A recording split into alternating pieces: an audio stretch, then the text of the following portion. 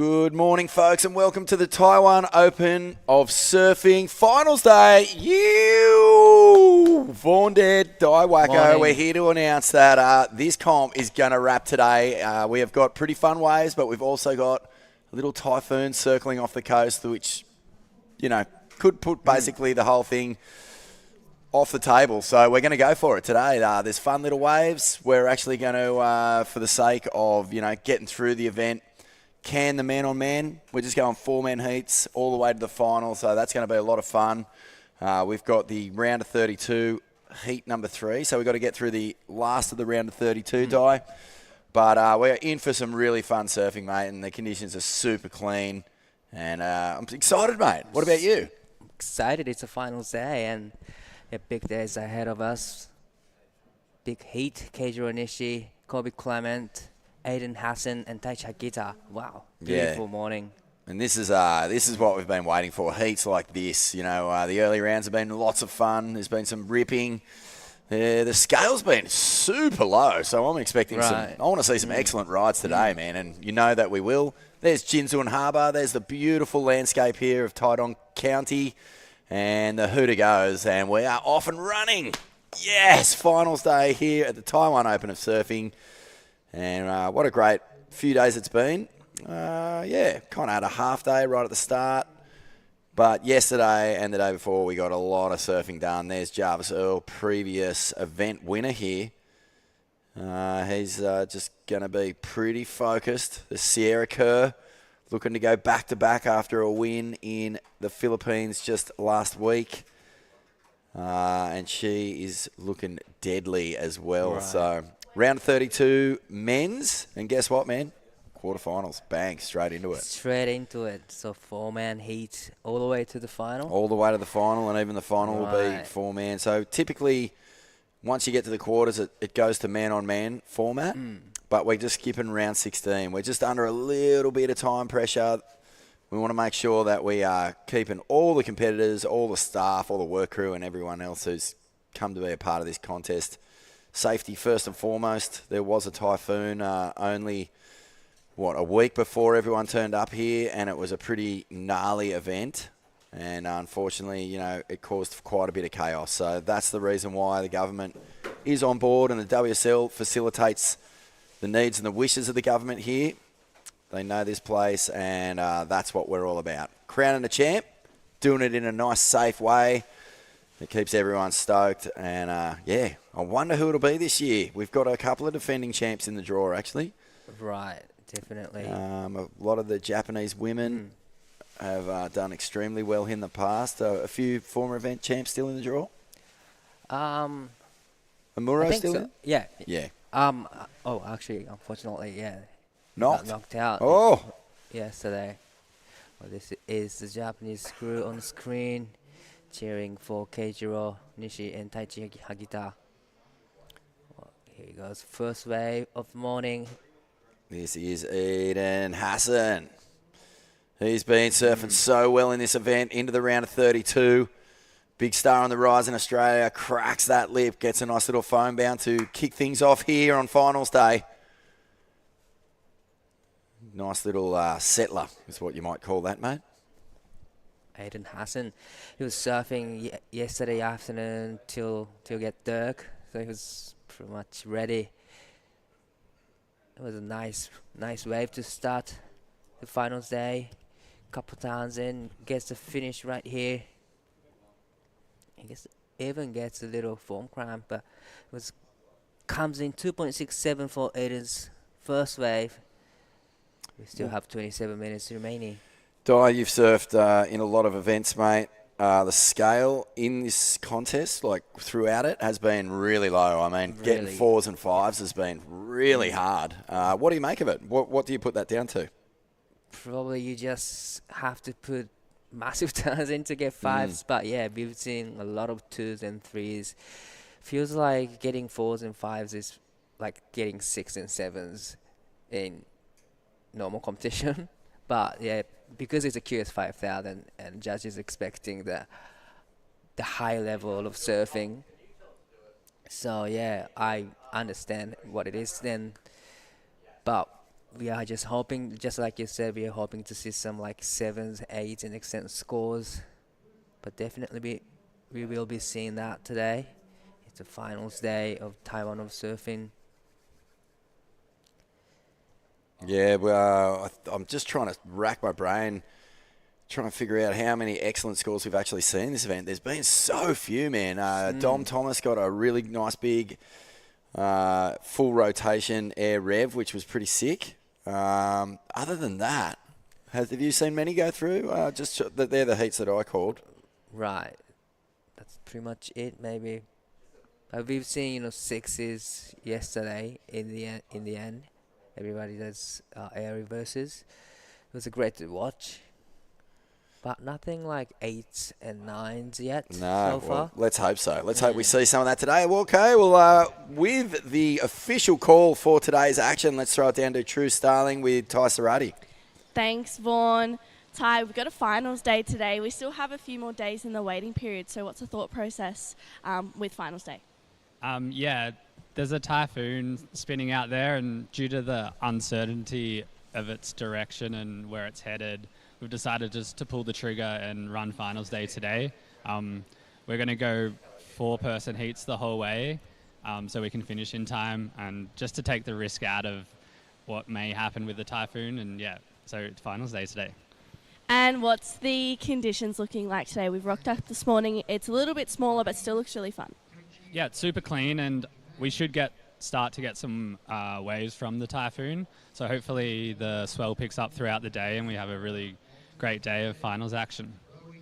A bit of a rogue question, but we've had a couple of days of surfing already. What's been your highlight? Good question. My highlight, I commentated Philippa's heat yesterday, and yeah, she was ripping and really in tune with the ocean. From the guys' side, Jarvis and Dakota, who's sitting next to me here, have both been ripping. Yeah, it's just good to see everyone getting opportunities to surf the waves here in Taiwan. Yeah, but really looking forward to today's finals day and crowning some champions. Thanks so much, Ty. Finals day today. We've got a big day, so make sure you guys stay tuned. Vaughn and Di take you through that first heat. Thanks very much, True. Great to hear from Ty. What's your highlight been so far, mate? Mine's definitely the Dom Thomas air rev. I just thought it was a sensational manoeuvre. That is a single highest score, but I gotta say, Oni's comeback yesterday. Oni's got 2 comebacks, isn't it? Yeah, 2 comebacks. I gotta say that, yeah. Nagita, here he is. Bashes it on the inside. It's one of those mornings, isn't it? You're just trying to find sections. Right. Yeah, like True says, it's kind of smaller than yesterday, but it's kind of cleaner than the last couple of days. You know what else has been a highlight? Watching Josh Kerr just cruise through this draw. He's been surfing so well. The 20 looking so Super nice fast out here, doesn't it? Yeah. Just that looseness, that speed he's able to access. And combined with his just, impeccable wave knowledge, it puts him in a spot on the waves where he's just able to really cut loose. And you know what the other thing is? It's so obvious that he doesn't really mind what happens. He's been a little bit under the weather. And here he is now on finals day.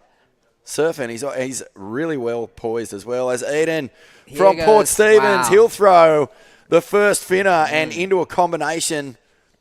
And it's a nice little move to get things going this morning for Eden Hassan, who continues to impress. Aussie champ last year, Aussie junior champ last year. So, just a young upstart who's getting his first real taste of QS action. Would have surfed in the Port Stephens at home a few times, I reckon. But, traveling the world with your friends, getting that international experience, mate, it's a different ball game. And he's done so well, hasn't he? Yeah, it was great way from Eden Hassan. Gets into the air, kind of full rotation. The first air reverse in the morning. So wonder this wave, what kind of scores he's going to get for the air. But looks like Kobe Clements is having a look at this one, but not really. Well, Kobe Clements out there for representing Long Reef. And a great surfer, electrifying surfer, in fact. Full artillery. He's a real low centre of gravity. He's got this incredible stance that just allows him to get so compressed. And when it comes to busting fins out the back, big grab rail cutties. And the corrupt flip is in his back pocket too. Beautiful snap off the lip here for Clements as he opens his campaign. So a nice little speedy check out of the lip. He gets a second one in. And you can see that the size of these waves doesn't faze him one bit. And the finner out over the top. So 3 big turns here for Kobe Clements. Wow, the last section just come out of nowhere. Yep. Snap, snap, kapow from the long reef surfer. And it's always at about this time of the day that I like to just doff the cap to the great longy chargers. Granger, Werris. He's a Northy boy now, but he was a longy boy. Don't you worry about that. He was watching. Steve Clements, of course, Cobe's dad. Daniel Starling, the Lawson brothers. A lot of them moved up to Northy. But, back in the day when we were all Groms, it was a tight, longy crew. And we had a great time, and it's great to see Long Reef represented here. Carl Musker and Tash doing a great job with the club. And let's have a replay of this thing. Let's see that last turn again. He jams that finishing turn with a lot of power, and it gets that exclamation mark, that point of interest and difference and power and speed, just to make sure the judges aren't falling asleep towards the end of the ride. I mean, they're going to be up for it today. They are going to be really on point. We're crowning champions. Well, yeah. Actually, the judging, there has been zero issues with it, really. There's been a couple of buzzer beaters from Oni Anwar, which have been really fun to watch. But I guess the one thing is just that scale. Can we get it moving north? Can we get that needle pushing? So 5-3-3 for last of Kobe Clement. See, that's a good score. That's a good score. Yeah. Actually, we haven't seen many fives in the men's side of the draw Not really, yesterday. no. So it's a good, it's a good sign and it's a good score. And 4-7 for the last of Aiden. So this one comes in 4-7 now. That was sick. That was a really sick air rev, like so buttery. Plenty of loft, got the kick out. Nose and board completely detached from the face of the wave. Really cool. Right, but now Keijiro Nishi is just holding on to the first priority. Haven't got a wave yet. It's been 12 minutes in this heat so far. I think Keijiro Nishi has had one of the best lefts we've seen of this event. That left he got, that was 7. Yeah. That was and he blasted it. And he had a couple of moments in that wave that were just full-blown double-page spreads in the old parlance. As we see here. 萩田太一選手のこれ3本目になります。4.43 をスコアしています。 So Clements, nice up and over. Got a little caught behind, but luckily the wave had kind of gone fat anyway, so no real consequence. Jams that section as it lifts up, and a big up and over, and that is your 5.33. Top scoring wave of the heat so far from Kobe Clements. The cool thing about that wave was there were only 3 sections on it. Right. And he was bottom turning up into them as they stood up. So perfect timing there. No wasting on that wave from Kobe Clements. 5.33 is kind of healthy number in this judging scale. But looks like a few lines coming into the lineup now. So Keijiro is now hunting the wave. How cool does that look, man? That just really gets into the inner surfer in you, doesn't it? Seeing the lines move in. 西慶次郎選手、これは2発きっちりと入れてきました。13分ほど待ちましたでしょうか。しっかりと決めてきています。That was well served from Keijiro Nishi. Only 2 turns, tight section, but still managed to put one big turn in the end. Keijiro, he won that South Korean wave pool event last year that we went to, and he was just surfing so good in that pool. But I mean, his technique, his style, it's so fast. So fast and super fast, and just everything is on point. And I love that he attacks the lip really hard too. You know, he's not one for just swooping or pulling his turns short. He really goes at it. Taichi, mate, he's out in front at the moment. Right, with a 4.43 and 3.67, which is a kind of good number. But here is Kobe Clement, gets the first sections, nice snap off the rip, and gets the finish. Nice 3 turns combo from Kobe Clement. Oh, what a clever heat he's putting together so far. You know, he got his first wave, got a big finish on that. He'll just put a backup score on the board here. But staying busy, he found a little left with enough face to really just get off multiple turns. No real, clobber moment, but still, plenty of nice surfing on this one. Definitely.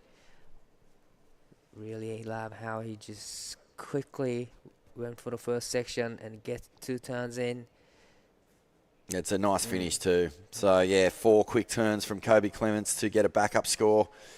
And that'll put him in good stead as we stick now with Nishi. 西慶次郎選手、これはいい波になってきそうです。一発目しっかりとフィンを抜いてきて、2発、3発、4発目、そしてここでラストセクションもしっかりとマニューバー入れていきます。残り時間15分、現在第4位ですが、必要なスコアは 2.51。The first wave of Keijiro comes in 4.33, now needing 2.51 to go into the second.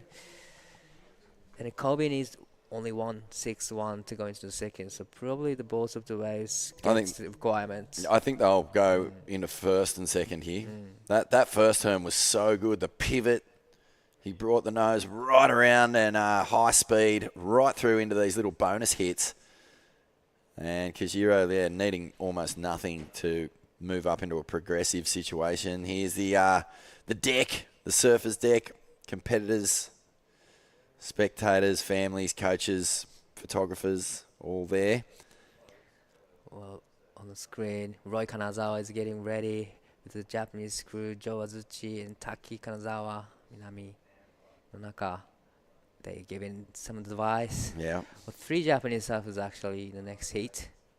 Dakota Walters, Roy Kanazawa, Reo Inaba, Ryaru Ito coming up next heat. Yep, and there's Dakota and Jarvis Earl sitting on the left of your screen. And it is a beautiful little zone here in Jinzun Harbor. It's really hard to get your head around it when you walk outside and you just see these beautiful volcanic mountains. They come straight down into the sea. Yeah. There's this beautiful little fishing port behind us. And it's quite rural up in this little section of Taitung County. We're staying in the city, which is about, half an hour, 40-minute drive? Half an hour drive, yeah. And you get to the city, and it's beautiful as well. It's a really small city. Kind of like a little... It's like a little package or something. It's tiny, but it's got incredibly amazing food, or incredible food. Great sort of installations. A really lovely public sort of arena in the park there with a great big light show at the moment. And it's been a wonderful stay here. So Taiwan, come and check it out if you're watching. Good waves all the time. It gets a lot of wind swell, and the wind swell might not sound that exciting if you want the big, thick, pulsing lines, but actually there's so much surf here. And there's setups everywhere, mate. Like, this is just one, pretty well-known, accessible break that is a lot of fun to surf, but you head north and south and there's setups everywhere. Right. Really love the river mouth here. Yeah, the river mouth's fun. For the left-handers, yeah, it's really good to just cruise around, get new points. There's actually Logie's left just to the north of the contest site here, the little reef on the north side of the peak. Travis Logie, he was here one year just getting heaps of good waves over there when this comp was pumping. So it's 11 minutes, 55 seconds remaining, and there it is. Nishi and Clement straight into first and second on the back of their last rides. Right. So Nishi getting a 6. Judges loving that tight, whipping snap on the backhand and the rapid-fire moves that followed. Kobe Clement's got a 4.37. Mate, I'm sensing there is a little pick-me-up in the scale here. Yeah, I'm sensing that too. Yeah. Actually, Sixes were really hard to come by yesterday, so the judges want to have some stories coming out of the day. We want to see some excellent surfing. So this is the last wave. Cage roll comes in 6. Really love the first and gets vertical. Oh, that was a good pushing combo. So much power into it. Yeah, such a great combination from Keijiro Nishi. And the replay of Kobe again. Just places that first little stab. Gets a nice little carve down. Stays busy. And some points on the end there with a good little pivot off the lip as he smacked it. 4.37 for Kobe Clements to get up into second now. It is up to Taichi Hagita and Eden Hassan to fire back. Very close heat at the moment. Right. They both need 5s. But looking at the scale today, it's manageable. You know, they can be getting those scores on the next one because they got first priority and second priority. Good looking wave here and split peak situation. We'll stick with Eden on the right hander by the looks of things. Oh, look at this. We're getting both action as Eden takes to the air and makes it. Big turn from this super talent from Australia. Well, that was such a great wave, actually. Great wave. Yeah. And Higita on the left. It was a little hard to keep up with both of them, but let's see what he did here. Dai? 萩田大志選手、この波で5点台が必要ですが、大きな一発目、そして2発目もスプレーを飛ばしてきます。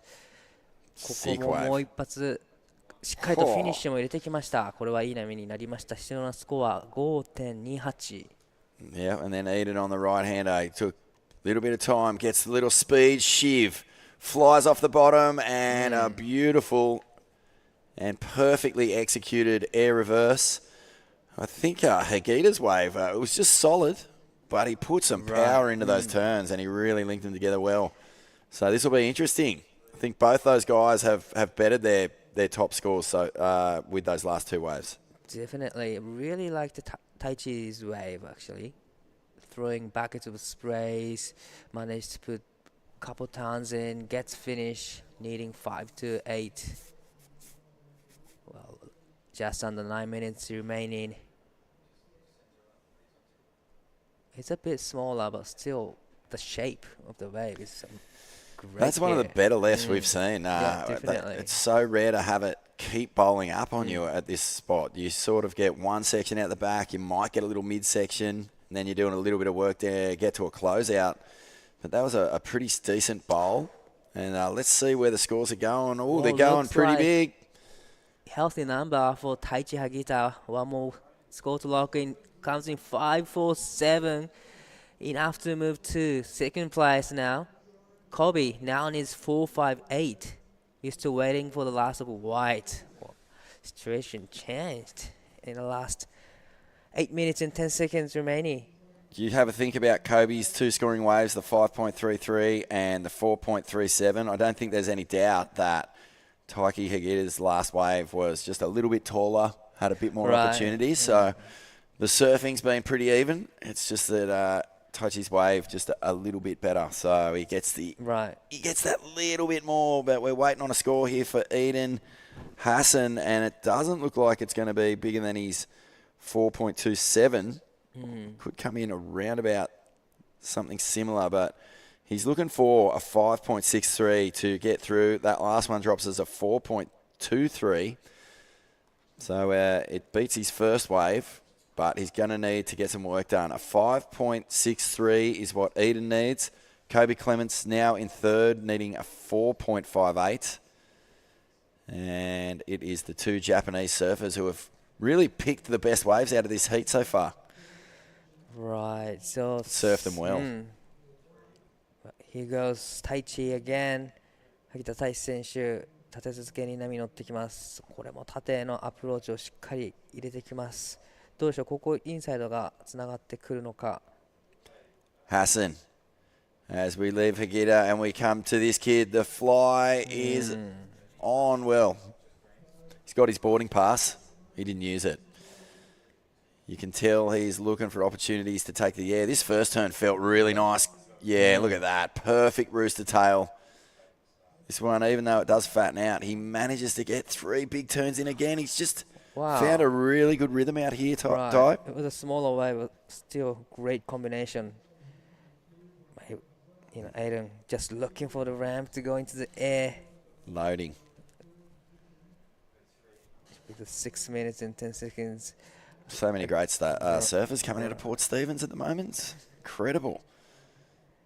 Just little clusters of talent that all bloom at the same time. And Eden leading the charge here. So what have we got? Another score increase. Yeah, 4-5 for last of Taichi, slightly extending his lead. Now, Kobin is 4-6-5, Aiden is 5-7-0. Okay, so he's pulling the trigger on a left. Oh. Eden Hassan, oh, I love that. Pivot off the bottom, jams it in the top, gets a second turn, and really makes some critical surfing out of a wave that didn't offer a whole lot. But those sections stood up, and he was just right in the spot. Love that little bit of extra on the first re-entry. Yeah, gets the board to total 12 o'clock. Here is Keijiro Nishi. 西慶次郎選手、この波にテイクオフしています。一発目、ここはすぐさまプルアウトします。第1位に西選手、第2位に萩田選手、残り時間5分です。5.7. I wonder where the judges will go for this. So look at this. Body torque, swings it and pivots. Really and gets a second snap. Really love the combination. He's not getting the spray that Hagita's getting. I think that's kind of playing into sort of how the judges are viewing the surfing. So we'll see where that lands for Eden Hassan. That was, I think, the last of Aiden comes in 3-6-3. 3-6-3, yeah. So beautiful surfing, super fast. He got it right up vert, but just not enough power in the wave to get the big spray. Right. Needs to be a more steeper section. Yeah, you think about Hagita's waves, and they're just these nice, beautiful, cupped out, scoopy faces. He's using the full body torque to get maximum power out. Right. And I thought Eden did so well then, but yeah, he was just he had such a small space of pocket to work with, and he got right into it. He surfed it so well on that one, so probably next one. Bet anything there's a good photo in there. Definitely. Pause that one. With just under 4 minutes remaining, Aiden is not wasting any time here. Ooh. That one slides out from under him, maybe for the best. Those insiders, they can be pretty gutless. 3 minutes 30 to go, and it's the Japanese surfers over the Australians at the moment. Kobe Clements, he's got priority, looking for a 4.65. There's a bit of movement out here. Eden Hassan, he's going to be looking for scraps, really. His competitors are so experienced. As Kobe looks to the left, flies off the bottom, jams his first turn. Big wave here for the long reef surfer. Second turn, he loads up, gets a finish. From the drone, it was a tricky angle to sort of see what was going on, but we'll have a front look. I mean, it's cool to get a sense of just how fast the waves are moving, but this will tell us more. First turn's nice. And, yeah, he's just waiting for this thing to stand up. Gets a pretty nice finish. But he needs 4.65 from that wave. Even if the scale is like 0.5 to 1 point higher than what we've seen in the last few days, it feels like that might not be enough. As Eden Hassan flying down the line now, gets a first turn off. It's a clean snap. Wow. Vicious. Hack back to the pocket. Really love the But again, flare. it's you know what it is? It's the wave selection here. The Japanese surfers have just picked the really good waves that keep offering sections, multiple maneuvers. This is really nice surfing, though. Yeah, kind of check turn, but I really love this carving turn into the tail slide. Wow, that was a little flare in the action. It was great surfing from Eden Hassan, needing 5.70. We're still waiting for the last of blue as well. Just under 2 minutes remaining in this heat. Just a reminder, Di, that we are into finals day. This event will run. We'll be crowning champions this afternoon. No man-on-man heats in this event. We've only got a small window to get it done, keeping a close eye on the typhoon that's off the coast and making sure that we can get to the end so that we can dish out the points. 5-1-3 for Kobe. 5-1-3, wow. Straight into the lead now. Wow, I did not see that coming, but you can't argue. It was 3 nice turns, and the judges loved it. So congrats there to Kobe Clements. He gets the job done. 西慶次郎選手、この波で4点台、バックアップスコアを超えると第1位の This is a Nishi special. Wow, over the back. これはいい波になった。しっかりと最後まで決めてきました。4.46 以上で第1位のポジションになってきます。This is he always finds a good left. He's so good at it, man. His wave selection and knowing where to be when these things come through is insane. That turn is just a thing of beauty. A nice little snap to board slide, and the body language says, yeah, that felt good. 28 seconds to go. Eden Hassan dropping a 4 for his last ride. There's 19 seconds. Are we going to see a flurry here? It actually looks like Eden's going to have a go, but this is a big wave for Hagita with 10 seconds on the clock. Loads it up, throws the fins. He'll get the complete. He needs a score. He finds himself outside of the progressing situation. In his mind, I wonder what he's thinking. But Kobe Clements, wow, that was pretty remarkable. He backed himself to get it done and scored a nice wave. A few nice clouts. And that is all she wrote. So it is Keijiro Nishi taking out that heat. Kobe Clements in second. Taichi Hagita in third. And Eden Hassan in fourth. Well done to the long reef surfer. Kept his composure. But it is Keijiro Nishi who has just blasted that heat. We're going to take a quick break here from finals day at the Taiwan Open of Surfing. We'll be back in just a moment.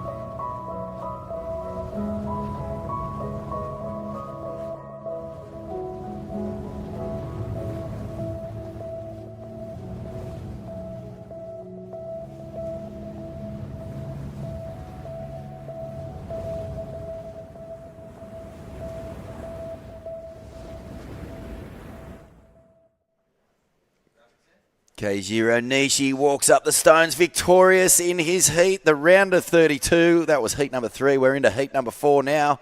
And a very stoked, extremely talented Japanese surfer moves through yet another round.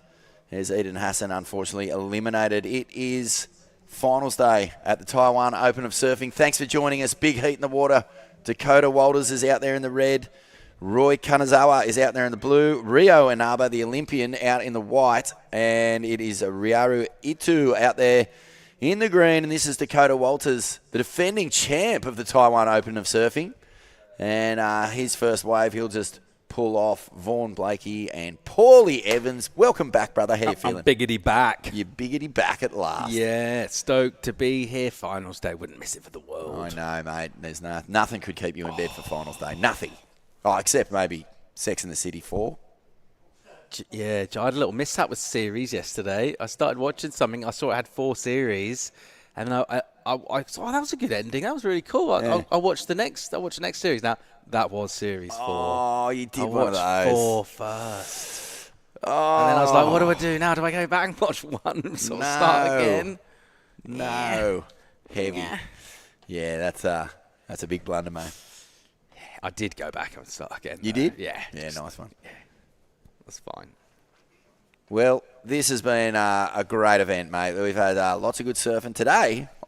I'm just going to throw it out there. Yeah. The scale has lifted. Yeah, the right. judges have opened their wallets. Changed. Yeah, maybe they all got visited by the ghost of judging scales last night. I think, yeah. The Scrooge thing where they woke up in the morning and started handing out. I think they were worried about their per diems, and they may be sort of getting scores confused with their per diems, and then they realised they've actually got loads left in the wallet.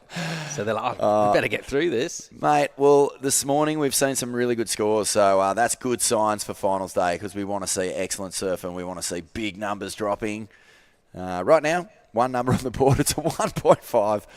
But let's stay with the action here. Kanazawa, he was so good yesterday. What can he do today? Big first turn. And there's one thing about this guy's surfing that you know you're going to see every time, and it is power and flow. And look at this. That's just 3, 4, 5 multiple maneuvers. Down the line he goes. Another big stab on the shore. Great way to open his account here. Yeah, looking really good, isn't he? Enjoying himself as well. Great wave selection from him and loading up. And just belting it, basically. Nothing wrong with this at all. Just kind of multiple. You get into that rhythm.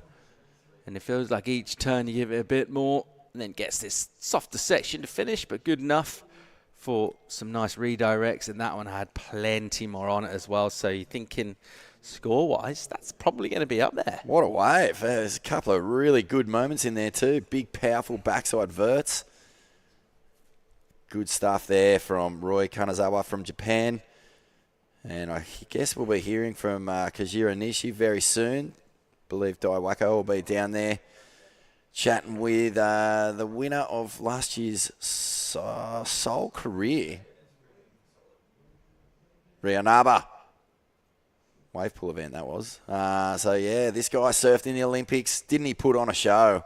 Just missed the medals at huge bombing chopes. Terrifying day, one of the most terrifying days of pro surfing I've ever seen. And he was fantastic representing Japan, and he's a big unit, but these little waves aren't phasing him one bit. Yeah, trying to stay light on his feet, giving it a good crack. You can see that bigger frame, and it's not a particularly powerful wave here, so the requirement to be nimble will be key for, well, ultimately going for a win today. What have we got after this? You win this heat, you win your next 3, you're the champion. That's it. Yeah, it's a 4-heat conversation right now to get to that trophy. Trophy is massive, by the way. Excess baggage is going to be significant if you take that thing home. 6.33 for Roy Kanazawa. Let's throw it down to Daiwako, who's with Keijiro Nishi from the last heat. では第1位で見事クォーターファイナルに進出ということですが、波の方少しサイズ小さいですが形がいいように見えました。どうでしたか？そうですね、結構スローだったんですけど、乗れればめちゃめちゃ形良くて、結構まだ潮も引きの状態に向かってる最中ですかね。結構波もパキッとしてて、いつもよりもこうリッパボーなセクションがあって面白かったです。板を見たときにこうワックスがすごい綺麗なんですが、これは塗り直したんですか？塗り直しました。これをもう毎回やるルーティンになってるんですか？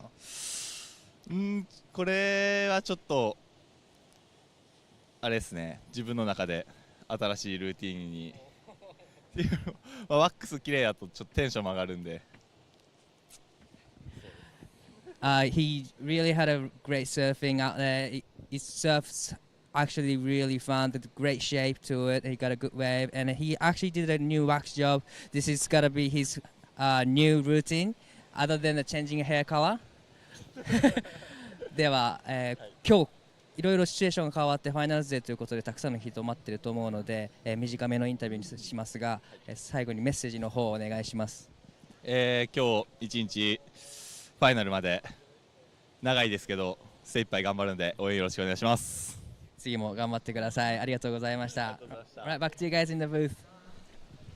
Yeah, good stuff there. And the confidence at this stage now, you're starting to think, all right, it's happening today. I'm on a roll here. Surfing great. Everything's dialed in. Wax, board, hair, giggles.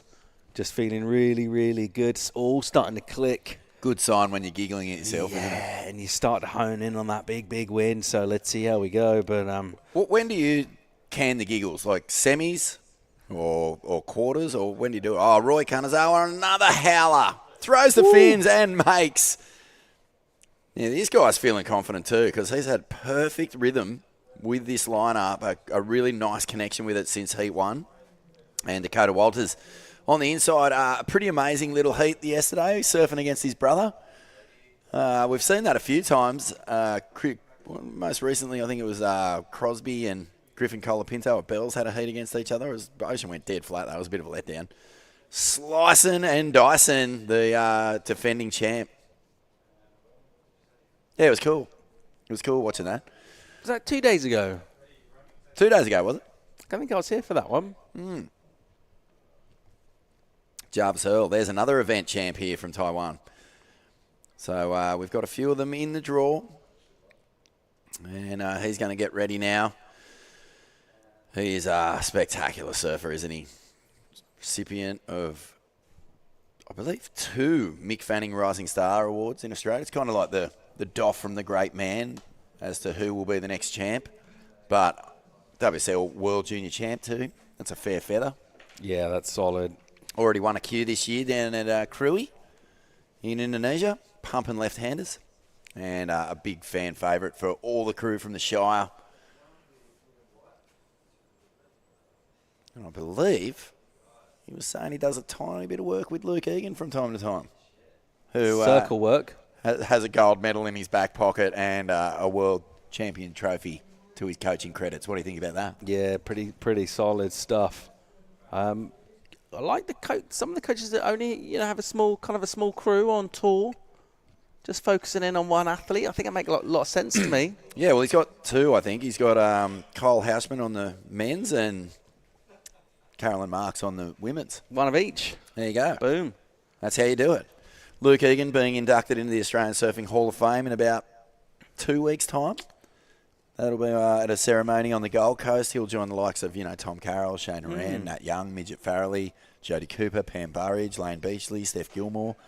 So he's, basically getting a huge doff for his contribution to Australian surfing and well earned. A Tribe Called Quest were inducted into the Rock and Roll Hall of Fame recently, which is quite rare for a hip-hop act. How did that make you feel? Largely indifferent? No, quite the opposite. About time. Yeah, I love the Tribe. I'm pretty sick. Yeah. The ones that are still alive. Rest in peace, Fife Dog. If I had a coffee, I'd pour a little bit on the ground. Yeah, one for $5. I don't have one at the moment. So this is an incredible start from Roy Kanazawa from Japan. Yeah. 6.33 and a 4.67. Tribe. Those numbers, in that Hall of Fame. yeah, those numbers throughout the event that we've seen so far, they're massive. But like as you said, the little change up today, and I think from there, that confidence that he's got, knowing he's got the 6.33 and just the way he's surfing, the way he's picking the waves as well. It does have that feel today where there's some sort of quiet patches, a few lulls, aren't there? So for all surfers out in the water, all trying to find waves, priority is going to be pretty significant. And I think if you just got that calm kind of confidence, that aura about you, like you're picking the good waves, you might not get many chances to make kind of bad decisions. We saw Dakota just get that one soft one right at the start of the heat for the 1.5, but much more like it with the 4.73. Ito hasn't got involved yet. Nah, just biding his time. Still plenty of time on the clock. I was thinking about these brother heats. You know, like I've got 2 sons, and they don't really compete ever against each other. But I wonder if they did, if I'd have a leaning towards one or the other. You've got 3 kids. Do you have a favourite? Yeah. You do, don't you? Yeah. Yeah. The I was middle wondering one. if Jeremy and Cars might have who they were going for in that heat. It would have been a hard one to watch. Off the bottom. He missed times that it felt like that thing was scooped and just begging to be blasted. It was like, is it James Brown? Hit me? Yeah, it was almost like was his mind already sort of down the line on the next turn or something? Ian Drury and the Blockheads. Yes, thank you. Ian Drury. That's it. He's still going. Is he actually? Yeah. I think so. Is he? Yeah, I think he is. I heard his son is incredible. Yeah. That's cool. That takes me right back to being a kid. Parents.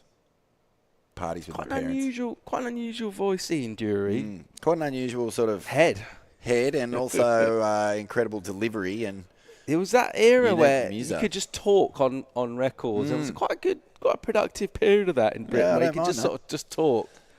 That was good. Yeah, I like it too. Do you remember Jimmy Nail? I You know do. him? Jimmy Nail was one of the great Yes. talkers on records. Mate, we are just dead set boring people to death right now. 15 minutes to go. And this is, as we say, finals day. We've only got the round of 32 men's to get done, and then we're into the quarters. No man-on-man heats today, so you won't see, you know, that intense chess battle play out. It's going to be a scrap to the very last hooter. That is just in consideration of the typhoon that's spinning off the coast. We want to get this comp done. We want to crown champs. We want to give points away because this is the last 5,000 of the year. Big points on offer for the crew who want to get into that Challenger Series. It's a massive contest. Yeah, just bad news for Ian Drury. He actually died in 2000. Yeah, I thought so, yeah. He's dead for 25 years. Didn't Andy Serkis play him in the biography? Yeah, got that right. Gollum played him. That's the kind of character he was. Here goes Dakota Walters. He's found a little rip bowl up the north side of the peak. Jams the first turn, clean as a whistle, high speed. Oh, what about that for just dropping the hammer? And a nice big power move from Dakota Walters as Rio and Abba brings the power, but he has just fallen out of sync with this lineup all of a sudden. First wave wasn't too bad. Yeah, not the time for it to go wrong. Finals day, really got to try and just show your best stuff. It's time to perform today. Having a look here at Dakota. Perfect timing, absolutely in the pocket, and big double arm drag into a real tail jam. And, mate, the thing that's terrifying about Dakota is he is just one of those guys who can take off on anything and turn it into a score. He doesn't need a set wave. He can scrap. He's so fast. He's so nimble. But he packs punch, man. He throws a lot of spray. And when he disengages the fins, it's quite often, you know, big, sensational-looking moves. Yeah, he looks like the type of surfer who's incredibly well-suited for this particular wave as well. I think, like, what we've seen, the surfers that have been successful throughout the rounds, people have been able to kind of be quite nimble, not only like physically, but sort of mentally on wave. You know, your maneuver selection, sometimes maybe like it's not until after you've come off the bottom where you really kind of decide how hard you can hit it, what sort of turn you're going to do, and he seems to be that sort of dynamic approach. It's worked really well. Yeah, he's quick twitch, so he can readjust as he's coming off the bottom. And I think at this wave in particular, you see so many sections stand up, then back off really quickly. So if you try and overcook it, you'll get done. As we see, this is Anaba looking for a score. Dakota being a little bit cheeky out on the shoulder, having a little look. And Anaba's going to get a section on the inside, clouts it. That's better. Surfing himself back into rhythm. Yeah, the last time would have felt better for him. Just giving it a good old whack. Dakota jumps up, goes to first, an important number, the biggest number of the heat so far. Loving this. This judging is really setting me off now because 6.5 for that is well and truly worthy. Dakota flying down the line. Oh, how is the acceleration through these turns? Sick surfing from Dakota Walters. I love that. Fanging towards that section. You're going, what's he going to do here? Look at this. It's just a little insider. Nothing doing. And he just loads up here and zoop. That's such a cool combo, and love watching just that high speed linking. Cool stuff from the young Angari surfer. And I know that all the crew will be watching on from home, pretty pumped on that. And this inside turn here from Inaba, big punch. You looking forward to this Tyson-Jake Paul fight? Are you going to watch it? No, not really. I think that's just a bit sad. I mean, in many ways, it sort of sums up everything that's wrong with the world and the sort of media and sort of humanity in general, doesn't it? Nah, it's grim. I know. But yeah, I'll watch it for sure. Yeah, me too. Me too. It'll get me out of my seat. When is it? Today? I think it's this weekend. Yes, definitely this weekend. Yeah, it's coming. It's coming in hot. Yeah. Oh, spectacles. Hilarious. Waiting for a score for the last of Red. And what did Rio Inaba? Has his score dropped? 3.23 maybe? Yeah. Yeah, he's struggling really just to get up through the scale, but not as much as Ito. The 3.23, 3.21 of that score came on the last turn for sure. Yeah. What's going on with Ito? Oh, Dakota didn't even improve on his score there, which is probably fair enough. 4.73 for his first one, but yeah, I just thought good signs. Like, accelerating out of a turn faster than you went into it is one of my favourite things. And, the wave went flat. He did a cool cutty. But exciting for me. I love that sort of surfing. I met Dakota when he was born. Not the day he was born, but when he was just a little bubba. Don't know if I ever held him. I'm not one of those guys who went, I held you when you were a little kid. But I've known him for a long, long time. Always enjoyed. I'm good mates with his mum and dad. So, got to see him grow up. Got to see him turn into a fantastic surfer. That is his big score, that double arm drag, little finner over the top. He looks on, doesn't he? He looks definitely so fast and deadly. And this is Roy Kanazawa. So this is his first wave. And this was a big score. You can see why. Just power, throwing it all into these lips. And that was a 6.33, high-scoring wave of the heat. Sorry, second high score. Dakota 6.5 with the high-speed double arm. Larry. Yeah, Dakota with the variety. I think judges really appreciating that. It was more just kind of stock aggression from Kanazawa. But different ways of doing it. That running left provided multiple backhand hits. But, yeah, you mentioning Dakota just looks absolutely on here, doesn't he? And we saw him paddle for that wave and have a look. He just wants to keep surfing, right? He knows everything's clicking for him. He just wants to keep going. He caught that smaller in between wave and just looked really fast and dynamic. But I just want to know what's going on with Ryoru Ito. Why isn't he surfing? He's got, I don't know, he's got the priority anchor. And it's just keeping him pinned to the back of the lineup.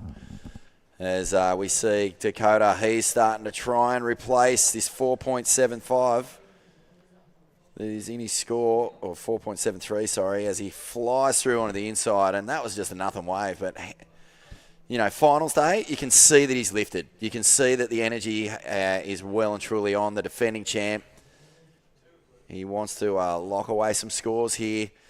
And just getting so much speed out of this real nothing insider. It's a bit of a slower wave, but he just keeps it in the pocket. Look at that, just jamming it.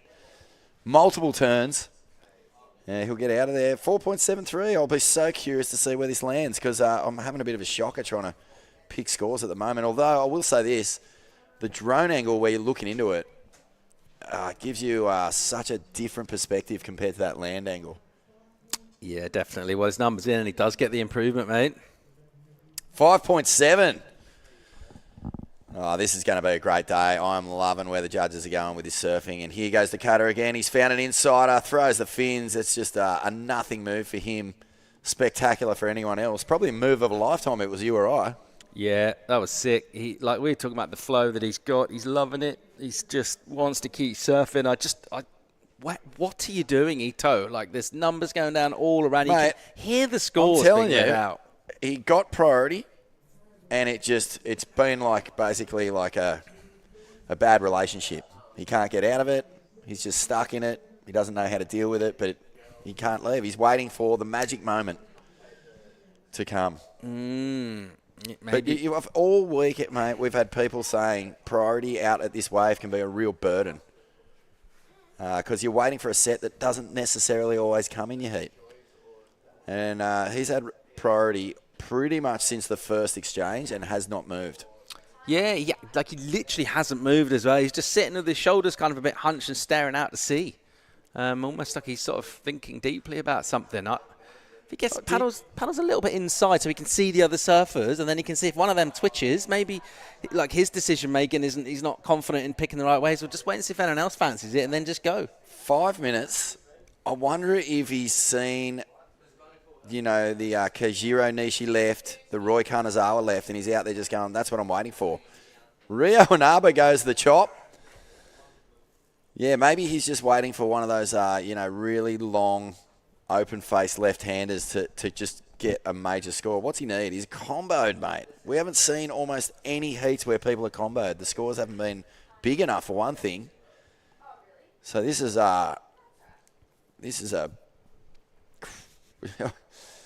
it feels like a mistake, doesn't it, holding on to this priority for this long? I mean, he's serving a perfect heat, but not in the good way. So let's see if he can do something about that with 5 on the clock, but just paddle for something.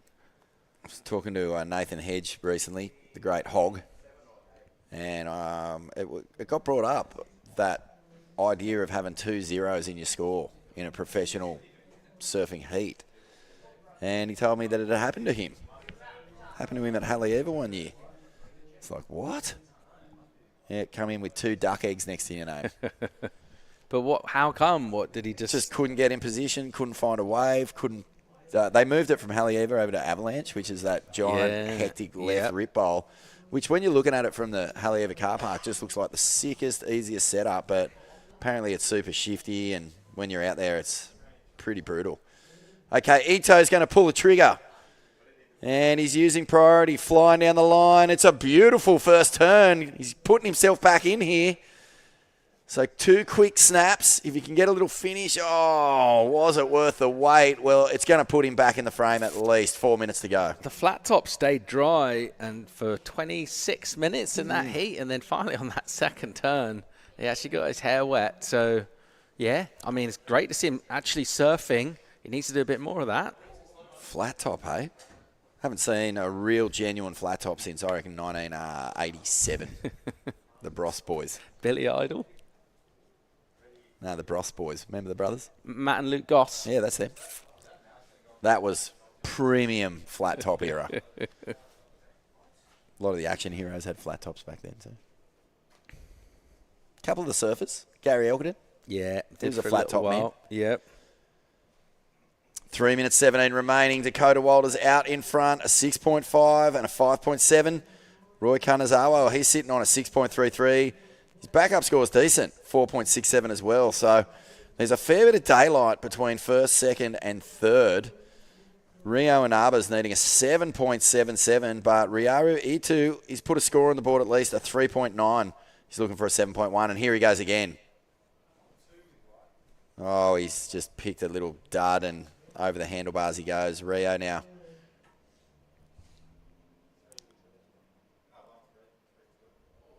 Gets a cool finish. Snaps it out over the back for the reverse. Remember when I was a Grom, the reverse was the peach at the top of the tree. Just wanted to get that reverse done so bad. That's exactly what it looked like. But, the frontside reverse in particular, so hard. I guess on the back of the momentum generation started popping up here. Cooler than a flat top or not? Or not as cool? I think with the benefit of hindsight, the flat top has outlasted the reverse. Yeah, yes, it's got more longevity. No, the female flat top's underrated as well. This kind of who was your favourite?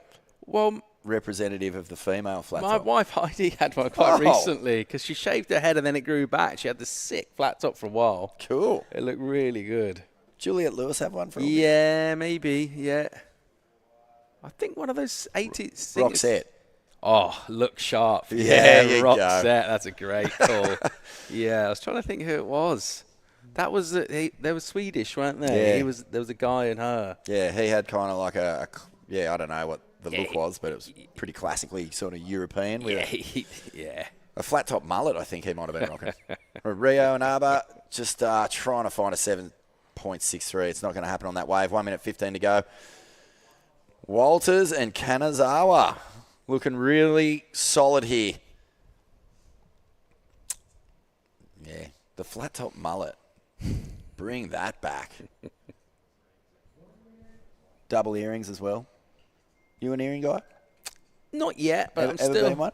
No, as I said, not yet. But it's it doesn't mean I'm not going to count it out. I quite like people who take things up late in life. Some people like to sort of take up smoking when they're sort of 50, don't they? So it's true. Yeah, I'm not counting it out yet. The earring, maybe the nose or the belly button, something. Oh, belly button, mate! I'd love to see you with an eyebrow ring, a belly button ring, a mesh singlet, and some bottomless chaps and a flat top. 22 seconds remaining. Yeah, flat top mullet. Could be a new look for you, Paulie. I've got to do something. Something's got to give. Conjures a great image. 10 minutes to go. 10 minutes, 10 seconds, and that's it. So it's going to be Dakota Walters. The defending champ has put on a masterclass in this one. 6'5", 5.7, and he only looks like he's getting warmed up. Served a bit of notice there, isn't he, Dakota? He has. And Roy Kanazawa from Japan in second. Unfortunately, Rio Inaba and Ryaru Itu are finished with the Taiwan Open of Surfing, but you're not. Come back just after the break for yet another fantastic heat of surfing.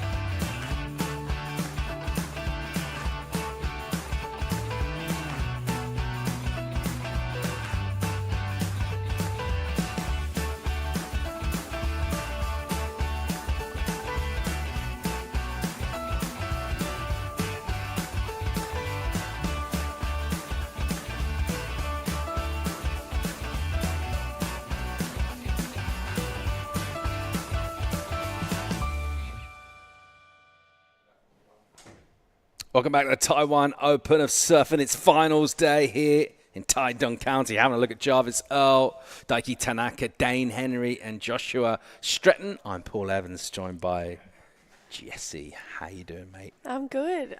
How are you doing? Yeah, good. And really enjoyed that last heat. Dakota Walters ripping, defending champ. It looks like he is well fired up for finals day. Here goes Dane Henry, a quick in and out. We know all about what he can do. And he's another one of those surfers. His name just kind of leaps out at you from the draw. What are we expecting from him? Dane's one of those freak competitors where anything could honestly happen when it comes to Dane in a heat. I mean, he just popped a little rev just there. But yeah, Dane, he kind of surfs a heat as if he's trying to make an edit, which I think is really cool because you're not really sure what he's going to bring out of the bag, especially in these half-an-hour heats. Anything could happen.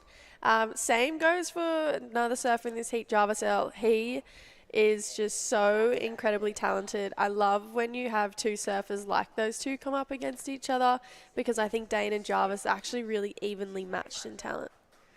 Yeah, what about, is there a big rivalry between those two, would you say? I wouldn't say so, not yet. I don't think they've come up against each other too many times, potentially more in the junior series. Dane, though, up and riding, just getting a couple turns in here, so looking really sharp. So Dane has been repping those sharp eyes for a long time now, and they just seem to work like butter under his feet. They're amazing. Yeah, he's into it already, isn't he? Bit between the teeth. So we just caught up a couple of quick waves for him, and then again in live action. And absolutely belting this. Loads of amplitude to the turn and the full coil, and then he unloads. And on what's even something of a relatively softer wave, he's so dynamic and alive and electric. See where that goes numbers-wise. We've already seen today from the judges, they're getting a bit more excited. They're throwing way more points at this. Yeah, I'm loving it. I'd love to see a couple more points on the board. So I feel like this is going to be a really solid heat with all these 4 surfers. I feel like we're going to see some pretty good scores by the end of this 25 minutes. Last wave of Dane Henry, the 4.33 in for him.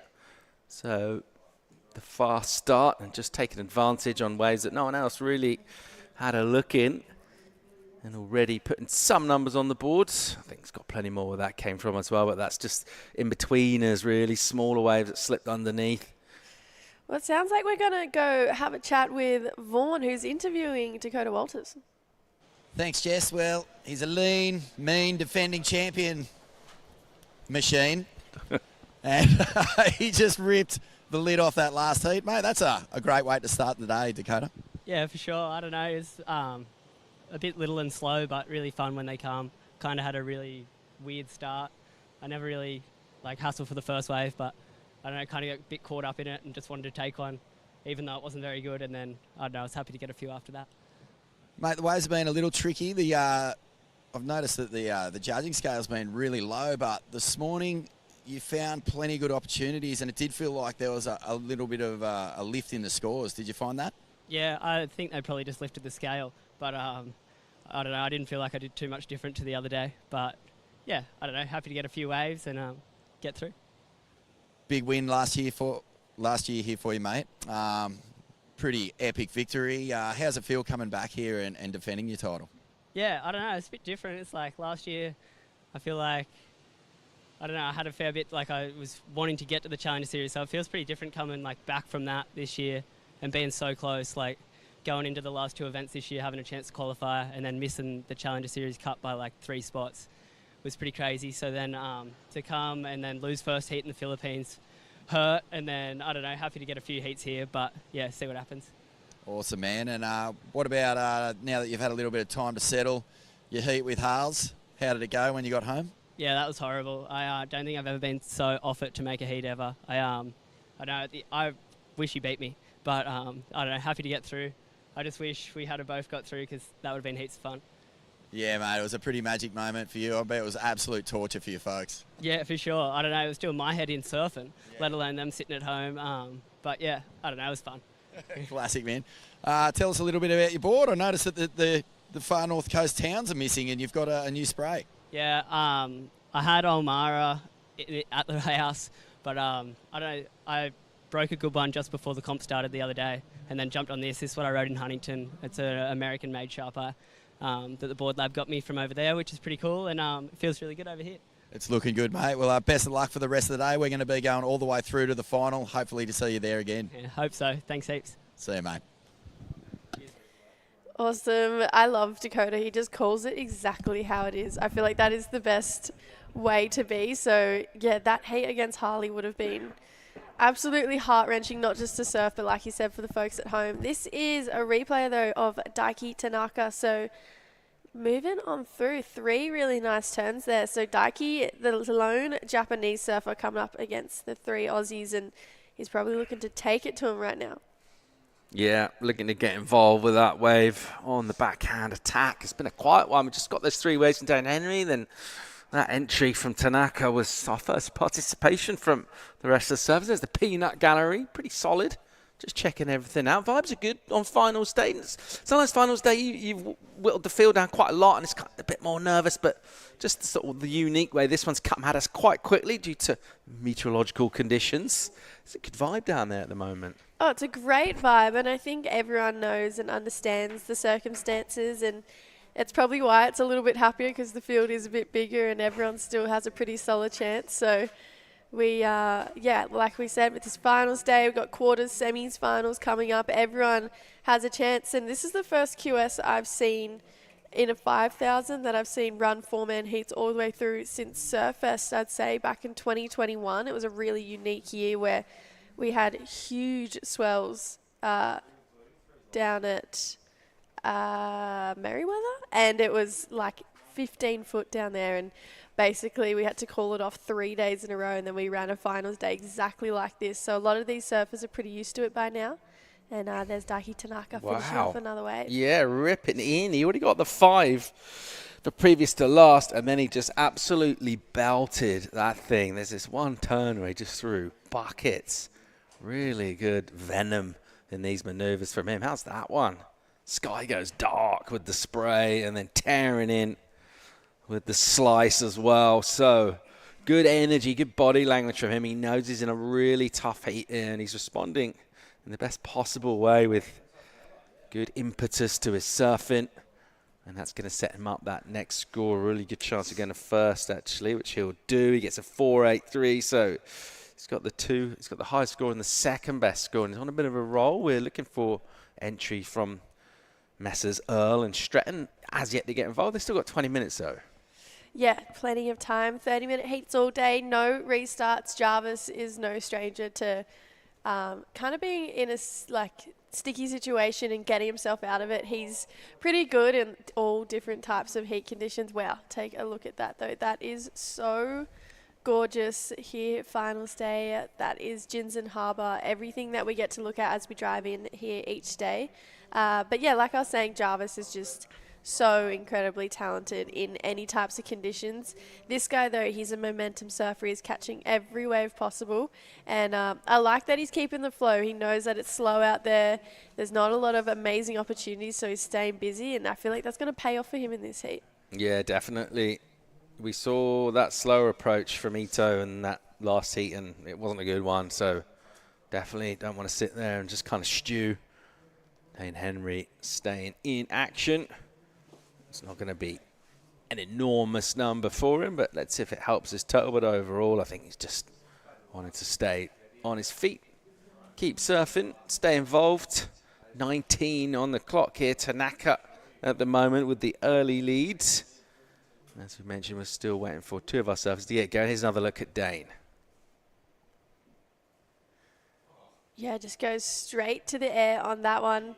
Pulls out of it. So I feel like Dane is playing a game really smart right now. He's also down working here with Adam Dufner, and they put so much into preparation, and I feel like that really pays off in his actual heat strategy and heat approach when he does get to the events, because they do put so much time in. They've been doing heat drills at 5 in the morning for weeks before they even left for the Philippines. So yeah, Duffy's down here. Great support network. He's here with Caius King, J. Okalupo, Macklin Flynn. So they're traveling as a really cool unit. Someone else who's traveling with a cool unit as well, Josh Stretton. He's traveling with Bodie Williams and a bunch of others, and they're just having a really great time. Mike Clayton Brown, and I feel like all those guys just feed off each other so much. So using that to their advantage right now, especially when it's slow. And I was out there before, and anytime someone got a great wave, the kind of stadium just erupted. Everyone was cheering. Everyone was getting amongst everyone. So, yeah, people are loving it on finals day. It looks like, though, we're going to see the first of Josh Stretton and Dane Henry. 2 turns to take this one in. So, strong surfing there from Josh. Yeah, he waited a while for that wave, didn't he? Maybe just never quite got the chance to absolutely hammer it. First turn's a really nice setup, but it just arrived a touch late to make the impact I think I would have liked from the second turn. Nevertheless, it's 2 complete maneuvers on the backhand. Judges love a 2-turn backhand combo. What's he got here? How often have we seen that, where someone gets a wave and then another one will just pop up just as they make it back in the lineup? So deciding to go that one. Wasn't an epic one. He'll get a couple of small numbers in, but he's opened his accounts. It's just Jarvis that we're waiting to get going here. He's meerkatting a bit, just seeing what he can find in terms of sets coming through on what's been pretty consistent sort of size-wise throughout the event, right? We've had waves of this order, this kind of size, nice and clean out there at the moment as well. JJ. Yeah, I feel like it's been really, like we've been saying from the start of the event, this has been really contestable conditions here at Jinzun.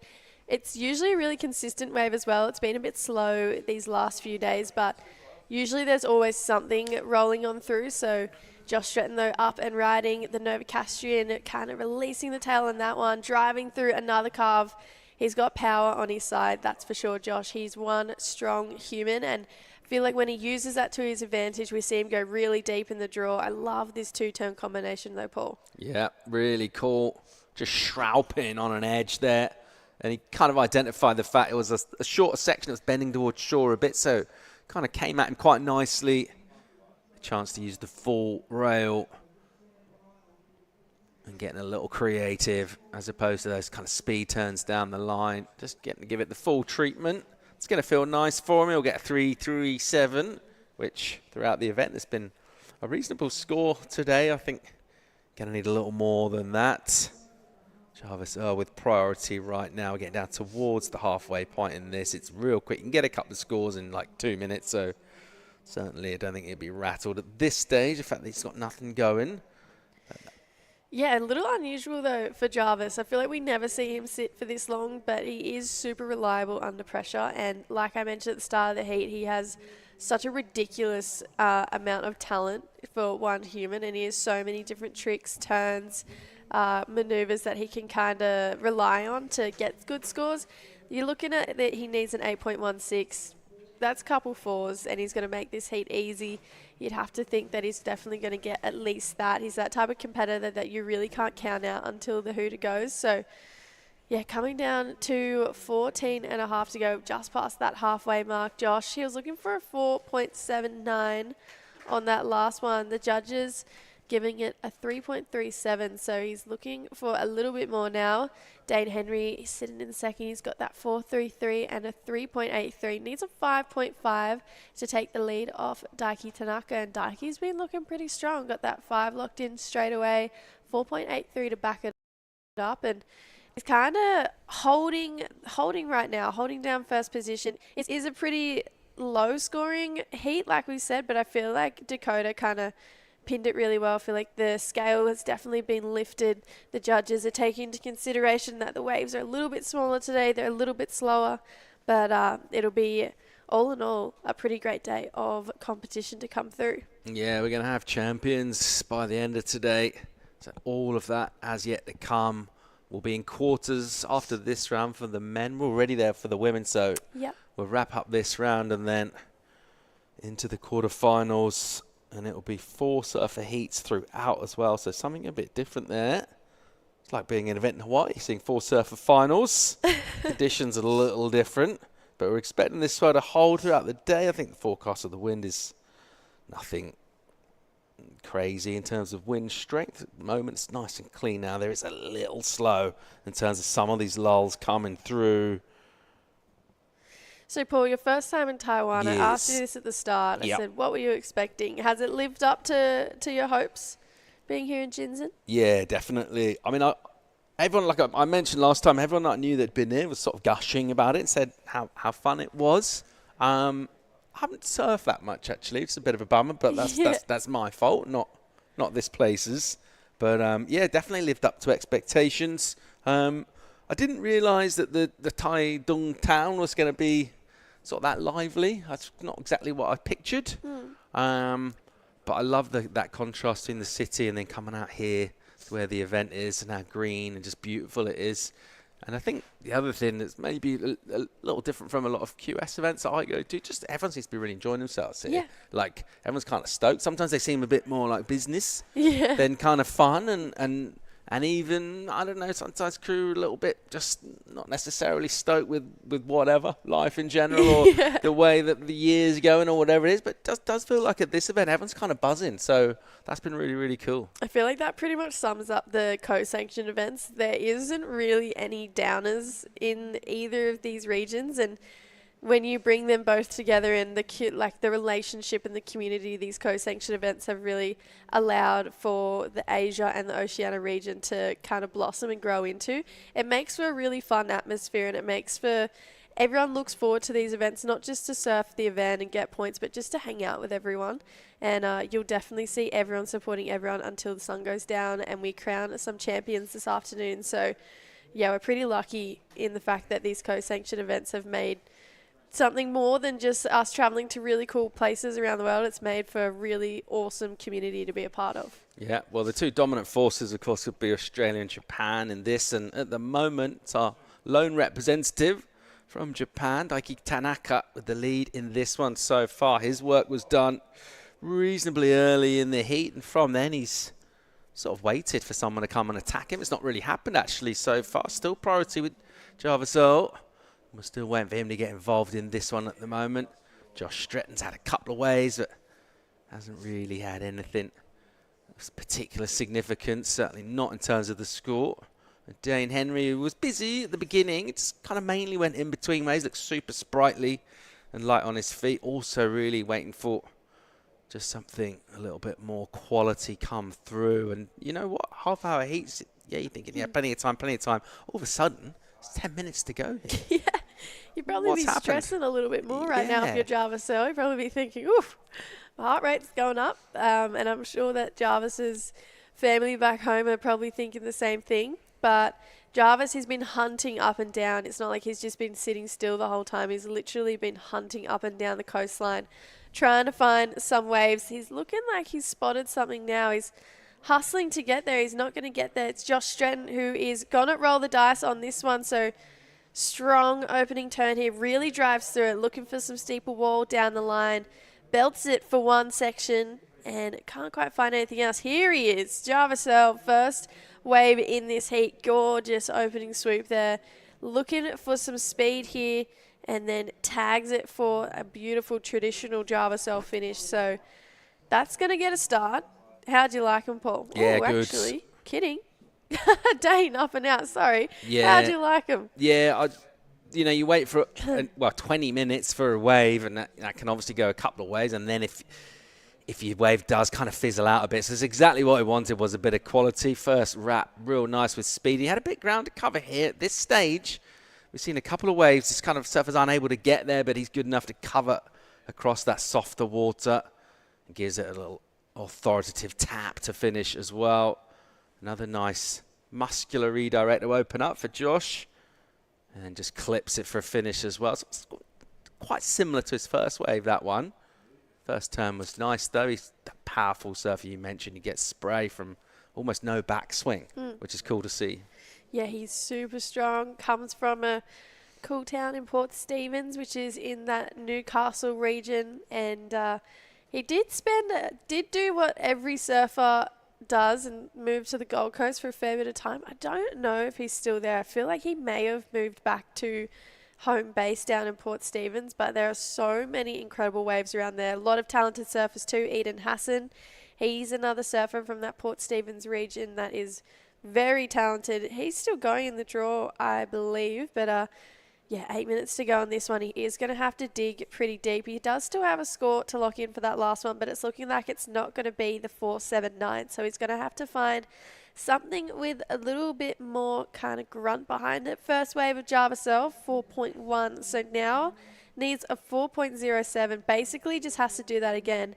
This is where, though, we could see the start of that new rivalry, Paul. It could be that Dane Henry Jarvis kind of spark to see what the rest of their careers might look like. Yeah, at the moment, Dane Henry in that second place position. He's had a couple of opportunities, just real small throwaway numbers. He's got second priority at the moment, priority with the heat lead, and it could be a crucial next set, really, because I think he'll know he's going to need more than what he's got currently going. Here's Dane Henry, meanwhile, driving down the line with a ton of speed, and then really nicely done.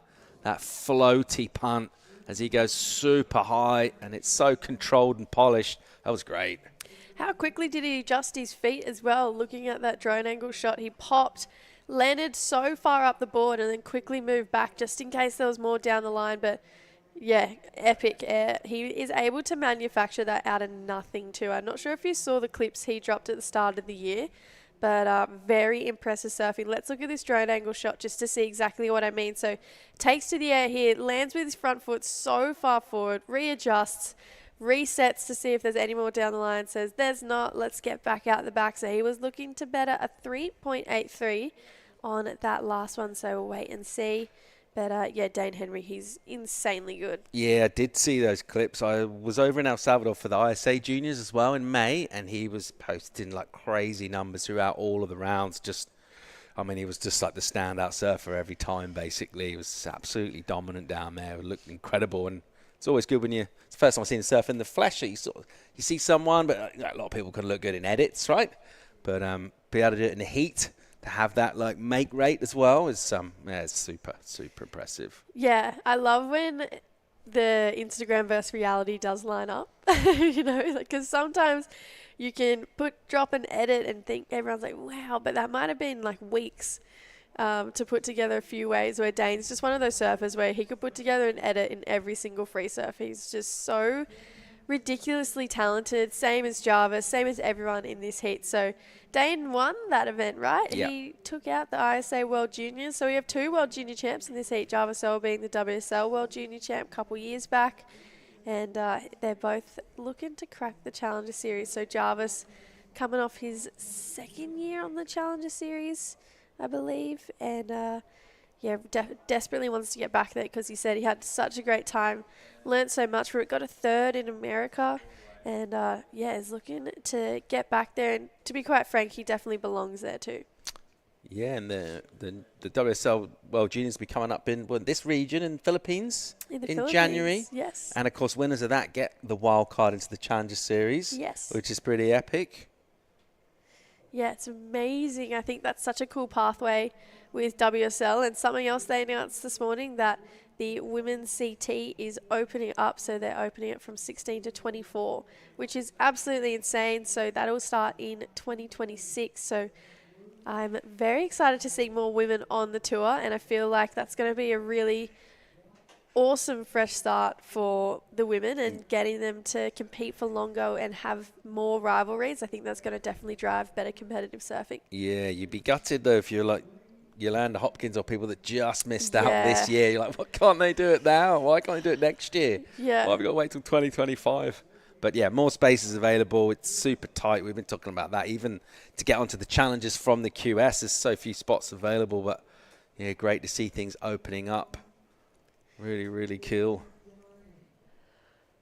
Look at this, 4 minutes to go. Jarvis, has a look, decides not to go. Fair enough, though. Not much on offer there. It's been a bit like that. Of what ways not to go, hasn't it? It seems like it's been a lot of deciding not to go on ways. It's kind of crucial into not getting fooled into anything that's going to be subpar. Tanaka still the lead and priority. Here's Josh Stretton, backhand from him, and he'll get involved with another nice first turn, but you can see how annoyed he is, not what he wanted. Meanwhile, here's your heat leader, Tanaka, and uses that prio and gives it a good flick to finish. Got the board nice and vert. Wasn't the greatest wave. The surfing was quite speedy.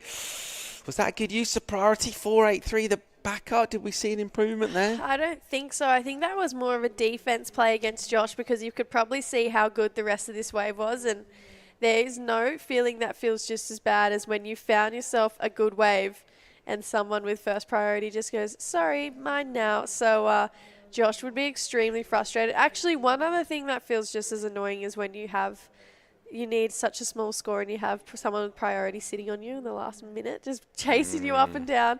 But he looks like he might get another chance here. He's having a look. He's going to have a paddle. Needs a 5, so that requirement has gone up. He's up and riding, so potentially might have to go to the air here.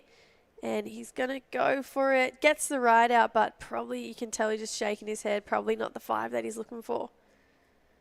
So 2 minutes 30 on the clock. Dane Henry having a look right now, using second priority, trying to make Jarvis's life harder. Goes for it, but just slips off. So I love the fact that he's pushing it, and you can tell he's trying to play attack rather than defense, which I think is really cool. Sometimes when you just see people sit for the last few minutes, it can kind of not get boring, but you want to see them play that attack card. So I really respect Dane for what he's doing. Jarvis now having a look here. Oh, can't pull it off, so needs a 5. He waited 28 minutes to take that second wave. Yep.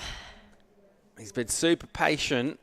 At the moment, you'd have to say, just looking at the numbers, that approach, well, it's kind of in a position where he's not advancing. So let's see if he can get super busy in the final 90 seconds here. He's already back in the lineup, but unable to surf himself into any kind of rhythm as such in this one, just by virtue of that he hasn't caught many waves at all. Dane Henry's been real busy. That's wave number 8 for him.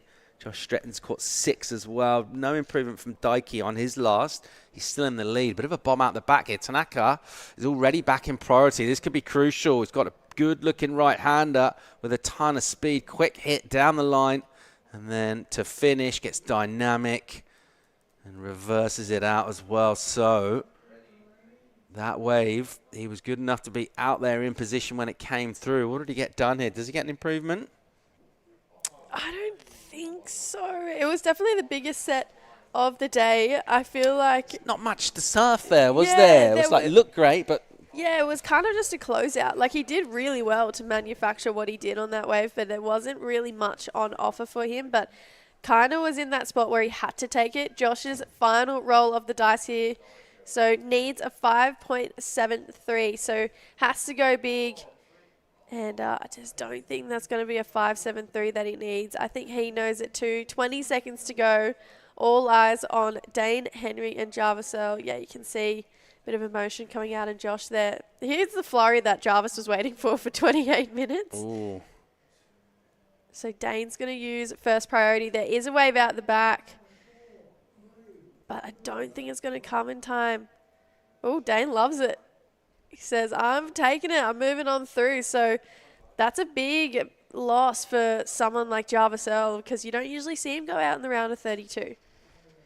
But we are going to go through to a break, everyone. So it is Daiki Tanaka and Dane Henry moving on through. Stay tuned. Taiwan Open of Surfing. We will be right back.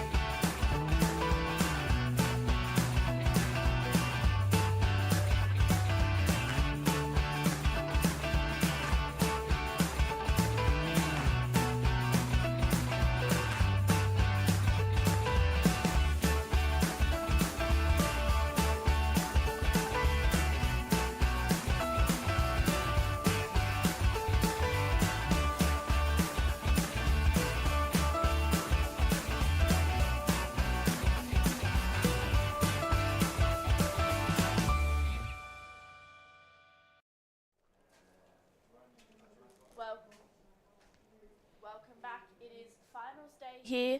Welcome back. It's finals day at the Taiwan Open of Surfing. We just saw Daiki Tanaka take out that last heat. He's on screen there, as well as Dane Henry as well, progressing on through. Unfortunately, we say goodbye to a very impressive Josh Stretton and ever-smiling Jarvis Earl. And out there right now, we have heat 6 of the round of 32. Aimade Ariana or Pajar out there in the red, Billy Stamond in the blue, Bronson Mady in the white, and Saxon Reba is going to be in the green. That's going to be an exciting heat. You can see everyone starting to filter in for finals day. I'm True Starling, and joined in the booth with me is my sister Jessie, but this is that first wave of Pajar. Straight up into that first section. Solid first turn, driving through a second one. And you can see he floats it there for a quick finish. And we've had a big couple of days of surfing the last 2 days. We've got a big day as well today. And Jessie, it's been exciting so far. Yeah, definitely. It's been really fun to watch and see everyone kind of make the most of the conditions we've had down here in Jinzun Harbor. So, yeah, I'm excited. I am actually really excited that today's finals day and we're getting to see four-man heats all the way through. I feel like I haven't seen a QS 5000 run four-man heats in our region since that one Surfest a few years ago. Pajar up and riding right now. Yeah, nice opening snap for Pajar. He gets in and out trying to back up that first wave, which is yet to lock in. And, of course, we do have finals day. We're going to, as Jessie mentioned, be running four-man heats. We heard Ty Sarati explain why this morning. We'll come back to that, though. Oh, nice opening carve for Saxon. Gets a second one in. He's taking it through to the inside. He's got a really strong backside snap. And you can see him just load up there to get a finish. So Saxon Reba gets his campaign underway. So the top two surfers in these heats will actually move through to the quarterfinals. So that's a great result. But the heat is yet to be completed. Out the back, Billy Stairman, the Paris 2024 Olympian, getting his campaign underway. Billy, it's patient, it's a smaller wave, but it does start to wall up as he jams it for a finish. Gets a completion as he kicks out. And that leaves Bronson out there with first priority, 26 minutes to go. So a fair amount of time and quite a few scores to lock in. We still haven't really seen much go on. What do you like about this one, Jessie? I just love Pajar's attack. I mean, he probably didn't get the flow that he wanted out of that, but I just love the way he attacks his waves. Saxon has a really similar approach. It's kind of all or nothing left on the wave, and can see Saxon is actually running a new sponsor on the nose of his board, so he's probably trying to surf out of his skin at the moment as well and just kind of feel this new energy that he's got. And yeah, I really like that wave. Also really loved the wave of Billy Stammond as well. I thought that second turn had a lot of grunt and punch behind it, and you can tell he surfed a lot of heats. But someone who had a lot of grunt and punch in their heat, they were down there with Dai Wacko. 非常に大切なヒートだったと思いますが、いかがでしたか？いや本当にここは絶対越えなきゃいけないラインだったんで、勝てて嬉しいです。また一つポイントを重ねていったという形なんですが、波の方はこう少し小さいながらコンディションが良くなっているように見えました。どうですか？本当に波風が少ないヒートだったので、もう来た波は結構3点とか4点もバックアップにどうつながるか分かんないと思ったので、乗ろうっていう作戦で行きました。でも最初からガンガン攻めていくような作戦だったと思うんですが、それがすごくこうヒート中うまく働いたというか、波も来なくなった時間もありますし、こうプレッシャーをかける時間もうまく使えたのかなと思います。すべてこう作戦通りにいった感じですか？そうですね、ヒート始まったすぐ結構4人とも密集してて同じポイントにいたんで、誰もプライオリティが持ってない状態で、どこのポジションから一番最初にうまく乗れるかっていうこのなんか微妙なこの距離感っていうのを結構大事にポジションを移して、1本目5点出せたんで、それ結構良かったなと思いました。He knew that there's going to be not many waves coming through, so he was just focusing on getting the first exchange, and that's what he did. He got the score, and he's really happy to making through this round because he's going to get decent point after this. 今日はいろいろシチュエーションが変わってファイナルズ勢ということでたくさん人が残っているので、あまり長くインタビューは続けないんですが、たくさんの方見てくれていると思います。メッセージの方お願いします。今日がファイナルデーなんで決勝まで行って優勝できるように頑張りたいと思います。応援よろしくお願いします。次も頑張ってください。Back to you guys. Awesome. Thank you, Dai. Thank you, Daiki. Wow. Nice first turn here for Bronson Mady.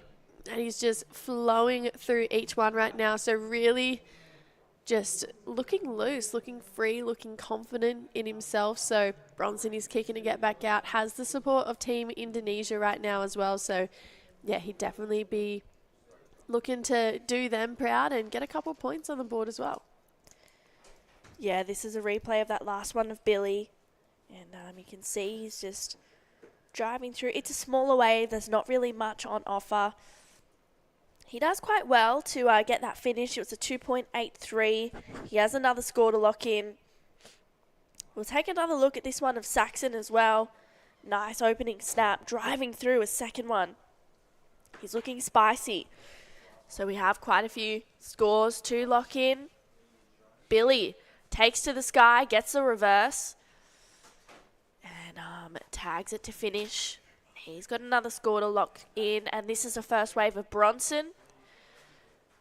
Flying down the line, one big turn, driving through a second one. Wow, really spicy as he gets a third in there. And Bronson matey, he's looking fired up. That was a very well-surfed wave. So scores to lock in. Saxon Reba's first one, a 4.17. Last wave of Saxon was a 2.73. That first wave of Pajar was a 3.5. He backed it up with a 2.03. And Billy's first wave was a 2.83. He has another score to lock in. And Bronson matey's first wave. Ooh. Whoa, Billy. That was pretty big. Yeah, that was huge surfing from Billy Stammen. I do think Bronson got the best wave of the morning so far, or of this heat, I should say. That had such good shape. That was kind of the gift that kept on giving.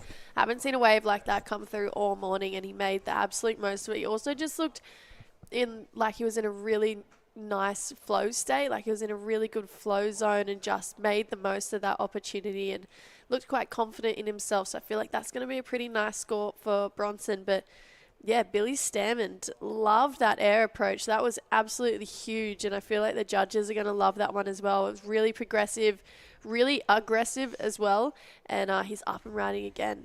Yeah, nice first backside snap. Gets a second one in, releases the fins, but unfortunately doesn't get the finish. And Billy, he's looking ready for a quarterfinals appearance. We'll see, though, with the scoreboard and the rest of these surfers. I'm really interested to see where that first wave of Bronson goes. I think it's going to be a good score. And it's going to be an important one. And here we go. Saxon up and riding on his forehand now. He's found a nice-looking left, a couple of carves to start. And negotiates the inside well to get a finish. Saxon, once again, just building the house. He already has a 4.17. Some scores to lock in. But, yeah, like I said, it's this score of Bronson that I think is really going to shake it all up. I loved that first wave. I thought his flow was really beautiful. This is that last one of Saxon, Jessie. Yeah, really nice. A lot of strong rail surfing here, and looks for the end section down the line and then, yeah, just belts it. So bit of a smaller wave, but smart to keep his rhythm and momentum going. He got a 4.17 for that first wave, so feel like he needs to better a 2.73 on that last one. The judges might think it could be a little bit too small, but then again, it was really nice surfing, really strong power surfing as well. This is actually a really stacked heat when you look at it. Like, that is a really hard heat. Any single surfer could get through, and there could be any scenario right now, and it would definitely be, you know, a pretty entertaining heat from all four surfers. So Bronson, his first wave, a 6.67, so pretty solid score for the first wave for the Indonesian, and he'll be looking to back that up pretty quickly, and I think really well rewarded for the surfing on that wave. Yeah, absolutely. And looks like Pajar is going to take this one. He's dropped down into third, needs to do something big here. Lines it up. Oh, unfortunately goes down for Pajar, so he needs to regroup and get back out there. And we'll have two very excited ladies join me in that next heat tomorrow. In the next heat, not tomorrow. Literally in 18 minutes, which will be cool. Taina and Kailani will be coming in. But I think that next heat we have Made Joy Satriawan in there as well. It's going to be a good heat. Reef Hazelwood, Tenchi Iwami, and Oscar Berry. That's a stacked heat. But it's going to be very exciting. scores have locked in for Billy Stammond as well. A 5.33 from that previous to last, also a 3.4. So Billy goes to first. Scores for that last wave of Saxon to lock in. 18 minutes to go.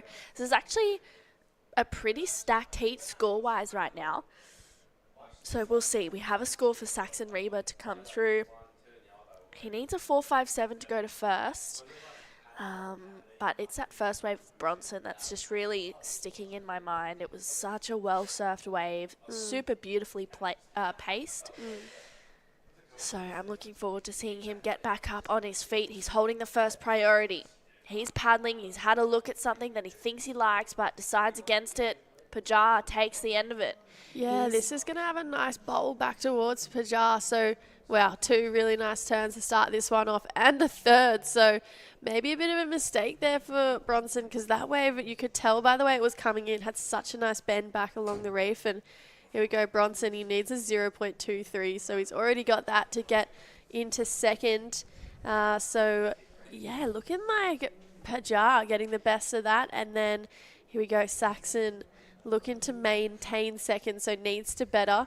And he's going to get out of there. So Billy has gone to the lead with that 5.33, but I feel like this heat is really starting to kind of ramp up right now. Everyone's trying to push a bit harder and, just really get through this heat right now. Quarters are on the line.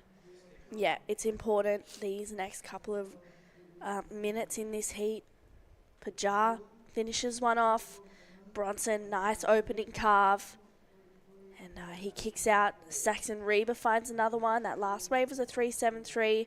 This one was a nice opening turn. He kind of needs to do a little bit more if he needs something that was a bit more risk factor for Saxon Reba, and tags it there. More vertical. He kicks out. Saxon from North Stain. And he's a part of the Northern Beaches crew that are here with the backing of Nathan Webster to give all of the knowledge that he's got, which is a lot. And Bronson, he's found a nice left as well, just carving on his backhand. Finishes it really well, throwing spray. I feel like Bronson, him and Varun had a heat together yesterday. Unfortunately, Varun got knocked out, so I feel like Bronson surfing for Varun as well in this round of 32. Yeah, definitely. And right now we have scores locked in for all 4 surfers, but I agree. I feel like Bronson's surfing better and I feel like more aggressively than we've seen in recent times. He just looks really switched on. He looks really motivated. His equipment looks really good under his feet. So we have a lot of scores to lock in. He was needing a 1.23. You'd think he's going to get that, whether it was that wave or the one before. So 2 scores to lock in for Bronson. The one I'm intrigued about is his last wave score for Pajar. I think it was really impressive. He's up and riding again now. He looks so switched on as well. His boards are looking insane under his feet. Really fast, really lively. And you know when a surfer's that connected with their boards, they almost just look like they're one with each other. I feel like when you go back and you watch footage of Nathan Hedge out snapper and he just looks so switched on, so connected. This is what Pajar is kind of reminding me of right now. Yeah, beautiful first opening turn. Gets a second one in. Pajar is just spicy out there as he finishes it off. I mean, fun waves, and he found one that kind of was really steep, allowed him some great opportunities. We're seeing the scale increase a little bit more today because there is actually better opportunities out there for the surfers. 14 minutes to go. Waiting on these scores to lock in. Bronson's last wave, a 2.7. A few scores for Billy Stammond to lock in. Also for Pajar. And a couple for Saxon Reba. So, yeah, this is a very important heat. For all 4 surfers. That last wave of Saxon Reba, a 3.8. Scores for Billy Stammond and Aimade looking, Pajar, wow. Pajar to lock in. Billy's last wave, just a 3.2. Pajar only needs a 3.51 to go to second. He'll do that, in my opinion. But we'll see. With 13 and a half minutes to go. Yeah, I feel like Yeah, unfortunately I went MIA for a few days out of the action, but before I left I thought Pajar was looking the most switched on and connected, and I feel like coming back I still feel the same. He just, when he's connected with his surfboard, he just, I don't know, there's something about it. He just looks so in form and just looks like he's really confident in himself and he's found his rhythm. And I was hoping that he wouldn't lose that the deeper the draw went. I know he is currently in third, but yeah, I still stand by that. I feel like when he connects, it looks more unison than anyone I've seen in the draw so far. Yeah, he's definitely in rhythm, in tune with the ocean, and it's really cool to see that from Pajar. I mean, we do have some pretty amazing surfers to round off this round. There's still 2 more heats, so we'll see how it goes. You can see Pajar once again having another look. Doesn't like the look of it. He still has a few scores to lock in. The judges making sure they get it right. I feel like it'll be the score he needs, which is a 3.51 at this stage. So I feel like he's going to apply more pressure. But we'll see, because Billy Stamond is also looking in form as well. Yeah, definitely. You'd think that Pajar's going to get that 3.51 just on the base of that last wave. It was so strong. Bronson Matey having a look at this one. So a bit of a sleepy start to this wave. You can tell he's probably going to go to the air at this point. Oh, just kidding. He goes for a nice down carve, goes back to the phone climb. Yeah, maybe that wave not offering that air section. But you can see Bronson, go to his Instagram. He is such an insane aerialist, and he actually got a 10 in a local Indonesian event not too long ago for doing a huge air. So feel like you could see his intention at the start of this wave was to go to the air, but yeah, it just didn't allow it for Bronson. Still got a nice carve in though, but that's really not going to factor into his top scores. No, because this last wave of Pajar, 6.83 for Pajar. So he's gone to first. He has a 6.83 and a 5.23. Pretty good surfing. Bronson Matey, he's got a 6.67 and a 2.7. He needs a 5.41 to go to first. And Billy Stamond with that 5.33, he is looking for a 4.05. Saxon needs a 5.21, which scores like that have been pretty tricky to get the last few days, but you can just see how fun it is out there today. And a beautiful day to have finals day. Bronson doesn't like the look of that one, running off a little too quick. We got 10.5 minutes to go. And it's been a pretty exciting heat, this one, and right now the Indonesian surfers sitting in 1 and 2, Jessie. Yeah, I'm loving seeing these guys just battle it out for first position. 2 pretty solid scores. It's that 6.83 and a 6.67. I love that 6.83 from Pajar, and I love that 6.67 from Bronson. You cannot count out Billy Stamond and Saxon Reaver, though. Billy needing a 4.05. That is absolutely nothing, and the Raglan King definitely can make that happen. Saxon needs a 5.21. So potentially needs to find one of those rights that bowls back at him a little bit more, similar to what we've seen Pajar getting his scores on, similar to seeing Bronson's high scores. So Bronson kind of needs to be careful right now with that 2.7 as a backup, just having those other competitors still so close and still within striking reach of him. So I feel like for the next 9.5 minutes, Bronson's main goal is going to be trying to get rid of that 2.7 and just inch his way away further from Billy and Saxon. Yeah, it's definitely important for him to do that. I think a quarterfinal finish for both Pajar and Bronson is definitely going to help with that Challenger Series qualification. So we'll see. We've got 9 minutes to go. Saxon holding on to the first priority, Billy second priority. So they will be able to choose what wave they want. 5 minutes 21. Oh, whoa. 5.21 for Saxon. I was thinking 9 minutes, 5. Yeah. That was funny. 5.21 for Saxon, a 4.05 for Billy. Not big scores. 9 minutes. 5 minutes 21 plus 3.5 minutes. Plus another 7 hours for the day. 8.5 minutes to go. Bronson sitting out there, he's just been looking in form. I mean, that 667, I loved that wave. Also, Pajar's 683, that was huge surfing. He was just up and into each section with so much flow. I love watching good backhand surfing, Jessie.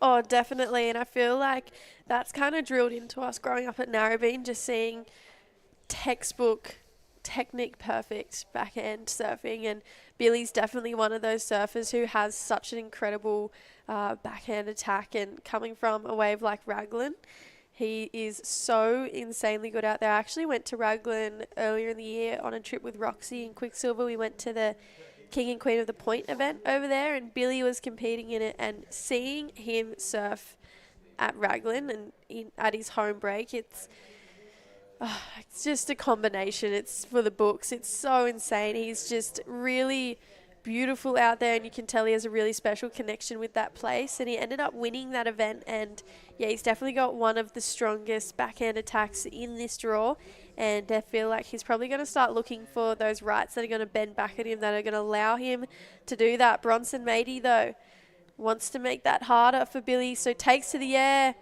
and sticks it. Spun very fast there, True. So Bronson needing a 5.4. You can hear the Indos outside just kind of banging their feet, clapping their hands, and yeah, pretty excited for the Indonesian surfers right now. Oh yeah, there's a big crowd of them out in that structure, and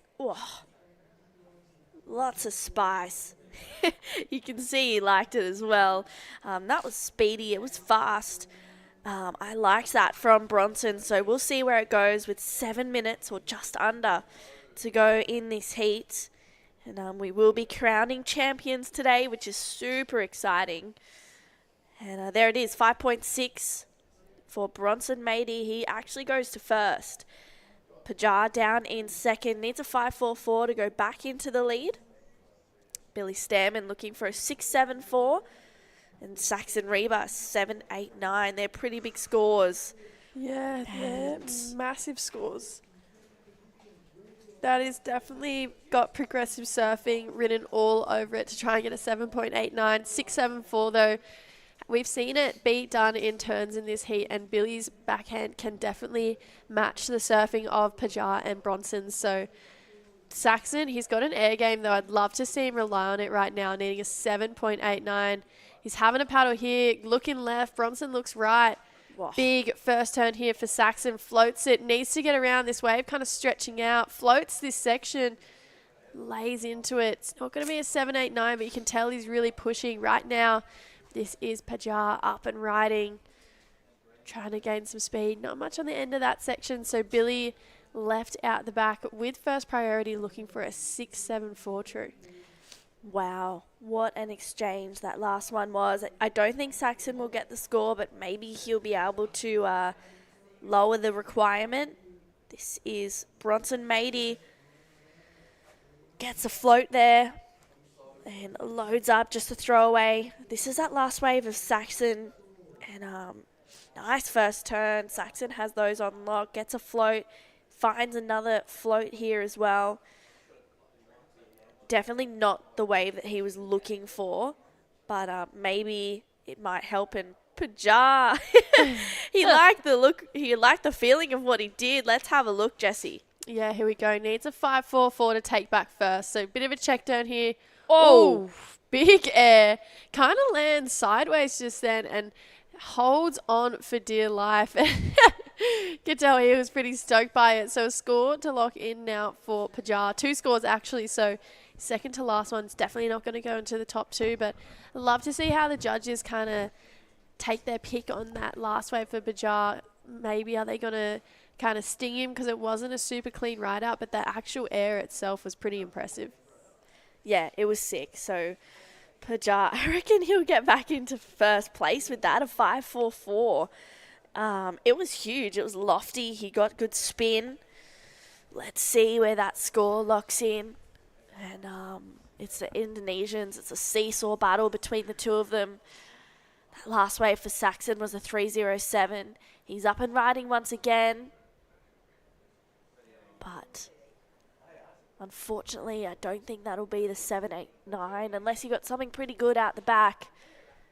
This is our first look at this wave. Nice first turn. Gets a second one in. The waves seem a little bit smaller. I just feel like the best waves that we've seen in this heat have been rights. Pajar got his 6.83 on a right. Bronson got his 6.67 on a right. And then his 5.6. I just think, yeah, the rights seem like they're the go out there. Maybe I'm seeing something different, but 3 minutes to go, scores for Pajar to lock in. And also Saxon Reba. Pajar's coming through at a 4.43. So the judges not liking it as much as what Pajar did. Saxon having another look on the inside.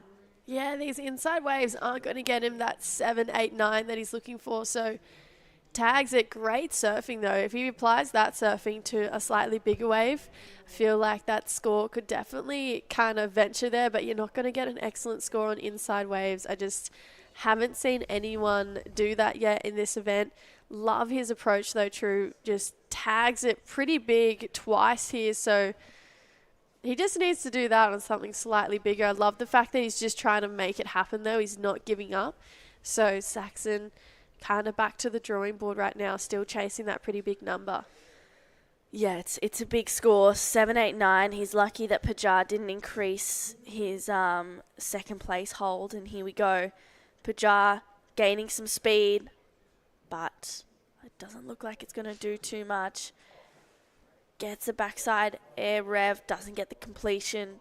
Bit of a chop hop kind of there for Pajar. 1:40.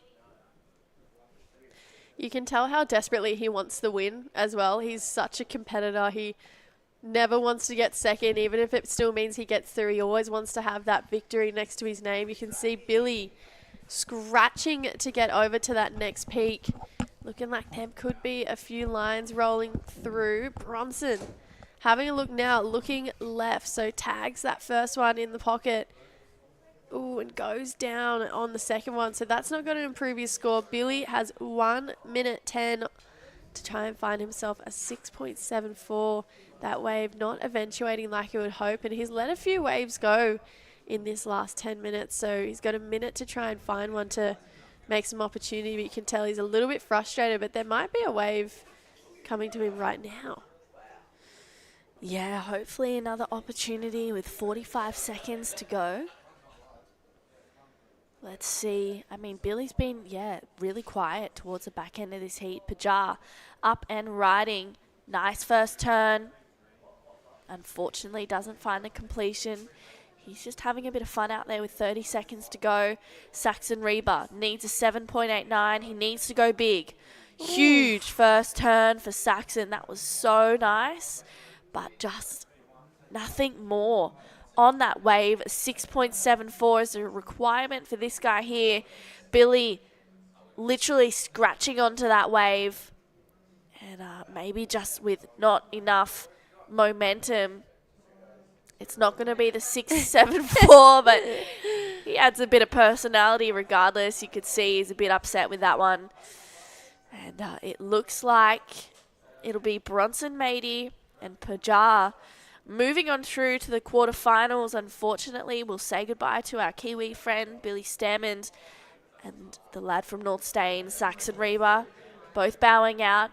Don't go anywhere. We have a very exciting heat for heat number 7 and 2 special guests to join us. Stay tuned.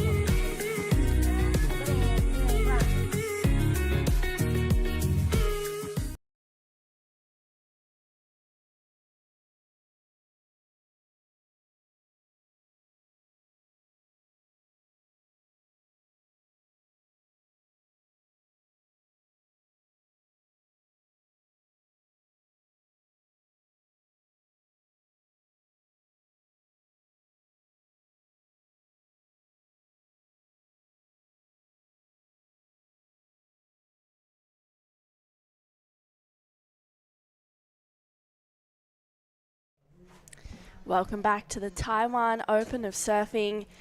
Very happy Pajar and Bronson Mady there, both progressing on through to the quarterfinals.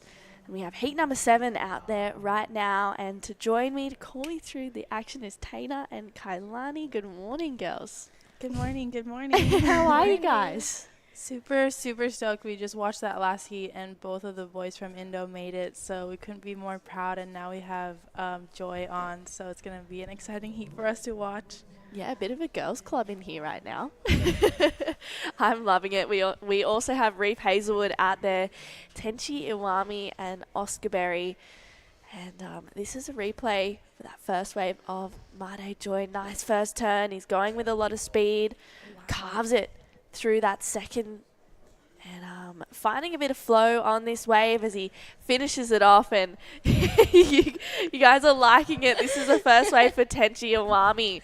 Nice opening backside snap. Unfortunately comes unstuck. Reef Hazelwood also gets a wave in here as well. Nice first turn. He's got so much speed and flow. And he kicks out as well. And Taina, you guys are here traveling as a big crew. How special is that? It's so special. We've been doing this for years, but now we have Pajar and Joy and Danny on the team, and it's been so great. They're so helpful. I really feel the support from the boys and the girls, and it's so special. Yeah, it seems really cool. Like you guys have this family kind of dynamic. It's amazing. And Reef just finishing one off there. And Made's first wave, 5.5, so good way to start. And Tenchi also got a wave as well. He's gaining some speed. And gets a nice spicy carve. Pretty aggressive as he tags it there for another turn. This one kind of getting a bit small towards the inside, but he did pretty well. Reef Hazelwood. Wow. Lets the fins out. Drives through another carve. And Reef is looking really good at the moment. Driving through some really great multiple few turns. And he'll finish that one off. Both of you surfed here in the event. Is that right? Both of you did? Yep. Yay. Unfortunately, bowing out kind of earlier than you guys would have liked. But what's kind of been your highlights of the event? For me, I'm just grateful for the opportunity to be here, and I'm here because of the support we got from Kemenpora, PSOI Indonesia, and to have people believe in you is so special. So I'm not sad about losing. I'm actually more fired up. And I think the highlight for me is watching our Indonesian boys just killing it. Like, I'm just so proud, and watching them do so good makes me want to do good. Yeah, I'm just really, really proud of our boys. I love that. What about you, Kai? I feel like every day there's something that I just look back on at the end of the day where I'm like, oh, I'm going to remember that. And like what Taina was saying about just the support from the team and, cheering each other on. And, we had like a bad accident happen last year, and it was actually really hard for us to come back, like emotionally. Of course we were so excited to surf the event, but for us to be all together and support each other through that like day of the memorial, and then to just I've just been learning so much from the boys on how positive they are and how strong they are, and yet having so much fun, and just seeing how they really, how it brings out how they can bring out their surfing, and using that as inspiration and taking notes. And this has been such an exciting heat to watch already. Actually, so much surfing going down. Yeah, there's been a lot of surfing in this heat already. Oscar Berry getting a good wave in there. While we're waiting on these scores to lock in, let's head down to Vaughan Deadly with Bronson Mady, the last heat winner. Thank you, True. Bronson, congratulations, mate. Really starting to feel it out there and letting the fins fly. Tell us a little bit about your journey into this QS 5000 in Taiwan. Yeah, just want to make a couple of heats. I'm sitting pretty good in the ranking right now, so yeah, just try to make it to the Challenger and hopefully get to the quarters or semis. Yeah, feeling good. Unreal, mate. Yeah, you've had such a, celebrated junior career. How difficult has it been to get up into this next level and really perform? Yeah, it's been pretty difficult. Like I haven't been past like round of 16 for the last maybe 5-6 comps. So yeah, yeah, definitely feel great now, and hopefully break to that round of 16 and go to the quarters or something. Yeah. Well, you're into the quarters, I think, mate. Yeah. There's only 4-man heats for the rest of the comp due to the typhoon that's off the coast. But now that you know that it is finals day, does that sort of change your strategy or change the energy that you're going to bring to the rest of the heats? Not really. Every time I go out there, I just try to be the same. Just do the best I can, go as big as I can. And yeah, it's been going pretty good. Lucky I got that one ride, did a couple of turns, didn't go too big. Got a good score, and yeah, kept the rhythm going until the end. That's cool, man. I just copped a bit of your free surfing in double vision, the new Billabong drop, and mate, it was incredible. You were going so mad. Actually, I was talking to Parko about it. He was like, oh my God, you should see this kid surf. So I think you got a new favourite fan there. Oh, no way. Yeah, I love Parko too. He's the best surfer in the world for me, and great style. He's such a good guy too, yeah. Unreal, mate. Well, look, you're bringing the fireworks, 4 more heats, and you'll be lifting that trophy. That's about it. Yeah, hopefully. Maybe one trophy, take it home. It's a big trophy too, man. I hope you got excess. No, congratulations, mate. Great performance, and we'll see you in the quarters. Yeah. Thank you, Vaughn. Thank you, Bronson. Yeah, it is actually a pretty big trophy. It's this guy right here. It's huge. Oh my goodness. Yeah. It's huge. Yeah, it's huge. It's like, I don't even know how that's getting home. You can see how big it is. It's like, it's solid. Yeah, it's going to be, huge. You definitely need a fair bit of oversize. Might need to ship it. Oh, yeah, that's probably not a bad idea,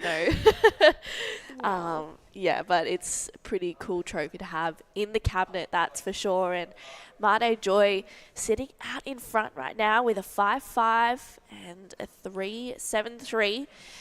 And that 5.5, I feel like that's a really good score to have. We've kind of seen a lot of small scores in the 3 to 4 range. Anyone that's getting into the 5, more often than not, they're getting through. But that's Danny Widianto. You guys have about an hour and a half of full-on nerves. Yeah, pretty much. Oh, my goodness.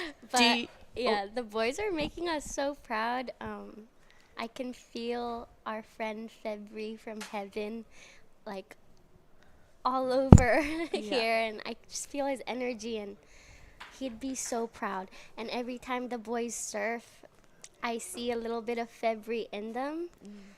He left us, but his energy's still here, and we've never been this close. He brought us all of us so much closer, and yeah, I see the fire he used to have in all the boys ever since he left. So he didn't leave us quite yet. He's still here.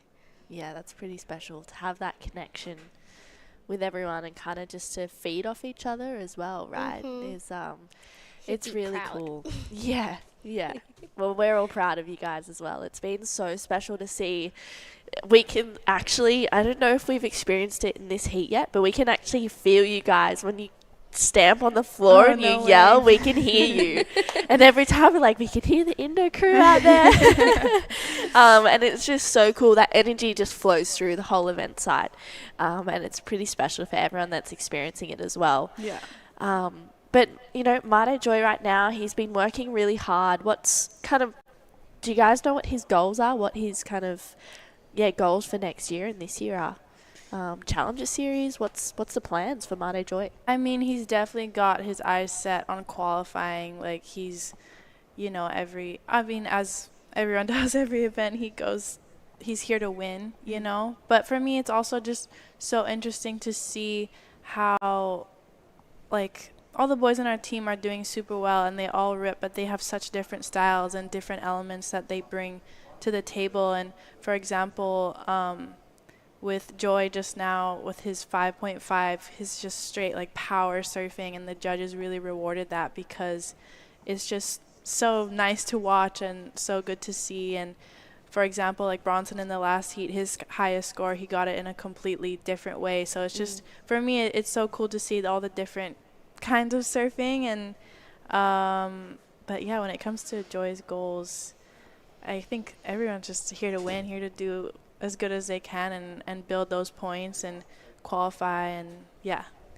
Yeah, those different approaches is really cool, and you can kind of see even, every surfer has a different way to kind of attack a heat, and it's so exciting whether they sit and wait or they kind of make the most of what's on offer. It's just so different, but it plays out so differently each time. And with these kind of 4-person heats as well, next round's a quarterfinals. It's pretty huge. Like, that's a good amount of points. Tenchi Iwami looking for a quarterfinals appearance as well. Nice opening snap. Gets a second one in there. It's a foamy wave. He needs a 4.51. What do you guys think? You've been watching a lot of the heats. You've been watching a lot of the surfing. I'm sure having an idea of the scores. What do you think about this one? Well, I think Tensi surfs amazing, but with the sections that we're offering on that wave and where he caught the wave, I've noticed the judges have been, really looking for like bigger quality maneuvers over quantity, especially on the bigger set waves, even though they're rare, so they're really rewarding that. So we'll see where that score comes through, but 4.5 sounds like a kind of easy score to get on any other day, but I find that it's been a little tough out here to get the higher scores. What do you think, Taina? I think so too, and that wave kind of was foamy, and I noticed the judges really reward like a clean face over foamy faces. Yeah, they like to see that clean green wall. Looks like that last wave of Tenchi is a 3.1, so it's not the score that he is looking for, 4.51 to go to first. And it's crazy how you can go from a heat like that last one we have with Bronson and Pajar to have a heat like now. There were 6s and 5s in that last heat, quite a few actually. And now this heat, it's a little bit slower. How did you guys, if you had a heat where it was a little bit slow, how did you just kind of get yourself into a bit more of a rhythmic kind of flow within the heat? Either one. Both of you. Let's ask. Well, I guess what always helps, before your heat, you have an idea of what you want to do, where you want to go, your plan. Oh, that was a nice couple turns from Oscar Berry. But, so just you always kind of have a plan A, plan B, plan C, because, it's the ocean. You never know what you're going to get, and just kind of depending on how the first half of the heat goes, just like get back to your breath and focus. And wow, that was a really good wave. Reef, I gotta say. Killing Reef. That was He's asking the question. Holy, that was huge. I got too distracted. That was really good. Fair enough too. Did you do like 10 turns? Yeah, that was crazy. This is that last wave of Oscar Berry. Nice first turn. That board is looking so good under his feet. Gets a second one in. And he's looking for a completion. He'll get it. This wave, though, Taina, talk me through it. This was a long one. Wow, this was crazy. He hit that first section and then went big on the second section and just kept it going. The wave kept on giving. Actually, he made that happen, which is what good surfers do. He connected that all the way in and surfed it so beautifully, and that was a really good hit. And another one. Wow, he'd be really happy on that wave. And as a fellow goofy footer, I'm like taking notes. Yeah. We're learning. Absolutely. How was it? He's like, come on, like, give it to me, that passion at the end. I think there was actually, we'll come back to that. Made Joy, Kai, talk me through this wave. One nice big car from Joy and straight into another one, and let's see how he finishes it off strong. So that will be a really good backup for him, I think. We'll see where that comes out, but right now he's only holding on to a 3.73. So here's Tenchi. Yeah, Tenchi getting a couple of nice carves and goes for a finish. He might even find a bonus section like Reef did, and he will do just that. Getting a few good turns on the inside. And Tenchi needs a 4.08, but I feel like that's going to increase a little bit. And this wave was really nice. Tainer, a little bit slow pace at the start, though. He finds a couple nice carves. And then it's when it starts to really wall up here that he's able to rip into it. But it looks like it's kind of linking a little bit better today, right?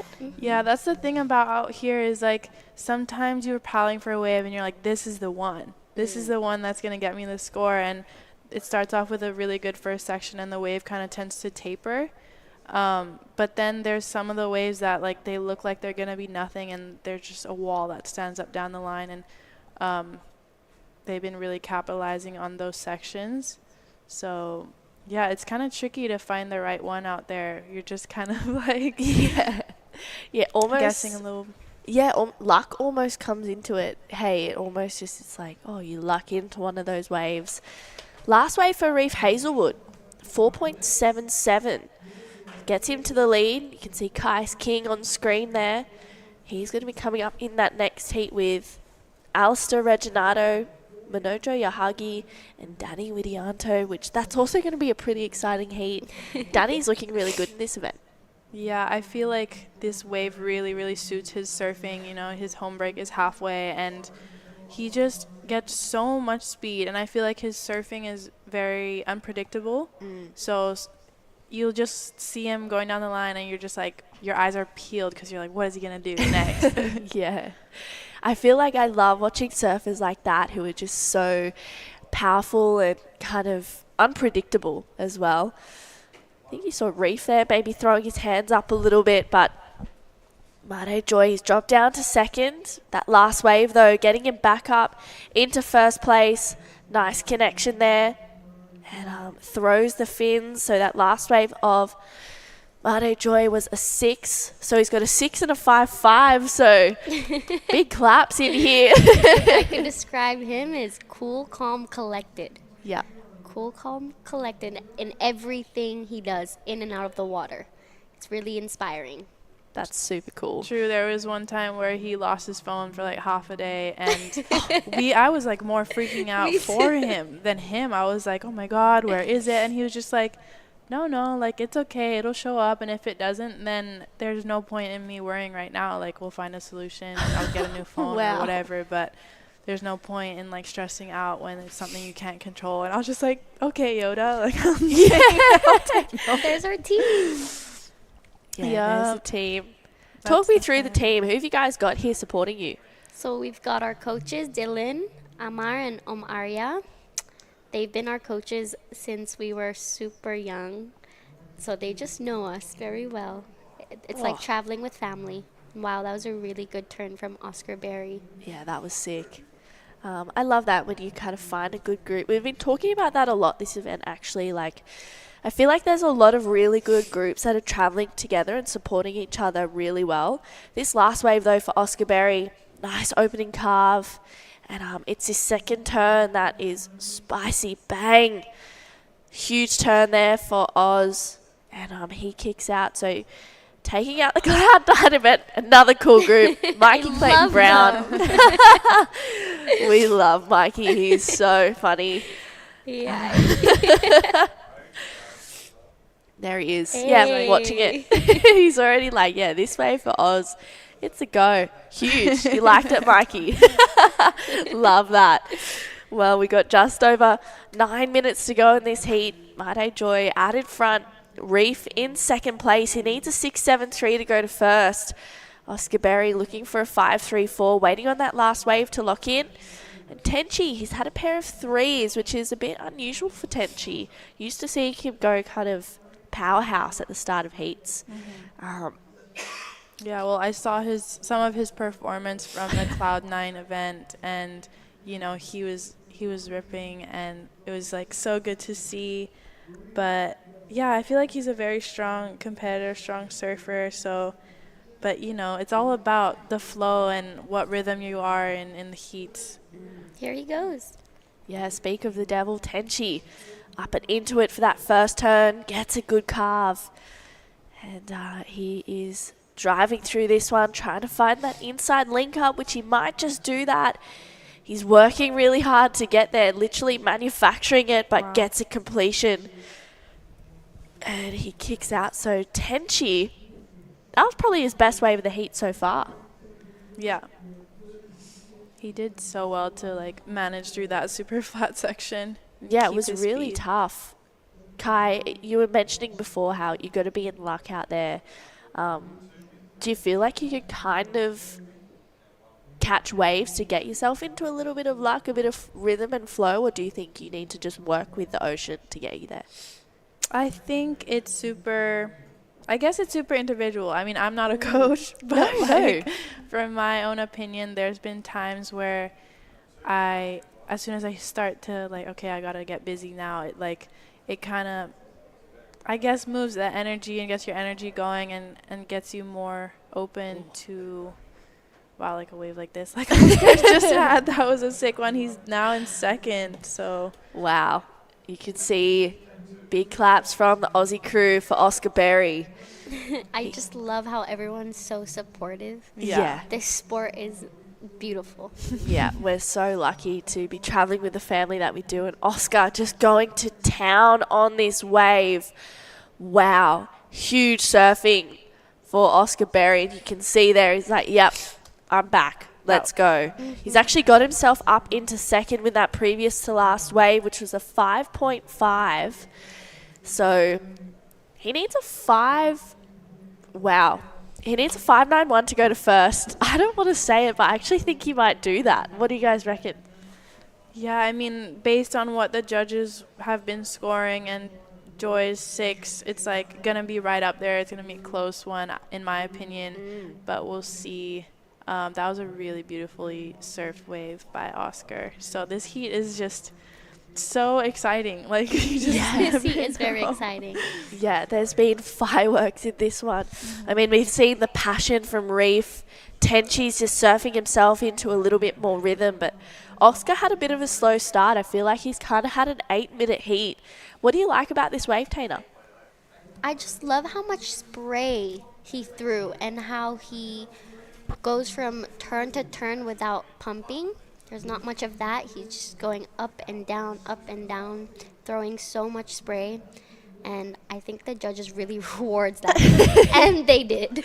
Yeah, wow. An 8-point ride for Oscar Berry. So the Cloud9 champion trying to go back-to-back here in Taiwan, an 8 and a 5.6. Huge scores for Oscar Berry. So he's kind of running away with first place right now. That's the best score that we've seen all event. Yeah. Yeah. Wow. The first 8-point ride that we've seen. That's right. And Oscar, what's he got? You can see he's looking for the air, gets it. Oh my God, please don't. Wow. Well, definitely I want him to, but I was like, whoa, that was huge. Like, you're superhuman if you make that. Which you can tell he's fired up right now. He feels the fire. He's going all out. Wow. That would have been absolutely insane if he hadn't made that air. Yet he's fired up. He's ready to go. And you can just see the confidence. As soon as you hear the 8, I mean, look at this. He's just like, yep, I've spotted it. Boom. Oh, wow. Reef just watching that in the back, like, please don't land. Yeah. Oscar's like, yeah, I got this. And I feel like if we see Oz on another wave, he'll probably get another air attempt for sure. 4.5 minutes to go. So Reef, he's looking for a 6.73. Tenchi is chasing a 7.03. They're pretty big scores. I mean, Oscar's already got an 8, so we know that it's achievable. But what kind of wave do you think is going to allow you that out there today?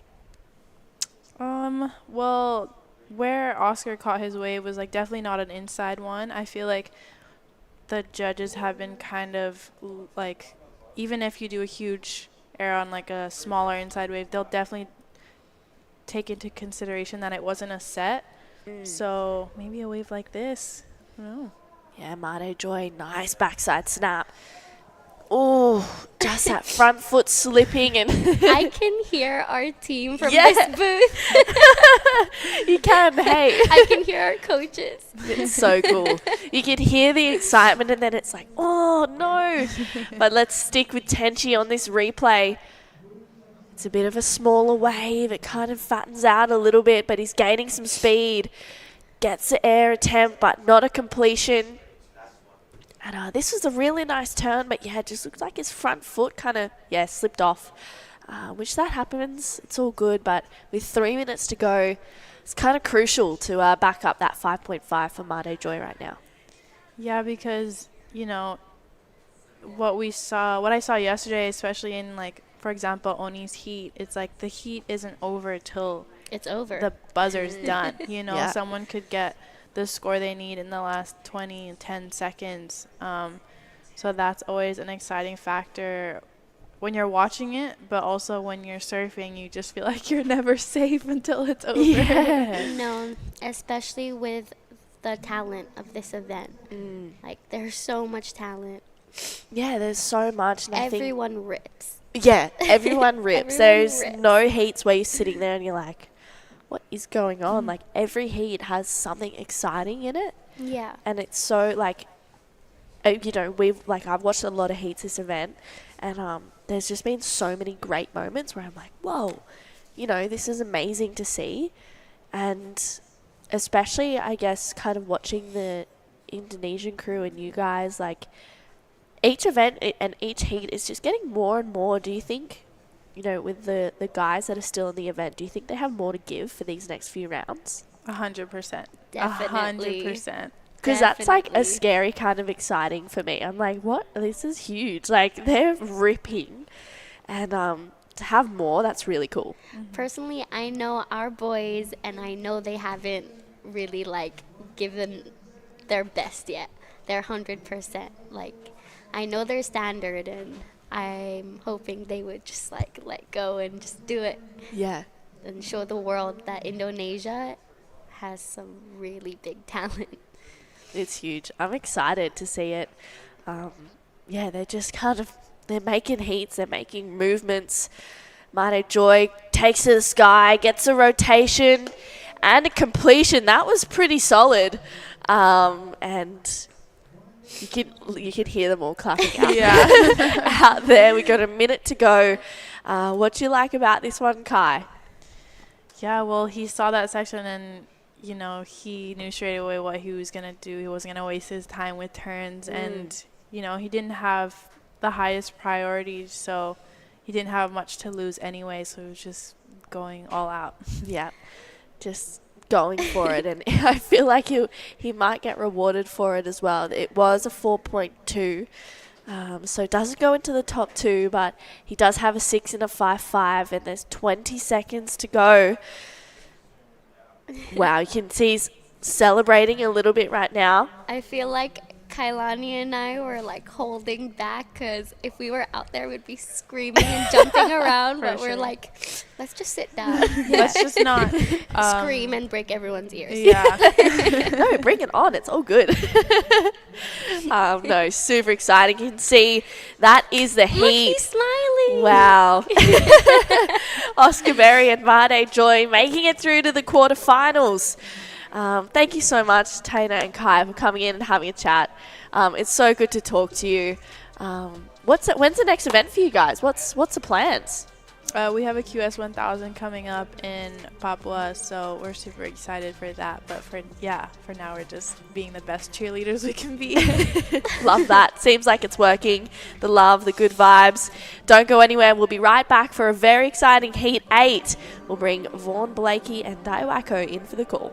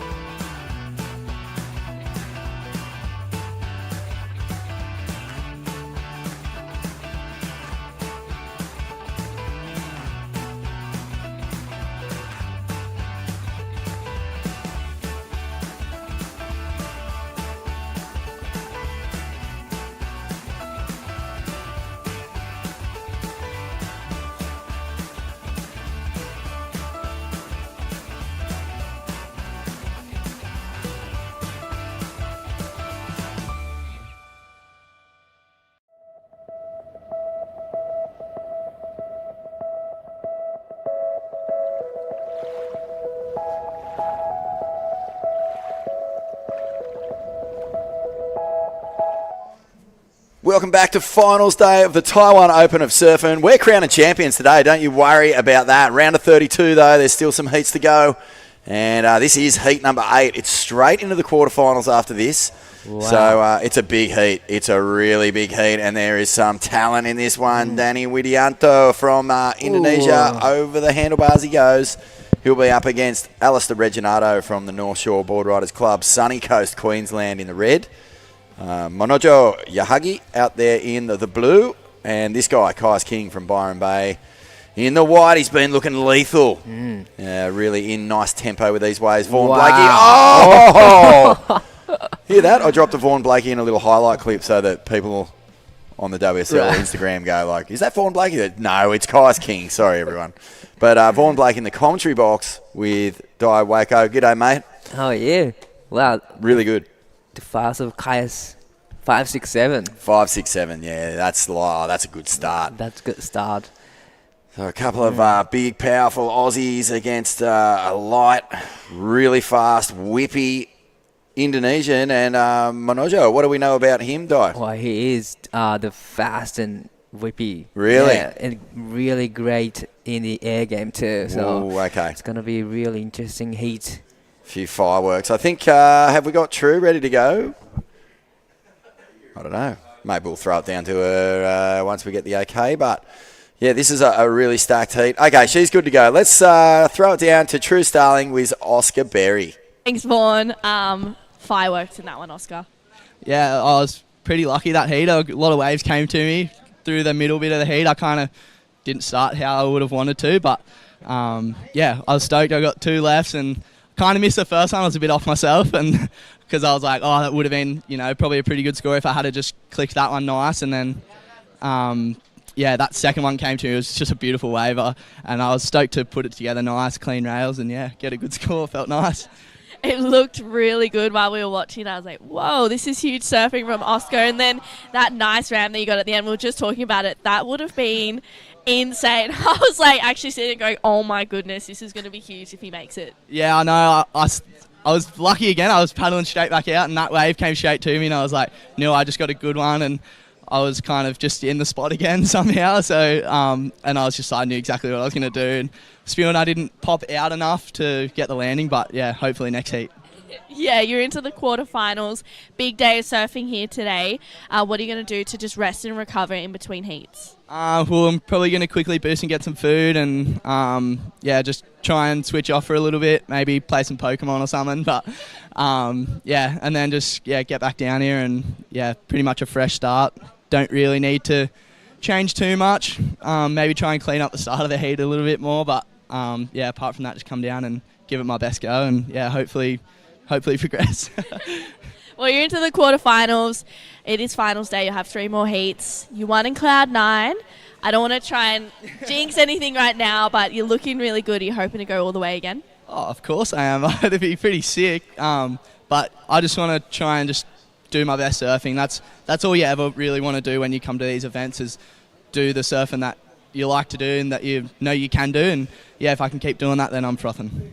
Thanks so much, Oscar. I'll let you get ready. Back to you guys. Thanks, True, on your Aussie. The big man throwing down one of the biggest scores of the whole comp, an 8-point ride. And during the break, what's going on here? Or is this live action, perhaps? Danny Widianto, he's got a big support crew on the beach cheering him on. He's fanging down the line, a big speedy float. Love that, but no section. Oh, Paulie Evans has just brought in a Cafe au lait, straight from the southern region of France, almost Basque country sort of spec. Wow, the board goes super fast. It's the Danny Widianto. Just unfortunately couldn't quite come around a section, but still it was lightning fast. But here is, we are going to be into quarterfinals, heat 1, women's. This is Nanaho Tsuzuki from Japan. Nanaho been so strong. She's got a big heat. Charlie Stokes, Willow Hardy, Oceania Rogers. So 3 Aussies, 1 Japanese surfer. But we know how strong the Japanese women have been in this event. They have dominated it, in fact. And out the back, Yahagi. Yahagi Monnojo 選手、1本目のライディングになります。さあ、飛んできます。これは大きく回ってきますが、Reginato, he's going to try and find something on this left. He sticks with it. It starts to bowl up. A couple of sections now, and he punches a little backside vert. It's what you call a settler, just finding a little start to this heat. Oh, there's a pretty major turn out the back, so that's why he was sticking with it. And this will probably be a nice score for Reggie. Yeah, he's a really good surfer, mate. He's been, squeezing out buckets of Chang juice. He got a big sip of that this year. And he'll be looking to get back on there and really have a crack at that CT. He's a big surfer. Yeah, actually, today we have a lot of left. Yeah, Oscar Berry got an 8 on the left. And a couple big backside attack. So you know who that brings into the picture as like a real danger man for the win is Kajiro for me. He's so lethal on the left. He's so fast, and every time there's lefts on offer, he tends to top score. So definitely, he's my pick today, just based on the conditions for someone who could go all the way. Right. What do you think? Same. Keijiro, if the lefts are still on fire, then Keijiro's gonna get those lefts and just it's gonna be on fire this afternoon. Yep, zip, zap, slash, ditch. He'll do it all, mate. So 21 minutes to go here. As we know, we're into finals day. There's going to be champions crowned this afternoon. 4-man heats all the way through. No man-on-man action today, as we see Danny releasing the fins. Beautiful tail slide and another. And that's the kind of surfing we've actually been seeing Josh Kerr do on the 20. So Danny loose. Oh, no. That was fully heading for a score. It was a beautiful surfing from Danny, but unfortunately he couldn't quite ride out of the last turn. It was a great surfing. Here's Kai's King now. He's already got a meaningful score on the board. And look at him go. He is whipping this DHD into the pocket. And 4 big turns from Kai's King. And that's a great wave. That's a really strong backup. Here is 矢作物城選手、2本目の波になります。これはバックサイドの方へスープを抜けてくるか、抜けてくるとセクションが出てくるが、ここはプルアウト。So first of Kai's comes in 5-6-7. He's already locked in a good score, but we're still waiting for the last of Kai's again.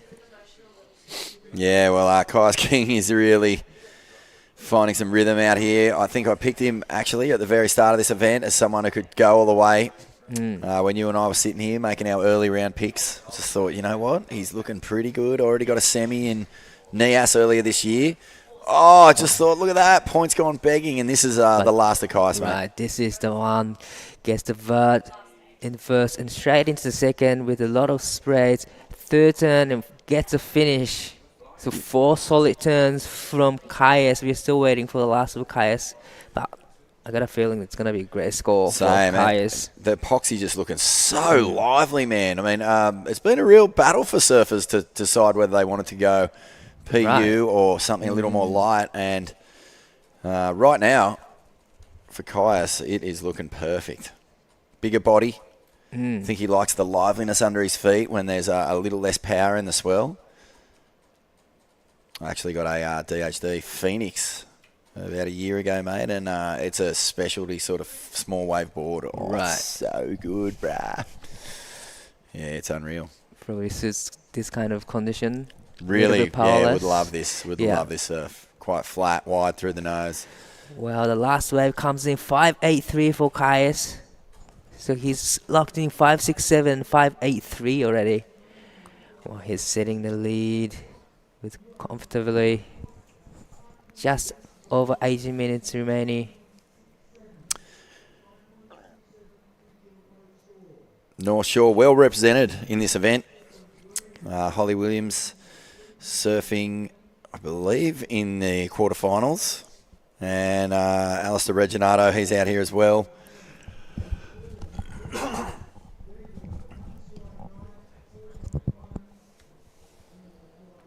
And Danny Widianto, he left a little bit of meat on the bone with that last one. A 3.17. You could have added an extra point or two with that last air rev. Just nabbed his outside rail.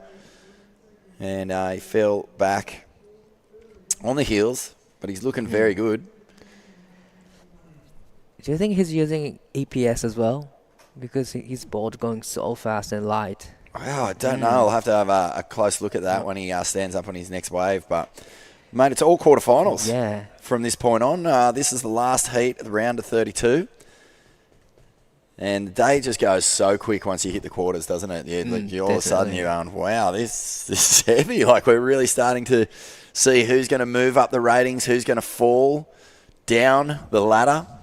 In this last event of the calendar year, there's more Kiwis to come, both in the Asia region and the Australian Oceanic region. So, these surfers, it's not do or die just at the moment, but a 5,000 is a lot of points. That's going to make a huge impact in your chances of qualifying for the Challenger Series. Especially, China event got cancelled, unfortunately. So this could be a last QS 5,000 for them. So very important heat. Like every heat counts. So pretty much everybody just wants to make through it, as many as they can. It's a tough region, the Asia region, man. I actually had a look at the rankings before. You've got Filipino surfers in there. You've got Japanese surfers in there. You've got all the Indonesian surfers in there as well.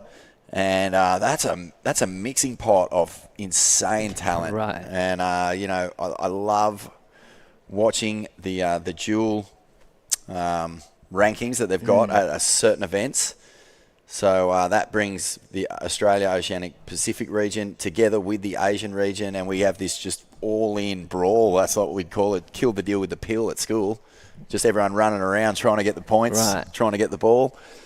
And, it gives everyone a bit of an idea of what the standard is in these other regions. And I think that everyone walks away going, wow, it's really hard. Doesn't matter what region you're in, it's tough.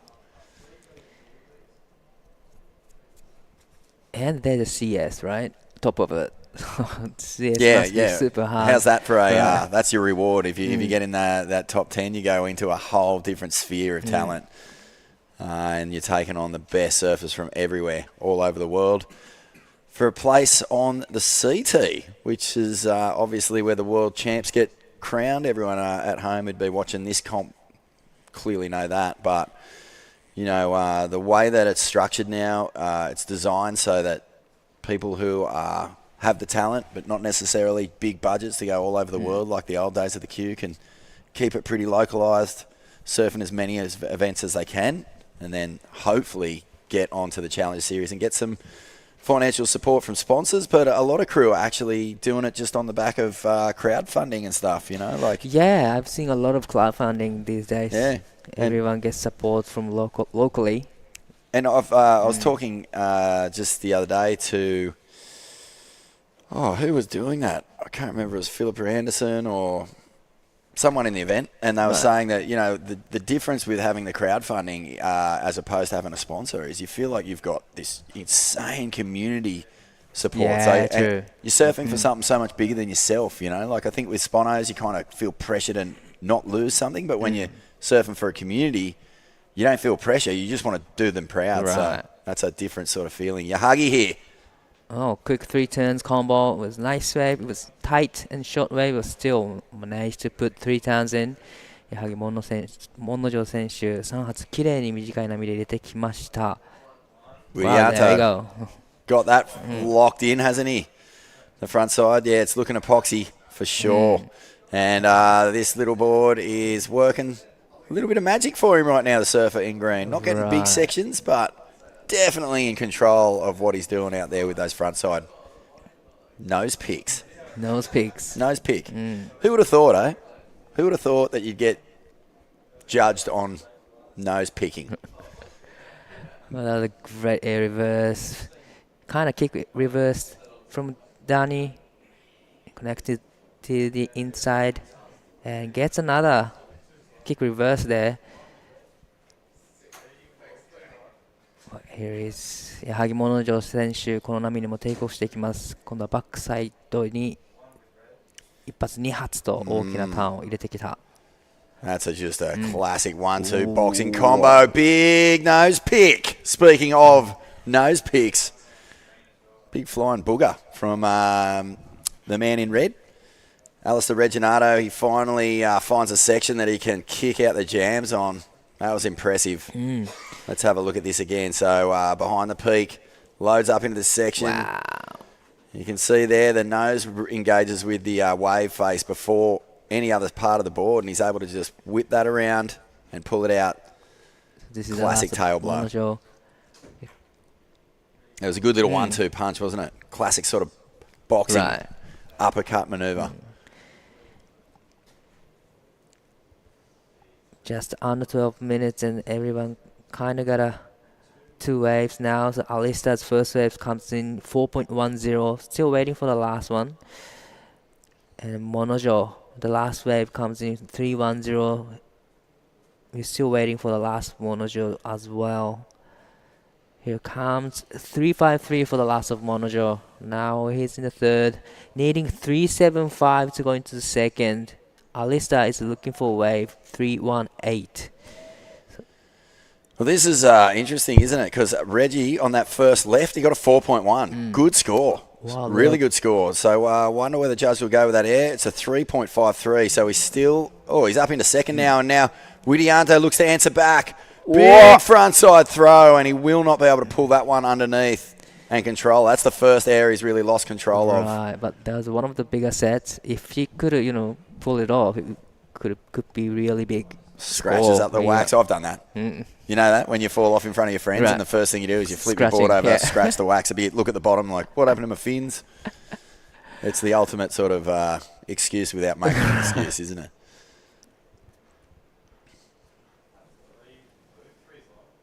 And this is Yahagi now. 矢作物城選手、さあこちらの波で4.10が必要です。スピードをつけてエアー、これはバランスを少し崩してしまったか。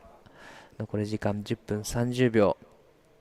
On the inside there, Dai, if you time that wrong and the wave backs off, you're really left with no option but to just hit the flats with no power, no speed. It's a real tricky thing to pull off. Some surfers have it on lock. I think Dakota Walters probably the best exponent of hitting a section with no power, being able to just almost technique his way to a pretty impressive turn. But pretty much kick the tail high and get the spin. You get it wrong with those flat airs and you're just going to get slapped, really. Yeah, true. Kind of tricky inside, but there's a few lines coming into the lineup now. Whoa. Oh, Kais has got one standing up here for him. Beautiful off the top. And he backs it up with another. And you just know that somewhere in the world, Brad Gerlach is stomping his feet, lighting a match because Kais is on the wave key, the technique, the style. Even just the feel of his surfing is on at the moment. Everything was on point. First, second snap, big. The third time, perfect rhythm. Perfect rhythm. And beautiful surfing from Kais King. Another great score. Yeah, well, that's one of the benchmarks of the wave key practice. It's all about feel. It's all about being in rhythm. And Kais has shown us what the benefits of that practice are. As we see Widianto now, he'll go for the big rotator, and Reggie down the beach. Maybe another scratch on wax. Side down. And he will paddle back out. 8 minutes remaining, so not dire straits. It's not panic stations, but Reginato's got two scores, a 4.1 and a 3.53, holding down second, but you know he wants that 3.53 gone. He doesn't want it anywhere near him by the end of this heat. Widianto's looking really dangerous, and I think the only thing really... Oh, wow. Well, we didn't see that. He missed the finish on the combo. Big turn from Alistair Reginato. But yeah, I think Minojo is dangerous in this heat still too, Dai. He definitely just hasn't had a wave yet, but when he has had waves, even the little ones, he's really on. He's clobbering them. So let's see what the judges thought of that last wave from Reginato. I think it's in already. 2.93. Yeah, 2.93. Cool. Thought that one turn might have had a bit more on it, even though it wouldn't have mattered. Well, 7 minutes and 50 seconds remaining. Danny Widianto needing 3.53, Monojo needing 4.10, but Danny up and riding, looking for the ramp, going to the straight air now. And Monojo. Yep. Gets a spin. Yagi on the old reverse program. It feels to me like Widianto could pull off something pretty insane in this heat. So he's a real danger man. And there it is, split peak Sicho as we stick with this little backside attack. Oh, classic. Classic reverse. Mate, 1992 called. They want their backside reverse back. That's a Kelly Slater momentum era turn, that one.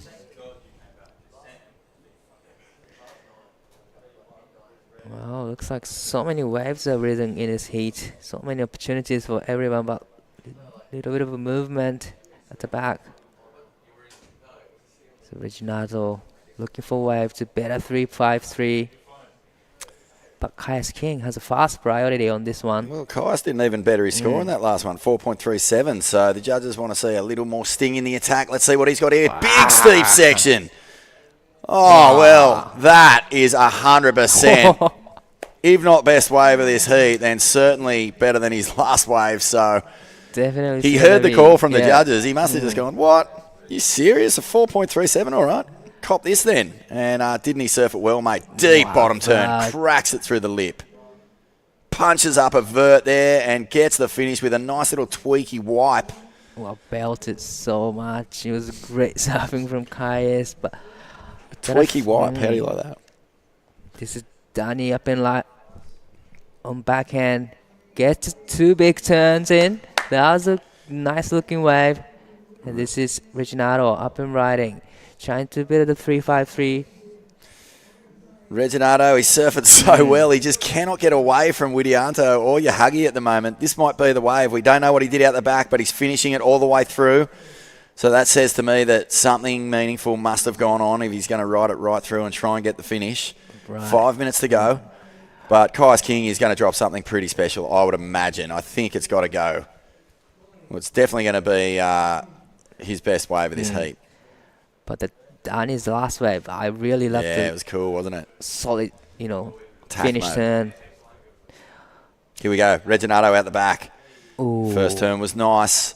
Whoa. That's 2 big hooks. And we sort of joined it right here. So, yeah, there's points in this one for Reggie. And what's he trying to get rid of there? The 3.53. So I think he's done that. Definitely, he's done up. Gets a finish right there.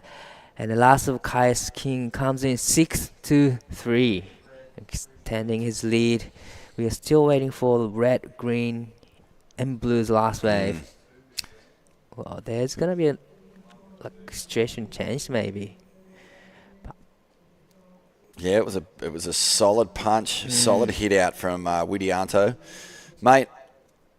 The judges have definitely raised the scale, but they're not going all out. They're not just giving up the entire pantry. You know what it's like? It's like when you go to your parents and you're like, hey, can I get an ice cream? And they go, yeah, and they open their wallet and they pull out some change and you're thinking in the back of your brain, I'll get a Magnum or something like that, and they give you enough for like a crappy little icy pole or something. So they're handing it over, but they're not being overly generous just at the moment. As Reginato, let's see if he can get them interested in throwing something excellent.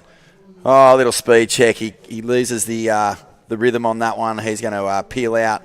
Get back out there with 3 minutes 44 to go. What was the last score for Widianto? It's enough to move into second. 4.87. Now, Alisa needs 4.87. We are still waiting for 2 waves from Alisa. I think his left hasn't gone in yet. Not yet. No, so this could mix it up again. We know that Reginato got a really nice left, multiple manoeuvres, couple of good whacks. Kind of lacked one major turn, so I'm curious to see where it goes in because it was surfed really nicely from start to finish.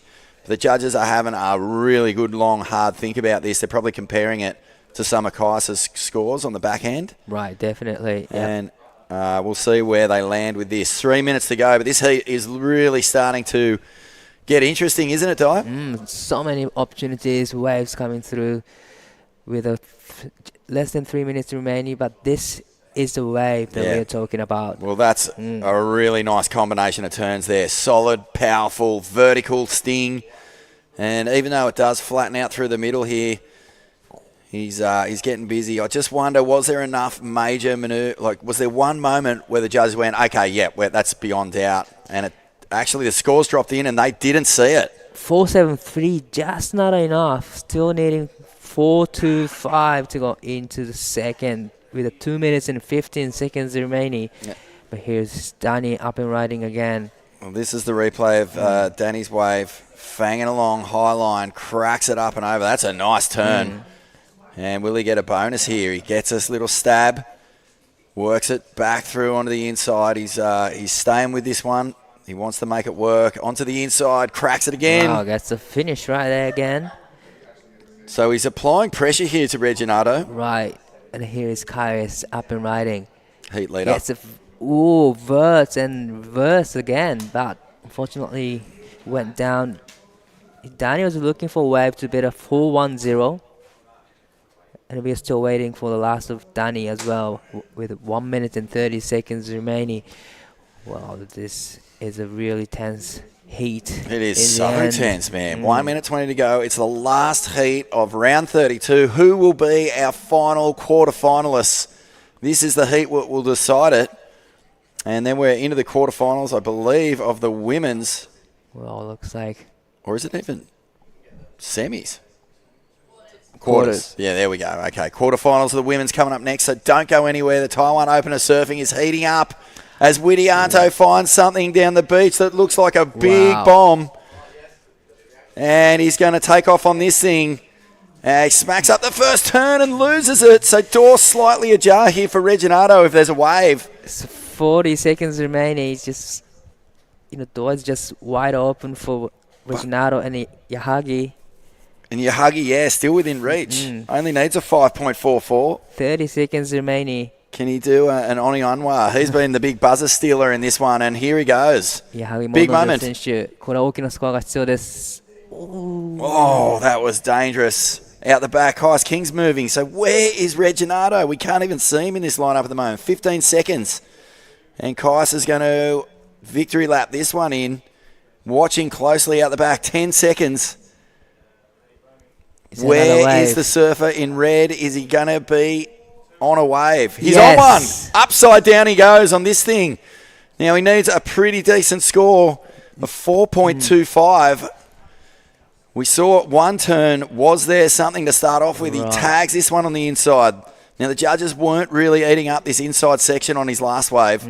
But if he can get a finish, we just have to see what he did out the front. He is really working this one over for every last little morsel. The body language looks uncertain. Yeah, did you miss the first section? Here we go. That's a nice looking first turn. That was the only turn. Right. Based on his last wave, mate, I just don't know. His last wave had 3 really well-linked big power hacks. Let's just wait and see how the judges call it. They're going to be looking very closely at it, but... Yeah, 4.73. That was on his previous wave. A 4.1. Well, they can basically watch both of Reginato's waves there and see where it fits against them. So they've got the scale set. This is a huge moment for Widianto and Indonesia, but also a huge moment for Reginato. Unfortunately, Yahagi just threw his fins out. Oh, the boys are nervous, mate. Who's going to be in the quarterfinals? Nervous moment for everyone now. Where judges are taking really good time to have a look at this one. Yeah. So he needs less than he did on his last ride, right? 4.25, yeah. 4.25. And look at Oni Onwa's thinking, I don't know, man. I don't know if he got it. Widianto, he got a 3.85 for that last left of his. And we are waiting on scores. This is incredibly tense, isn't it? Right. One of these guys, Widianto or Reginato, is moving into the quarterfinals. Kais King, job done. You got to doff the cap to the great man from Byron Bay. He experienced Changa's froth for the first time this year. Full crack at it, and he'll be much wiser, much stronger for that experience. Judges still looking at the waves in this heat, deliberating. A little bit of rain trickling down at Jinzun Harbor. How are they going to see this dive? What do you think? Just gut feel. At first, I knew it wasn't as good as his 4.73. Right. But I wasn't aware that he only needed a 4.25. So it's right there. It's just right there. Either like 0.1 higher or lower. So it's going to be really close. 2 sets, yes. It's not enough. It is just under for Alistair Reginato. He is out. Indonesia celebrates. We're going to have a quick break here from the Taiwan Open of Surfing as Danny Widianto moves into the quarterfinals with Kais King. Back in a moment.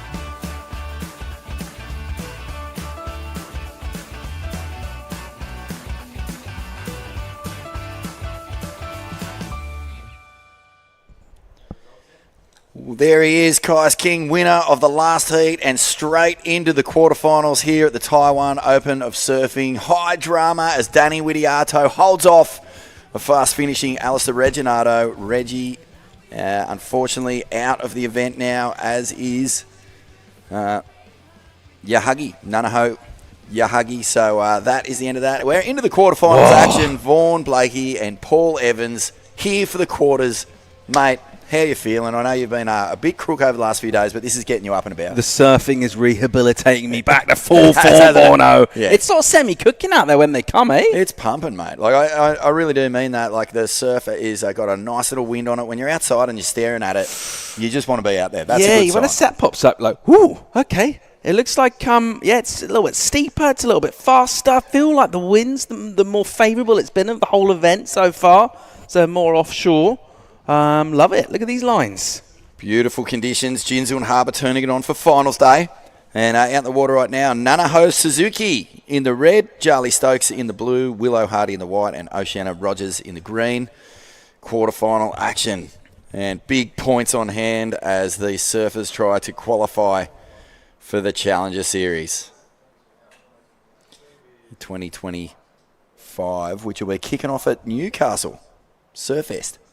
Yeah, and there'll be a couple more spots available as well for the women with that news that we touched on earlier as well about expanding out the numbers on the championship tour. Let's talk about that in a bit. So it's going to be 26 when that's implemented. So it'll be next year's Challenger Series that actually offer those extra spots for the women.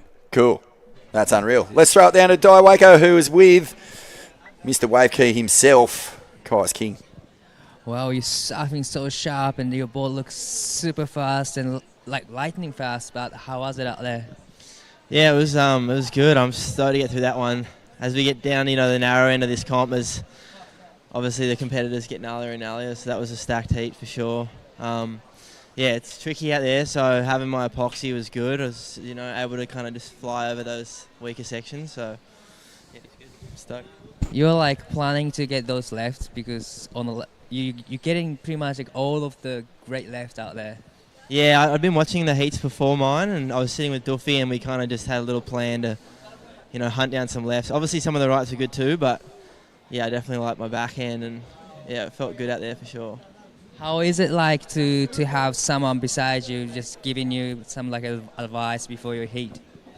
Yeah, it's really good for sure. It's nice just to have a good strategy, and he sits down here hours before and watches it and keeps an eye on the bank, and then so I can conserve energy at home. Then I come down 20 minutes before and ready to go, and gives me a few options, and I kind of have final say, and we just work on something, and then that's it. And then I just got to go and surf and make the best out of it. So it's good. Yeah, it's definitely super helpful. I'm super stoked to have Duffy here in my corner. So it's definitely. It's a big day. It's a finals day. You have quarters, semis, and finals coming up. But in between, how are you gonna spend your day? I mean, the time.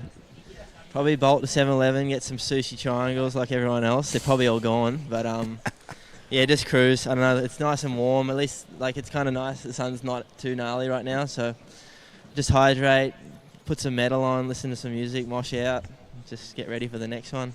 All right, I'm gonna let you go. Hang on, mate. Hang on, Di. Marine Blonde and Goons of Doom, Bangers Bolo, New Year's Eve gig. Just letting the world know. You wanna talk to the? Yeah, just giving a shout out to the gig, mate. New Year's Eve, Goons of Doom, Marine Blonde, getting it done. Yeah, get ready for a mosh, mate. Yeah, well, back to the room and start practicing, mate, because it's a big one. Yeah, let's go. On your Kais. Well done, brother. All right, thank you so much, and I'm gonna let you go now, and good luck in the next seat. Back to you guys in the booth. Thanks very much, Kais King. Not just a great surfer, Paulie, a very accomplished guitarist. Yeah. And a bit of a mosh pit. He plays a lot of desert rock kind of. Well, he's named after one of the great desert rock bands, actually. That's where he got his name from, did you know? I did not know that, no. There you go. Fact. What's the band? I think they're called the Eagles. Okay. No, they're named after Kais. Eagles of death metal. All right, so it is Nano Ho Suzuki out there in the red. Charlie Stokes. And, mate, this is a pretty amazing heat for the Australian women's rankings because we've got Willow Hardy, who's currently second after Sierra Kerr, and this is her now. So she's looking to really consolidate her place in that top spot for the Challenger Series, and look at her go. This is a beautiful wave. She has also been finding those lefts that Kais King has been utilising, so a good, strong opening there, but Oceania Rogers, mate, 6th on the rankings. Yeah. And then Charlie Stokes is 9th. So, for Charlie Massive. And for Oceania, this is a big opportunity to get some ground back on those leaders. Yeah, big opportunity for them. So, who's your favourite surfing musician / pro surfer? Current or of all time? Yeah, of all time. I mean, I've got some that I really like the surfing of, I don't like the music of. Oh, okay. Yeah, you want to drop I mean, I'd say that's most, actually. Oceania on a sick little really nice searing run down this inside left. Love the speed turn.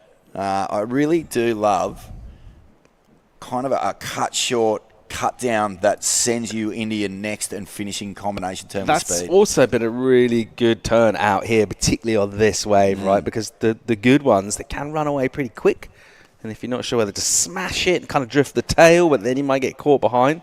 A really practical turn. Oceania with the best of that exchange. Willow's wave comes in a little under. 417 for her.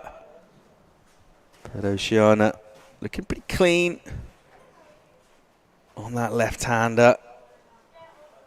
She opens up her account here in the first quarterfinal. So, Kai's bands, are they loud? Do they? Where are they decibel-wise, Vorno? They're right up there? Oh, no, they're right up there. I mean, their influences are bands like, Caius, Queens of the Stone Age, that really good 90s sort of desert rock mixed with like kind of a bit more core 90s stuff. Yeah. Nirvana and Silverchair. And Should we talk some loud bands? Go on. Okay, when the Guinness Records first recorded, a band called Blue Cheer, they're a power trio from America. They were the first band to use the full Marshall stack. Now, if you dime the Marshall stack, so turn everything up to 10, you're going to get about 125 decibels out of that. Whoa. They didn't quite do that. They recorded at 115. That's back in 1968. Deep Purple, 1972. Loud. They broke that record. 117 decibels for the Perps. That's loud. Okay, the Who I think most people would probably think would be the loudest band, they recorded at 126 decibels at the Valley. That's a football stadium in South London. Can I have a guess at the last two? Yep. I reckon Dinosaur Jr. and Motorhead. Okay, well you're not bad. We've got a couple more actually. Man O' War. Okay. So they're a metal band. They were recorded at 129 decibels in Hanover, and they dominate the 80s. Their guitarist described his sound as Black Wind, which I just think is one of the best descriptions of metal. Motorhead recorded at 130 decibels in Cleveland, Ohio, and the building sustained structural damage for no. Whoa. That was in 1986. Okay, this one's a bit of an oddball. Left Field. Do you remember them? No. Left Field, yeah. Wait. I don't know if they were big in Australia. They were. Wait, is that kind of a techno event? Yeah, exactly. They were like, they weren't definitely not rock music. It was sort of, electronic kind of influenced. 135 decibels at the Brixton Academy, which is definitely a venue that will kind of rattle the enamel off your teeth. But the actual record, Kiss, in 2009 in Ottawa, 136 decibels. Live action. That is bone-rattling stuff. I'm talking about scale. Whoa! Suzuki goes huge on that wave. That's the biggest turn. That was humongous. Big rooster tail flies off the back. She set that one up beautifully, and wow, that was a great opening ride here from Nanaho Suzuki, Japanese surfer. She's been in good form, but she has lifted for this finals day. Take us through this one, Yeah, absolutely ripping in here. Big spray, but the flow to get straight back. Look at that turn there. She gets so low on the bottom turn. She just drives at the lip. Now, the controlled power is something that we've seen people struggle with, knowing how hard to go, knowing exactly when to smash it, when to kind of cruise through. And I think her delicate touch throughout that wave when she needed to be, but then just firing up and giving it the full treatment. And I think that's going to be a massive number. Finals day, you step it up. You're not leaving stuff in the tank. The strategies, you'll employ them if you need to, but it's all about making sure your surfing is reaching peak form when it needs to. And Oceania Rogers has been really strong throughout this event. I really liked her first wave. Lots of speed. And that one does fizzle. You know what? When the rain comes here, there's always a little gust of wind that comes with it. So you're kind of dealing with a bit of a stronger cross shore. Whether they use that to their advantage or take to the lefts and sort of hoot with it down the line, we'll wait to see. Yeah, that left from Suzuki, really good looking wave from her. And that is going to be, you would feel, by far the best number of this opening quarterfinal so far. Suzuki with a game plan all dialed in. The backhand's absolutely deadly from her. She's used it throughout the event. And maybe those lefts just they're more consistent just in terms of the way they break, possibly. I think with the rights there's a bit more range about how good a wave it's going to be. We've seen some runners go really wide all the way down into that channel, almost down there to the little boat ramp thing. Whereas some of them just fizzle out. It's exactly what happened for Oceania on her last wave. Suzuki's numbers in, it's really solid. She gets a flat 7-point ride for Nano Suzuki, and she's going to be feeling great about that. And another wave of a reasonable score, and she's well on her way to semis here. Put a bit of pressure on the Aussies. Yeah, well, that's a massive score, isn't it? 7-point ride, and there's no question, well earned. Willow Hardy off to a good start, 4.17 from Western Australia, of course. Oceania Rogers from the south coast of New South Wales opened with a 5, so that's a good score too. She's holding down the lead, and Charlie Stokes from the Sunshine Coast in Queensland, she is sitting on a 0 at the Which is what hasn't got started. What's the bolo that you're playing at, you guys, New Year's? Yeah, the Bangalow bowler. Bangalow bolo. How loud do you think their system goes? It goes pretty loud, actually. Should we expect structural damage? But just getting back to that, as we see Oceania, she's found another one. Look, see, the wind's picking up, and she's found a nice pocket. 2 crispy snaps. Gets a third, and will come out of that one. A little bobble, but Charlie now, she's going to answer back, open her account. One thing I've noticed in this event, mate, even though we've been having four surfer heats, there's almost been zero priority errors or too much. When I say priority errors, I mean like, mistakes with strategy in a way. Like, there's not much hustle out there. Everyone's just giving each other space. The priority error that has been going down, though, is you can tend to sit out there way too long. That's been the only one, That's really, been the one, yeah. But the hustle and, all the gamesmanship that can come with these four-man heats, they often hear it's a mad battle.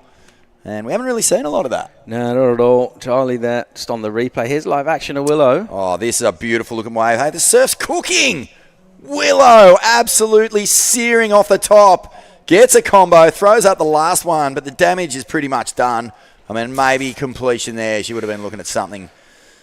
The judges do love a completion. I'm not going to lie. They love it. I got to say, I think that was a mistake there. This is going to be a really tough heat. Oceania's ripping. Suzuki's already got that big number in. I think she needed to convert that wave. She did. That was a really good looking left. First turn was so nice, though. Wow. Engages the rail, pulls it all the way through the turn. That's just good, solid surfing. You'll never hear anyone complain about, flawless rail surfing, mate. Never. Yeah, see where that number goes. But I think in some of the heats where you will get surfers putting down quality numbers, maybe those minor increments, I think slightly leave a point or so out there, maybe made to pay for that. I heard Motorhead was so loud that the sound guy at the mixing desk at the front would get a broomstick with headphones on and push the level up and then run for his life out the back of the venue. And Dinosaur Jr., mate, it's almost you can't be in the room. Yeah. They're so loud. And they don't just bring one Marshall stack. They stack about 15 of them all in the room, fill it all up, and they've got earplugs in. They do. Yeah, do you get told you're allowed talker from time to time? A lot. It's been mentioned to me as well, in the past and in the present. Yeah, it's funny because when I'm in here with Dai Waco, I can't help but feel like I'm just burying him under decibels. Bogan Australian decibels. What's that expression about being quietly spoken but carrying a big stick? Or be loud and have a big stick. Do both. Oceania's on. She's in good rhythm. Look at this. Got to be a little bit careful. Sometimes when you're sitting on the high score of a heat, you're looking for something to really bury your opponents with. This one didn't really work out. That first turn was really nice. Oh, she's found a little inside runner for a two-turn combo. So that's what I was talking about. Maybe get one of those first. Yeah. Take that pressure off. Get the lead right out there. Yeah, that was nice, actually. Two turns. I thought the first one, she threw loads of tail, didn't she? So looking very lively and confident as well. It's going to be an interesting score, that one. Compare that to the hammers that she dropped for the 7. Just the 2 turns, but a little bit of variety between them. Just pushing hard, looking loose. Just kind of breaking her line from being stuck to sort of the exact speed of the wave, mixing it up. I thought that was a really good looking wave. It's going to get rewarded, I think. This is a great heat. All 4 surfers understand just what's at stake here because for the Australian women, they're pretty much clustered at the top end of the rankings. So any advantage over their country women will be an advantage. And a big one heading into next year. The Challenger Series beckons. And Charlie Stokes has picked off a nice looking wave here. The texture on the face is good. She snaps out of the lip for the first turn. Big hack for the second. Gets the third turn even bigger. And this wave just keeps giving to Charlie Stokes. And this is exactly what she needed. She didn't want to get left behind by Oceania, Willow, or Nanaho. So, this is a good answer back. And just when you thought, this heat couldn't get any better, here comes Charlie Stokes. Yeah, great entry, really. That was into the heat. She didn't have much going before that. You see this wave stand up. She gets the pump from the takeoff. First turn, just cracks it with spray. This one carving. And then hitting it again, just tweaking that board out. And then able to go down the line as well. And pretty crucial, I think. All of these little extras, it could be really important come the end of the heat, the closeout section, classic surfing, just slamming that door shut on that wave. It's going to be a good number for her best by far. Nanaho Suzuki, mate, number 1 on the Asian rankings at the moment. So the Aussie girls are getting a good look at the standard of surfing on that Asian region. You can imagine that Nanaho is going to be on that Challenger Series next year, and that's the standard that you're going to have to come up against if you want to make that CT. You hear so many crew who qualify for the Challenger Series. Jarvis Earl, Reginado, Kais King, Brief Hazelwood, they've all said, you know, you get up there, you just think, this is my chance, I'm going to qualify, and you just get schooled by the experience of the crew who are on there or who have done it for a couple of years. So now that they've got a couple of runs under their, you know, on the board, a couple of contests under their belt, you know, they're going to hit it pretty hard next year, I would imagine, those guys who have that experience. Another strong wave here from Nanaho Suzuki. And what's she trying to replace here? A 5.07. Can't see it happening. She's got so many big turns in the tank. That one was just a bit of a weave, wasn't it? Yeah. Weave, mate. I'm just really impressed with the surfing, though. She does seem to have a little bit extra in terms of what she can do with these backhand hits. I mean, that first one is a softer section, but really dynamic manoeuvring from her. And the board's just doing so much. It just looks cool. She looks like she's very much in rhythm and dialed in. Ominous for finals day here. This is a bit of a statement performance already from her. Still 9 on the clock. We still waiting for Charlie's wave to come in. That's going to mix things up, I think, considerably here. It's going to get her really involved in this. And it should be a big score because that was one of the best waves we've seen put together in this heat so far. She hammered it, yeah. It's going to be a big number. Oh, it's dropping in. It's a really big number. Wow, look at these scores coming through. Charlie Stokes needs a 7.5 at the moment. A 7.5. That's a massive score. Well, she's going to get it. She's going to go right up through the scale. We're just waiting for one more judge to drop in. But a huge wave for her in terms of the significance of this event and in terms of her participation in semi. She gets an 8. Goes excellent. Jumps up from 4th to 2nd. And it only needs a 4.07 to take the lead off Nanaho, who you dead set thought had run away with this thing. Opening with a 7, that's been such a hard score to get. Well, Charlie just goes, well, how about this? Have an 8. So things are starting to slowly move. The scale, the needle is going up, and it's on the back of demanding performance. Does Oceania start to go to the left now because she got that left, she got a score early on, she's been going to the right, she had a couple of softer ones. I think she'll very much now be aware of the fact that one of her adversaries has just gone excellent on that left. We've already had the 7 from Suzuki as well, so I wonder if maybe a change in tactics from her number, 5.51, very gettable. Very gettable. Oceania Rogers and Willow Hardy have actually surfed a great heat. These numbers would be really strong in any other battle, in any other matchup. But this is a replay of the 8. There's just no question. Big, tall wave. Every section that came near her, she got the most out of. That particular turn into that combination was just sensational surfing. Rock solid too, you know, like doesn't look wobbled, doesn't lose speed, gets a big finish, and the judges say, yeah, that's the best we've seen in this heat so far. Nanaho's wave had the one big moment, but Charlie's wave had a bunch of them. So great surfing from the Sunny Coast local. And it's not like Oceania and Willow are out of this at all. They're right in the mix, but they must be tripping a little bit that they've been surfing so well and they're needing scores. Yeah, well, they got first and second priority, so the next set's going to be crucial in terms of them trying to move up. Charlie Stokes with that 8 and a really nice paced wave as well. Sort of speed that the waves have been breaking down the line has been pretty crucial in this. There was nothing rushed there. She sort of had a chance. When she got to her feet, she got that one pump, didn't she? And just had a chance to really get the timing. So didn't need to snatch at anything, and that allowed her. She got a bit more power. Allowed us to just kind of really stamp a bit of extra in each turn and paying off massively with the panel. An excellent number. This is what we expect because this is the quarterfinals. These are the best 16 surfers from the whole event. And they're putting on a show. This is probably one of the better heats we've seen of this event. You know, everyone looks good. The surf is really fun. That little offshore blowing into the left, you don't see a whole lot of that. No, we've not had loads of that coming this week. Of course, everything in a bit of a state of flux at the moment because we've got Typhoon heading our way, or a couple of them, unless I'm mistaken. So there's a bit of action out there because of that.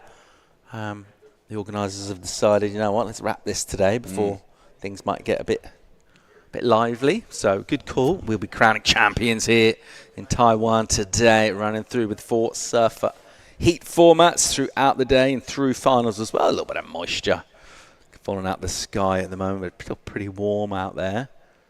Things are looking nice and crisp and ruler edge, clean on the face, pretty groomed. Swell's been super consistent throughout the week. Might even get a little bit bigger, someone told me throughout the day. Looking forward to that. That would be really cool. Yeah, we've had super fun waves. This spot is famous for being a little bit of a playground, a high-performance playground. You don't see a whole lot of barrel riding, like we said earlier, but you do see plenty of airs and some really cool stuff on the open face and through the lip. Charlie Stokes goes to the back end now. This thing bowling out, hooks it. Maintain speed, big deep bottom turn and gets a combination and a third turn, a big power hook back to the source. Oh, wow, she is really feeling it out here. And that is a great wave from the surfer in blue. Kawana board riders, big surfing family, of course, and, Oceania has a big surfing family as well. She's one of 3 siblings, and they'll be cheering on at home. G'day to the Rogers family. That one not happening for her as well as she would have hoped. And here we go, Charlie. Yeah, well, the 2's gone here, isn't it? And it's exactly what you need to do when you drop an 8. Just get rid of that backup score, put something legit up. But the power from her, I think the timing as well, it's important to mention that. It's not just about just kind of strength. It's also about knowing when to apply it. And she's showing exactly that there. It's a great looking wave, a really good chance going into first place and leading this one. How cool was that third turn? You know, she came out of the 2 pocket snaps into a little kind of nothing shoulder, and as you say, she just put the foot to the gas and got so much drive out of that. What could have been just a little, cutback, a little nothing, and all of a sudden she turns it into a major move, and part of the combination of turns that she did on that wave. And the score is in for that, and it's a 6.23. Whew! What a combo. Yeah, cool. That's a big total. Cool as you like from her. Before she paddled into that left, didn't really have anything going at all in this heat, and then not getting rattled, not putting herself under pressure, or not seeming to from here. We can't really tell what's going on internally, but she looks like she's very much got the measure of everything she's doing out there at the moment. Here's an important wave for Oceania. She takes off. This thing starts to steepen up. Oh, no, she falls. I was just about to say, too, she's got such a lightning quick sort of speed shiv out of the lip. It really serves her well as she accelerates down the line. This time, though, the wave gives her nothing. Charlie Stokes looks for her left. Bit of bobble on the face. And that one she's not feeling. 2 minutes to go here, Paulie. Yeah, 2 on the clock. Big scores needed here for Oceania and Willow Hardy. And there's a nice off the top as she sears down the line. And nice section here, up and over, and we'll complete. It's a really solid wave, a 7-point ride though, I don't see it. Just simply because, if you think back to Nanaho's best wave and Charlie's best waves, there's just these big standout moments. This had some beautiful down the line energy and does get a completion, but I think she's still going to need a score after that one. Yeah, it's going to be some way off the 7 there. Just the wave not quite offering her the energy she needed, or even the finish had to nurse it a little bit as a soft section. So understandably, had to just go a little easy through that turn. And the problem with that, of course, is when you're looking for a 7, you do really need to show something big. You know what? When you're looking for a 7, you've kind of got to turn the volume up. You've got to take a leaf out of Motorhead's book. Mine out of goes Kiss's up book. to 11. Spinal Tap's book. Exactly. Yeah. The true heroes of rock and roll. Well, Hardy's got prio. That's the good news. She's going to need to find something special. She's got just under 40 seconds. Is there going to be an opportunity? Willow Hardy. She's well placed on the rankings, but Charlie getting a good result. That'll make her a little nervous. I think she's in a really good spot. Oceania down the beach. Second after Sierra Kerr, so having a good year on the regional queue. Quarterfinals here. Probably not where she wanted to finish, but, she'll leave 2024 feeling pretty good about where she's at and hopefully getting back on the Chang. 5 seconds. And we'll count this one out. A great performance here from the Sunshine Coast surfer, Charlie Stokes. Nanaho Suzuki blowing our minds with a couple of incredible backside performances in that heat. Bad luck to Oceania Rogers. Really good surfing throughout this event, and to Willow Hardy as well. Plenty of highlights from those two, mate. But we'll take a quick break from the Taiwan Open of Surfing and be back with quarterfinal number 2 in just a moment.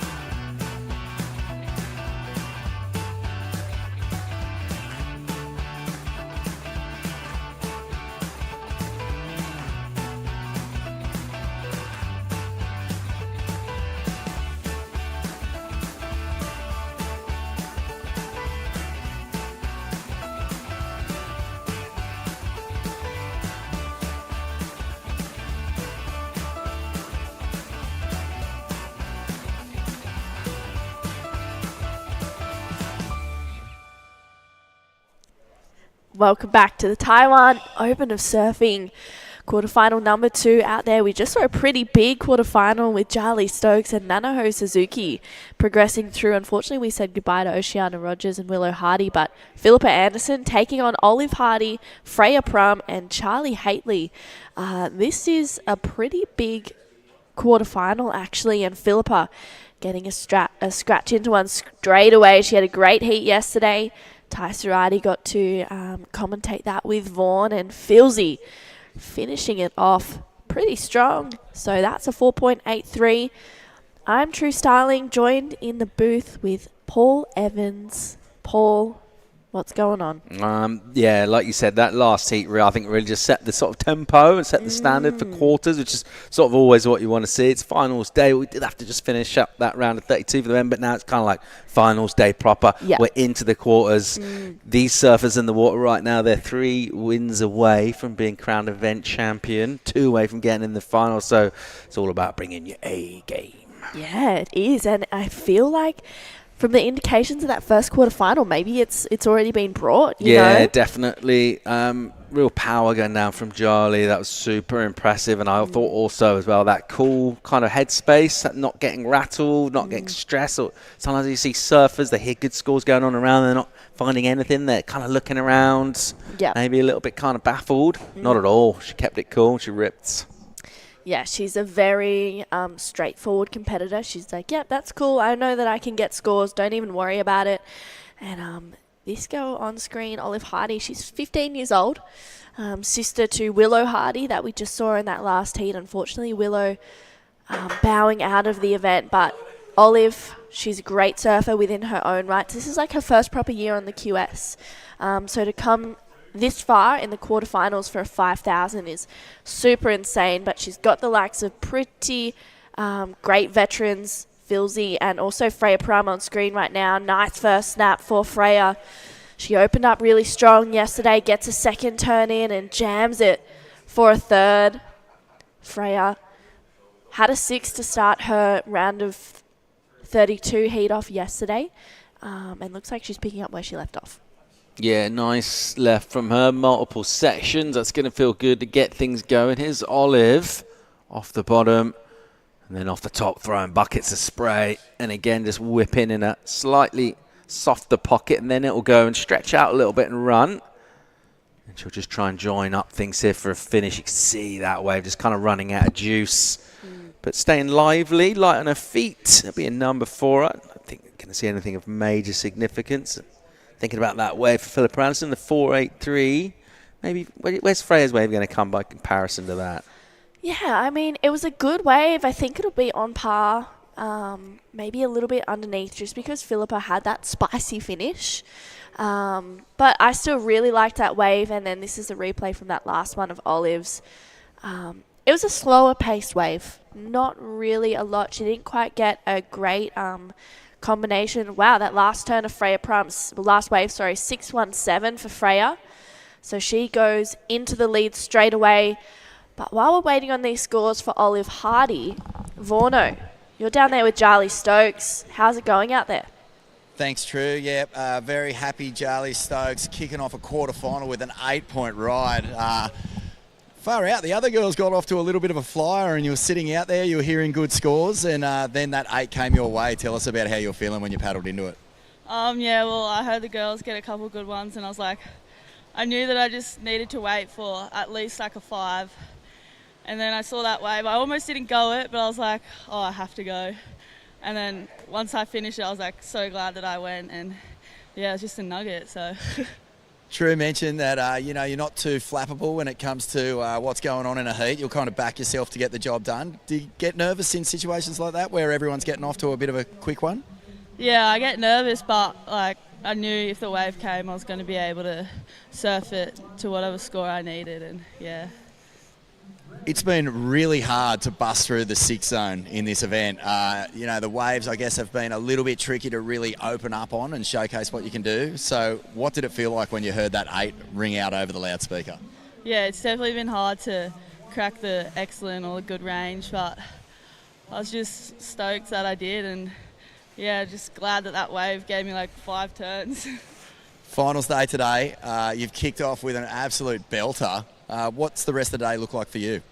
Probably go back, get something to eat, and then come down like 1 or 2 heats before mine, watch it for a bit, and hopefully go make the semi and surf a final in the half.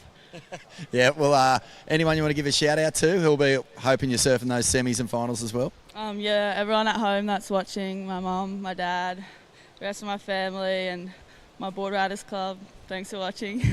Charlie, everyone is absolutely stoked for you. That was an amazing performance. Congratulations. Thank you. Back to you guys. Thank you, Vaughn, and thank you, Charlie. Charlie actually had a heat yesterday with Gia Lorenzen, who...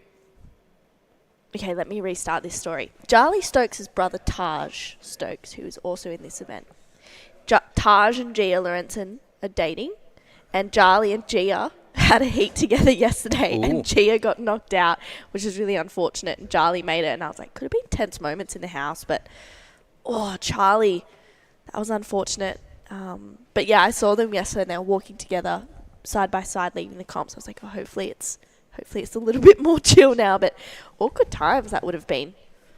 Yeah, we get that a lot, don't you, in surfing? It's one of those things that makes it quite unique as well. You got those friendships, and particularly with people that are traveling together or, know each other pretty well, and then, yeah, they suddenly become the enemy, so to speak. Yeah, they're enemies. And even if you kind of know you right now, even if you're cordial about it afterwards, go, yeah, well done. Like you can still just go, I'll store that away for next time. Just file that up there. Yeah. And next time I'll get you back. Simmers adds a little bit of kindling to the fire. Yeah. Here we go, Philippa Anderson. Bit of a slow carve to start this wave off. She's going to open up a little bit more here. Bit more speed and spice for Philippa. And gets a quick snap to finish it off. So she's not really put a foot wrong right now. Freya Prum, a bit late to that first section. And I think she realises it, so she has to get out.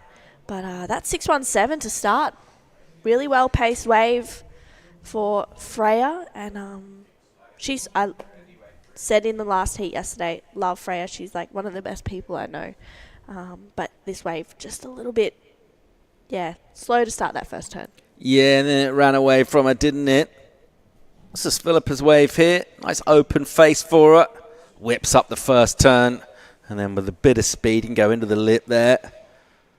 Generating some spray. And then looking for this finish here. She just almost didn't sort of get this. She kind of missed the section a bit, but it was good enough just to kind of chop it short, hit off the white water. She got it done. She completed it. Yeah, she did. That's the Momo Sato on screen there. Momo had a great heat yesterday. You can see Nanaho just feeding some fire into her. And Momo is so cool. She stayed with us for a little while in Australia this year. And if she wasn't surfing or going to the gym, she'd go and get some snackies. And what kind of stuff are we talking? I don't know. I think chocolate paddle pops? Yeah, a couple of Japanese treaties in there. Maybe some chippies. What about the pie? Was she into the pies? The meat pies? Or maybe, yeah. Okay. But she'd get the snackies and then she'd go into her room for the afternoon and watch some Japanese anime. It was we could hear her laughing from the living room. It was so funny. Would a meat pie count as a snack, or is that like a meal? That's a meal. That's okay. Yeah. Right. Maybe a snack if you got quite a big engine. If engine. That's a meal fast for metabolism. Me, though. Yep. The I don't know if you've been to the Upper Crust in Sydney. Pies? Don't think so. Pumpkin, potato and sour cream pie. Oh, yeah. So good. So good. Cabba Bakehouse does a pretty good spinach and feta roll too. Sierra Kerr on screen. She's getting ready for this. This is going to be a pretty big next heat. Izzy Caldo will be in there as well as Shino Matsuda. That's an exciting one. All 4 surfers have been surfing so well.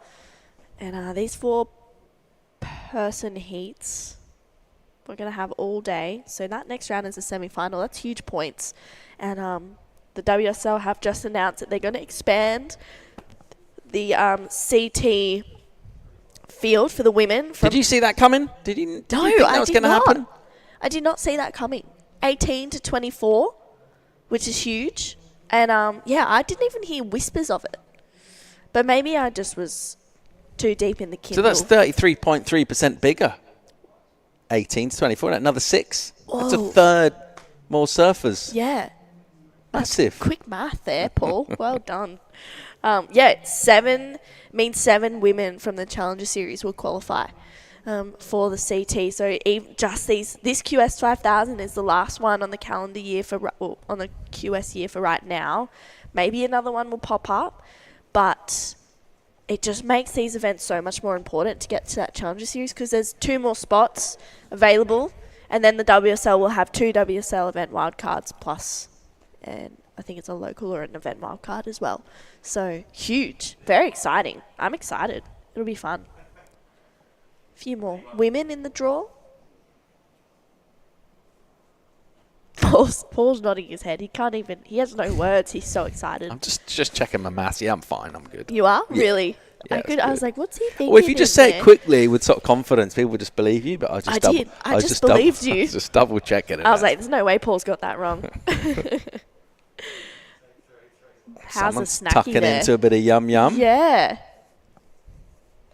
Well, 17 minutes to go. Philippa's last wave, a 4.6. So Philzy goes up into first. That's 6.17. Sitting pretty nicely for Freya Prime. She only needs a 3.26 to go up into the lead once again. Izzy Caldo, she's getting ready for her heat. What was that pie flavour again? Pumpkin, potato and sour cream. Wow. So good. So good. Is that what are your top 3 flavours of pie? That one's top 3. Homity pie, is that up there?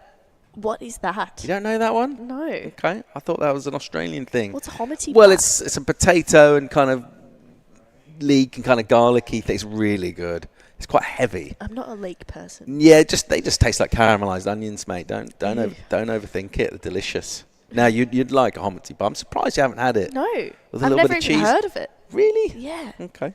Now they're good. Okay. Interesting. Really Mexican pies are pretty good. Yep. Quite enjoy them. Curried veg. Yeah. Like the curried veg pie? I make a curry pie at home. Quite good. Do you make your own pastry or do you buy it and just roll it out? No, I'm not that excellent. No. I just buy it and just literally like a puff pastry. Okay. Yeah. From the frozen So rather than you section make a in pie, you're just Woolies. assembling it really, aren't you? No, I make the curry. Right. And then I just chuck it in there, let it sit for the You don't get afternoon. out of a can. Yeah. If I'm going to be honest with you, Paul, I actually haven't done it for quite a long time. So I used to do it a lot. You can put that on your list of things to do when you get home. Yeah, great. It's ever growing, that list of things to do. Josh Kerr giving a little feedback for Sierra after her heat yesterday. She didn't get the 6.33 that she got until literally the last 30 seconds or something. And I came in and Josh was like, oh, you probably could have caught some more waves. And Sierra was not blowing up at him, but she was like, yeah, well, there was no waves to catch. Like, what do you expect me to do out there? And I was like, oh, yeah, fair enough. And I was like, can we just do the heat interview? Because I want to get out of this. I'm in the middle and let's go. Oh, you could have just mic'd him up and broadcast it. I know. It would have been awkward, though. Eye on the wall stuff. Yeah, but that's the good stuff, though, isn't it? It is the good stuff. It's the You're real right. chat. I didn't want to intervene on some private conversations, because then it was hype up for the quarters. Yeah, fair enough. You just never know. That's 617 from Freya, the best of it so far. This one's been a little bit quiet. Not loads of exciting action to go down for a little while. Charlie needs a wave, and she'll get one here. Yeah, Charlie, she's got a really strong backhand. Nice first connection. She's looking for a steeper face as she jams it, but just coming unstuck once again for Charlie. Olive also got a wave in that exchange as well.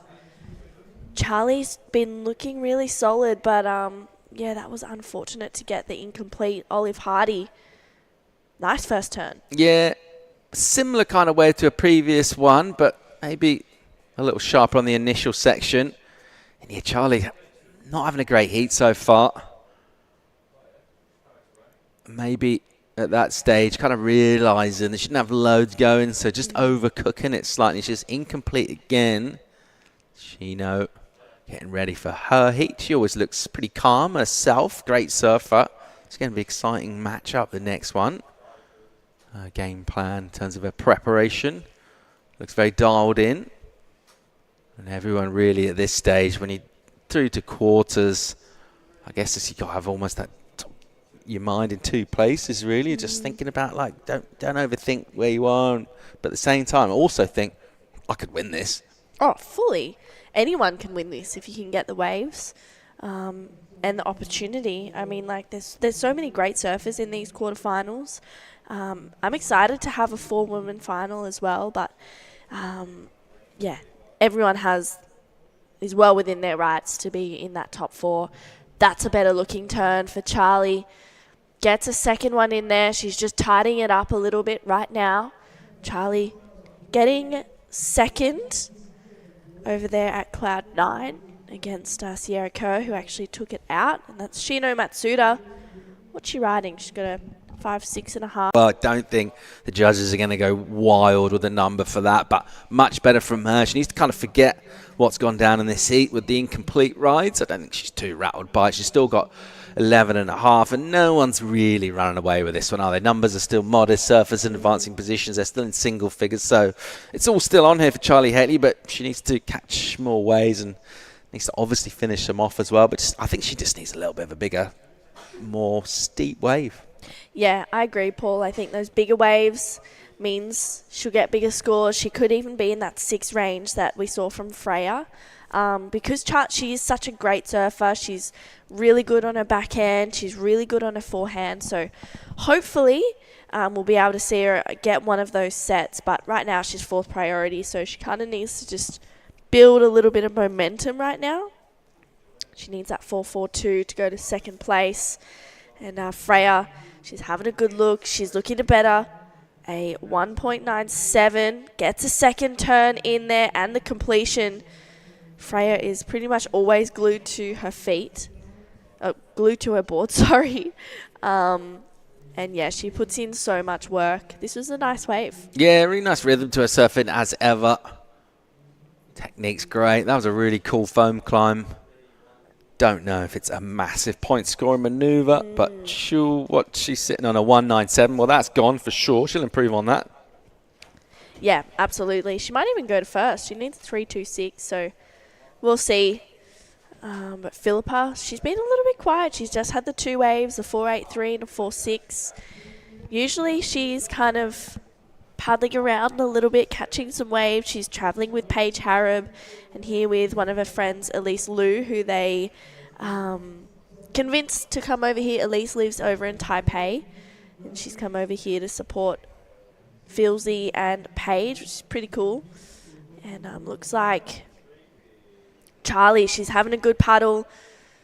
She got this wave off Philippa, and that's exactly why Philippa didn't want it. It just kind of went into nothing.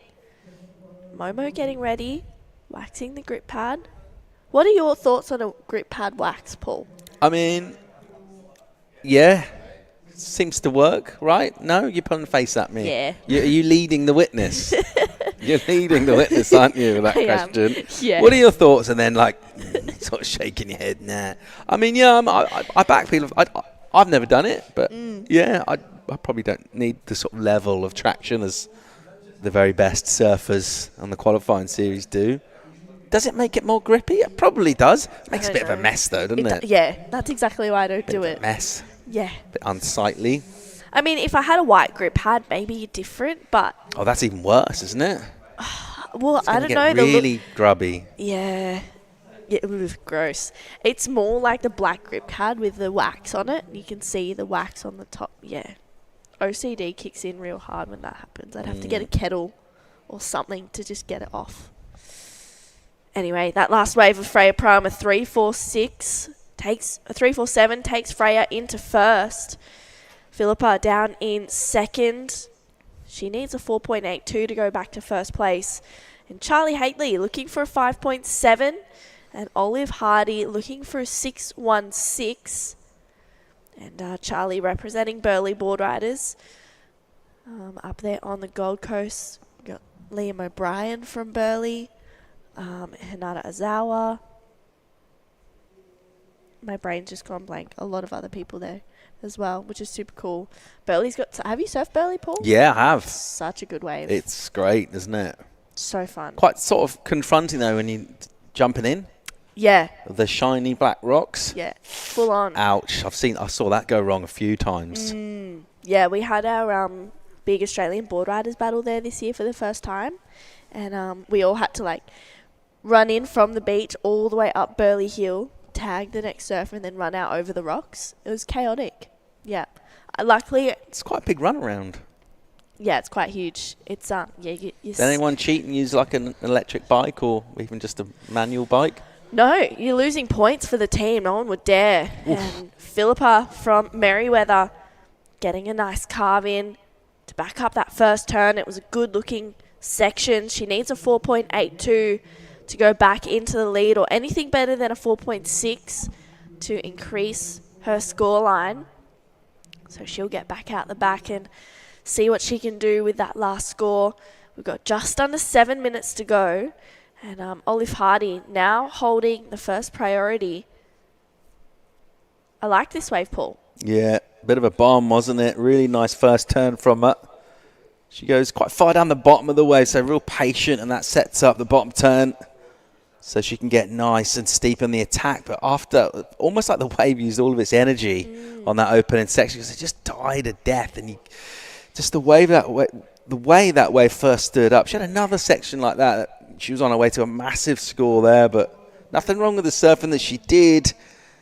But the wave just dying out. It's a little bit sluggish. This heat, the waves that have come through, I don't know exactly what's changed, but it seems to be a little bit different, just the amount of energy out there. It's all gone a little bit meh.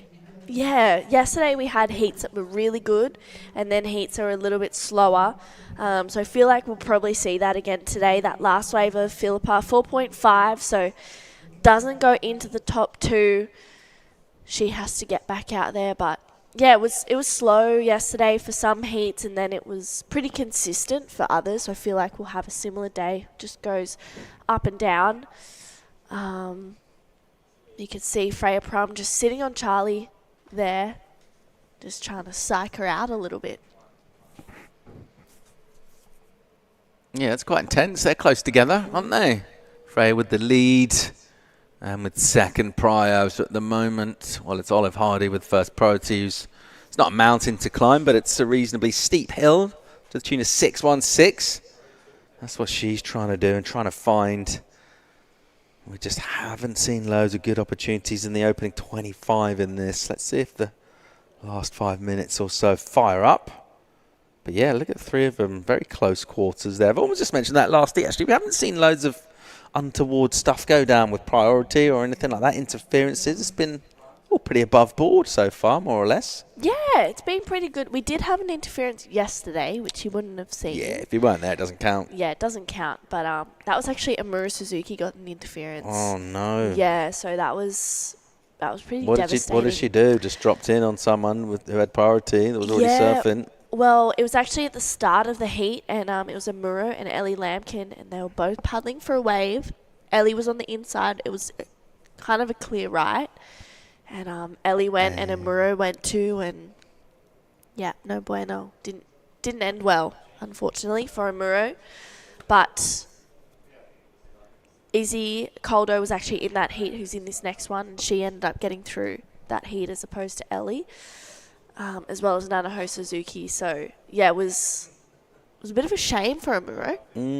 It's a funny one, isn't it? Because it's one of those quite rare sporting moments where somebody impedes somebody else, but it's not necessarily...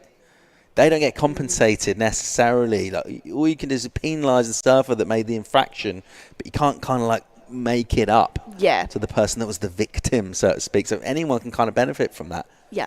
Yeah, it really can. It's an open field. It benefits you and the other 2 surfers in the heat. But it's quite a shame, honestly. That's Willow Hardy there. She is sitting with her dad, Jean, watching Olive in this heat. Olive needing a 616. She's holding priority. And she's having a good look at this one. She has a first priority. Freya can't go.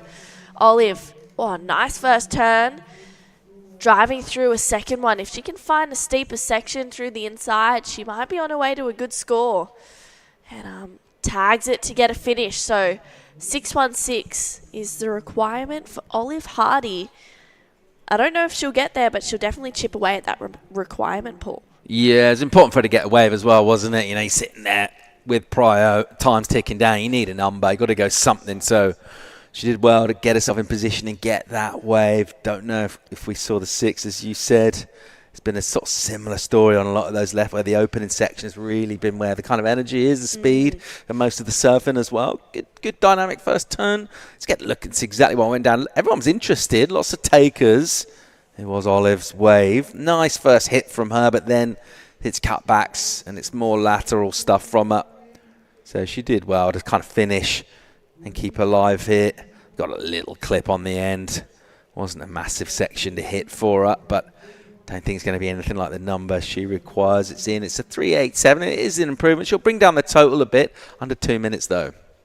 Yeah, she needs to try and find a way with 2 steep sections. She'll really nudge for the 5.56. I feel like that's, the same thing that we've been kind of speaking about all event. Finding those steeper sections is really going to allow surfers to get into that 5+ range, especially like looking back on that 617 of Freya's.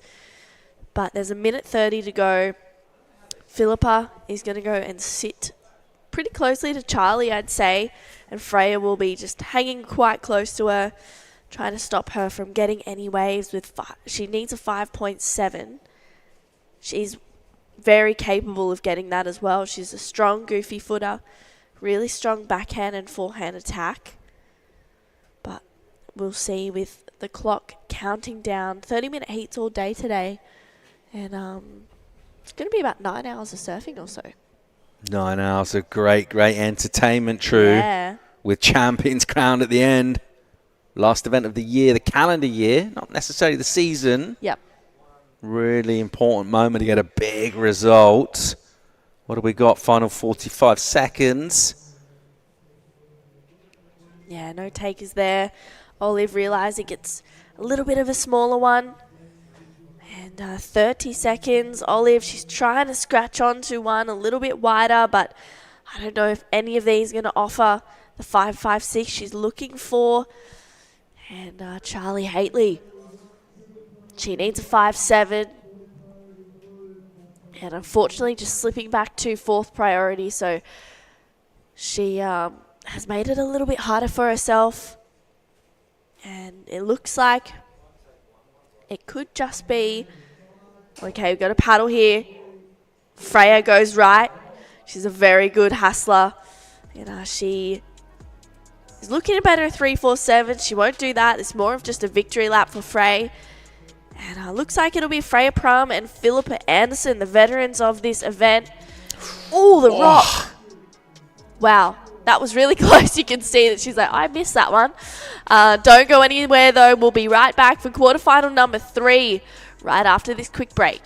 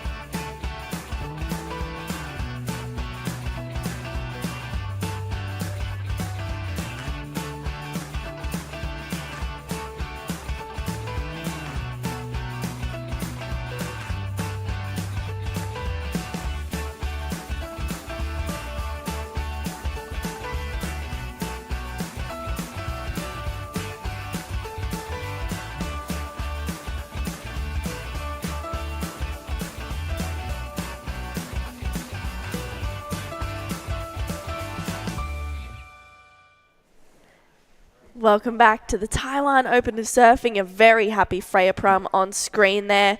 She's moving on through to the semi-finals along with Philippa Anderson, Charlie Haitley and Olive Hardy bowing out of the event. But a quarterfinal finish, not a bad way to end the year. Out there we have Sierra Kerr taking on Sumomo Sato, Shino Matsuda and Isabella Coldo. I'm True Starling. Joined in the booth with me to call through the action of this one. I'm excited about it. Dai Wacko. This is a good first wave from Sierra. Good two-turn combo. Good way to start this heat from Sierra. This is 松田詩野選手、一発目大きなスプレーを上げてきます。このヒートかなり重要になってくるのが松田詩野選手、そして佐藤須桃選手、ランキングに関わってくる非常に大切なヒートとなってきます。So well served from Shino Matsuda. Oh, Izzy Coldo. That was a strong first turn for Izzy. Just the one for right now. Unfortunately, she doesn't get another. 佐藤須桃選手の一発目。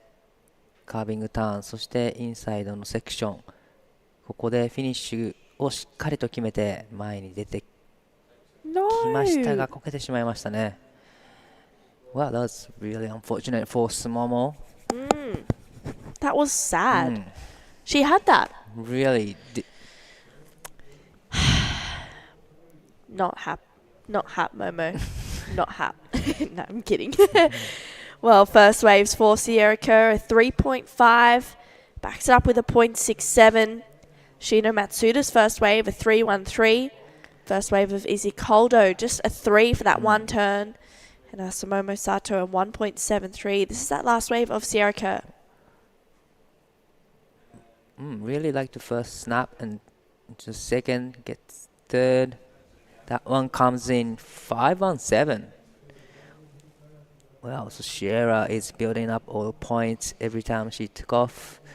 So now she has 517 and 3.50. Yeah, it's kind of, the waves has been pumping like last couple of heats. Yeah, it's been pumping. That last heat was maybe a little bit slow, but there was still some really good waves. I mean, Freya was ripping, and she got a 617 on her first wave. That's like such a good way to start off a heat. Last wave of Sierra Kerr, 517. And looks like she's having a look here as well. Sierra strokes into this one. She's gaining some speed down the line. What she got? Gets the air rev, but not the completion, unfortunately. So while there's a little bit of a break in the action, we're going to go down to Paul Evans. He's with Freya Prum. Yeah, thanks, True. Freya, first question, mate. Coming in there on the rocks. We had just before we went to break, had a tight shot of you coming in, and the boulders come up fast. Everything good? You all right? Yeah, I'm fine. It was a bit of a shock, but it's definitely one of my worst fears. I tend to surf at night, so coming in at Snapper Rocks there, just past Little Marley, I'm just scared I'm just going to run straight over the rocks. But I did get hit, but everything's okay. Thank you. Heat before that one, big scores going down, 7s and 8s. You're one a little bit slower. Are you conscious of maybe the ocean slowing down a bit, and how do you adjust to that when it happens for your heat? I think it worked in my favour because I saw they were getting big scores, so I'm like, they're set, so I'm going to wait for the set. I did. There was only one set, so I was on it. So that's how it worked out. Finals day here in Taiwan. You're on the cusp of a really big result. You've got quite a lot of experience here, especially compared to some of the surfers in the field. How do you draw upon that experience to go all the way and get a big win here in Taiwan? I feel like I try not to bring the past to now because I feel like I'm a different version of myself at the moment, and this one's working better in a competitive situation. So yeah, I don't really want to bring the past because I was feeling like not very confident, but now, yeah, I'm really focused on winning. And looking forward, what's your approach going to be to the semi-final? Just win. I don't know, you just got to get good ones. Rip it, mate. Good luck. Thank you, Paul. Thank you, Freya. I love that approach. Just win. Absolutely. Definitely. You just got to get it done. And Sumomo Sato. Nice connection. Oh, sorry, Dai. It was a nice connection, like you said. It was, but unfortunately, kind of took off really deep and didn't have the first section to hit. But still. Thank you. Yeah. Still was a great Paul. surfing. Can you hear Paul? Or is that just me? Me as well. You could hear Paul? Yeah. He loves having a chin wag, that bloke. All right, here we go. This is the last wave of Sumomo. Bang.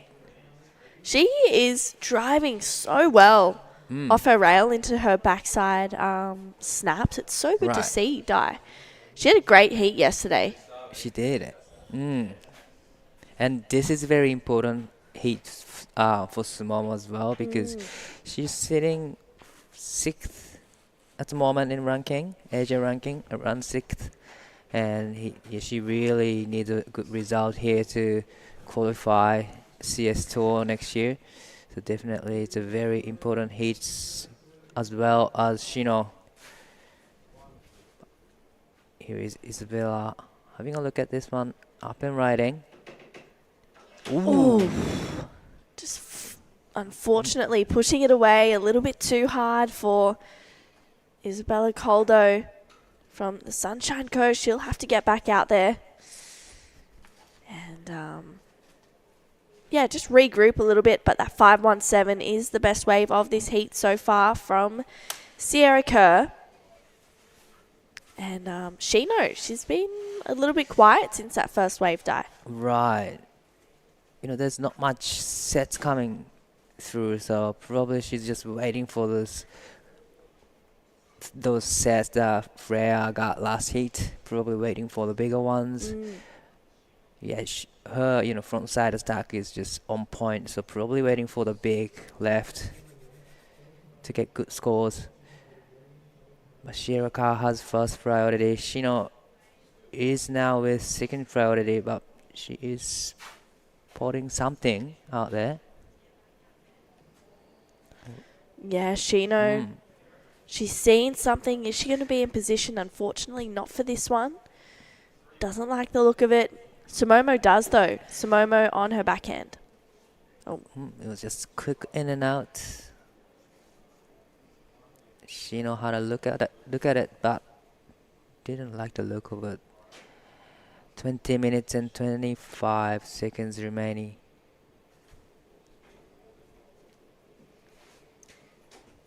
Yeah, so far it's been a little bit quiet in this heat die.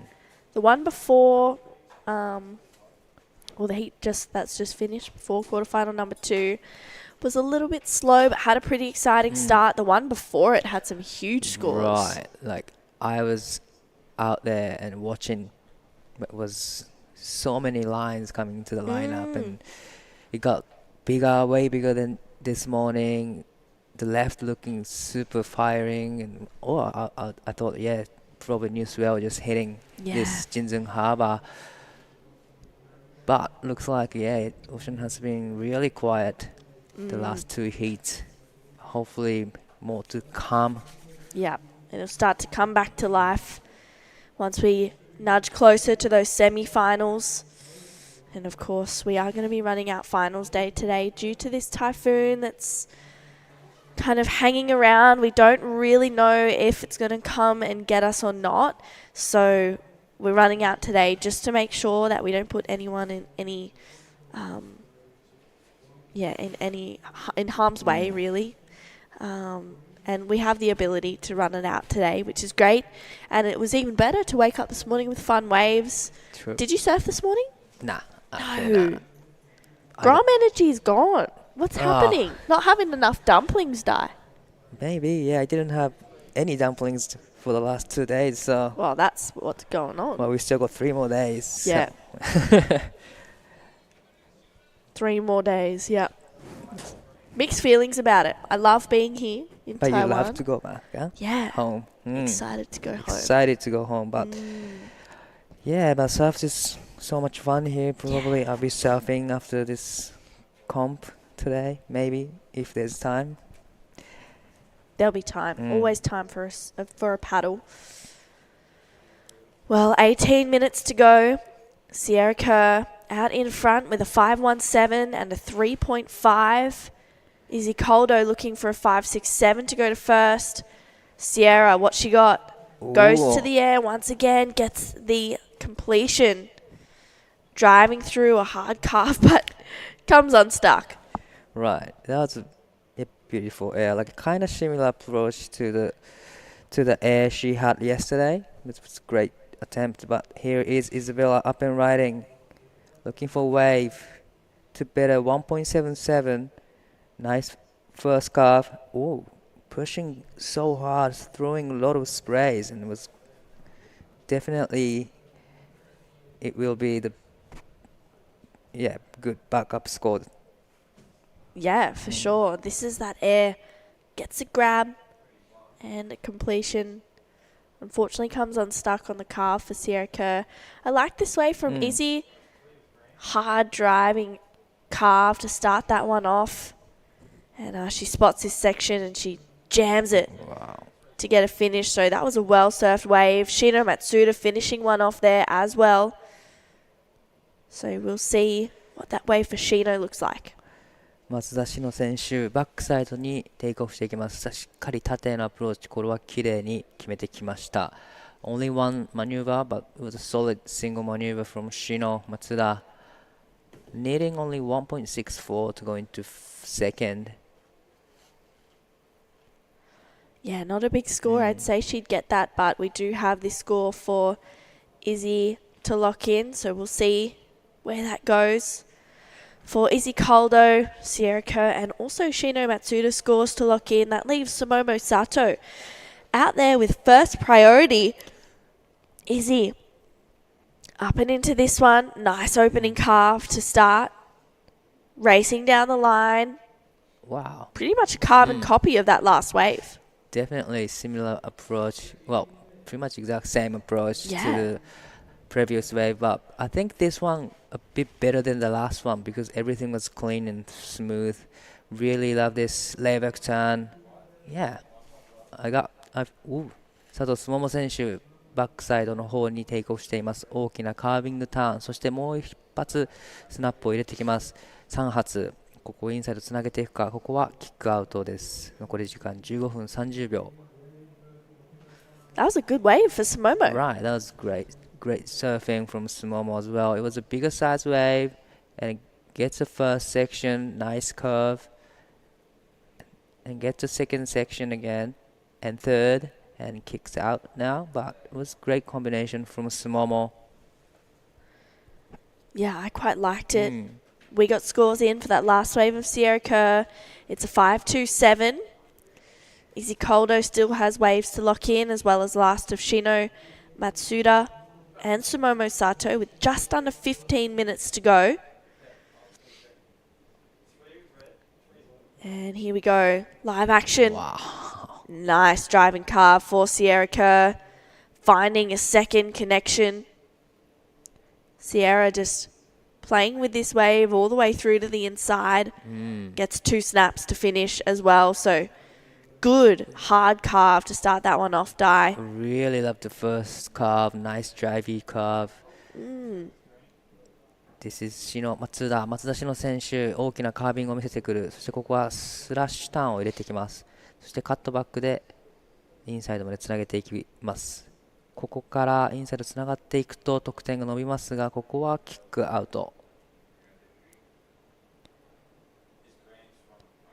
Bit of a smaller wave for Sumomo. But really love this opening carve. Leans into it. Get back to the power zone and get to the second cutback. Even gets a finish right there. Pretty much all the points coming from that first big opening curve, but this is the replay of Shino. Really love the first turn and second turn, really smooth and clean. Unfortunately, wave didn't offer a lot after this. Yeah, that was unlucky. That wave just not offering anything more, really, Dai. Right.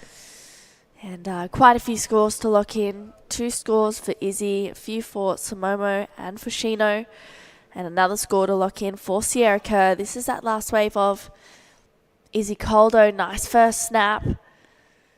Gets around the section. Patient here. She jams it once again. So 2 pretty big turns. Wow. Izzy just surfing into some really good momentum right now. So her last 2 waves are 4.4 and a 4. We still have that last one to lock in as well. Sumomo Sato's last wave, a 3-2-7. Waiting on scores for Shino, Izzy and Sierra Kerr. Wow, 佐藤友選手、大きなカービングを一発目見せてきました。これはここで演技終了になりますが、大きなターンを2つ見せてきています。That was a really big carve turn from Sumomo. Sumomo on that left that she did yesterday, she got like the carve in and then the huge vert backside snap. Came down, hair flip claim. Right. Yeah, that's right. And yeah, it was sick. I was like, that is core. Oh, hard carve. That was solid for Sumomo. She's just looking on point right now. Right, on point. Probably she was looking for the end section there, but unfortunately there's not much after 2 turns, but still the first carve was solid turn. Yeah, I liked it. I reckon it's going to be a best score for Sumomo. Well, that last wave of Sierra Kerr, 5.2. Last wave of Shino Matsuda, 3-2-7. Waiting on scores for Sumomo and Izzy Koldo. 11.5 minutes to go. Let's see what happens. Up next, we have... Well, that's a pretty exciting heat. Kana Nakashio taking on Rita Suzuki, Ano Matsuoka, and Paige Harab Sumomo. Finding some rhythm. Little bit timing was off from the first section to second turn. Probably it's not gonna be her best 2 scores. It was a good looking wave. It has a potential wall to work with. but still a little bit late to approach maybe. Yeah, that first turn kind of setting her in a weird rhythm for the rest of that wave. That last one of Izzy Coldo, 4.9. Izzy extending her place in second. Samomo has 2 scores to drop. She needs a 6.03. Previous to last was a 4.03 for that right. So Momo goes to third place and she needs a 5.27.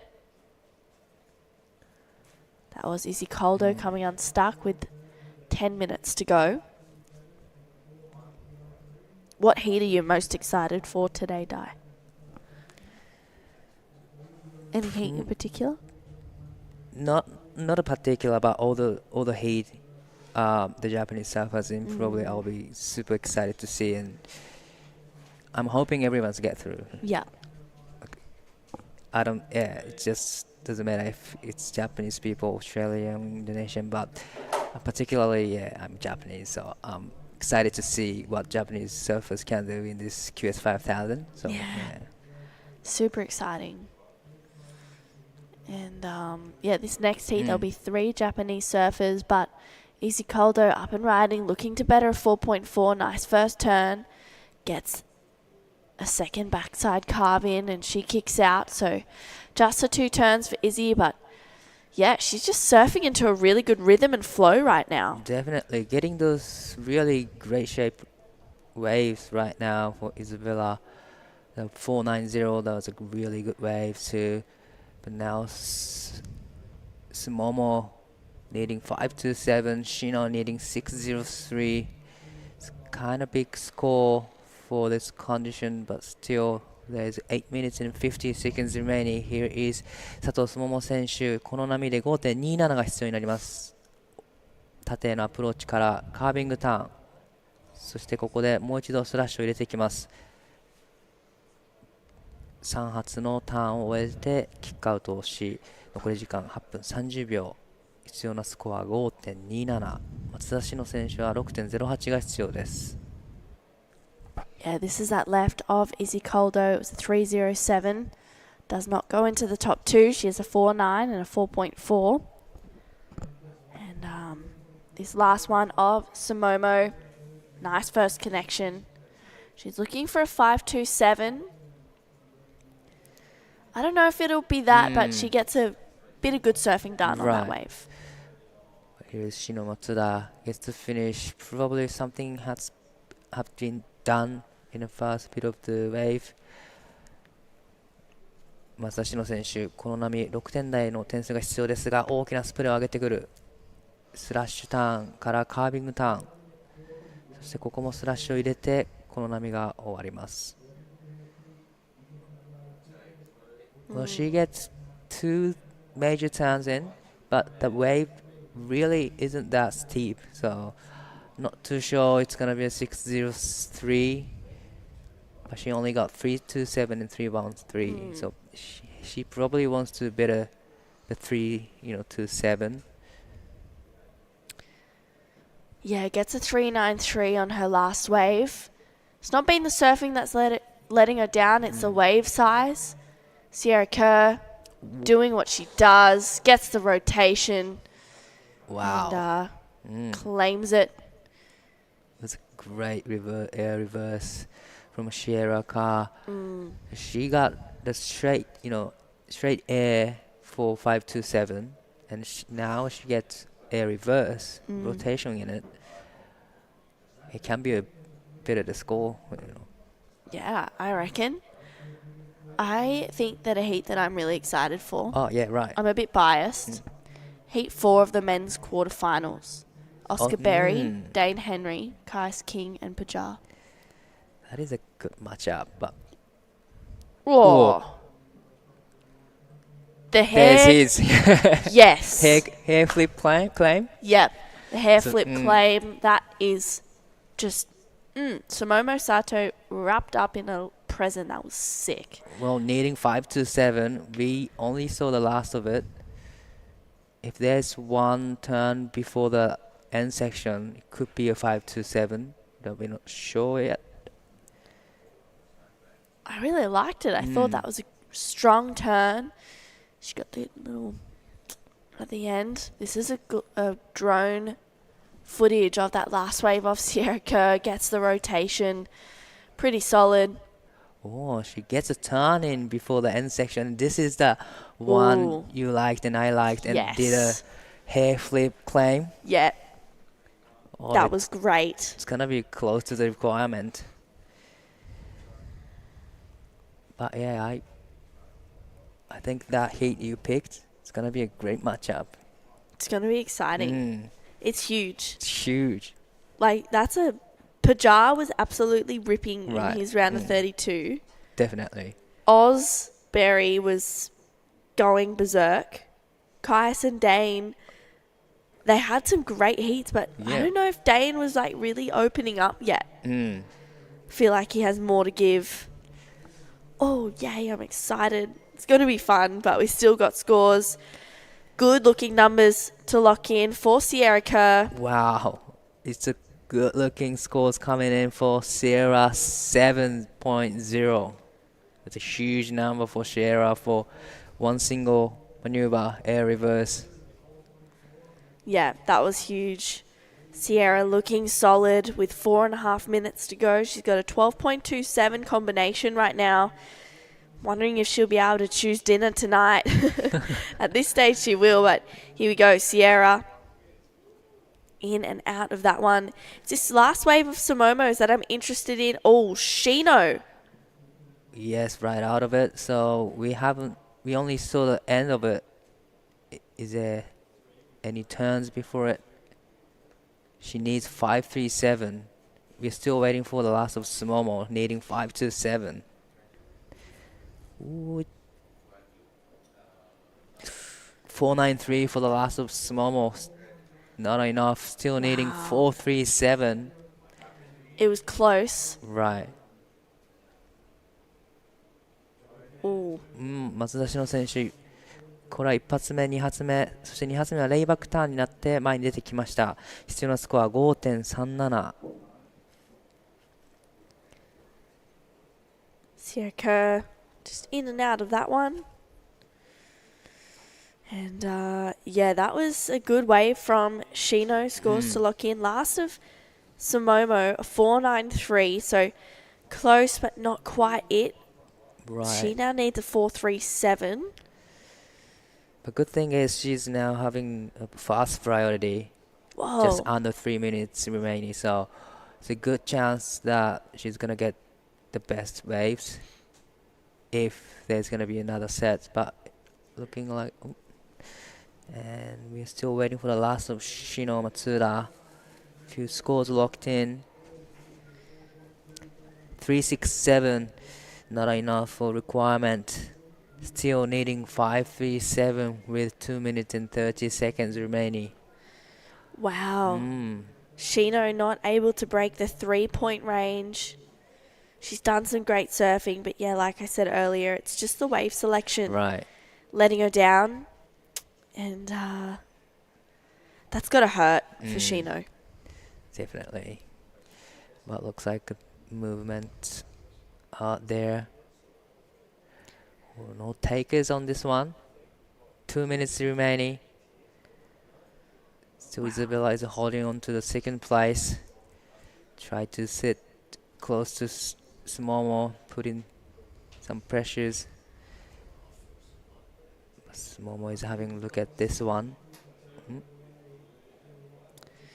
Yeah, she's not anywhere near it, so Sierra gives it a go. Good first turn for Sierra. Gets that second one in, but coming unstuck.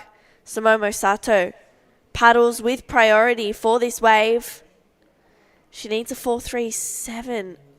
Oh, just being sold on it, you could see that she's just realised that as well. Right.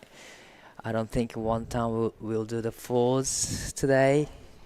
Need a little bit more. Here Isabella up and riding. Nice off the top. Nice second turn. And get the third. Actually turns out to be a good wave. Wow. Izzy just applying more and more pressure On to third and fourth place, Shino and Sumomo with 45 seconds to go. This last one of Sierra Kerrs was pretty sick though, Dai. Right, I really love the end section here. Discipline, but quite, here is 松田詩野選手。さあ、この波で5点台必要ですが、縦のアプローチきれいに決めてきます。Yeah, Izzy's last wave. Getting a couple of good backside snaps in. Tags it again. She needs to better a 4.4. We'll see where it goes. Oh, this one was a shame for Sumomo. Right. Yeah, unfortunately, Sumomo won't get the score. That last wave of Izzy Caldo, 393. So it looks like it'll be Sierra Kerr and Isabella Caldo moving on through to the semi-finals. You could see how happy Izzy is there. Unfortunately, Sumomo Sato and Shino Matsuda getting knocked out. Don't go anywhere. We'll be right back with quarterfinal number 4 of the Taiwan Open of Surfing right after this quick break.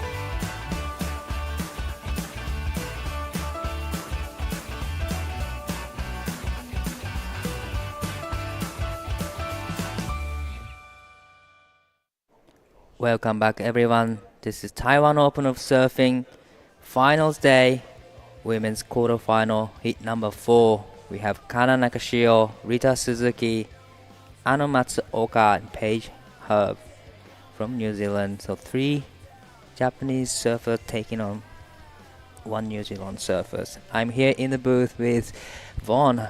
How are you? G'day, Di. Yeah, man, I'm so pumped. Great quarterfinals in the women's. This is our 4th one, so 2 spots left in the semis. Right. And it's a big one because, we have 3 women who are all in that qualifying conversation in the Asian rankings. That's Rita, Anon, and Kana. And then Paige Harab, who's actually, I think she's sitting about 12th on the Australian, or at least Australian Oceanic ranking. So a good result here could catapult her back into that Challenger Series conversation as well. Definitely crucial heat for all the surfers in this heat, but yeah, especially those 3 surfers, Japanese surfers, it's just battling for the heats, battling for the ranking, trying to squeeze in a spot to qualify CS Tour. Very important heat. All 3 surfers, I think, are well within striking distance, mate. So, yes, definitely. Like 5,000 points. There's not a whole lot of QS 5,000s anymore. This is the last one for the year. It could very well be the last one before. Could be the last end of QS the 5,000. Regional qualifying series finishes probably around, May next year. Yep. So we'll be watching keenly as the Japanese surfers take off. 中潮かな選手、さあこれ大きなカービングからスタートします。そしてインサイドにつなげていきます。どうでしょう、この先セクションが出てくると点数が上がってきます。しっかりとフィニッシュを入れました。That was a great surfing from Kana Nakashima. Really nice. I love the attack. She's got a good swoop. Is she riding Alex Cruz Axon boards? She is, isn't she? She's been riding Alex's board for years now. That's so cool. One of the great shapers from up there. Great surfer, and these boards look like they're working so well for Kana. She's been on fire in this event. Right, and she even gets finished right here. But, you know, Mitch Cruz is in now Abu Dhabi, right? Yeah, he's the man. He's basically the cultural correspondent / attaché over there. He's just surfing that pool every day. I've read this article from Steb, and he was saying he hasn't surfed in the ocean for like a year now. That is wild, isn't it? That is wild. Yeah, but he's also it's a saltwater pool, so he kind of is surfing in the ocean. Yeah, they get all their water from the ocean, so he's kind of surfing in the ocean. All right, well, while we've got a little break here, why don't we throw it down to True Starling, who has been the winner of that last heat, Sierra Kerr. Thank you, Vaughn. Thank you, Di. Sierra, I'm going to quote you from yesterday. You said that you're lucky you were able to do some bunny hops, and you did that out there today, but added a little bit extra. Yeah, I feel like that's going to be a quote that follows me around now because everyone's talking about it. But, yeah, the first one was definitely, I thought there was going to be a good lip, and then didn't really end up being a good lip, but just chaw-popped it and ended up being a dramatic landing, which kind of helped the score. And then the second one actually felt nice little rev, so I was fine with that. It's finals day here today, and you're into the semis. Are you going to kind of get prepared, get a little bit nervous to watch your dad? No, I'm not nervous. He'll go as he goes, and yeah, we'll watch, and hopefully he puts on a show. Into the semifinals, we're going to have 4-person heats all day. How does that differ from having like 2-person finals and things like that? I like it a lot, especially here because it's not a one takeoff spot. Like, it's fine. You don't need one other person out there. You can have 10, and it feels like you have a bunch of beach to work with. So I like it. It's like a pro junior, and I'm used to pro juniors. Speaking of, you'll be heading over to La Union in January for the WSL World Juniors over there. Are you excited for that? Oh, yeah, for sure. I love World Juniors. It's so fun, so I'm excited to do another one. And this morning we did have an announcement of the increase of the women's CT tour from 18 to 24, which means the top 7 on the Challenger Series will qualify for the CT in 2026. Have you got your eyes on a CT qualification for 2026? Yeah, that's the goal. I wasn't trying this year, but my goal is always next year once I finish school, and yeah, that helps a lot, so that's good to hear. Thanks so much, Sierra. I'll let you get ready for your semis. Good luck for the rest of the event. Thank you. Back to you guys. Thank you so much, True. It's great to have like increase of spots. 2 more spots to qualify for 2026. Yeah, there's just too many like elite level female surfers to not have more spots on tour. It's, you know, at the end of the Challenger Series, it's so hard just to get to the Challenger Series. And then you only 5 surf spots. so hard for 5 spots. It's just, it really doesn't make sense. So a huge step forward for the WSL there. Frothing on that. Like, you know, it's heartbreaking as it is to see people get so close to achieving their dreams. But, yeah, that's a really good sign of things to come. Especially, it's a good sign of just how much they respect what's going on in women's surfing at the moment as well. And react to it. 中島かな選手、こちらも大きなカービングからカットバック、そして3発目フィニッシュもしっかり決めてきます。鈴木梨沙選手も波に乗っていたようです。Another beautiful surfing from Kana Nakashima. That board looks amazing. It does. And she's getting plenty of speed and drive out of it. Paige Harrop dropped in a little 2, and Anon Matsuoka yet to open her account, sitting out there with priority. Just probably waiting for the left. The lefts have had some points on them today too, Di. But the previous wave from Kana comes in 5.50, and we're still waiting for another one for Kana Nakashima. This is a replay of Kana. I really love this. Wow. Slash turn. And it gets a vert, and it gets a finish. Ooh. Big punch out the back there. Fins free as out the back. We see the replay here of Rita. And this is a nice bowl. Just loses the rail, and now it is Paige Harrop. So this is the backhand work that she got done. One turn and out. 鈴木梨太選手のラストウェーブです。バックサイドアタック、1発目スプレーを上げて、2発目もスラッシュターン、3発目もこれもスプレーを上げてきます。ここでキックアウト。これが3本目の中潮選手のライディングになります。しっかりと3発きれいに出てきました。こちらの波で 3.87 をスコアしています。Checking out the replays of the early exchanges in this heat. Nakashio also pulling off another wave. Mate, what is considered the greatest moment in the history of Japanese surfing, would you say? Like, what is the achievement that everyone goes, that is the best thing that's ever happened? Remember, US Open, Hiroto Ohara, that was so good. Take a win. And a speech. How old was he there? 20, 21, I would say. Yeah. It's kind of like, it was 5 or 6 years ago. It was a special moment for Japanese actually surf industry, because that moment we knew that, maybe it's for sure that we can be on the tour, because that's how he showcased himself. So that's a big moment for Japanese industry. Section looming and punches it right through the back. Looking extremely strong, Nakashio. Yeah, that's incredible, man. I guess since then you've had, Kanoa Igarashi win a silver Olympic medal. Amuro Suzuki winning a bronze medal at the Olympics. That was a sick turn. Wow. That was the biggest turn so far in this heat. And then before that, we had like Masatoshi Ono. Masatoshi Ono on tour. On QS Tour. QS Tour, that's right. But he had a really great result, and he's being always an inspiration surfer for all the Japanese surfers, because he was traveling solo. He had no like a buddy back then, probably, because it's just so hustling. Yeah. But yeah, he was one of the first Japanese surfer traveling and challenging the world. Mate, I've got a favourite highlight, I think. My favourite highlight of Japanese surfing ever. Right. It was, as we stick here with... Paige Harrop has found a beautiful wave, and she's getting super aggressive into the pocket of this one. Finishes strong. The body lingo is positive. She will ride out of that.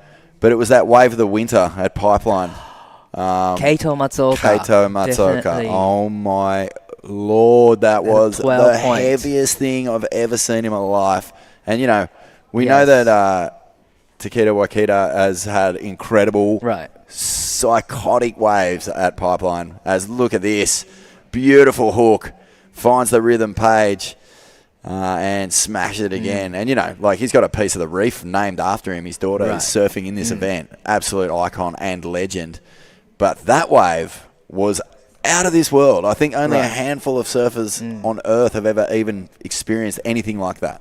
Definitely, it was one of the moments that, here is, that was one of the moments that, showcasing Japanese surfer can do surfing in a competition and as well as the bigger surfs. And now Kaito is searching all the good waves only in Japan now. But he's traveling overseas in Indo and Hawaii, but mainly he's focusing on just searching great waves in Japan. And he's scoring so many waves in so Japan. he's just on full adventure mode.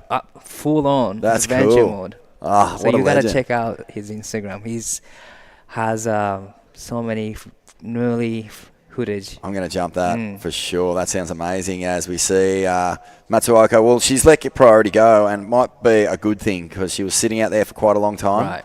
And now she can hustle a bit. 16 minutes 40. Mate, another huge achievement was Amuro winning the World Junior title. That was definitely a huge achievement.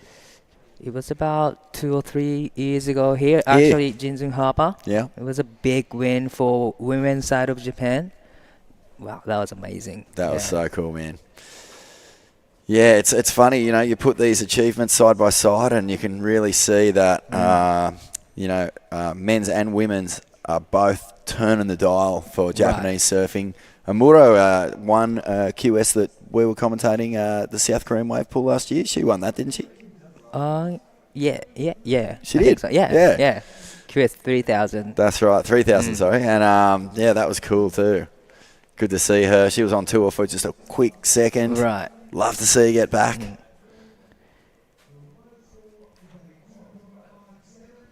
But there's a lot of, fantastic young talent coming out. Paige Harab streaks out to the lead, a 6.83. Wow. And this is the replay. Really strong ride.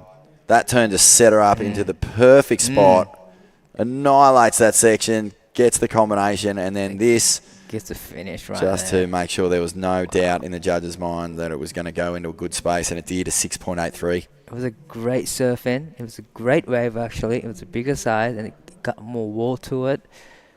Yeah, it was definitely a 6.83.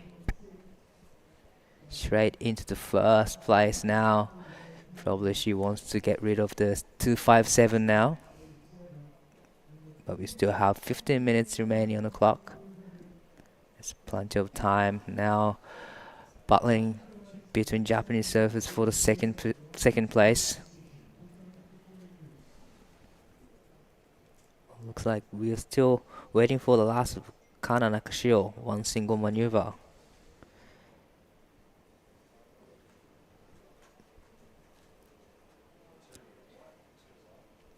Looks like we have Matsuoka now on the back end. Big snap. Powerful turn and gets a little bonus carve on the inside. Will this thing give her the opportunity to close it out? And it does. And here she comes, because she sat out there a long, long time with priority before she decided to get busy. Kind of went to a plan B, didn't she? Once her wave choice sort of let her down with priority, she went, okay, time to go. That's a good ride. Maybe not aiming for the set long time, trying to get an inside ones here, but that first attack was solid, definitely. Gets a couple cutbacks, gets the finish right here, but I'm not too sure if it was a completion from there, but still the first attack was solid. Yeah, those rocks, they pop up pretty quick once you get onto the inside there.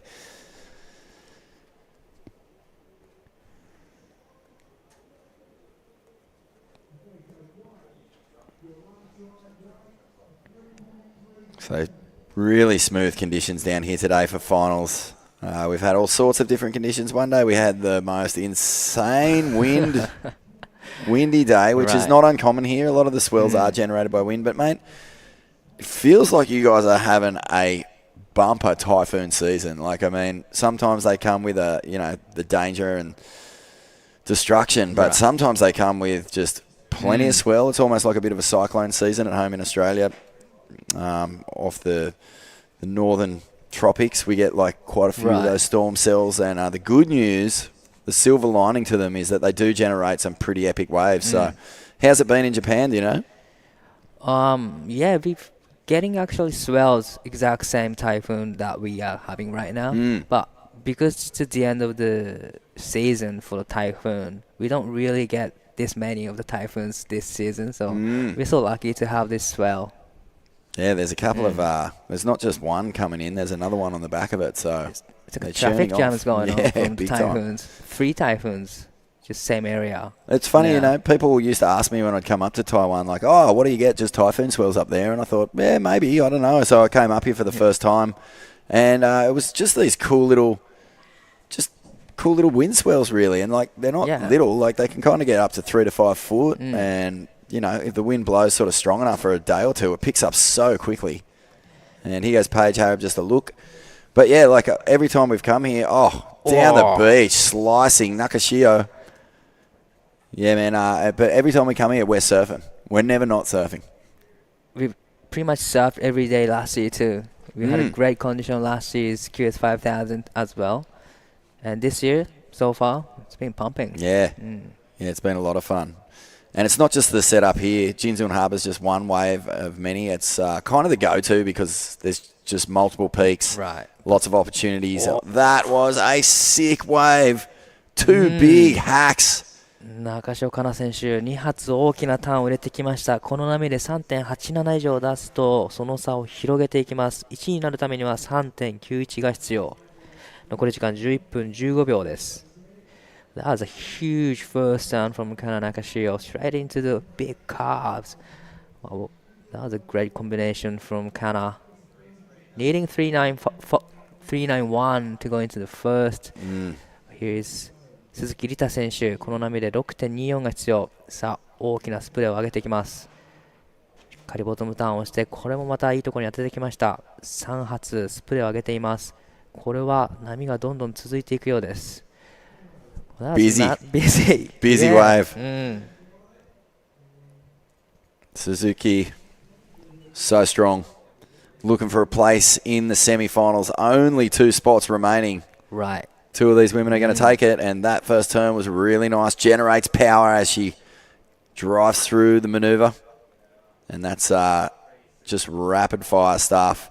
Really taking her time off the bottom because the wave isn't very steep, so she leaves it right until it starts to wall up. That gives her the chance to push through the turn. Well, it looks like healthy numbers for Kana Nakashio. One more score to lock in. Comes in 5.87 now. Kana is in the lead with a 5.87 and a 5.5. Paige is in the second, needing 4.54 to go into the first. Now Rita Suzuki needs 6.28. Anon Matsuoka needs 6.04 to go into the second with 9 minutes and 40 seconds remaining. Wow, 5.87 for the last of Kana. That's a big score.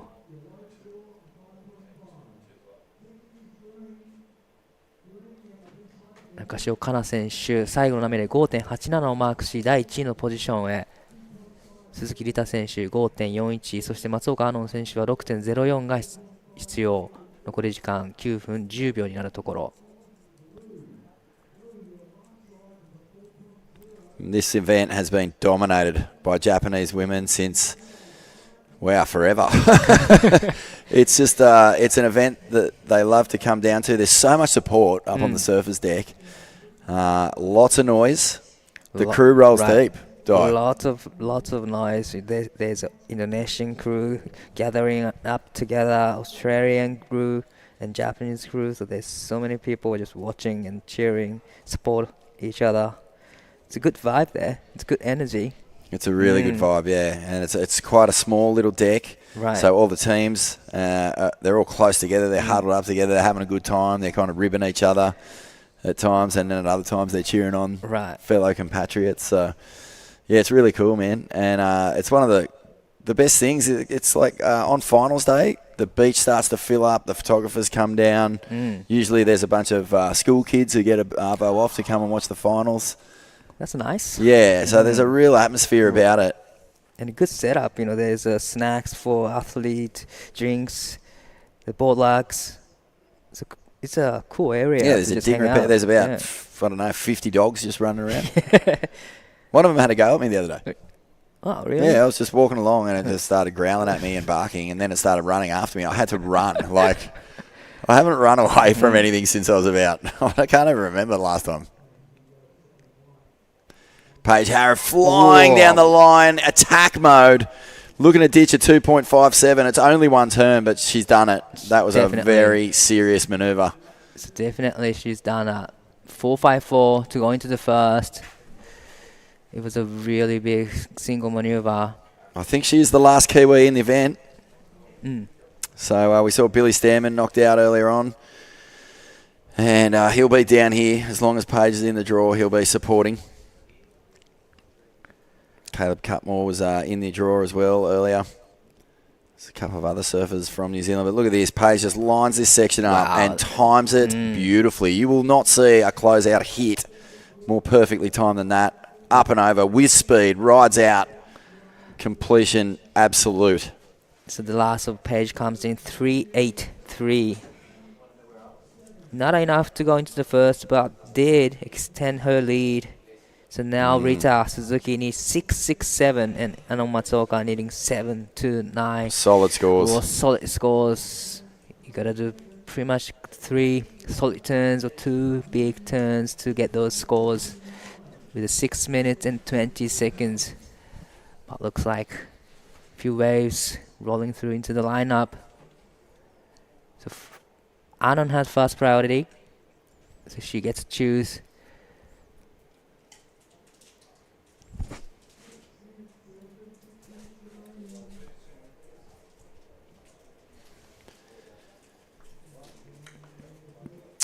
Here's Paige Harrop again. Look at this wall. Standing up. She clobbers the roof off that thing. Carves back with fierceness. And again, and Paige Harrop could very well go into the lead after this one. That is one of the better waves we've seen in this heat. That was a huge first time. Oh, she's going to get a little finish? Oh, little 360. Maybe. That's what I'm going home with, actually, in my back pocket. 1 360 out of you. I surfed with 300 kids the other day. I got one chubby little right. Could barely even get any speed on it. Somehow worked one of those awful-looking 360s out. But, you know, when you're my age, Di, you'll take a 360. You'll take it all day long, mate. All day long, yeah, right. Well, let's have a look at it again. I really love the first powerful hack. It's throwing a bucket of spray straight into the leaning carving turn. Was great surfing from Paige. Looking for 4.54 to go into first. Nailed that. It's going to be really close. Nailed it, for sure. Here is 松岡アノン選手、大事な波になってきます。さあ、大きなターンを入れてくる。2発目。この後、3発目も入れてきます。しっかりとつなげて、技を繰り出していきます。この波で 7.29 が必要。残り時間4分30秒。Ooh, big off the top. Oh, no. She just overdid it. Caught a little bit. It was almost like the front leg just gave out for a second then. How's the first turn? First turn was monstro. Oh, quick, fast. You saw the leg. Unfortunately, just catching a rail, probably, like you said, overdo it. Does that ever happen to you on a backside bottom turn where you're pushing it so hard that all of a sudden your leg just wobbles out on you and you right.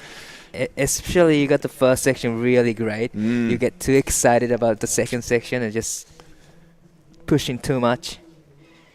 But that was a well served. I mean, the first section was solid from Kana Nakashio. We are still waiting for the last of Paige as well. 3 minutes and 30 seconds remaining in this heat. Fire up. It has been on here. Still waiting for that last wave of Paige Harrop. I predict big numbers for that one.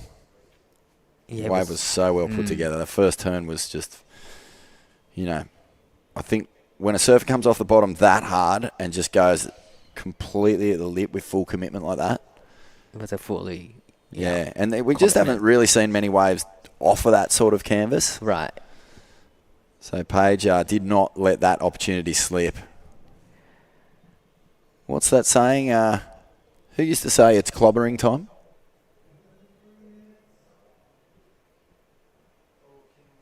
I think it might have been the Thing from the Fantastic Four. It's clobbering time. Well, it looks like good scores for Paige's last wave. 5.0. 5. Now she's in the lead. 5.0. 5? Crikey, did I overcook that or was I just tripping? But 6 score. She goes to the front. She's in the lead. I thought there was a lot more to that wave than a 5, but I guess maybe there's sort of the flattened out back half of it. Took a bit of shine off that first turn, but I don't know. Well, now I love that wave. Yeah, I loved it too. It was solid turn. But now she's sitting really great position in first. Now Kana is in second. Anna needs 737. Rita needs 737. It's a huge score, so probably gotta go on the bigger size wave. With 1 minute and almost 30 seconds remaining in this heat.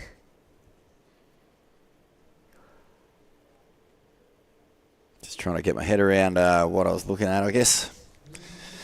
You know, if I think about some of the big scores that have come in for surfers on the backhand, there's sort of an element of danger when they come off the top. Right. But I don't know, man. I feel like Paige, even though it was just rock solid surfing, it still was powerful and driven and committed.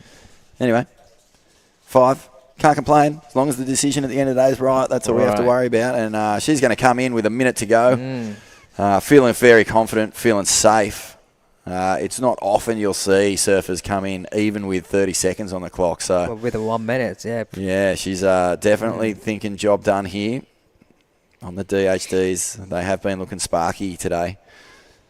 And it's sort of all on Matsuoka and Suzuki to find something in these dying seconds to try and upset Nakashio, but it looks pretty still out there, Di. Right. Being quiet for a quiet moment. Is there going to be another set for Matsuoka and Suzuki? Just under 20 seconds. It's kind of sad to see Matsuoka and Suzuki leave. They've been so good in this event. And it just happens sometimes, you know. You get on a roll, you're feeling good, your boards are sharp, your surfing's on. And then you just have a heat where you just don't quite get in rhythm with the sets like the other competitors do. And here's Matsuoka's chance. 松岡の選手、最後の波になってきます。これが 7.37 を出すと2の1へ上がってきます。カットバックターンをしてインサイドまでつなげてくる。ここはしっかりとフィニッシュターンをしたいところですが、どうでしょうか。フィニッシュターンはしっかり入れてきました。この波で 7.37 が出るか。Nicely surf wave, but it won't be enough. The scores are going to come in here. I think Suzuki caught that one after the wave. She needs a 7.37. I didn't see a 7.37 in that. Did you, Di? Not really. Not really. Sure. Yeah, here comes in 417. Well, there it is. Let's put our hands together for Paige Harrop and Kana Nakashio. Sorry about that, mate. I was just checking the scores. But let's have a quick break, and we'll be back with plenty more from the Taiwan Open of Surfing after this.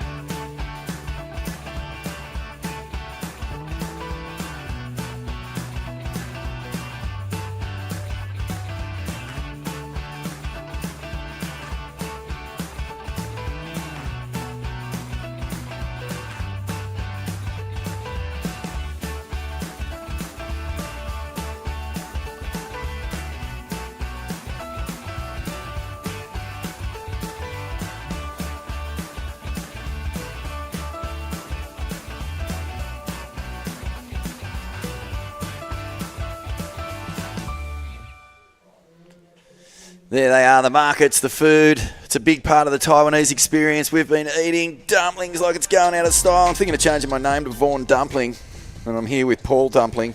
And mate, we've been really enjoying ourselves, haven't we? The Dumpling Brothers. The sights, the sounds, the odours, all of it. It's all part of the experience, It's all part of the vibe. It's such a rich sort of experience, not just physically, but emotionally, and obviously visually, as we're watching some of the best.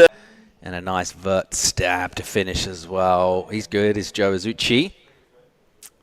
Onwa. He's one of the most popular figures at the comp site, so he's surfing for Indonesia, obviously. Cool little snap to slide there. But he's one of those guys that everyone cheers for. Yeah. You hear when he takes off, the Japanese surfers are cheering, the Indonesian surfers are cheering, the Aussies are cheering. He's been around a little while, is he now, hasn't he? The Taiwanese are cheering. Yeah, yep. First QEs were way back in like 2012 when he first started going in these elite level qualifying events, and he's still at it. He loves it. And, he's surfing extremely well in this event. He's got a bit of ground to make up if he wants to make the Challenger Series. He's not exactly near the front, but 5,000 points, if he gets that, he rockets up into contention for the Challenger Series on those Asia rankings. Let's throw it down to Dai Waiko, who is with Paige Harab, winner of the last heat, with some blistering surfing, Dai. Wow, that was great surfing from you in the heat. You're now on to semifinals, but how are you feeling so far right now? Yeah, I'm feeling pretty good. I feel like I haven't won a heat in so long, so that was nice. That was like every time was on point, you're firing, but is there anything changed in your heat compared to the last couple of rounds? I'm definitely fired up to get a result here, and the waves are really fun at the moment. I'm getting more used to this board. It's a new one, so yeah, I feel like just every heat is getting better and better. Yeah, it looks like your board is going really, really well, healthy and lightning fast. But tell us about your surfboard. It's a new one from DH, the Juliet model, the first Juliet I've tried. And this is probably only my 10th time surfing it. And yeah, really liking it. So thanks, Darren. And the surf looks like improving a lot compared to this morning, but how is this condition? Yes, I think this is the best day of the whole week. So yeah, it just feels like way easier compared to the other days. Pretty light wind and super clean. So yeah, it's just easy and fun. Now you're into semifinals. Probably you got like 2 hours away from your heat. But how are you gonna spend the in between heat? Probably get some noodles from the 7-Eleven. And yeah, just chill out back at our place at Jacaranda House. They've been so good to us. It's our 3rd year in a row staying there. So hi to Jessica and Arnold. And yeah, just hang out there and come back down soon. All right, now I'll let you go, but good luck in the next heat, and I can't wait to see you surfing again. Good luck. Back to you guys in the booth. Thanks, Di. Yeah, she's a legend. 2-time Olympian, the first female to qualify for the CT from New Zealand. And, she's been at it for a while, but looks as crispy as ever and surfing really well here. The Juliet, of course, is the board that Ethan Ewing turns to. Ewing? Yeah, Ethan Ewing turns to when he wants to cut loose. It's a banger. These board models, it makes life so easy when you go into a store if you like someone surfing. And we like this guy surfing. Joe Azucci onto the inside, throws a big old... Well, it's an air rev, but I love that sort of hang glider, flying monkey. The flying squirrel? Arms akimbo vibe. Yeah, that was cool. He's been really consistent with his performances throughout, even consistent throughout his heats, I feel like, from the ones I've watched. It's not like he's going out and getting ones and then suddenly unlocks and goes up into the fives. I feel like he's always he's got a good sort of minimum score and performance in what he's doing, Joe, and that's a pretty good formula for a heat. Yeah, he loves this wave. He's always been a standout in this event. And here goes Oni, and he's taking a little leaf. Well, I think these guys are amping each other on here, Paulie. They've got the fins ready to be disengaged at any moment. And here goes another one. Oni Onwa. The whole surfer's deck lights up for him. Yeah, that's right. Get that. Yeah, he's right into you. You mentioned he's super popular, a lot of support for him, and that's just vibes, basically, character around surfing. And everyone's stoked to see him, and surfing like that as well just looks liberated and loose. Looks like he's enjoying himself. Where's that going to go numbers-wise, you reckon? Really hard to say. His first wave, which had a pretty decent air rev on it, only got a 2.33. His second one had a 3.93, so it'll be interesting. Let's stick here with Roy Kanazawa. He's been on fire, and a big point of difference for here, Roy has a lot of power just out of his sort of down-the-line moves. You can see he throws a lot of water, even though he's not committed to a full turn. It gives his Right, well, that is actually Joe Azuchi. That was a really cool wave, wasn't it? And what's the score? He dropped a 4.07. Here's the replay for Oni Onwa. So one tail blow out the back. And he's going to fang through onto the inside here. And a big air rev. That drone angle for the air reverses on the inside is fantastic. And Roy Kanazawa, he's found a left. And this is a replay of it. And this is where all his scores have come from throughout this event, being able to generate the big frame into big turns. Went down there, didn't he? On the end. And he looked like he had done the hard work there. So he was in good flow and rhythm. But maybe just slipping off. Getting the timing slightly awry. No man on man today, Paulie. No. It's four man heats all the way to the final, 4 women heats all the way to the final as well. And you know what's cool? It just means we're going to cut through this stuff real quick. Semi-finals are up next already. Yeah, also, you know, in terms of sometimes with some lulls in the swell, you think, oh, okay, well, you know, fewer ways for everyone. But so far, you know what? Feels like, I think Paige touched on it then, best conditions of the window for finals day. Genius from the organisers. Yeah, they've pulled it off yet again. Who do we give props to for that? Us. You and me? Yeah, mainly us. We just get told to sit in the box and talk. Told what time we need to be here and don't be late. Zero influence whatsoever on anything that goes on. But this is a good start to this heat. You're right. Everyone's got scores on the board. Kobe Clemens started early, a 4.83, sitting out there. Looks like he might have just caught another wave, actually.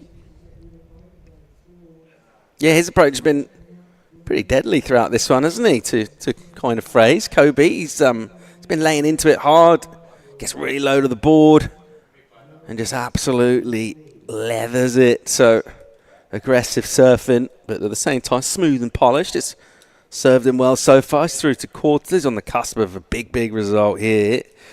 But he's going to have to get past, well, he's going to have to get past 2 of the people he's in the water with. Of course, 2 will advance towards the semis, and we'll know who our first semi-finalists are in about 19 minutes. At the moment, it's, well, we'll let these numbers filter through. It's an improvement for Oni, 4.6. What did Joe get? Well, we're going to get a decent number for Kobe come through, actually. That's going to mix things up because it'll be his second score.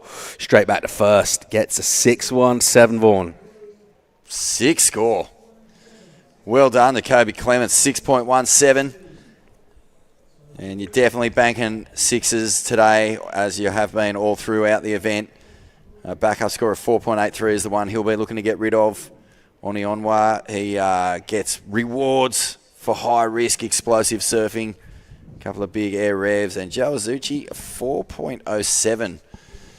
Yeah, it's classic, isn't it? The drone angle just makes the air reverse look so dynamic, so exciting. From land, it doesn't quite have the same moxie. Yeah, I know what you're saying. It does look really cool from the drone, especially when you see all of that board kind of rotating through the air. Just, you know what it is? I know what it is, you know. It's that you see the projection off the lip out towards the flats. It gives this really kind of sense of distance, whereas from land, it looks like a little bit two-dimensional. Yeah, well, it's just also a point of difference. You see a lot of the sort of same board goes up the wave, board goes back down the wave, board goes up. Not that I'm saying surfing's repetitive in any way, but a lot of it looks kind of the same, and then all of a sudden you go, whoa, what's this? I can imagine there's like a couple of either friends of family or a couple of grandmas who don't, or grandpas who don't know what's going on when they watch the surf comp. They go, get the commentators right. Board goes up, board goes down. I don't see the big deal. So here we go. This is Oni Onwa, a replay, slice off the top. And so this is the replay of his last wave, I believe. And he'll come through onto this inside section. And you can see, like, it's a big tail whip. So from land, still a spectacular maneuver, but from the water, that thing looked insane. Yeah. So I think height, loft, distance, speed, commitment, flair. All words in... Anything else? Panache. Pizzazz. Pizzazz and panache. You can whack those in there if you like.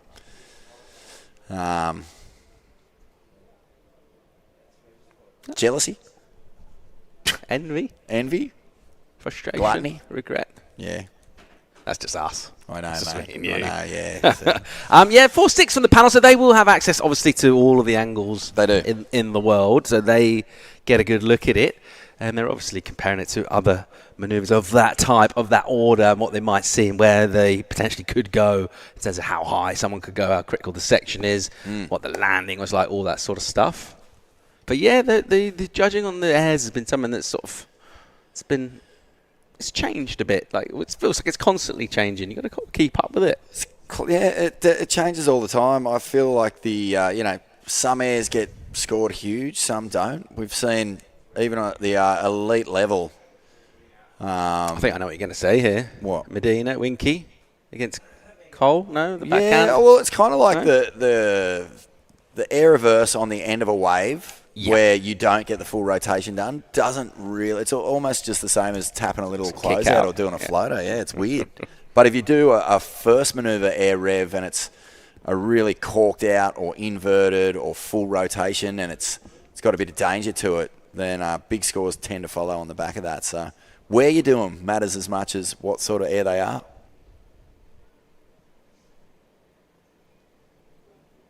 Great points. Great points all. Yeah, I mean, I think in this event, like, you think about this wave and the ramps aren't, compared to some other spots, particularly on the QE, like maybe not as kind of rampy as wedgie. So I think it's super technical doing airs out here. I've actually been really impressed, and particularly surfers doing them when they need a number, when they're realising, like, I'm catching waves, I'm getting threes.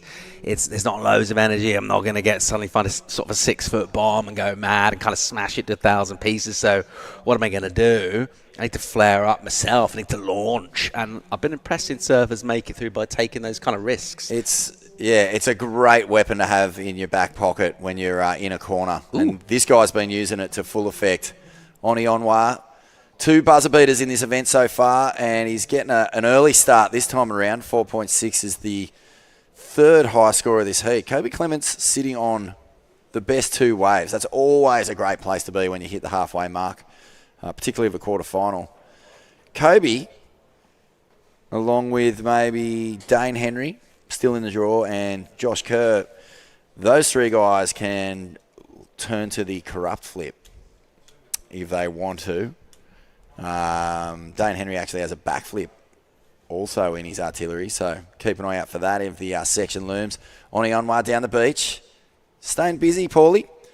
Wave selection isn't exactly, an issue here for Oni. I think he had 4th priority. He just thought, I'll have a crack at this. Gets a pretty decent backside re-entry on that one to finish. Well, his ball went up and then it went back down again. It went up and it went down again. Then it went down again. And then the third time it did it, it was the best time it went up and then went down again. Yeah, if you want to compare the best up and downs, the third one was definitely the one. So here he goes. He sees the little stretched out wall, little whip to open up with. And then things get a little soft, so he waits. And it gets steep. Then he'll crack it. He's frisky. He's busy. He's catching waves. It's not going to help his total, though, but I think he's just thinking, why not keep surfing? That'll come in as a 3-4. Won't help him at the moment. Did you ever watch the Taj Burrow film Montage? Yep. And there was a section in there where they put skateboarding noises on Taj's manoeuvres. So if he was doing like a little floater, you'd hear the like grind or whatever.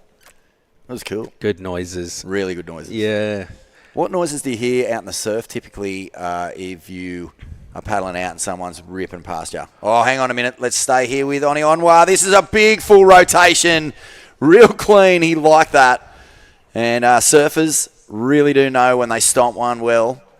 That was really cool. 2 important noises then. The sound of fiberglass on water as he stomps it, and then the sound of the hair flick afterwards as well. Let's have a look. Yes. That was really nice, and there's the flick. That was cool. Not the biggest wave, but execution pinpoint accurate. And there was one other noise after that. That was the Indonesian brethren on the beach just cutting loose. They love that manoeuvre from Oni Onwa. He's building into this event nicely.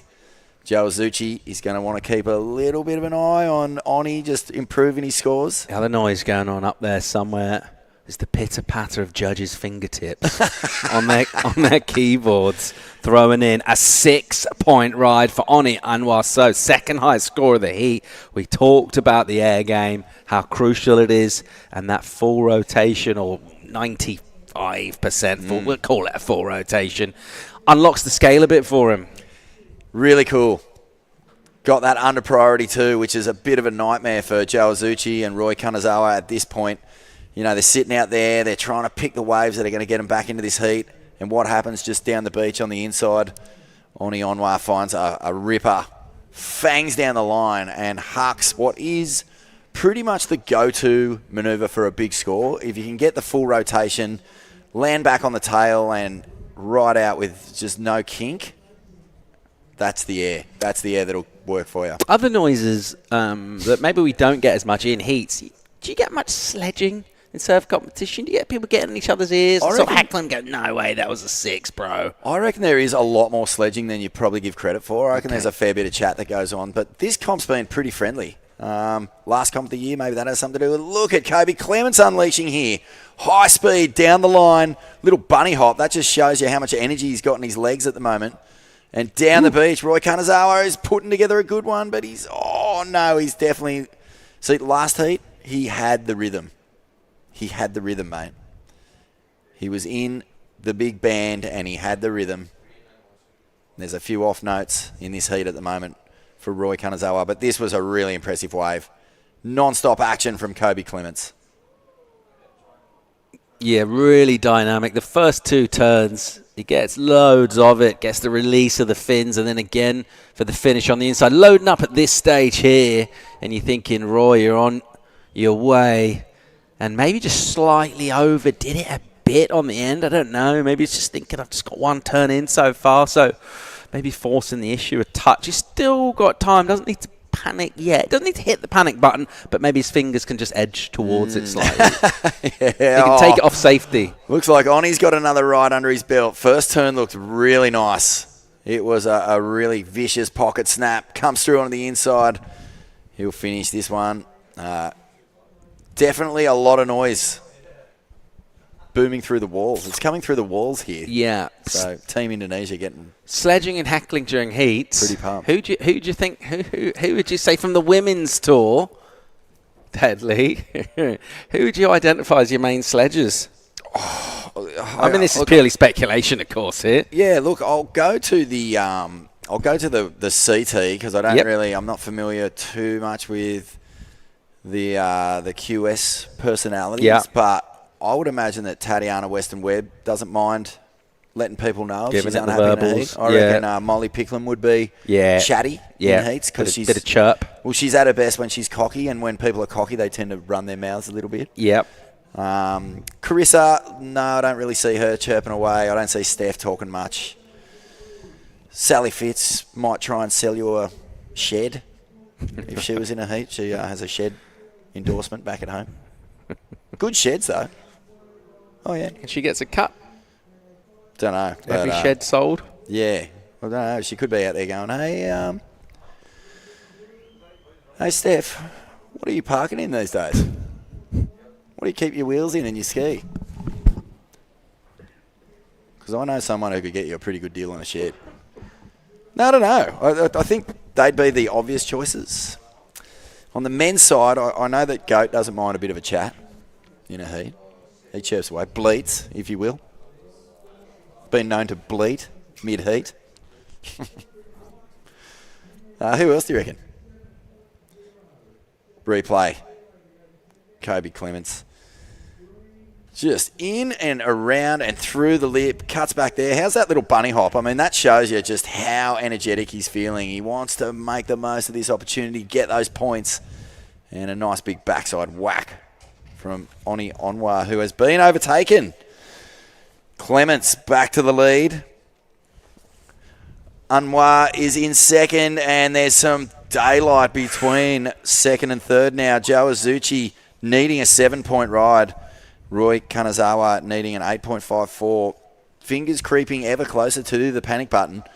One thing I have been really impressed with Roy is that he hasn't even looked like at no point has he looked like hitting that panic button. No. He's been surfing with his hands in his pockets, basically. Yeah, he's cruising at the moment, but he's cruising on his way out of competition. He does need to fire up here. On his approach, been real busy. He's caught 9 waves And a lot of that stuff, when you're not scoring in between, you're thinking, oh, that was a mistake. But not necessarily. You're sort of adding to your overall kind of conditions intelligence, aren't you? You just also just think of the laws of averages. If 1 in 3, 1 in 4 waves is going to be a good one with the second section, well, if you're on those waves, then you're much more likely to be able to profit from that. So just using that momentum of being super busy and just staying surfing in motion the whole time, able to add up numbers without getting the best waves. Speaking of surfers who know how to surf a heat, have a look at Josh Kurt. Be a great looking matchup in our second quarterfinal. Yep. Nishi's been ripping.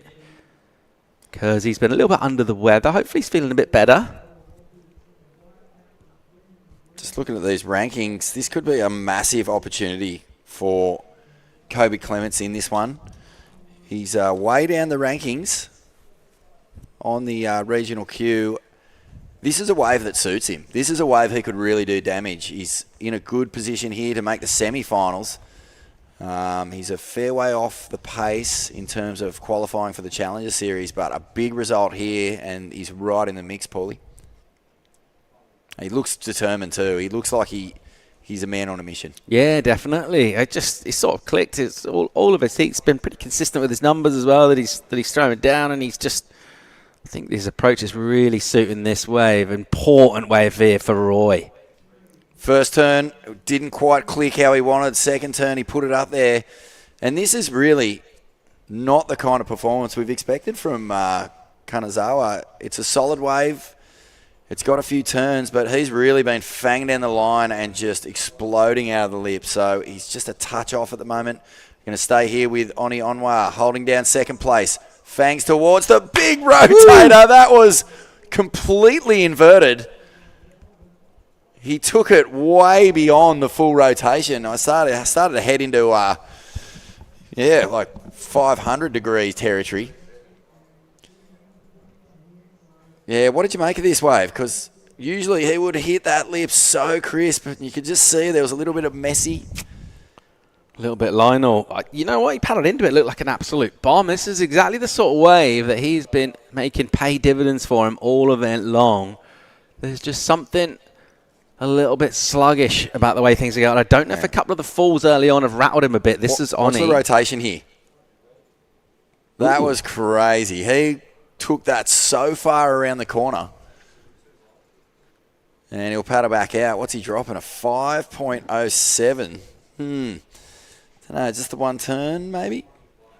Yeah, I'll be interested to see where that lands.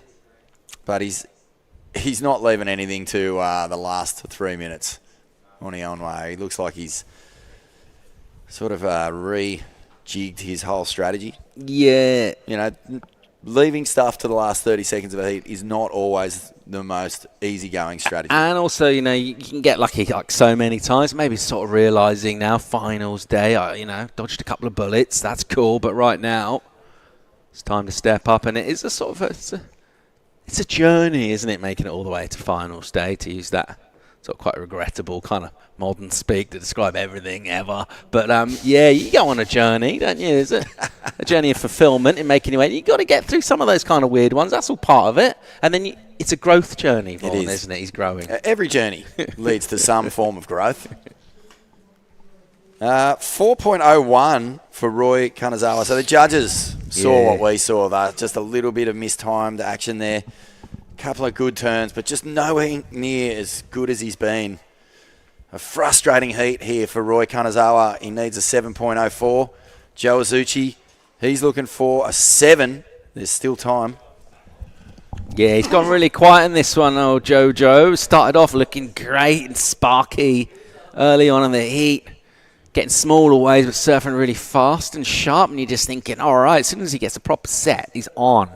But we haven't seen loads of him since then. He's gone really quiet indeed. Here he is right now. Azuchi on the backhand. Throws a Nuna. Pivots the tail. 2 powerful turns. Oh, it's solid. But again, you can really see it when the surfers click perfectly. There's just a tiny little timing issue, even with those 2 big, strong hacks from Joe Azuchi. Take us through it, Paul. What do you think? Yeah, so he makes room for himself with a big bottom turn. The first turn's really nice, but Yeah, just a touch, mate. Just a touch. Yeah, it's a closeout section. Don't want to be a fussy pants, but, you know, we've seen what Joe can do. We've seen what Roy can do. Like, these guys are probably the most precise surfers on the Asian Tour. And those waves, they're just not really exactly where they'd want them to be. As a two-punch combo goes, it probably like make you cry a bit, give you a bloody nose. It would knock you out. Exactly, yeah. It'd sting. It'd give you sting, watery eyes. Roy Kanazawa down the beach. This is more like it. No, he loses it over the back. This is just unheard of. 1 minute remaining. Yeah, he's having a bad day at the office. Certainly at the moment. Final minute here. And it's all sort of coming apart of the seams a little bit for Roy. He's had a good event, but in this one, it's all sort of going horribly wrong for him. And we've got Joe Azuchi trying to get away from Oni Antwa. Oni's like, come here, mate. The 1-2 punch, it created a 4.37, so it took a full point off his requirement. 6.7. Oni is on the inside way deep. You could see Joe trying to sell him on that first one, and Oni is powering behind him, trying to block this wave. Meanwhile, way down the beach, Kobe Clements is going to try and throw something into the wind here. He'll get the make. That's a nice little victory lap for the surfer in blue. Long Reefs. Kobe Clements is going to come in with 5 seconds to go with the lead and a spot in semi-final number 1. Yeah, he's been good value for it, hasn't he? And showing us the dynamism on the forehammer, those turns, releasing the fins, and his approach, he'll just want to keep that going. Oni Onwa will take the second spot in semi number 1. Bad luck there to Joe Azuchi and Roy Kanazawa. And we will have a quick break from the Taiwan Open of Surfing quarterfinal number 2 up next.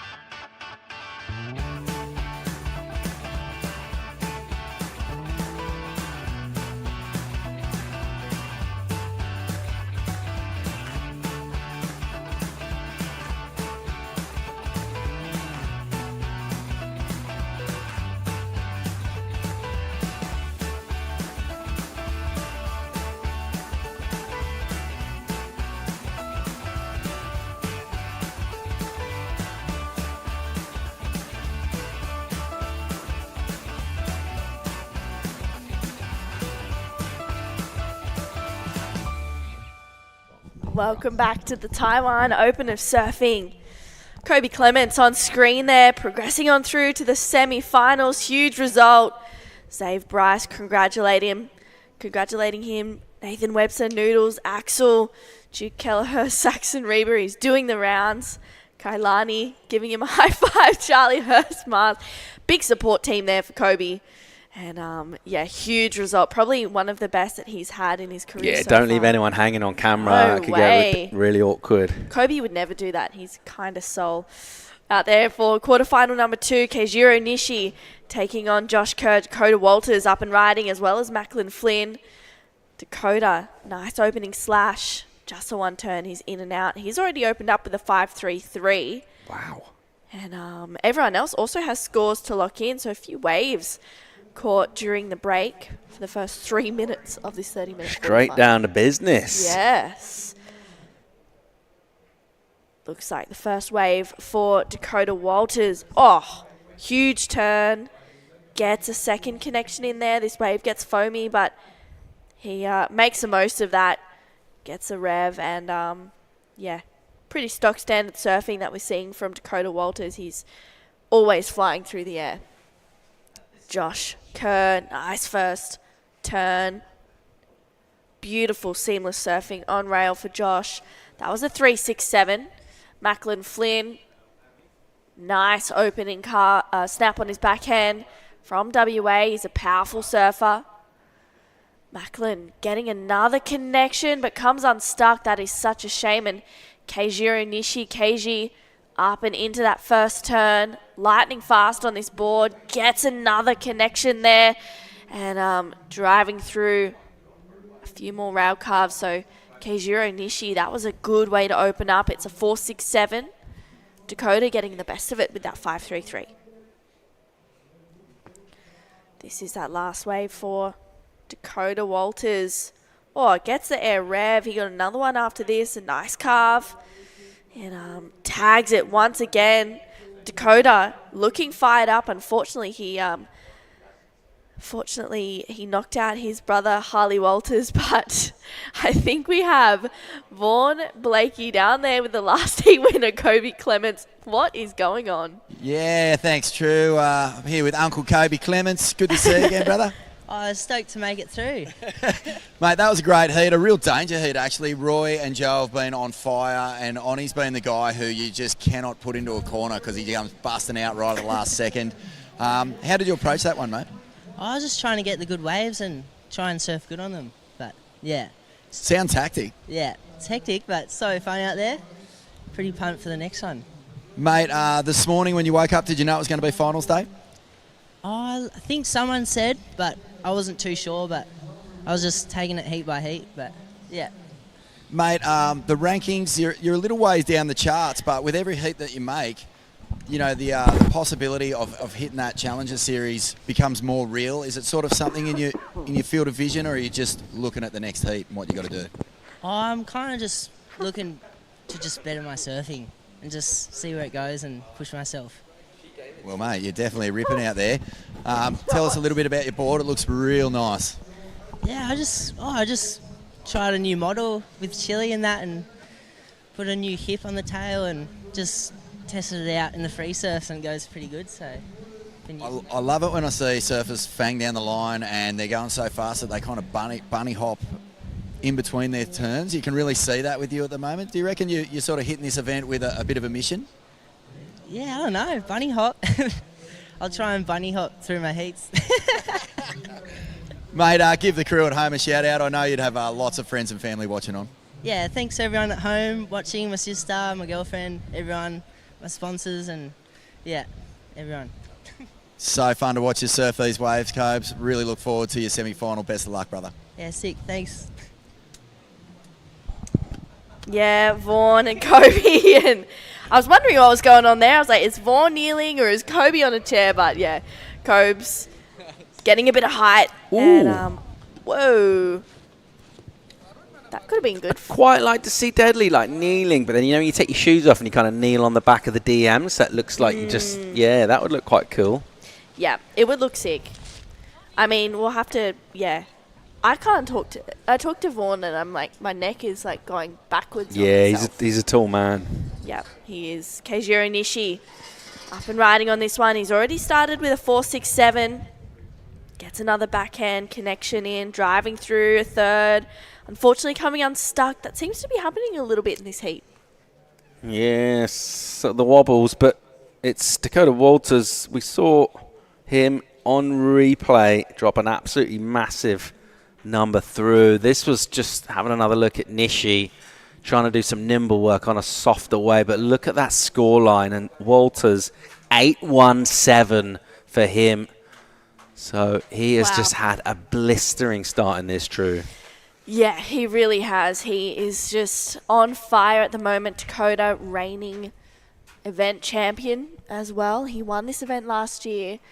Joel Vaughan was in the final as well. And I'm going to say we were expecting lots of airtime. We were expecting a big final, and it was very exciting. But it kind of got a little bit tricky towards the final, so we didn't see as many airs as what we were expecting. Joel and Dakota actually had a heat together in Maroubra a couple of years ago, and they were going hell for leather. It was amazing. And Dakota ended up breaking his ankle in the heat and had to, unfortunately, pull out of the final. So, yeah, it was pretty crazy. It was QS 1000.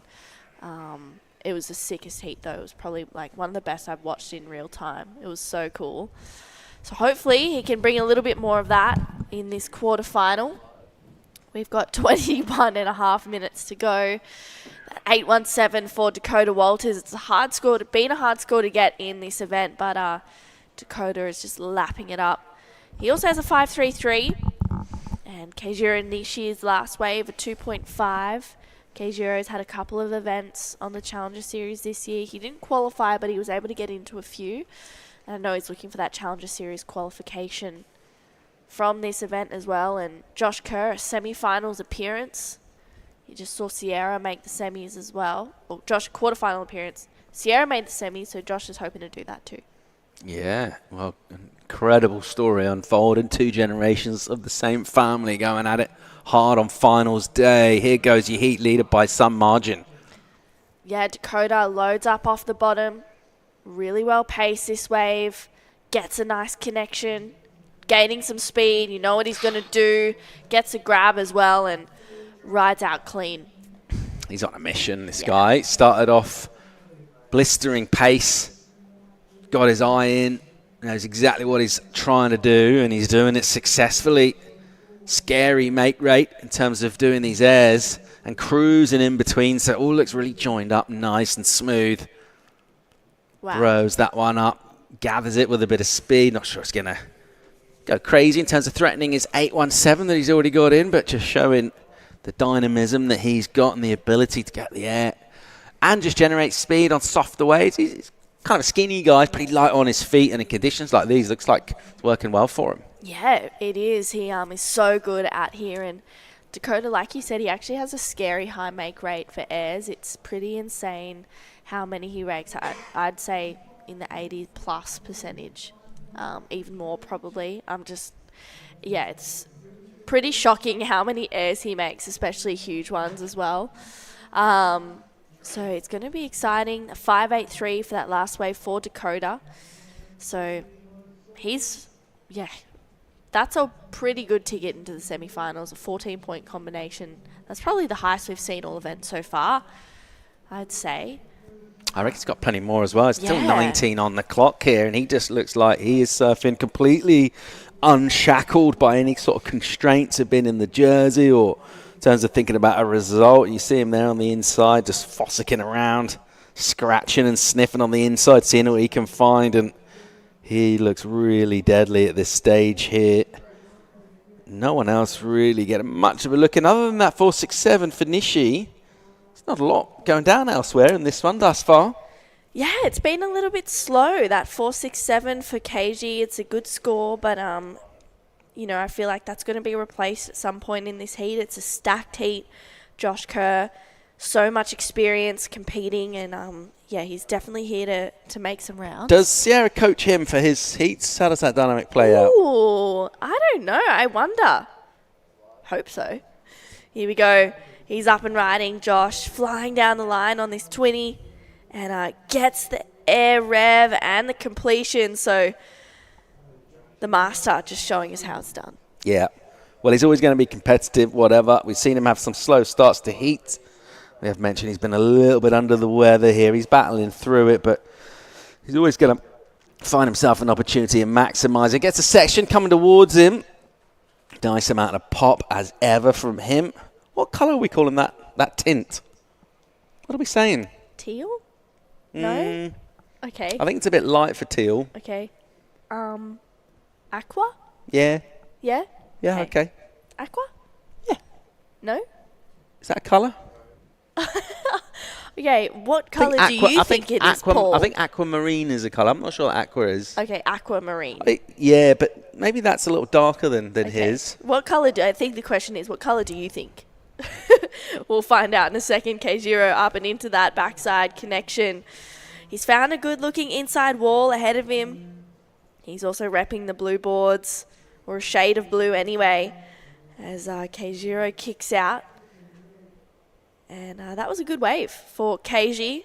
But yeah, tell me, Paul, what colour do you think Josh I think it's a really light turquoise, isn't it? Okay. I don't know. Nah, I reckon. This is a good wave though, Paul. This is powder blue, which is not a colour you see often on boards. Powder blue. It's working for him though, isn't it? And he's slashing.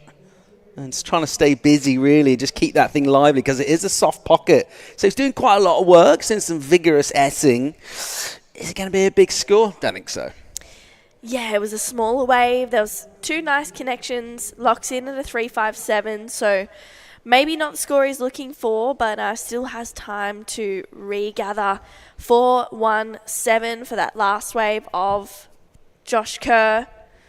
So Josh, he's now looking for a 4.08 to go up into second place. Macklin Flynn from WA, 2.77 for his first wave, which has a big question mark on it. I reckon it could have gone more if he had completed that third turn. And he's looking for a 5.47, holding the first priority as well. I feel like Macklin, maybe he's feeling invigorated to do well here, especially in this heat, but maybe a little bit starstruck with so many good competitors in this specific quarterfinal. Yeah, well, that can go a couple of ways, can't it, as well? You can use it to inspire you as well, and kind of really up your level. But I think the key ingredient is catching quite a lot of waves as well. You don't have to do much thinking when you're just surfing. But he hasn't had many opportunities come through. We're, halfway through. He's just ridden that one wave. Dakota's been by far the busiest surfer, but even he's only got 5, and he's kind of been relentless, really, in terms of literally anything that's come through, he's taken it. So it's been a little bit starved the waves, this one.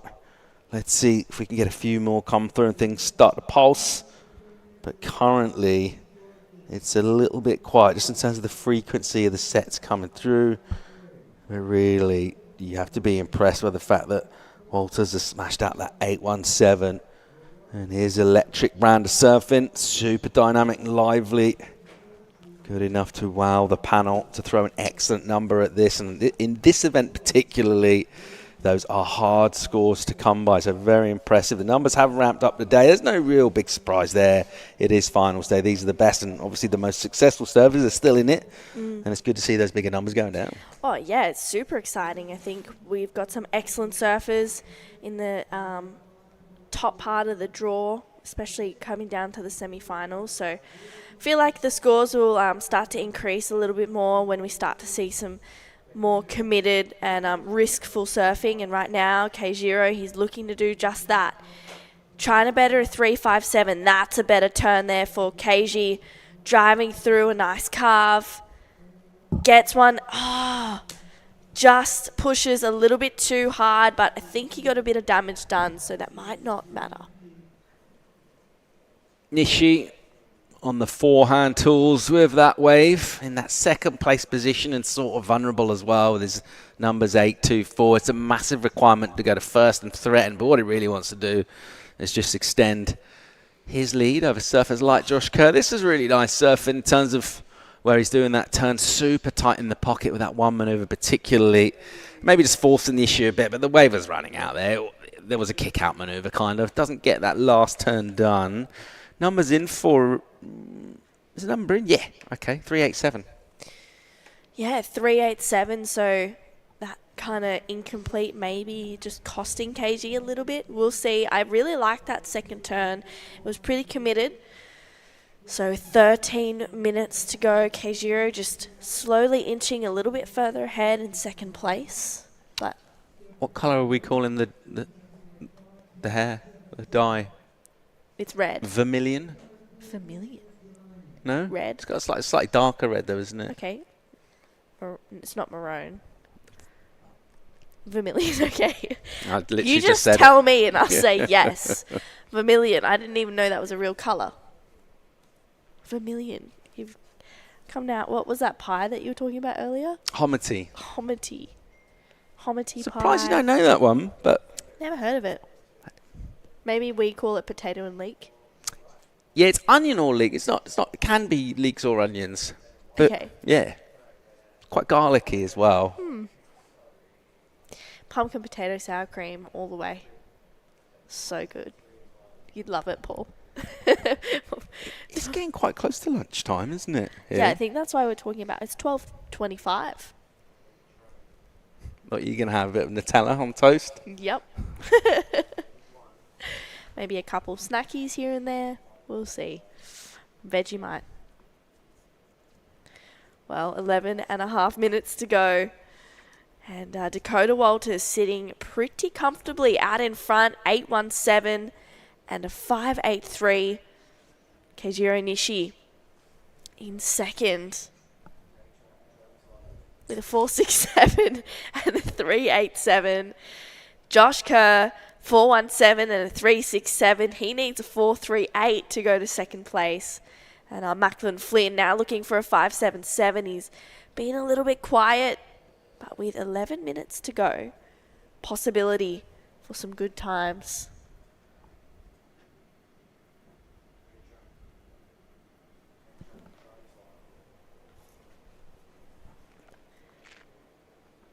What's going through Dakota Walters' mind at the moment? He's pretty chill, probably. He seems quite a calm character anyway, but right now you got an 8 locked in. You're looking around and going, you guys are in the 4s and the 3s. Yeah. I don't think he'd be too worried at the moment. I reckon he feels he's heading to semis. Oh, yeah. He's probably thinking, what's going to be a good meal to have in between this heat and the next semis from 7-Eleven? Do they have hominy pie? Definitely not. Doubtful. Got some sushi, some gyozas or dumplings. But, yeah, don't think they got hominy pies there. Sorry, Paul. No, it's actually quite heavy to have before a heat. Yeah. Okay. Yeah. Wouldn't do it. They're pretty solid. Okay. Quite weighty. Yeah. It's a no then. You want to feel light and energetic and lighten your feet for some heats, especially when you've got some of these people are serving 4 heats today. It's a lot. 4 half-hour heats. That's 2 hours of heat surfing. Feels like, 4 or 5 hour day of surfing sometimes. The energy goes really quick.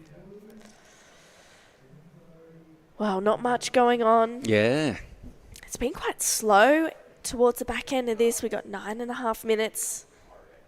Josh Kerr looking for a 4.38 on screen there.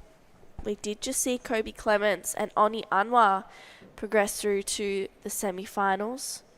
Joe Azuchi and Roy Kanazawa unfortunately coming unstuck. And up next is quarterfinal number 3. Daiki Tanaka will take on Made Joy Satriwan, Bronson Mady, and Danny Widianto. Wow, so the 3 Indos will take on the Japanese surfer Daiki Tanaka. That's a pretty big heat, that one. And live action. Macklin Flynn, nice first turn, needs a 5.77, gets a second one in, looking for a better connection as he drives into that section. Macklin just tagging away on his backhand. He kicks out. What do you think? Is it the 5.77, Paul? That was a great wave. It looked like it was sort of standing up and staying nice and steep for him. I don't know. It wasn't loads of like wow in it, was it? It's like really technical surfing. Really tight in the pocket. What does he need? 5.77. Let's see. We'll see. It was good surfing, lots of flow. All right, let's have a look here. Nice hit to start. It's a little release out the tail as well, and it's really well timed. The pace is great. Just does have a slight sort of processionary feel to it. It's going through the motions a little bit. You think about what do you got to do in terms of getting up there? Let's call it a 6 for kind of ease of like in your mind. What does a 6 look like? I think maybe you just need to show like a little bit more risk possibly, or he made it look super easy, which is really cool. But in terms of getting that score, well, he doesn't get it. Not quite. Yeah, it's a 4.1 for Macklin Flynn. So it's not the score, but he does lower that requirement a little bit. 4.45. Is what he is looking for to get up into second. Josh still looking for a 4.38, and they're pretty reliable scores, or easy scores to get. And yeah, I know Paul's making fun of my shoes because they're quite high. Got a bit of platform. It's pretty good. Well, 7 minutes. Dakota, he can just really sit out there for the next 7 minutes and not catch any waves if he doesn't want to. He does have third priority, so he can kind of hang out underneath priority if that's what he wants to do. But Josh Kerr, this guy on screen right now, looking for a 4.38, and he's got the time to do it as well. So we'll see what happens. Good quarterfinal coming up next as well. We'll see 3 Indonesians take on a Japanese surfer, and I'm sure we'll hear the Indonesian crew being pretty loud in this next heat because either 1 or 2 of those surfers will be going into the semi-finals, but is just which one? Who's going to get there? Right now it's Dakota Walters and Keijiro Nishi, but we have just over 6 minutes to see if that is going to change. They'll be joining either Kobe Clements and Oni Anwar, or they will be joining Kobe Clements and Oni Anwar in that first semi-final. And Macklin is just paddling around a 4.1 for his last wave, looking for a 4.45. Finals day. Can't believe it's over, Paul. It's not over yet. I know, but it'll be over by the blink of an eye. 9 heats left. Yep. Crazy. Yeah, just a reminder, of course, we've got some incoming storm systems, a couple of typhoons, so just in terms of safety and the integrity of the structure that we got here and all that stuff, grown-up words, we've got to finish up today, so that's why we're kind of racing through. Conditions really fun. I've been offering opportunity for big scores throughout the day, and we will be crowning champions before those really windy storm conditions bear down on us. So I learned a new phrase today. Tell me. It's called the cone of uncertainty. Okay. So when they project the path of a storm, in this case a typhoon, they don't know kind of exactly where it's going to be. So you get a cone of uncertainty. They know it's going to be somewhere in that region. But I really like the expression. Wow. Well, Macklin Flynn, takes to the air, goes for it, but doesn't get the completion. That was really unlucky for Macklin. And where'd you learn this term from? Tai Sarati from the World Surf League. Tai Sarati. Yeah. Love that. He's got a really good app on his phone, a weather app, and it's like live satellite updates. I think it's every 10 minutes. It's like the resolution. No. It's better than that. I've never actually heard of it. It's called Google.world, I think it was. Okay. Something that sounds familiar, but you haven't seen. And yeah, it's every 10-minute satellite animation. Wow. It's really cool. Sick. Yeah. He's tracking the cyclone. He's really looking at the cone of uncertainty. Assessing it. Yeah. Every 10 minutes. Yeah. Refresh. I would say Ty's cone is slightly narrower than anyone else's because, he knows his data. Yeah, he does. Macklin Flynn sticks that one. And he kicks out. Keijiro, this is Dakota Walters, current heat leader, also goes to the air but comes off the back, unfortunately. You can see it started to rain a little bit out there. It's been on and off from about mid-morning until now. It's, around about 12:30. And I reckon we'll finish by like 4 o'clock this afternoon. So, decent day. You think 4 o'clock? 3:30? 4? Yeah. Paul's doing some quick maths. But scores to lock in. Last wave of Macklin Flynn was a 3.1, so it was not the score he's looking for. He needs a 4.45. And Josh Kerr, with 3 minutes to go, needs a 4.38. Not big scores, but they're definitely not easy to get. He's got priority as Kersey. He's got just over 2.5 minutes. You wouldn't bet against him. He knows exactly what he's got to do to get that kind of number. Just needs a little bit more than what he got on his high score, and he's just waiting for that kind of opportunity to come through. We saw this in the earlier rounds from him where he's not necessarily against the ropes, but he was in third or fourth, basically going out of competition, and he was just pretty patient and got it done. So let's see if he can do that. At the moment, time ticking away. Don't think he'd be overly rattled, but It's funny, isn't it? You see someone come in and surf like just because, yeah, for different reasons than most of the people in the competition. He thought, why not? I'm here anyway. But at some point, that winning feeling that he's getting, he doesn't want to let that go. Live action with Flynn. Yeah, Macklin goes to the air once again, but unfortunately just digs the nose in. So 2 minutes to go. That score won't come into play. And it's really just Josh Kerr who is holding the first priority and allowing himself the chance to get the opportunity to get that 4.38. And Keijiro Nishi, he's going to try and sell him into a couple. So 1 minute 30. Dakota Walters well out in front. We'll say congratulations to Dakota, because at this point he's booked himself a spot in the semis. Yeah, he's heading there, and he has been for a while in this seat. It felt like not much has sort of happened since he got his backup score of a 5.83. It's not really been loads of action in this. We've had Flynn's kind of rallying, but it's fallen off quite a bit. We've had Nishi marginal, what, he improved by 0.3 or something, but other than that, not been a lot to get that excited about. No, it's been a pretty slow heat for waves.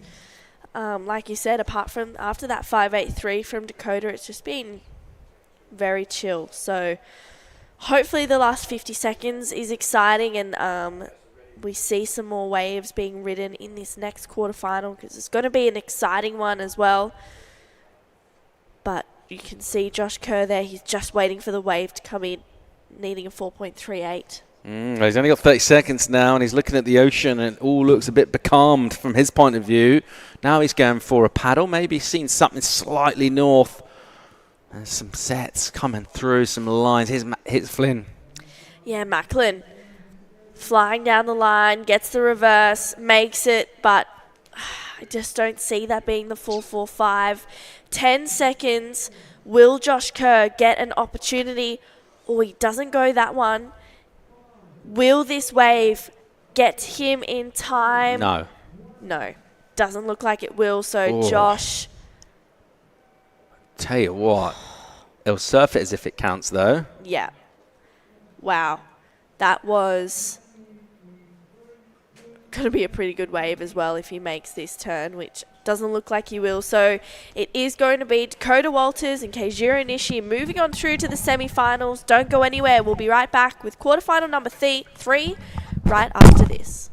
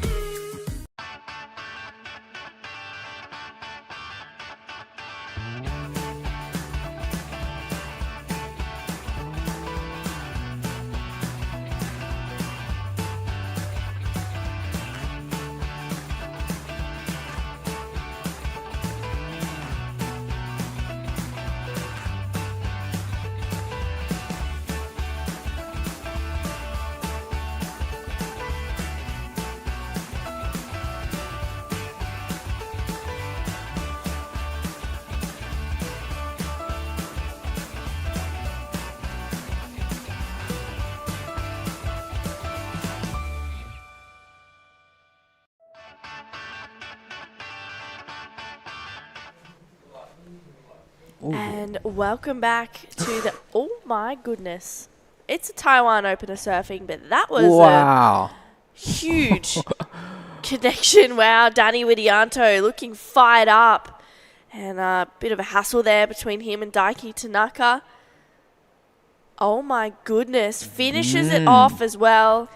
True Styling joined in the booth with Dai Wacko. Dai, that was huge. That was huge, and probably that one comes in 6.0 straight away. 6-0. Wow, what a start heat.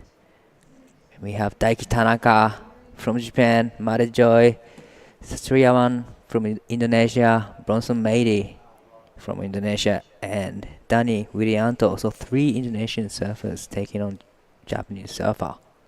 Huge. Well, first wave for Dani Widianto, a 6. First wave of Bronson, a 5.5.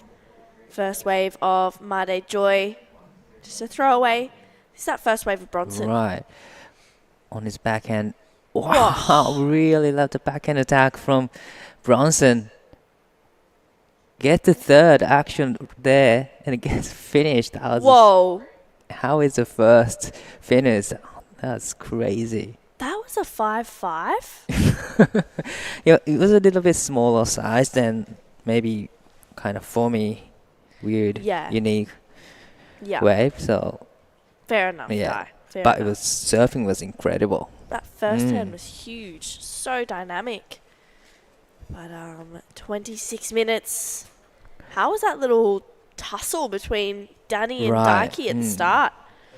That could have been a Muro and Ellie Lampkin repeat. I was gonna say, yeah, that reminded me of the heat. But it was close.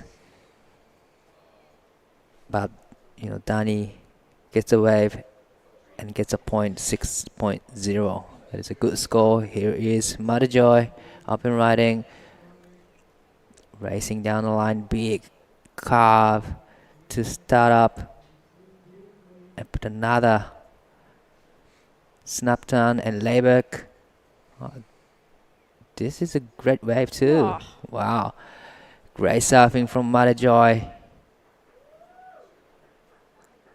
That was huge. This is exciting.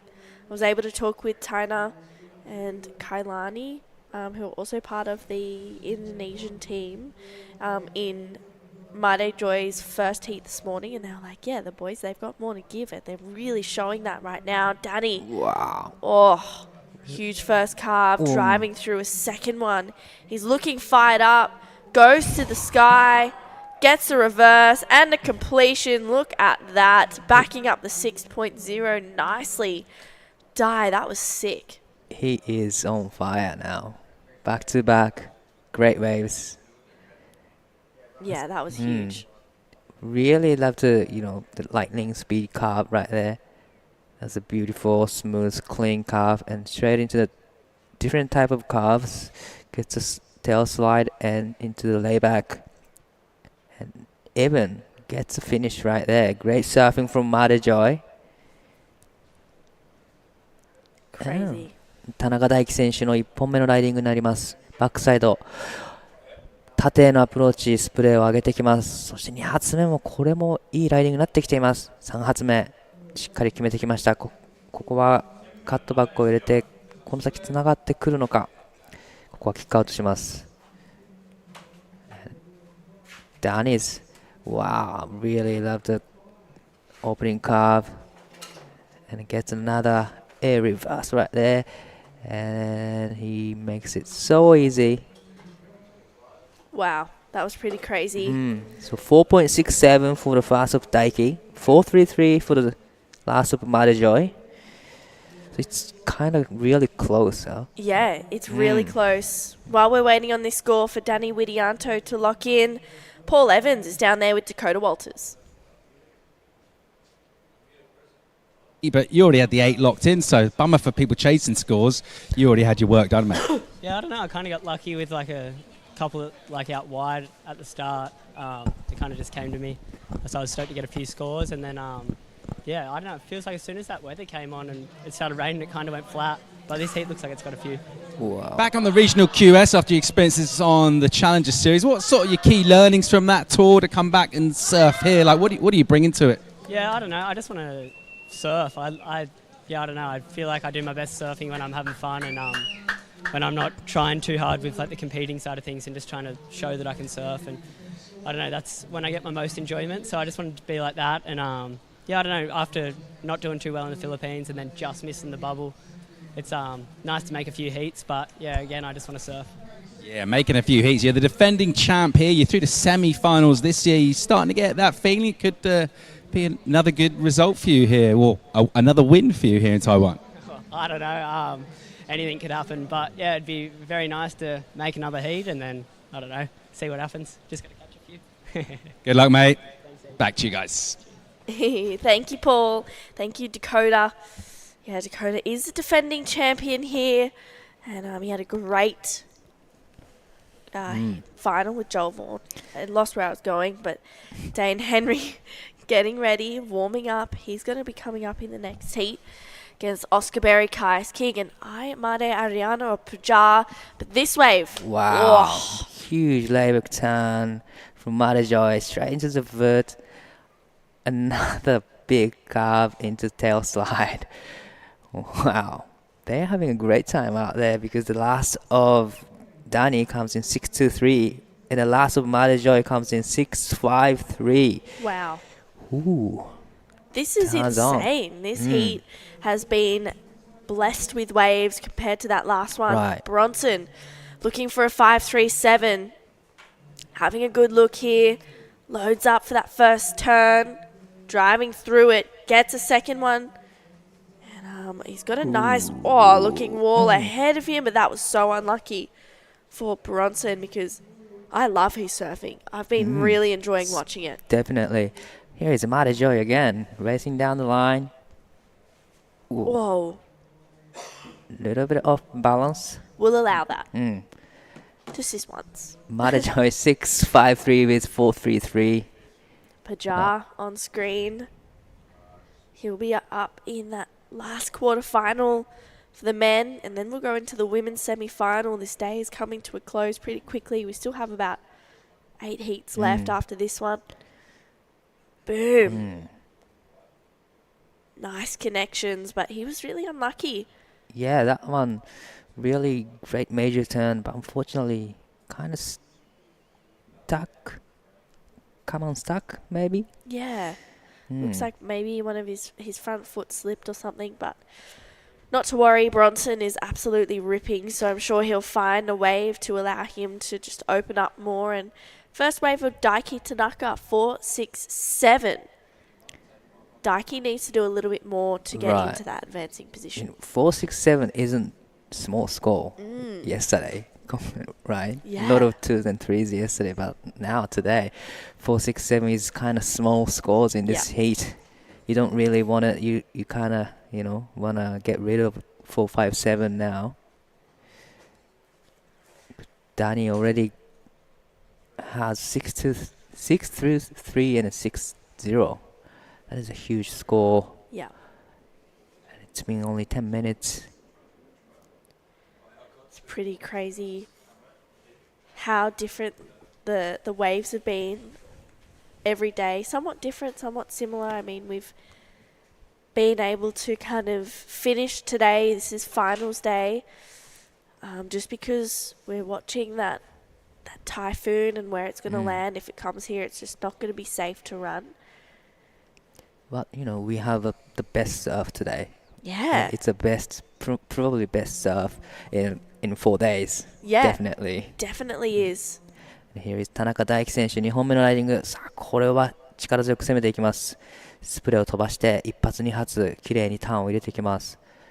ここはカットバックでつないでいきますが、どうでしょう、ここ最後のセクションは出てこずプルアウトですが、1発目、2発目、素晴らしい演技でした。残り時間18分20秒。現在第4位のポジションの田中選手、必要なスコア 6.20。That was a well served from Daiki Tanaka. Really loved the first turn and second turn.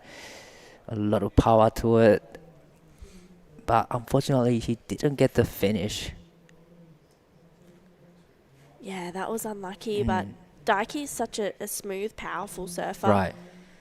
I liked this wave. I thought loading up, you could just see he was so on rail. Bang. Nice second turn for Daiki. Bit of a slow carve, but he kind of, that wave backed off speed and had to kick out. Probably it's around same range with his first ride because he didn't really get the strong finish. You kind of need a strong finish to get 5 and 6 today's condition because other surfers getting those waves has a really long wall to it. Well, the last wave comes in 4.0. Yeah, so pretty similar score for Daiki. He still needs a 6.2. Bronson gone down to 4th. He's looking for a 5.37. 17 minutes to go. Dai, who do you think is going to win today? Well, is that too big a question? No. No? Well, everyone's ripping, so. Yeah, that's fair. But if I gotta pick one person, then could be Keijiro.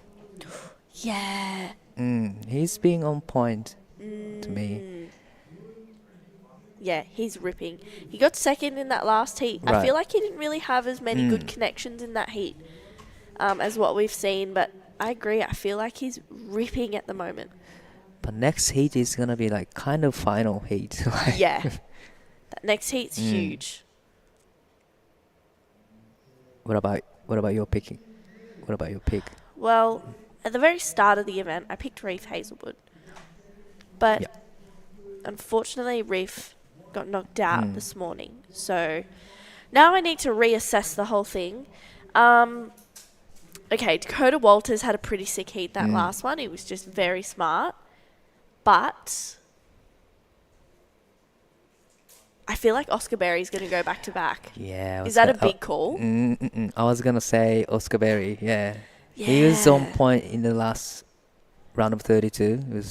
The backhand attack was amazing. It was huge. Huge. Even just talking to him like after the post heat, I was like, "Oh, good job, whatever." And he's like, "Yeah, I'm like." He just seemed calm. Right.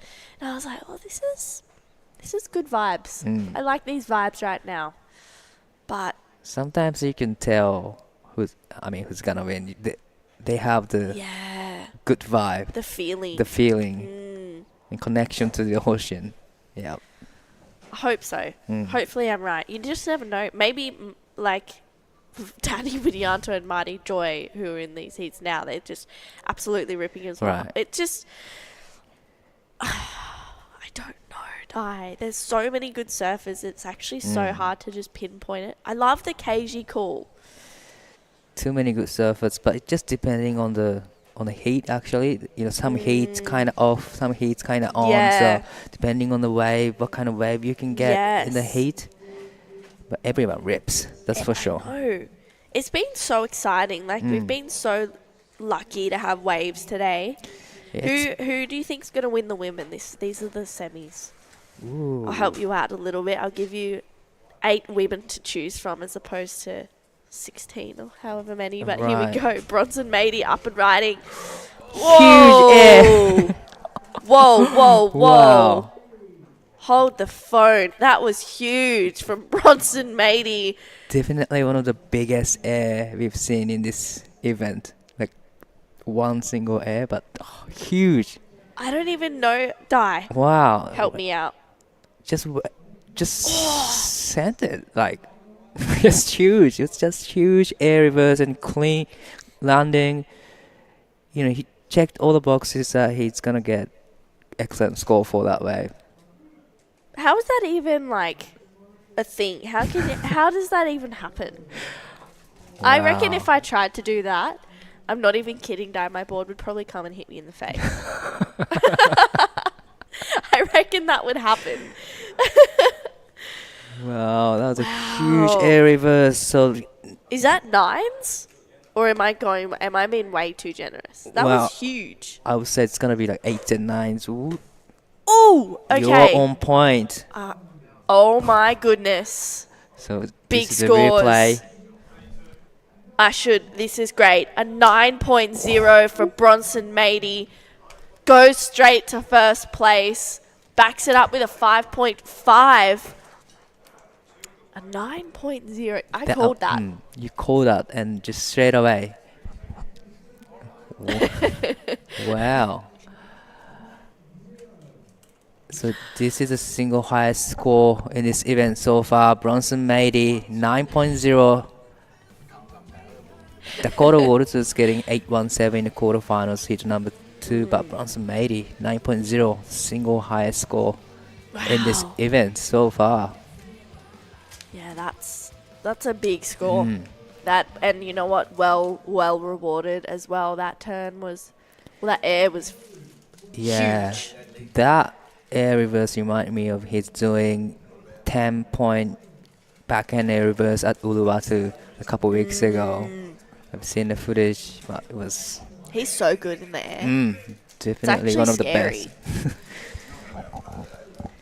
All right, let's take another look at it, Dai. Just a perfect timing and perfect position in the air. Just clean landing. Everything was on point. 9-point ride. Thank you very much. 14.5 combination, probably the highest we've seen. I said that in the last one with Dakota. He got a 14, but just keep getting proved wrong. And Bronson Mady, love his surfing, but this guy, he's having a look. 田中大輝選手 7.56 が必要で大きなターン入れてきます。2発しっかりこれはセクションに入れてきました。Well, that was well served from Daiki Tanaka, needing pretty good score with this one. Gets the first action with a big spray straight into the closing out section. Gets the finish. Come out of so clean. I think it's gonna be his best score, but I'm not too sure about the requirement. He was looking for 7.56.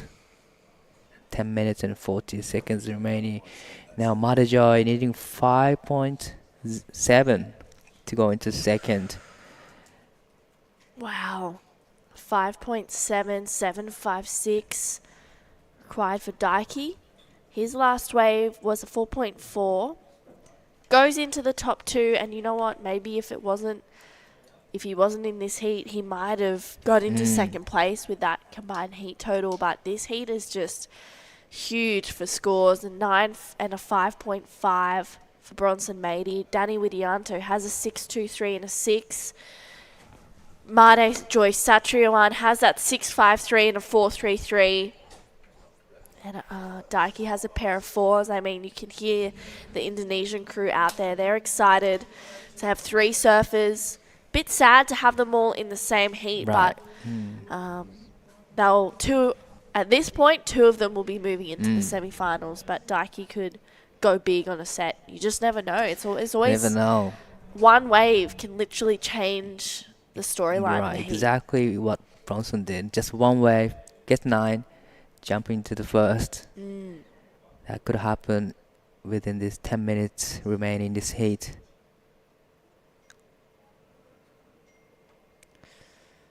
Wow. I still can't get over that air. I don't even... A 9? Are you kidding me? Huge. Huge. And it's quarterfinals. Yeah. Great time to bring it out too, needing a score. And even that 5.5 was sick as well. So sitting in the lead, he's looking really good. If I didn't say Oscar, I actually probably would have said Bronson. Just kidding, I'm just saying that now. No, I actually would have. I thought he's ripping. Well, I think he's ripping. But let's see who's going to make the most of this wave. Daiki is having a look. Ooh, a little bit too light to approach, but here is Bronson up and riding again. Nice off the top, looking for the ramp, going to the air. That was really close to make that. Wow, that was so kind close. Of like backflip, no grab air reverse.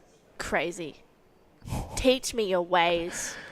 Actually, that'd be a bit scary. That's pretty sick from Bronson Mady. He's just free reign right now. He can do whatever he wants out there. A 9 and a 5.5. That was, he's able to just go and improve the 5.5 right now. He's sitting pretty comfortably in first. Danny Widianto holds the first priority, trying to keep Made Joy off some waves, and These guys are traveling together, so it always sucks to come up against one another, especially when it comes to the pointy end of the draw. Made Joy, he had a little look, but couldn't quite tell Danny onto that one. What's it go? Like, when you're traveling with your friends, it's so hard to sit on them with priority. Right. Do you try and sell them into ways, or do you just go, this is my job, I'm just going to get it done? I'll probably do, this is my job, I gotta do to make this, round. But I feel so bad though. Yeah.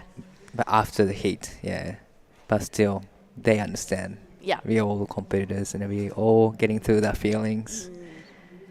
Because I've seen them both surfing together in Bali, and they're chatting and they having a great time in free surfing, but now they're like battling for the second place now. Yeah, they really are. They're just like, it's so, such a shame, honestly, to see all three of them together. But we will have Pajar come up in that next heat with Oscar Berry, Dane Henry, Kaius King. That's a huge quarterfinal. It's big heat coming up. The last of quarterfinals men's. That's going to be coming up in over 6 minutes time.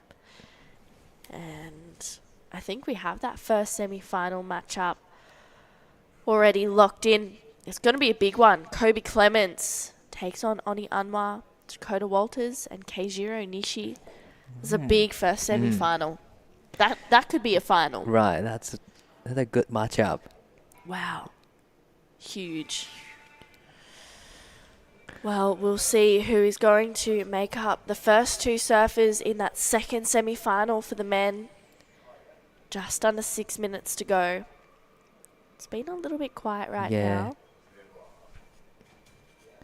It's been an exciting heat to watch though, Dai. Well, looks like a little movement out there by the Ariana. But here is Bronson. Been riding again. Just racing down the line. Going to the air. Backflip in reverse and makes it so clean. Oh my goodness. Wow. Danny Widianto. Ooh. Wow. Tagging away on his backhand as well. Huge surfing there from Danny. Well, that's great surfing from Danny. Crazy surfing from Bronson. What even was that, Dai? Gotta say backflip. I don't know what it's called. I don't even know what this is. This is crazy. Just crazy air reverse. Kind of a backflip, air reverse. Oh my goodness. Double grab, air reverse. Well. Are you kidding? But really love the first time from Danny into the second. That's great combination. Wow. Danny. His backhand is looking so sharp. But the previous air comes in 9, right? Okay. So the last air gotta come. It's gotta be better. Better, yep. Oh, okay. Wow. Scores are huge. 2 judges give it a 10. 2 give it a 9.5. It's a 9.77 for Bronson Mady. Holy moly, a 9.77 and a 9. This is Daiki Tanaka up and riding. 田中大輝選手、この波で大きなスコアが必要。さあ、フローターでセクション抜けてきます。どうでしょう、ここはこの後のセクションが出てくるのか、しっかりとつなげて、これは出てきそうです。7.56 が現在必要。さあ、切り立ってきました。カービングを入れて、ここはプルアウト。We're going to need a replay of that 9.77. And 9 as well. And the 9. That was crazy. We've got 3 minutes 20 to go.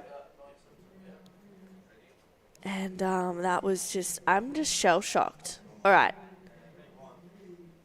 This is a 9.77, right? Going to divert. I don't know what it's called, but what even is that? No comment? Double grabs, inverted, double grab, air reverse. That was one of the biggest innovative air reverse I've seen in a contest. That was maybe huge. Maybe on CS Tour I've seen kind of, few of them, but not a QS 5000. Like, look at this die. This is 977. Let's just appreciate this.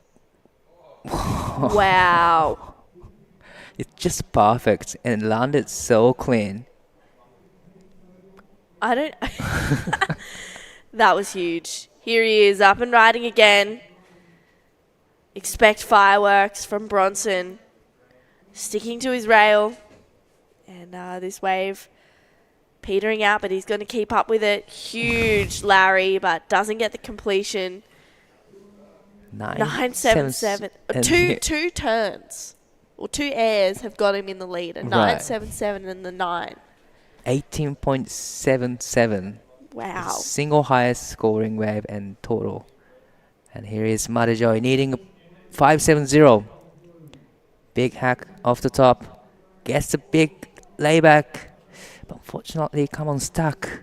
Needing a 5.70 to go into the second. That was crazy. 1 minute 30 seconds to go.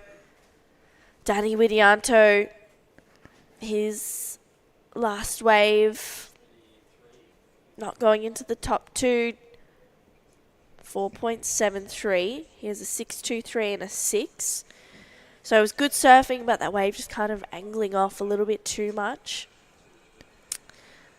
Right, just over 1 minute remaining. Now it's just all about the second place. Yep. Battling between Danny, Madejo, and Daiki. But Danny now has first priority. He's gonna sit on someone, probably using his priority. Daiki has second priority, needing 756. Pretty big score. Yeah, huge score. 756. We know he can do it. He needs to go pretty big though. 30 seconds. This has been an exciting back end to this heat. I mean, wow. Bronson, 18.77 combination. Near perfect. Definitely excellence. Made Joy coming off the back of that one. He's had such a great heat, just struggling with the backups to really get himself into second. It won't be the score he's looking for, but it will be. Bronson Mady and Danny Widianto moving on through to the semi-finals here at the Taiwan Open of Surfing.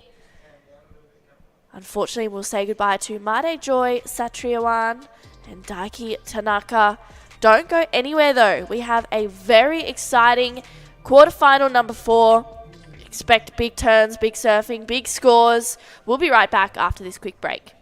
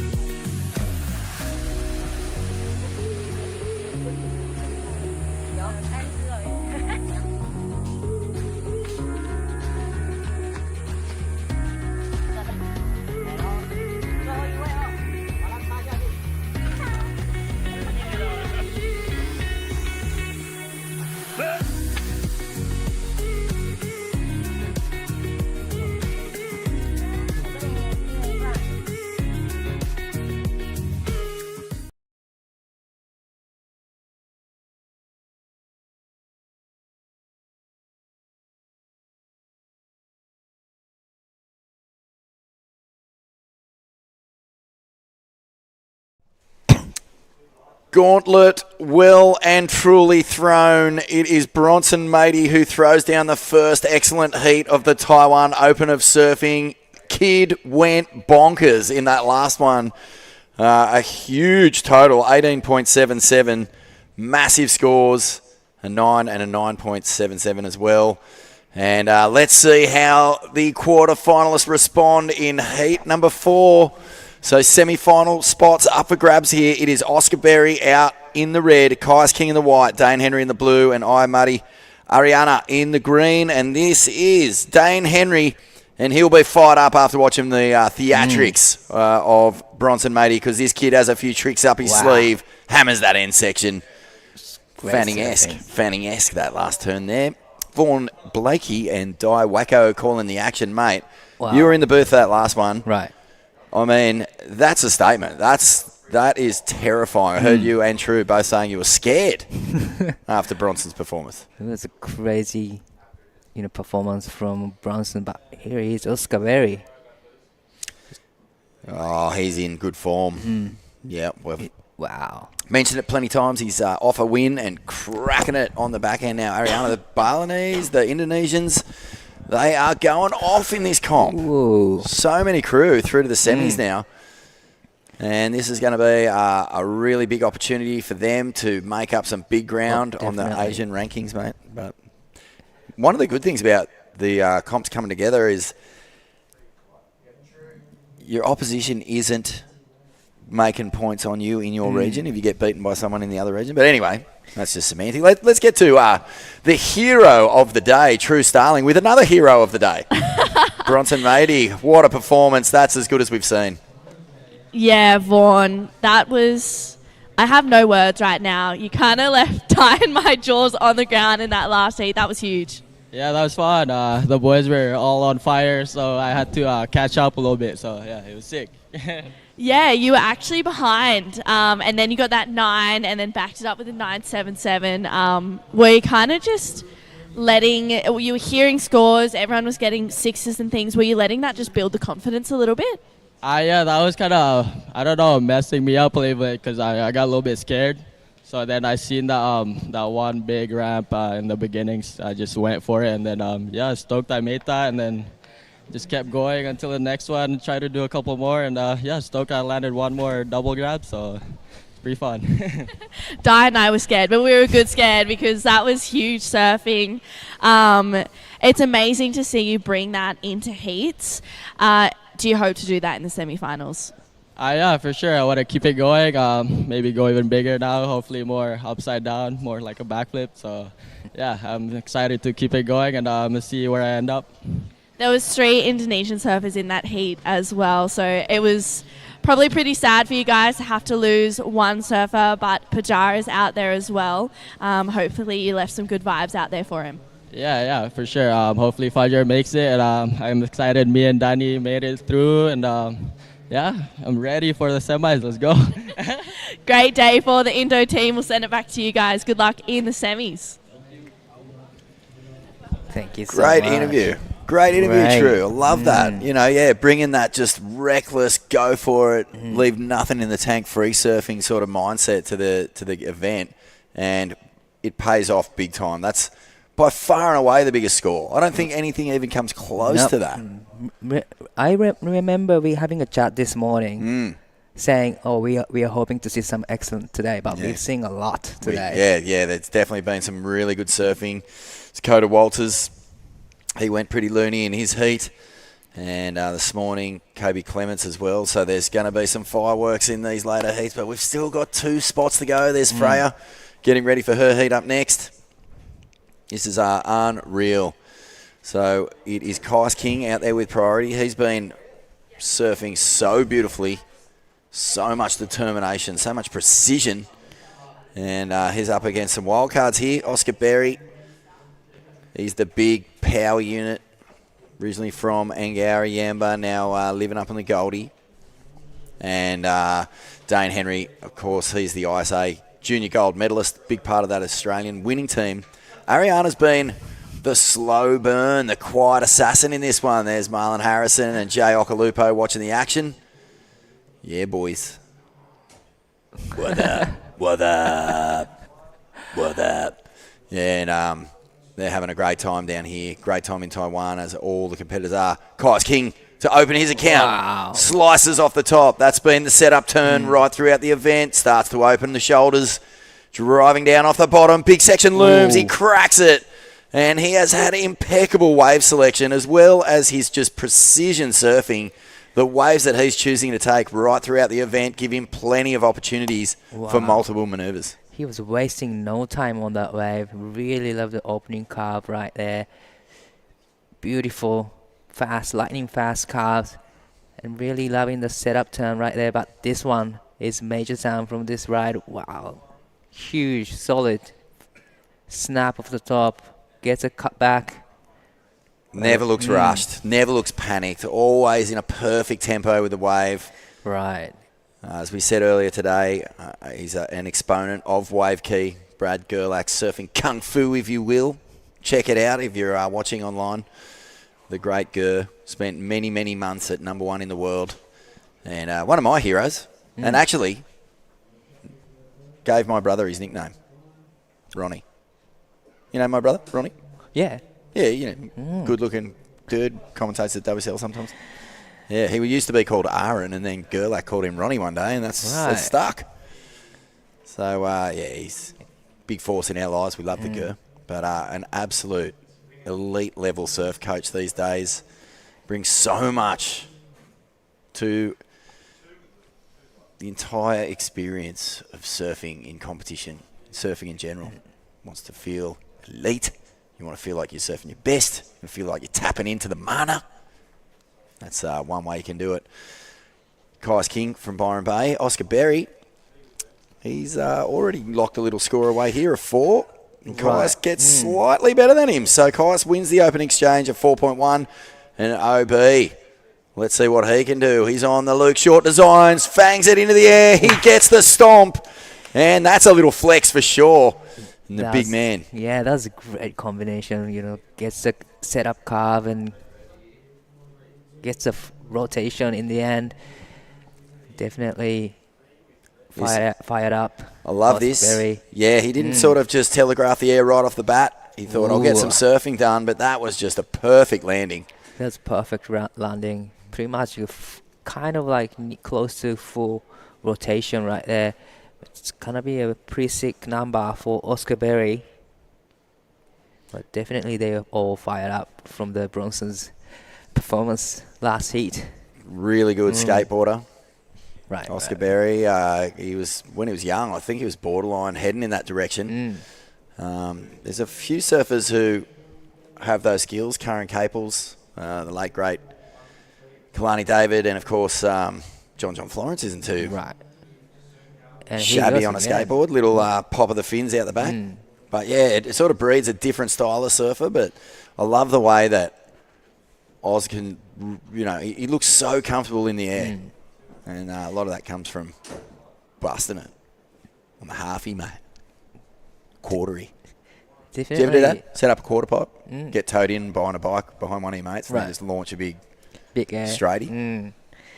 But all the skateboard comes good in surfing. But here is Dang Henry going to the air. Small kick reverse, but probably just not offering too much after that, so kicked out. That's real right. Early. He's up on the Goldie doing a lot of work at the HPC, Sursa Kingscliff Board Riders. He's a really talented, up-and-coming Australian surfer. Got big wins under his belt. You might remember the viral clip of him. Big backflip and then a couple of full rotors earlier this year. Kind of put him on the map. Oh, right. One little session on the North Coast and huge airs, like massive, and really got a lot of attention from fans of surfing globally. And now here he is attacking the regional queue. Wow. Already a lot of experience under his belt. What's these scores that are coming through here, Dot? Oscar Berry got a 717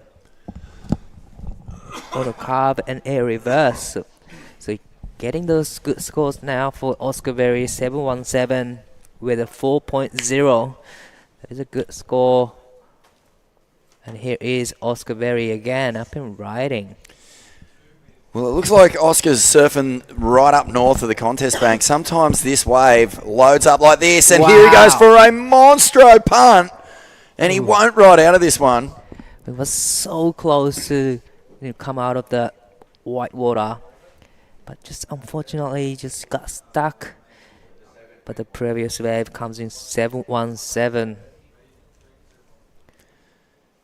Yeah, this inside section, occasionally it'll load up and give you the perfect ramp. Look how steep that is. We haven't seen a whole lot of sections off of that sort of launch pad, and Aussie clicked it. Shockwave just knocks him off.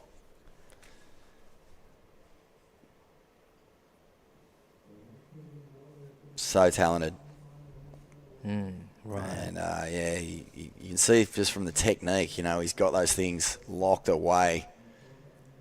Love that everyone has really stepped up since Bronson's heat. We're seeing a lot more fireworks. The turns seem a little bit bigger. There's a bit more energy in the surfing. And the big airs are starting to show there. Definitely everyone's looking for air, but before that, probably they're just trying to do surfing first and then go into the air. But definitely the Bronson's performance is just fire up everything here.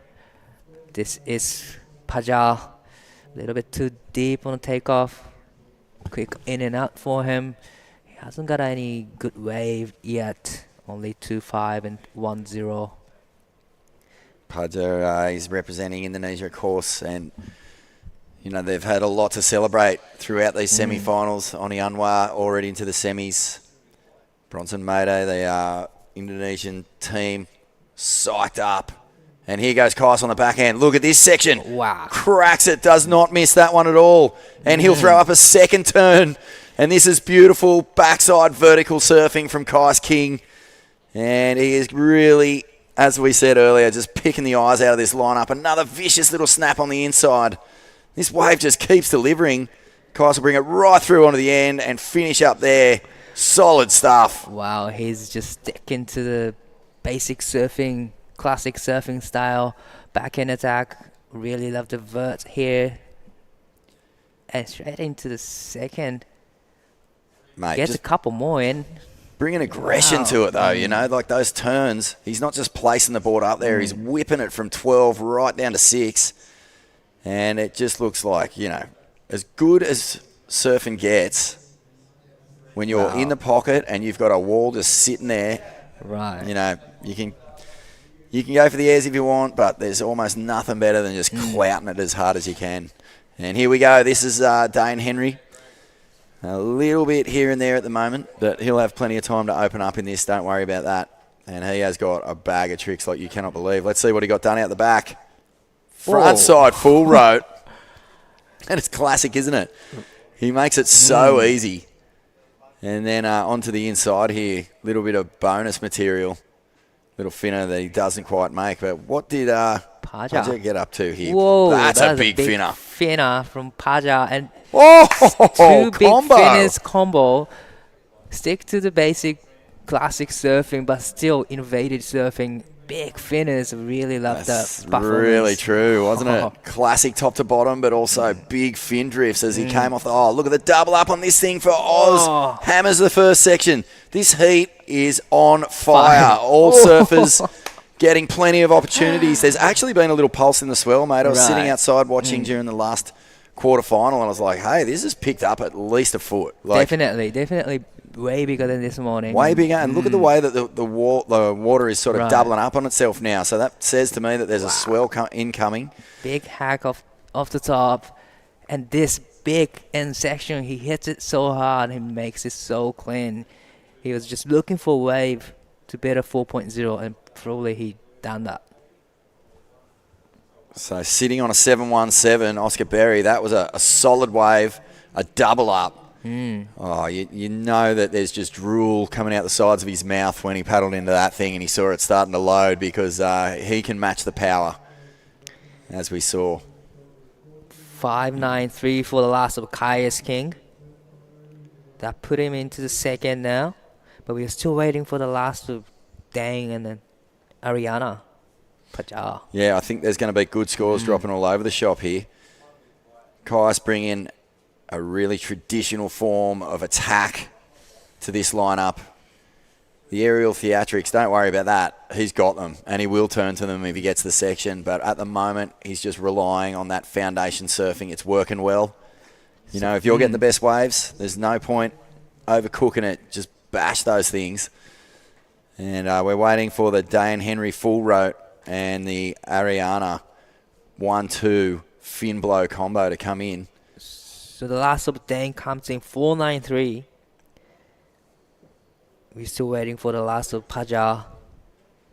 And Oscar Berry is getting so many waves down on this end section. I was talking to Dakota Walters, who had a ripper of a quarterfinal just a bit earlier. He said that he paddled out there. He was going to go down the beach, and just as he was paddling out, he was running a bit late, so everyone else was already out there. And these two waves just came on that rip bowl. Right. And he said, most of them will kind of go fat, but he goes, the two that I got just scooped out, and I was able to really cut loose and do a bit of surfing. Reminded him a bit of the point at home in Angari. So definitely seen some waves bend in on that northern rip bowl. And when it's coming at you like that, it's just got that little bit more pushback so you can cut loose. Definitely. Well, it looks like 5, 6, 7 for the last of Paja.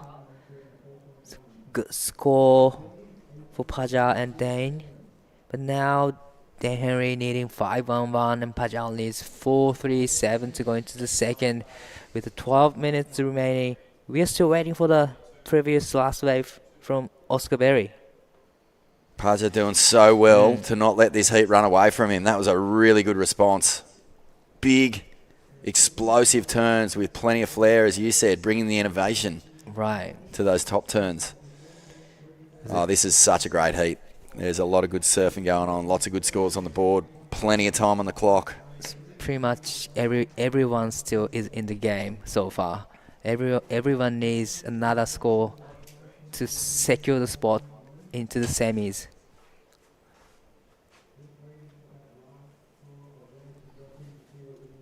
More movement, more swell lines. Surf's getting better today.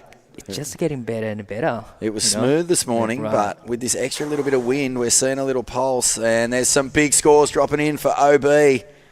7-0-0 for Oscar Berry's previous wave. Wow, that put him into the great situation right now, but this is Paja, big carve off the top. That's much better looking. Ooh, turn, but unfortunately just went down for the last section. Oscar Berry, 7-1-7 and 7.0. That's a dream heat already. Dream heat, sitting in the first place comfortably. Not just sitting in first, catching so many waves. Almost just on his own program out there. Sort of picked his little spot. Plenty of waves are coming to him, and he's just having a really good time by the looks of things. Already 8 waves ridden for Oscar Berry. A lot of waves. This is a really different lineup to what we came to this morning. There were long lulls as Oscar Berry now turns to the backhand and up and over with lots of power, throws the fins, and looks spectacular, but basically just ejects there. But this has got a bit of a pulse to it. I thought he was going to go to the right, but went left. Big hack off the top. Wow, that last maneuver, if he pulled it off, then can be a big score again. He's on the LSDs out here. Luke Short Designs. They've worked together for a long, long time. Split peak situation. We'll stick with Dane Henry as he goes for the rotation. Into the pocket, gets a nice snap. He'll come through onto the inside, drags the arm into this bizarre-looking snap to slide. That was a great combination. Sort of semi-carved, semi-new school thing. Don't know if he was frothing on it. It did have a moment where it looked really cool. Paja going to the air. Ooh, little bit mistimed. Look at these waves, Ty.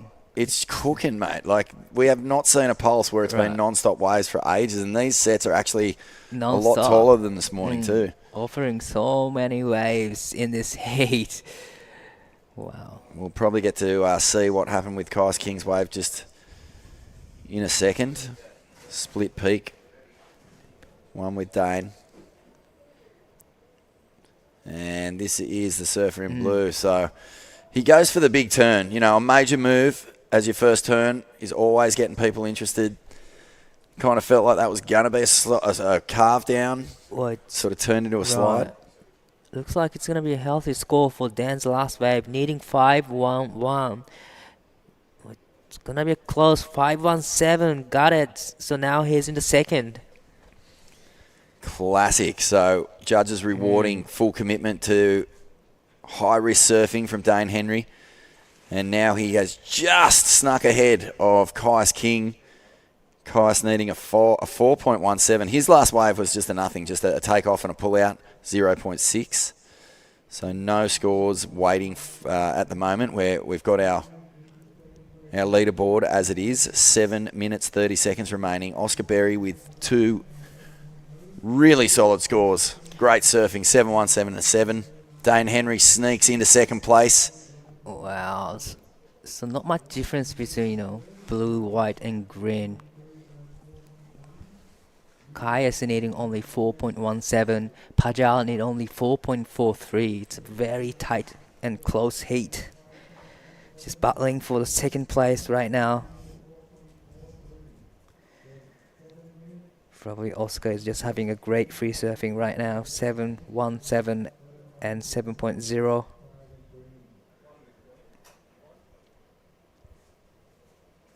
Well, this is the round, you get into the quarters, you feel like you're starting to get somewhere. It's not just, eking it out or scratching through. You feel like you're on a bit of a roll.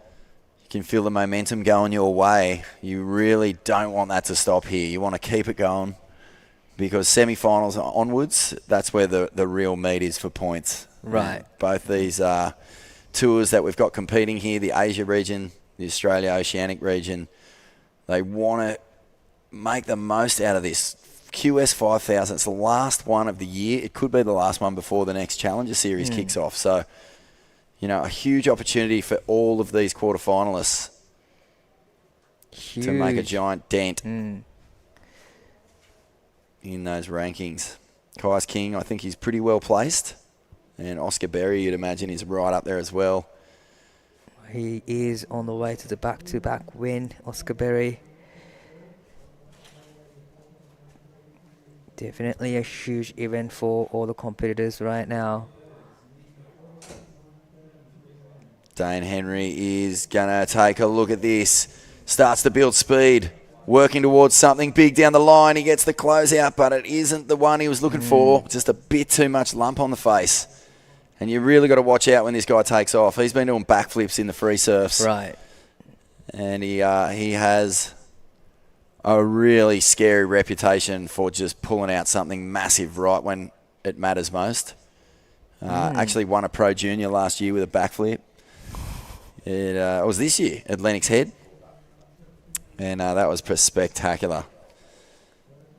So I know that every single competitor is well aware of what he's capable of, and they'll be making sure that he doesn't get whatever wave he wants. Right, we're just marking 5 minutes mark. Pajal just paddling towards the right side of the area. Probably looking for the long left. That long left has really come through for some of their competitors. Kajiro Nishi, he's been using that to his advantage. Charlie Stokes got an excellent ride this morning on the lefts. But just when that wind picked up, things changed. It almost became an air show on the rights. And the long running lefts haven't been quite as giving on the scores. We've seen Kais King get a couple of really nice rides on the backhand this morning and again in this heat, but the big scores, they seem to be coming on the rights now, Di. Definitely. The left hasn't been, giving you a lot of opportunities, a lot of walls or steeper sections, maybe because of the wind. Yeah. Definitely. It's become a lot more cross-shore and it's a lot more strong than even an hour ago. I think Bronson's heat was when it really started to pick up, and he's the kind of surfer who just went, oh, yes, thank you. I'll take full advantage of that. He's the only surfer to put an excellent score, combined heat score on the board at the moment as Mate Ariana takes off here. Quick snap. Nice combination. 4.43 is what he's looking for. So, 4.43 is not a big score. Probably he could have done with the 2 combos. So, it's going to be close. 4.43 to go into the second with the 3 minutes remaining. Oscar Berry, another one down the beach. He'll throw up a nice little up and over. And he's just finding these little bowls, but this one does back off for him. And Dane Henry, all eyes on the Kingscliff Grom. He'll exit. He's holding on to the slimmest second place lead here. 4.17 is all Kais King needs, and Ariana just needing a 4.43. So close. So close. So last of Paja comes in 3.37, not enough for the requirements. Still needing 4.43 with a 2 minutes and 30 seconds remaining. So this was the last of Paja, comes in 3.37. So probably needed a steeper section of sail. Probably just a better wave. The wave was surfed really well. If it had a little more punch and he was able to kick out the jams just a bit harder, might have got the judges a little more interested. But still, down the line speed looked good. Right.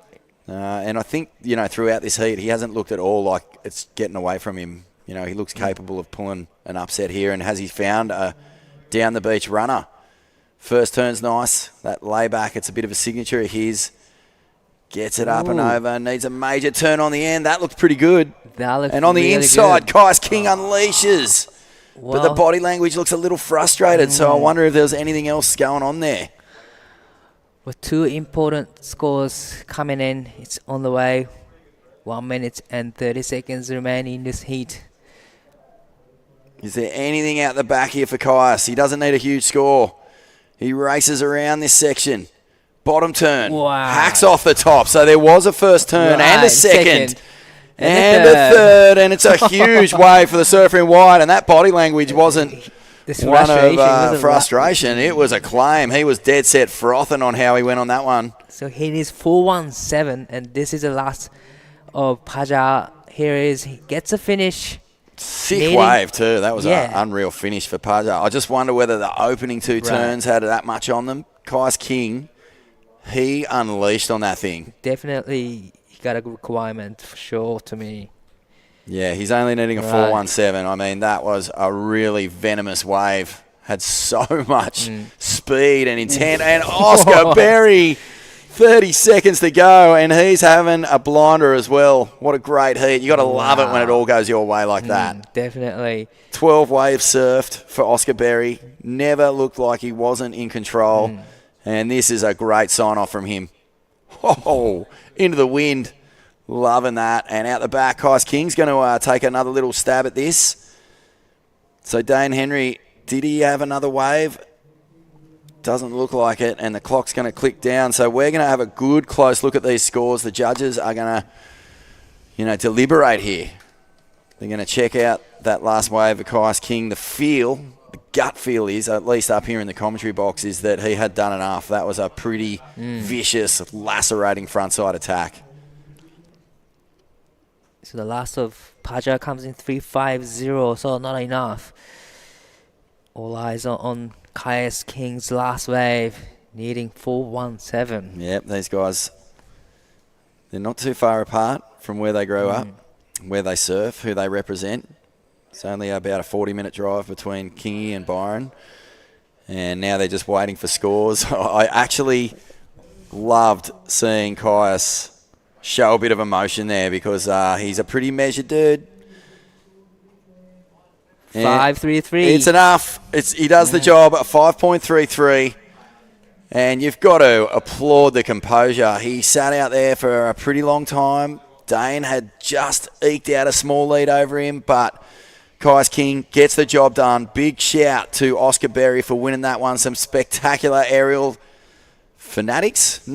antics. And we're going to come back with semi-final number 1 of the women's in just a minute. The Taiwan Open of Surfing Finals Day. We'll be back in a minute.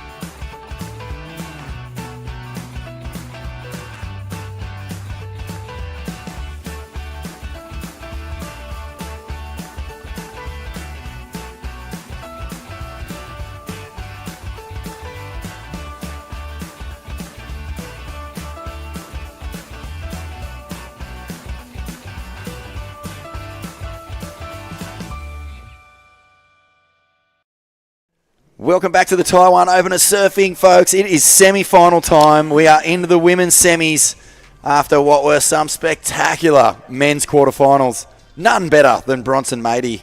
Wow, he went mad. But someone else who went crazy in their quarterfinal and is in consecutive semi-finals event back-to-back. Oscar Berry, huge performance, Dai Wacko. What did Oscar make of that? All right, Oscar, you must be super tired by now. You got 12 waves in one heat, but how was it out there? Yeah, I'm pretty sure I'm the same colour as me Rashi right now. I'm pretty flustered. But yeah, no, I got heaps of waves and it was nice to surf. I was frothing. Put a couple to bed early and then just got to kind of look around and get a feel for the whole lineup. But yeah, I don't know. I'm just frothing. You got a good waves. You went to the air, but did you see the heat before your heat at Bronson's waves? Yeah. Oh, it's always hard to paddle out after a heat like that. Like you watch someone go bananas, and it's like you kind of got to calm yourself down sometimes. And I don't know. I thought I was going to get bounced on my first good one. I did that cuddy and then got the ramp, and it was like just popped it out, and I was like thought I was like gone, and then yeah, I just kind of stood up and I made it. I was pretty happy with that, and then to luck into another good set, and yeah, get another good score straight away. Felt really good, so yeah, I'm stoked. It looks like the wave just non-stop out there, like every wave after wave, so many opportunities out there. Yeah, I think it's kind of pulsed a little bit. I don't know, it felt like it pulsed for me. I don't know. It seems like some heats are on and some are off, and I was pretty happy to be in one where the waves are coming my way again. And yeah, it's just nice. I feel like to go deep in events, you have to have a few things go your way, and I had a really sketchy first heat. I got through by I think 0.06. And yeah, sometimes you need those things to go your way to go deep into an event. And yeah, I was stoked to have some good rhythm and get through some tight heats like that. And yeah, stoked to move into the semis. Yeah, now 2 steps away from the back-to-back win, but how are you feeling right now? Pretty good, because I know that heat obviously gets me pretty close to Challenger qualification again, especially after the last win. So that feels pretty amazing, to be honest. It's pretty hard. It's been a long year, and coming straight from Portugal, Brazil, I had 2 days at home before leaving for the Philippines. So yeah, obviously to go well just feels like amazing, and it's nice to wrap up a long stint on the road with a couple of good results. So yeah, I'm so pumped. All right, definitely you need a rest, so I'm going to let you go now. But thank you so much, and see you in the semis. Back to you guys. He's frothing. Thanks, Doc. Thank you. He's frothing. He's frothing.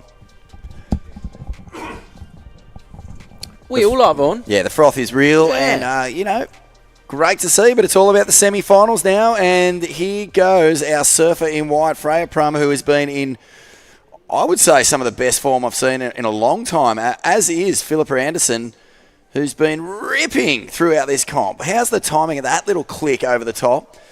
And big news, of course, in WSL land, the CT expanding the women's tour. That's going to be great news, just opening the door for a few more talents to showcase their wares at the elite level. So that's a heavy and a solid and a great motivation for all these competitors. Yeah, I mean, not means to be contrarian, but it just means we're going to cut more people, doesn't it, after event number 7? But true. Hey. Nanaho Suzuki been on fire again. It's not more people making the cut, is it? Isn't it just more people going on tour? We don't know. Oh, yeah, I haven't checked the details on that, but I mean, the cut's after 7 events, so I mean, you get a fair crack at it. Yeah, he goes Nanaho. Yeah, mate, look, I think there's definitely been an increase in swell size. There's way more waves. Let's set this heat up, hey? Philippa Anderson, of course, Newcastle, represent the Steel City.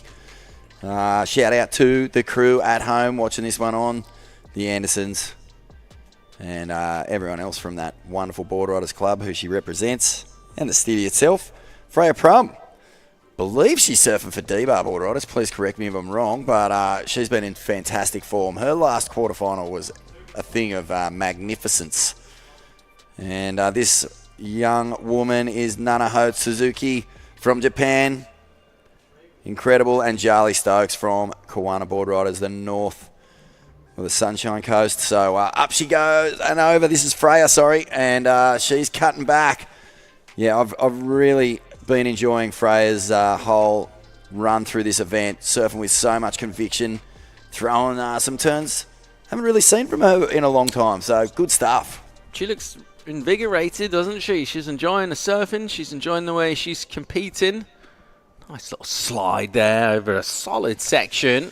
She mentioned in her interview she's been surfing at night, I think she said. That's wild. That is, like, where? Where do you surf at night? I don't know. That's really, yeah, that is curious. Mate, let's just have a quick chat about Bronson, matey. That was insane. A 9.77 and a 9. Yeah. Sometimes you need someone to do that, don't you? They grab a finals doer on the scruff of the neck. Yeah, they slap it around. They box its ears, and they just shake the whole panel. They shake the contest structure. What I love about it surfing is what it does to the other competitors. Everyone is on notice, and you can be cruising along and just doing what you do, taking it easy, just resting on your 6s and your 5s. Well, no, it won't work for you if you're coming up against him. People had their feet up on a chair, and he kicked the chair out the way. Yeah, exactly. Picked him up by the scruff of the neck and said, "On your feet, soldier." That's right. Come at me. Come at me, brah. Yeah, no, exciting. And to do it in that sort of explosive, progressive way as well. Very, very cool. Spectators, they're pretty hardy lot down here. They've had a bit of drizzle. Guess what? The sun's popping out. Bronson Meddy's blowing up, dropping 9s. It's great fun. It's good entertainment. I actually sent that total score to Joel Parkinson, the 2012 world champion. Just went on a trip with Bronson. You might have scoped the video. Double Vision. Just released by Billabong. Go check it out. You can catch a bit of Bronson free surfing, but Parko said, told ya. Told ya. What did you call him? You called Parko something earlier on that I heard. Nostradamus. Yeah, he's got a view of the future. Very sharp antenna for that future. Surf nerd. Loves it. Yeah, if anyone knows, Parko's knows. That's right. Freya Prum is off to another good start here. 2.83, 3.2. And she's got the lead. Philippa Anderson, a 3.67 for her first effort. What's it going to take to wrangle the trophy of Taiwan Open of Surfing off these Japanese women? They just have a ironclad grip on the thing. And look at Nana Ho fanging down the line here. Big section looms. Oh, I thought she was going to do this. The big rotator. Yeah, they look so good. It's a really good question. I thought her in the previous heat, I think she got second to get through, but some of her turns just looked electric there. She's identifying the ramp and going for it. So her confidence is obviously way up there. But yeah, they're so dialed in with the wave, with their surfing. Really impressive. This will be cool. Charlie Stokes. The lefts haven't been offering up the same scores that they did this morning, but she's going to stick with it. And this is a good call. Jams it up and over. No, the section goes flat as she hits it. And that's the hard thing with the lefts now that the wind is blowing the right open. It's crumbling the lefts, Paul. It's crumbling them. Apple crumble. It is a bit, isn't it? Rhubarb crumble there for Charlie. Unable to really go to her tools, which is the power surfing. She went excellent in the last round. Just looking at these four, you thinking surfers like Freya and Pippa, sort of smart tacticians, maybe expect them to not make too many mistakes. On the other hand, Suzuki and Stokes, you're thinking they got a little more of that X factor, maybe that ability to go in the excellent range. I mean, obviously everyone can. This is Freya trying to do so. Freya's board's looking incredible at the moment. She jams a huge hack off the top and a nice little shiv there as well. And it's really is been an impressive performance from Freya in this event. I know I sound surprised. I shouldn't. She rips, but it's just so great to see her going into these turns and just opening up the shoulders and just really trusting the equipment. Shout out to her shaper. Charlie ripping into this one. And just setting herself up for finish on a bit of a meaty section down on the inside. That's a good crack from her. And she'll belt this again here. So there's that rhythm on the left she found in the previous heat. She did like 4 or 5 turns on a running left. Got an excellent number. Here's a look. Her Freya's wave, a meaty section, really nice hack, gives it the full body, straightens that front leg, just fully commits to it with style. And the technique from her has been great throughout, really, have to say. She's using the whole of the wave as well, the deep bottom turns, and that allows her to get into really good body positions. Impressive. As Philippa, light on her feet, just sort of checking things out, really has a look around, realises there's not much to get excited about on the inside through there. This is another look at that wave of Jali.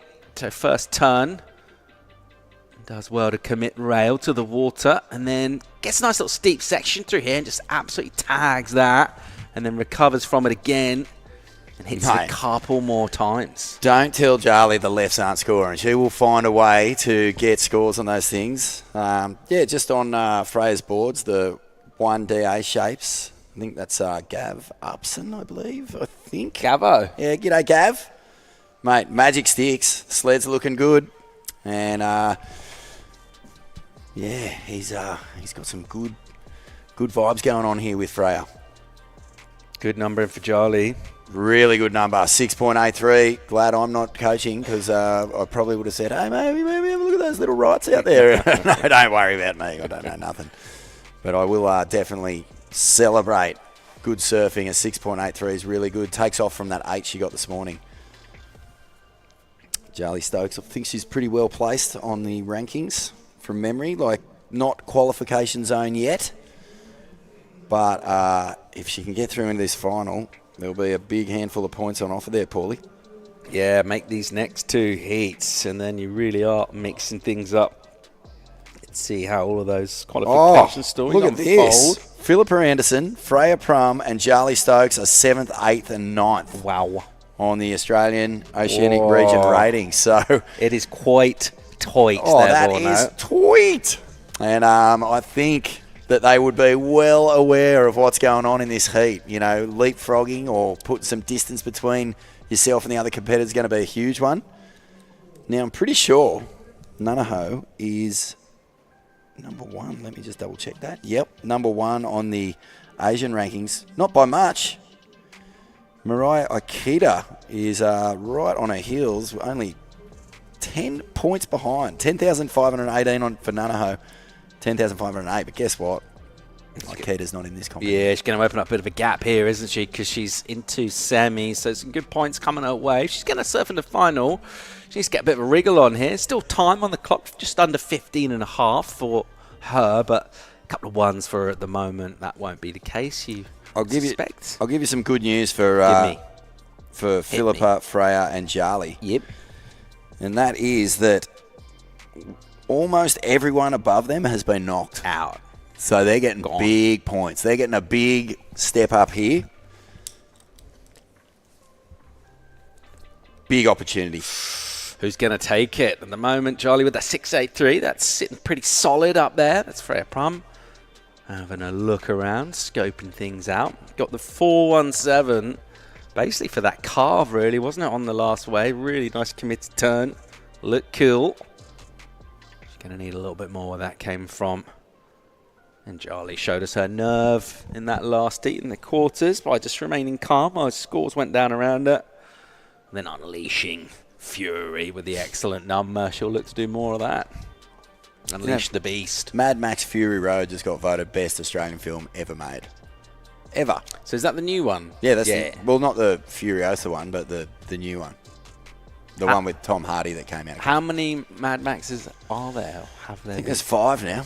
Really? Yeah. That many? Yeah, there's 1, 2, and 3. 1 is kind of like just an art house little, like a... Can I say something mad? Yeah, go. I've never seen any of them. It's not that mad, mate. I think none of these generation of kids would have seen. They might have seen Fury Road, actually.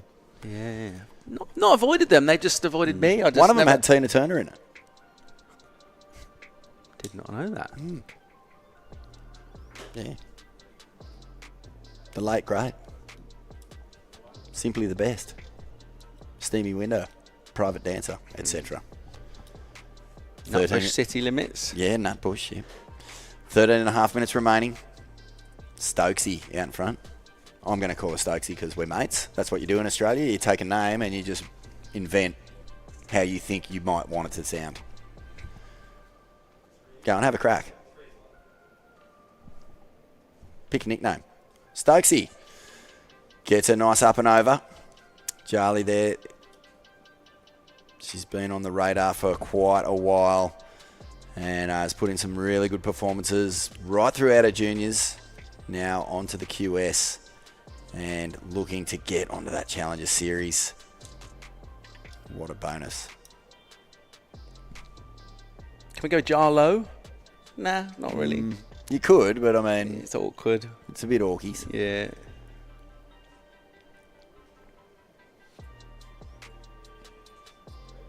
She's going again, though, here. She's interested. So semi-final number 1 starting to ramp up. See, she's throwing the tail. I do like that. She's trying to push that out. A one-turn wave, you may as well crack it as hard as you can. A 2.17 is what she's looking to replace. Probably won't do it there. Yeah, he wants rid of that too. Oh, as soon as she gets rid of that, gets a mid-ranger. I think she's not safe, of course, but looking pretty good for at least a second, you would think. Depends, of course, on the next wave, in particular, surfers like Suzuki with priority, and Philip Ranson on screen with second priority. And they've been pretty patient now. They've seen a little bit more height on the swell, a little bit more energy as well. And now what they're really looking for is a bit of quality. Freya Prum just tried to pull out of that one, realise it's not there. Do you go in for the wattage, mate? Have you bought into that? You know, people talk about the swell and they go, oh, it's 45,000 watts. Never even heard of that in my entire life. Really? Nah. You don't know that one? Nah, I'm not much of a literage guy either. Well, that was going to be my next question. Nah. Okay. I mean, I just used to pick up a board and if it felt good under my arm, I'd kind of trust it. Off the bottom. Whoa, huge hack here. As Suzuki gets busy, 2 and 3, and shut the gate. That's going to be a monster score. Yes. And she's feeling it. 11 minutes to go. And what you need, a 5.7. I dare say she'll wipe the floor with that 5.17. 3 massive turns. Philippa Anderson throws it up late and gets a nice hook into the lip. And can she get a bonus section? She will. And so this is a nice answer back, but let's just far out marinate in the glory of Suzuki's attack. The backhand unleashing. She's waited a long time for that wave. Best score of the heat, we think? I think so. It's a powerful wave, this one. Technique off the bottom, Paul. Yeah, just whipping hard off the top. And then again, and gets that combo on the inside. So good surfing from a position really with a couple of ones, nothing on the board. This is a bomb. This is a really nice turn, cracks it late. And in that situation, you could understand if like the board went underwater, but she styles it out, comes around, clicks it for a finish as well. So nice controlled surfing there to make sure she got the finish. And there's the number for Nanaho. 7.83, best wave of the heat. And from 4th to 1st in a single ride with 10 minutes to go, she'll be feeling that energy. The adrenaline will start to surge a little bit. And when you catch fire in these heats, it's really hard to put it out. We have seen crew just go from strength to strength. But that was a really spectacular wave and surfed, at a pretty high pressure part of this heat. To surf that well with that much aggression, the amount of water coming off the rail was super impressive. Yeah, she's Plumes, got an amazing technique. She's already gone for the punt as well, so she's explosive, she's exciting. Here it is again. The bottom turn sets it up, really. That first one, she just shroups down. Doesn't really go on the lip, but just throws so much spray. And then that one, more lip on the second turn, and then good enough to be quick and nimble and light on her feet. Responsive, explosive. Gets the combo on the closeout section. Goes close to excellent. And let's be real. The limp body fall off was a claim. Yeah, I like it. What's your favourite no claim? Sometimes you can do the sleeve adjust. Oh, that's a Fanning special. Yeah, he loves the sleeve adjust. Does that? This is a bit of an article, but Belly likes that one. Belly? Yeah, he doesn't surf much anymore. But when he does a good shot on the golf course? When he does surf, you see, if he gets a good wave, he likes to adjust the sleeve. I think he saw Mick doing it and thought he'd stick with it. Priority flex here from Charlie Stokes. She'll fly around the corner, swoop off the top, move through onto the inside section. She's looking to get rid of a 2.17. There is a nice punchy bit, but she mistimes it. What about the nose blow, slight short adjustment combo? Yeah, who? That's a goat. It's a slate That's one, a goat isn't one. it? Yeah. Little nose blow, and then a slight shorts adjustment. Bang. Into the closeout section.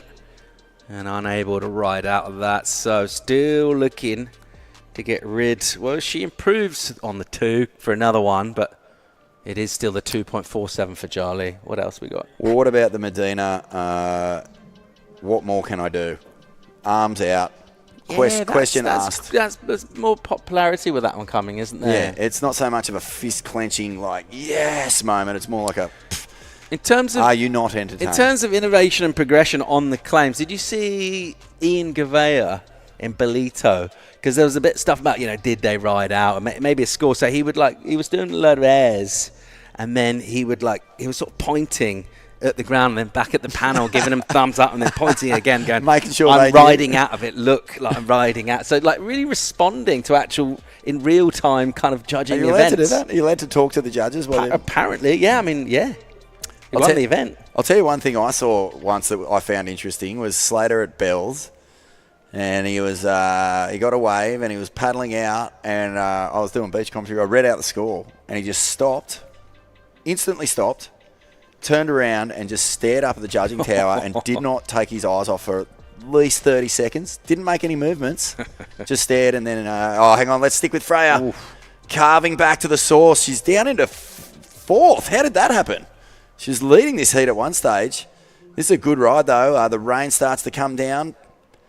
And another bonus section for Freya, and gets a really good re-entry on that finishing turn. So a busy wave with plenty of highlight moments. But I love that it's a set too here, Paul. Yeah, great technique from her again. Really nice rhythm and flow throughout. The one thing you're probably going to have to say, though, in terms of raw excitement, hasn't got us on the edge of our seats, has it? It's really nice. It's cool to watch. But think about the numbers of surfers right up there. Nana Hogan close to excellent. Charlie with that big 6.83. And in terms of scores like that, you maybe need just something a little bit more exciting. Yeah, the bummer on that wave, her best turn was her last turn. And, finishing with a bang is really good. But it was way down on the inside. The wave has pretty much run out of power by then. She did time the turn to perfection. It looked great. But you're right. Need that explosive danger element. But yeah, so Kelly just stares up at the judges. Did you start to sweat a little bit? Or? I was sweating. Yes, I was nervous. I was like, is he angry at me? Did you double check that you hadn't read it out wrong? Look at the rain coming down, and a massive hack from Philippa Anderson. Now she's in fourth, where she does not want to be, but this has been a great wave, and she responds with a massive hit on the inside as well. A 5.21 will get her back into a progressing situation. This is a really great exchange here. Philippa, you could maybe get rattled after you've surfed pretty well. There's some good scores there, a 4.1 and 3.67. That's her best wave, and that first carve is a thing of beauty. Yeah. As ever, the style's on point, but like the way she just tears into that first one. And then full flow, giving it the upper body and the legs, redirecting the board. Quick little check, snap, and then bang. Tags it, and even got a couple little off the soups here to finish. That's how much flow and glide she had throughout that wave. So that one turn in particular was the standout, but as an overall ride, really impressive. She was having a giggle earlier on in this event about, her motivation sort of coming up and down on the back of different results, but she seems to be really stoked at the moment. She's loving where she's placed on the rankings. She's feeling confident, and I think she looks super sparky and fast. I would say invigorated is the word. You used it before. I think Freya and Philippa Anderson are really enjoying themselves on this regional queue this year. You can see it in the surfing.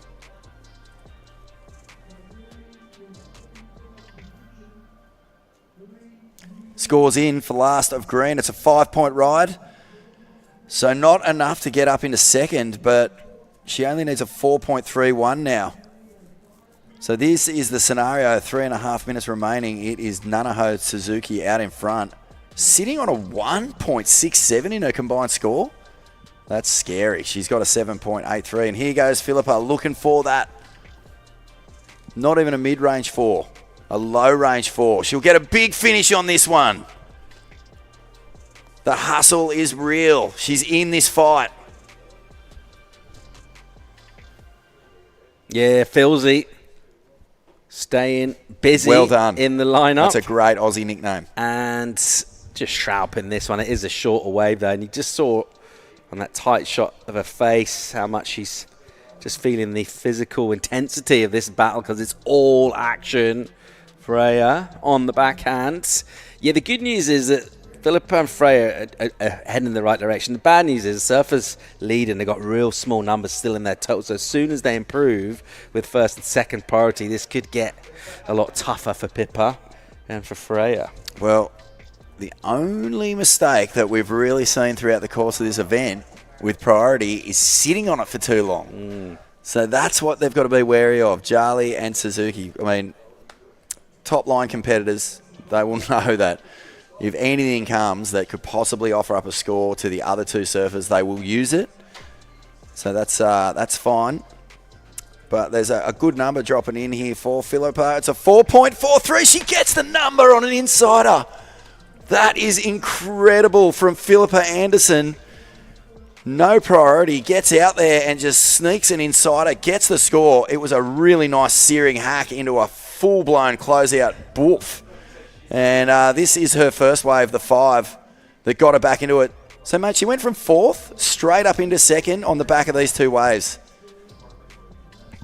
And I just love the fight, mate. This is a gritty performance from the Steel City Warrior.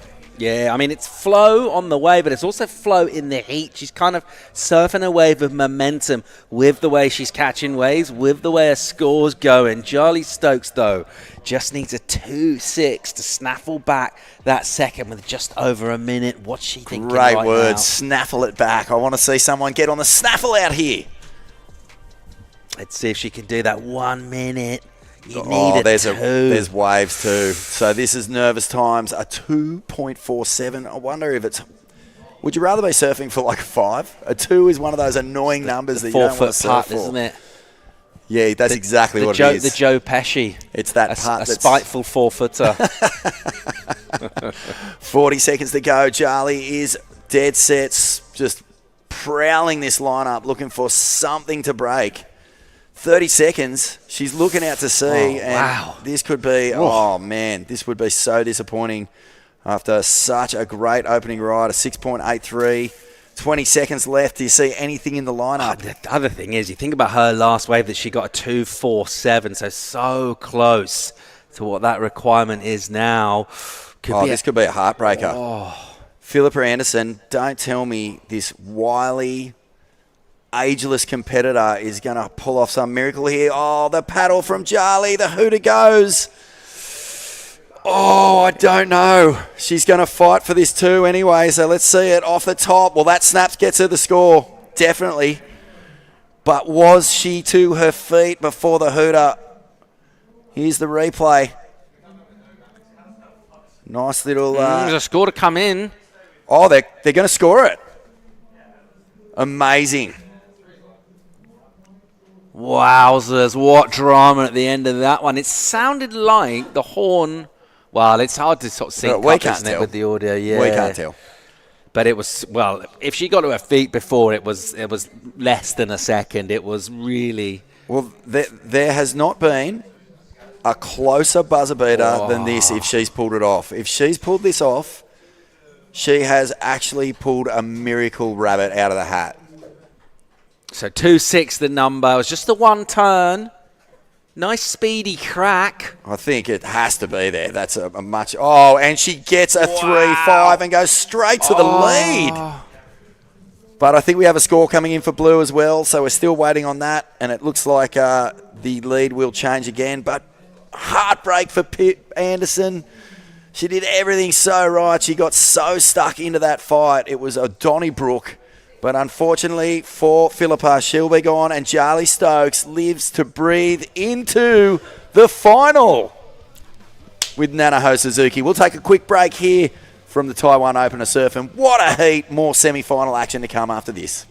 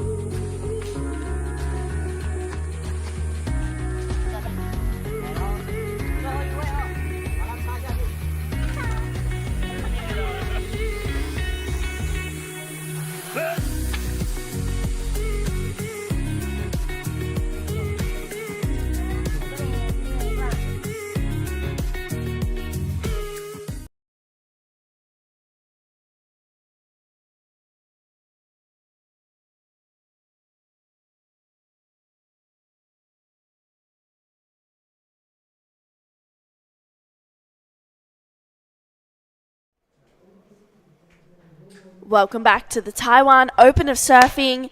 Semi-final number 2 out there. Sierra Kerr in the red. Isabella Caldo in the blue. Paige Harrop in the white. Kana Nakashio in the green. I'm True Starling. And joining the booth, Paul Evans. And this is a good first wave for Paige. She's got a good score to lock in. Jams it. Oh, it's picked up a little bit in size out there, Paul. that was a really big turn there from Paige. Here's Sierra Kerr. She snaps out the tail. And she's just ready to go at this again. Just looking liberated, loose and free. And what a furious exchange. This is Izzy into it on the backhand. Winds in. Gives it a good whack. Another one. Bang. Slightly overcooks that. And then Kana says, hang on.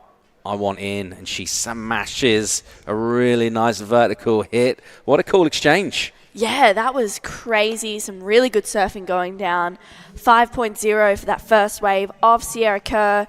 217 for first of Izzy Caldo. Scores for Paige and Kana Nakashio. Yeah, Paige is going to be solid. That closeout turn on the backhand. It was a big turn on a big section. And there was a lot of risk involved in that as well. It felt like it happened quite suddenly, which made it look like, whoa, which is dramatic. Cool. Yeah. Bit of drama it. That's what you want. Good drama. Yeah, love that. Well, those scores are still to lock in. We just saw Nanaho Suzuki and Charlie Stokes move through to the final. And that first wave of Paige Harrop, a 6.67. First wave of Kana Nakashio, 3.67. And we're getting close to the pointy end of the day. A few heats left. And it looks like we have Dai Wacko out there with Nanaho Suzuki. Take it away, Dai. いよいよファイナルですが、まず今どんなお気持ちですか？いやもう結構今のヒートあんまり上手なヒートではなかったんで結構今興奮状態な感じですね。そうですか、7点と6点で、最後に6点やっとというところだったと思うんですけど、7点は非常に大きな波で素晴らしいライディングだったんですが、そこまでは作戦通りだったんですか？なんか思ってたところに多分自分が入れてなくて、それで結構前半迷子になっちゃって、で波ギリギリキャッチできたんで良かったんですけど、結構迷っちゃいましたね。今回はやっぱり一緒にトラベルしてるバディからはアドバイスがあったんですか？いやもう7歩のバックサイドならいけるからいってらっしゃいみたいな感じであまりそう言われてはないんですけど、でも自分でやりたいことをこうちょっとずつやれてるんでいいかなって思ってます。やっぱりエアリバースも含めてそうですね、なんかもう風がぴったりだし、ずっとシエラも飛んでスコア出してるんで、いや私も飛びたいなってずっと思ってて、ちょっと失敗しちゃったんですけど、ファイナルで決めれたらいいかなって思います。She was kind of lost in the water and trying to look for the wave to get scores, but she got 7 and she ended up finding the 6 in the end, so she's very happy with that result, and she will try to do a reverse in the final. Sierra does a lot of them and that inspires her so much. She'll try to make it in the final. ではたくさんの方見てくれてると思います。一言とあと意気込みの方お願いします。はい、応援ありがとうございます。今年も台湾に来れてすごいいい波で試合ができていてとても楽しいです。ファイナルは4マンなんですけど、自分らしいライディングができるように頑張るんで応援よろしくお願いします。次も頑張ってください。ありがとうございました。Back to you guys in the booth. Thank you, Dai. Thank you, Nanaho. Nanaho's actually really good at doing air revs. She went for one on that 8 at the beginning. Oh, wow. Whoa. That was big. Yeah, huge turn there for Kana Nakashio. She went for one in that last heat, Paul. Yeah. Sick. I love that. I love serving a bit of notice before the final. That's epic. Oh, hello. Sierra Kerr. Popping out the tail. And then waiting kind of patiently for a finish on the inside here. And again, a lot of release from that tail already. But this was a big section. Look at that. Full commitment and the speed throughout as well. Very impressive. I'd be interested to see where that number goes. I don't think you necessarily need to do multiple maneuvers to get good numbers. I thought that was huge. Yeah, that was sick. Kana Nakashio, she's such a powerhouse. She's still a junior, still doing those Pro Junior Tour events, and I think she actually was in the WSL World Juniors last year. But yeah, she's a powerhouse. She is so good at just nailing big turns. So excited to see where that one goes for Kana. That last wave for Sierra Kerr was a 5.5 for Sierra. And scores to lock in for Kana Nakashio. So Sierra goes out in front with a 5.5 on her last wave and a 5 on her first one. But it's that 6.67 that Paige Harab has that is going to be really nice. Izzy Coldo, she's having a look at this one. This is live action. The Sunshine Coast surfer jams it. One big turn there for Izzy, and she'll kick out. So 2 big one-turners. Yeah, covering quite a lot of ground to get there. Just maybe you can't help but make the sort of inevitable comparison with that last wave of Kana. Didn't quite have the visual impact, I thought. Yes. It's a nice turn. Yeah, still a good turn. Maybe Kana's was just not an easy section, but one of those sections where... It was just cooperative, wasn't it? It just sort of sat up and said, hit me. Yeah. It She was did. just there, and it was cupped out beautifully, but we'll see. We got scores to lock in for Kana and also for Izzy. And it's pretty exciting. I mean, after this heat, we're going to have the women's finals. Going to the final. We'll know soon. Paige looking kind of interested. Whoa. That's a priority loss for sure. Yeah. Paige loses first priority, goes to Kana Nakashio. Second priority to Sierra Kerr.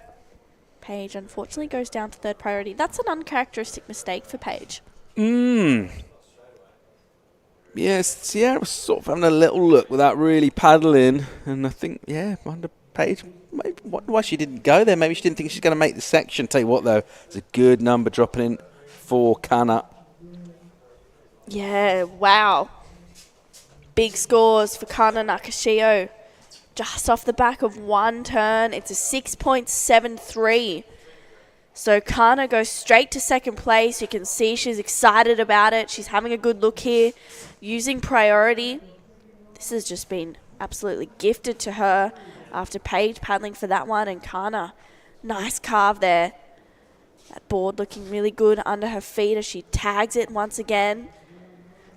Looking to get rid of a 3.67, but a 6.73 for one turn. That's a pretty good score, Paul. Yeah, it is. Just trying to back it up here. Driving hard off the bottom. And then there's some nice, pretty clean, sharp work. Covering a bit of ground, looking for this finish as well. Nothing like the sort of magnitude of that previous one turn as she did, but it will be a completion. And to get a first, the 3.77's the requirement at the moment. Is Sierra Kerr's got priority and the lead. And yeah, so just going to decide exactly what the women's final is going to be. 2 of these surfers, and a little bit of a story developing with Sierra and Kana at the moment. Just nudging it that way. But Paige, of course, got that 6.67 locked in. So in a strong position, she's only on the one score as well. Yeah, she had a little priority mishap, but it'll come around again. Yeah, of course it will. She's already in second priority now. The last wave of Izzy Coldo, 4.33. So she gets rewarded for one turn as well. She's having a strong paddle, doesn't catch on Sierra Kerr. Good looking wall ahead of her. That was a nice first turn. Drives through another one, bit more of a carve down, lays into it there. And she kicks out. So that was a good sized wave for Sierra, looking to better a 5. I like this one, Paul.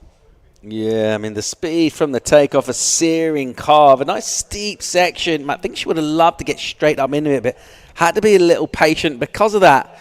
Just a slightly awkward finish. Even the kick out sort of awkward where you go over the wave and then she had to kind of wait for that next one that's right behind it.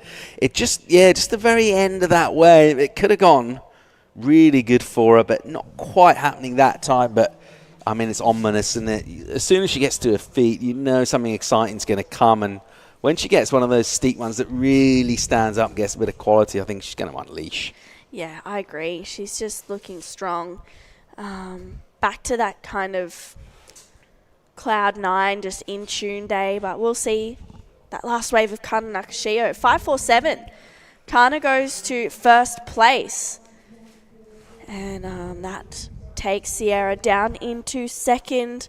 She needs a 6-7-1. We do have a score for Sierra to lock in. Paige Harab needs a 3-8-3 to go to second place. And Izzy looking for a 6-1-7. This last score for Sierra Kerr is going to better her situation. It's a 6.2. Doesn't take her to first place, but it makes it harder for Paige and for Izzy. Paige needs a 5-0-3 now, and Izzy looking for a 7-3-7. Still plenty of time to go, over halfway. And Paige, she's an experienced competitor. I'm sure she'll have Philippa Anderson on the beach just trying to coach her from the stands. I saw her doing that the other day, so we'll see. Unfortunately, Philippa and Freya Prum getting knocked out in that semi-final. Oh, it was so close. Yeah, what happened? Well, basically, it was the last seconds. Charlie got away with like less than a second to go. Needed a 2-7, got a 3 with one turn. It was just kind of a small inside left, but yeah, good enough for a 3, so super close. I mean, it made it seem a little bit closer than it was. Charlie had a really good score, but didn't have a backup at all. She was still sitting on that 2 for a while. So, but yeah, really nail-biting one that was. It's entertaining for the neutrals. No good if you're in the corner of one of the surfers. Must be pretty difficult to watch. Yeah, it'd be pretty heartbreaking. But one way to get over that is, yeah, to go out and support your mate. Back fully. Paige. Let's see how she goes about this. The Kiwi got that 6-6-7 locked in. A little while ago since she did that now.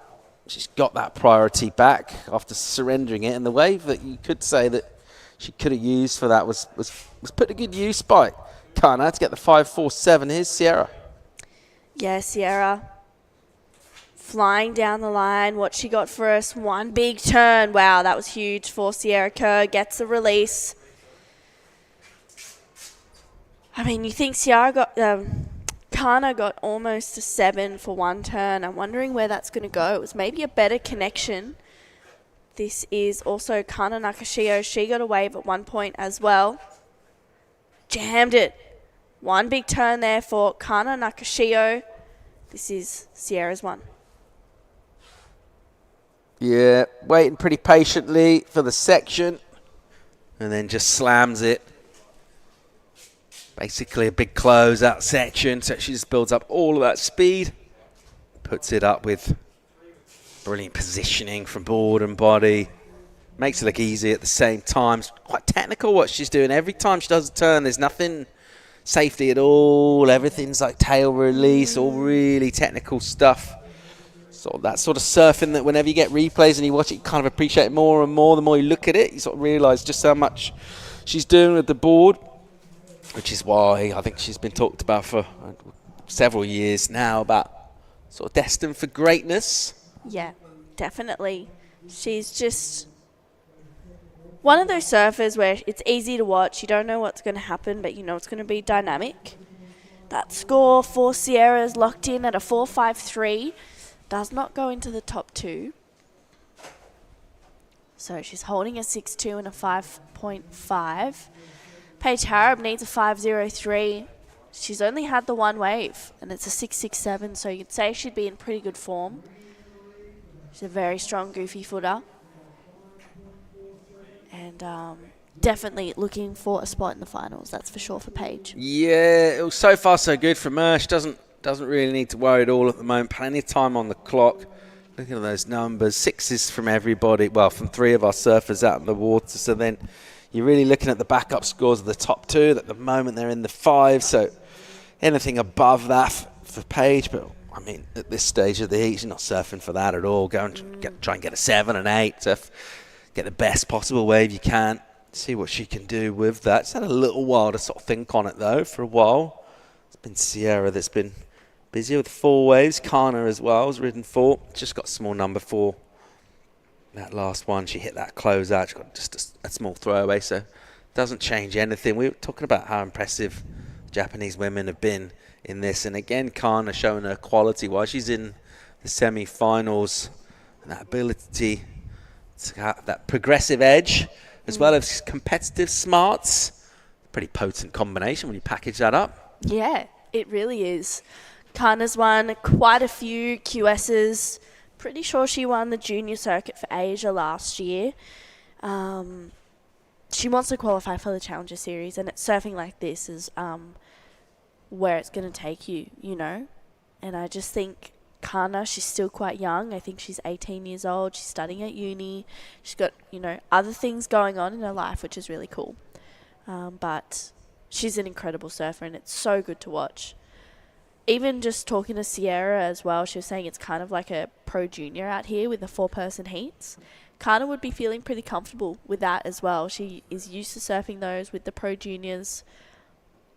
But for someone like maybe Paige, who hasn't surfed a four-man final in quite a while, it might be a little bit tricky to get your head around it. This is Izzy Coldo, though. She's up and into that section, just gets eaten up by the whitewash, though. Good attempt, but unfortunate to not get the completion there.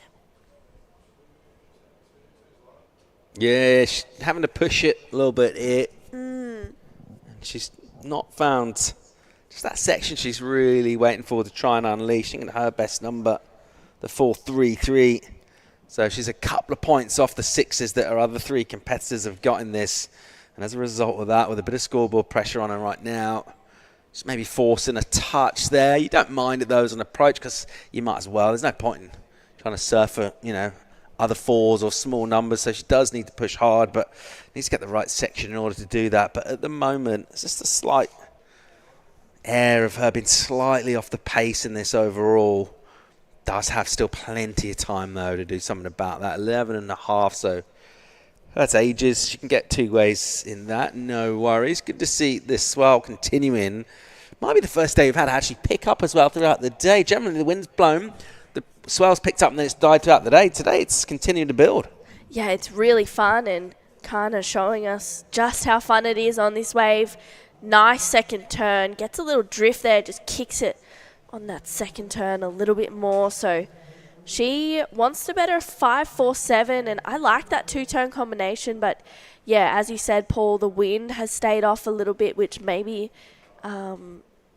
thankful for that rain. Maybe that's kind of held it off a little bit. Who knows? But it's really fun. There's definitely good waves out here. This is the best day of the period that we've seen. So great day for finals day. Yeah, so opens up and just trademark loose, radical surfing from her. And you've seen surfers kind of go through the motions a little bit in some of those kind of ways and maybe just prod it up. But even just on the closeout hit, she gets that release, pushes on the back foot, makes it look dynamic and sparky. It would just be a throwaway number for her, but I just like the form that she's showing. I think she's got so much spark. And at the moment, alongside Sierra, pretty good value for the top spots, but while we tell that story, it's Paige Harrop really, for her, it's not a big task to really get involved and kind of disrupt what the 2 youngsters are doing in the advancing position in the heat. And with all that experience she's got, part of the stuff that brings you is basically you've been in situations before, you know, you can dial back on experiences and maybe just the ability to stay calm, stick to maybe a couple of key things in your mind, perhaps, that she likes to focus on. Or when you get more experience, do you start to doubt yourself more? I don't know. I guess it's different for the individual. Sometimes when you're younger, you don't have so much fear because you don't realise the sort of significance. Yeah, that's an interesting one, Paul, whether you kind of go into events with more confidence or it's like, oh, the head noise gets a bit louder. Yeah, don't know. I find I doubt myself more in general these days. That's sad. You shouldn't doubt yourself, Paul. Well, yeah.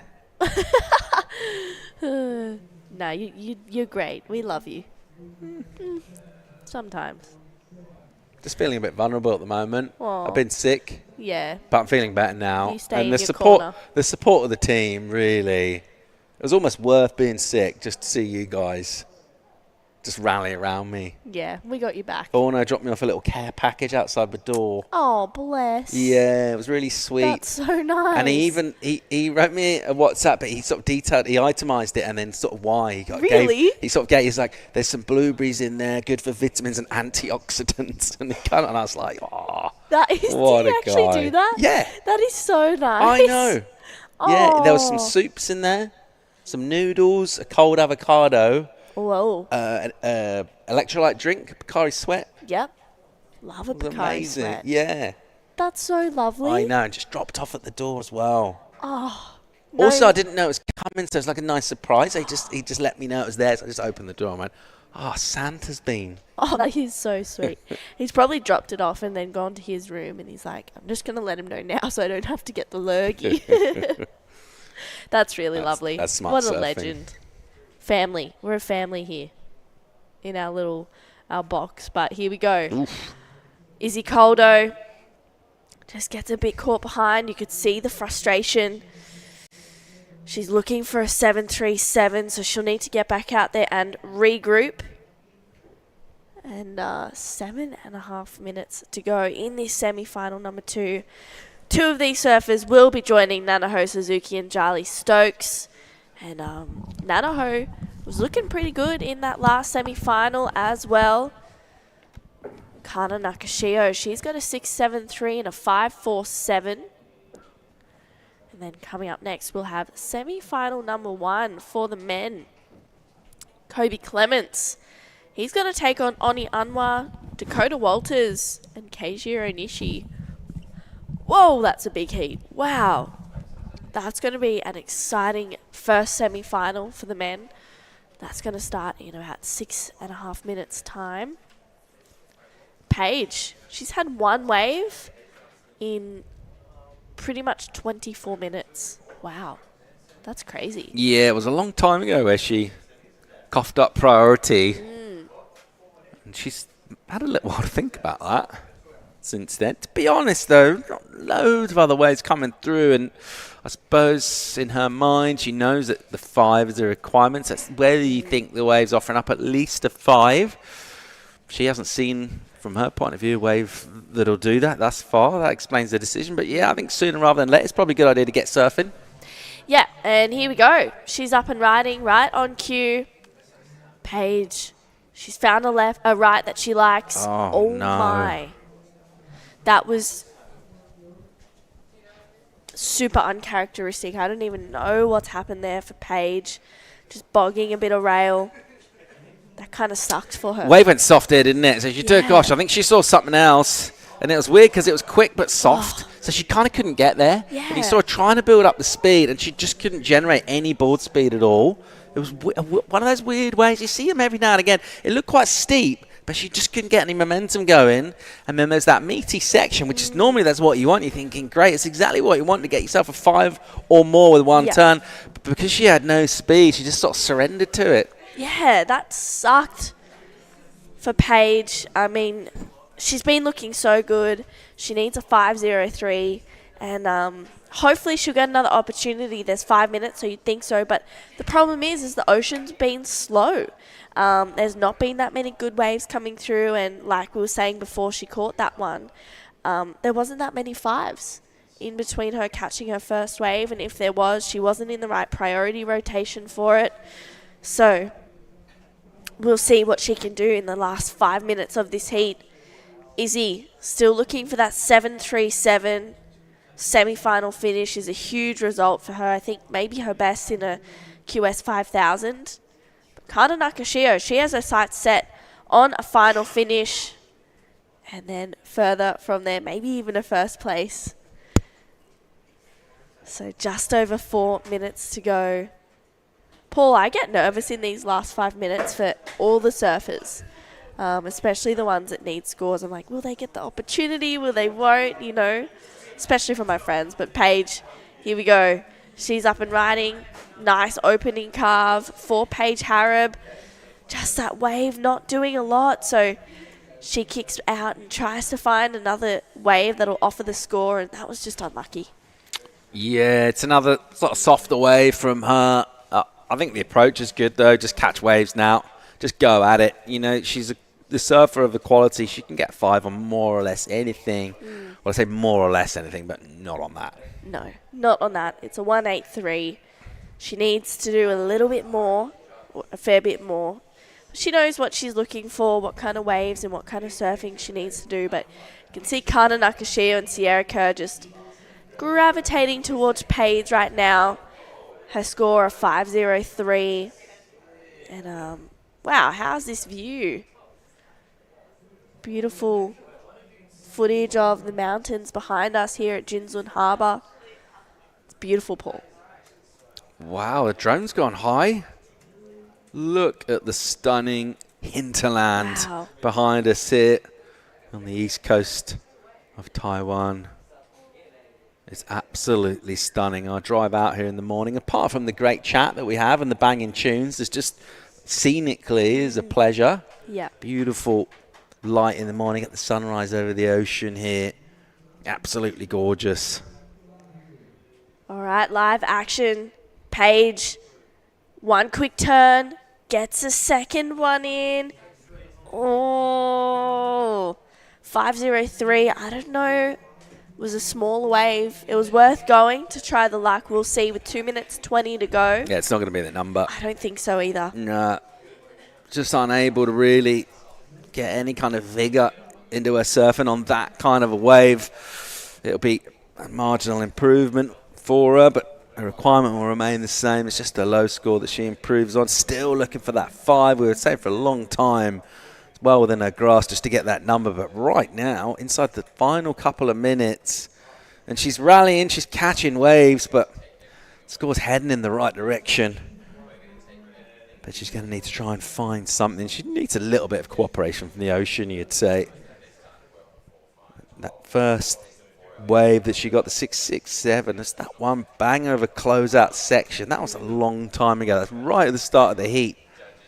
She hasn't had much of an opportunity, really, to build on that at all throughout this. Meanwhile, here's Izzy. Yep, Izzy chasing a 7.37. She goes big for that first turn, but you can see the frustration. It was just the one turn. It won't be the score, but it was still a sick turn. Throwing heaps of spray. We've got just over 1 minute to go. Sierra Kerr, nervous times for her right now. That last one of Paige, a 2.9. Izzy has a score to lock in as well. We are just inside the final minute, and look how green and beautiful it is, Paul. Little surf spot up the way there at the river. Some great waves up there. Maybe some surfers that have been knocked, consoling themselves by shredding up there. So many waves up and down this beautiful bit of coastline. It's been an absolute pleasure to be here for this event. Really, really beautiful part of the world and so much to discover. I feel like we've only just seen a bit of it as well. There's so much more. Yeah, we've literally just scraped the top of the iceberg here. I mean, it is so beautiful. There's so much on offer. And Izzy, her last wave was a 3.7. Gets a quick float, but I don't know if it's going to be the score that she's looking for. She gets a good second snap in, just doesn't get complete. So looks like it'll be Sierra Kerr and Kana Nakashio going through to the finals for the women. Kana Nakashio taking it out with a healthy heat total of 12.2. And Sierra Kerr coming in second. Don't go anywhere. We'll be right back with the first heat of the men's semi-finals. Daiwako's going to come back in for the call. We'll be right back after this quick break.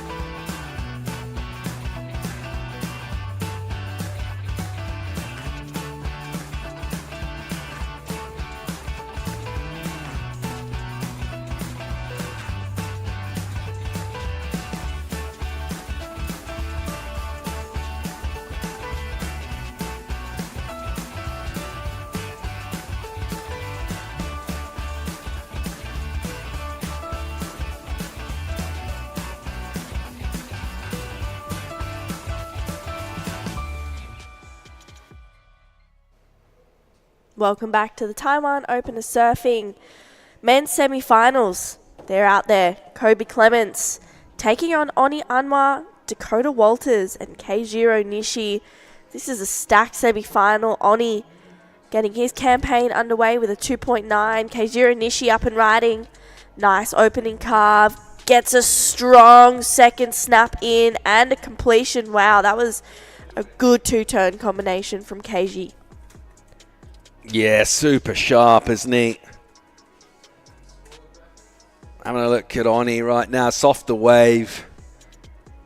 He's having to just force it a bit on this section. Pretty sluggish pace from him. But then he winds up and gives that a really good crack. So basically doing the best he could really with a softer wave. But then this stuff, much more crisp.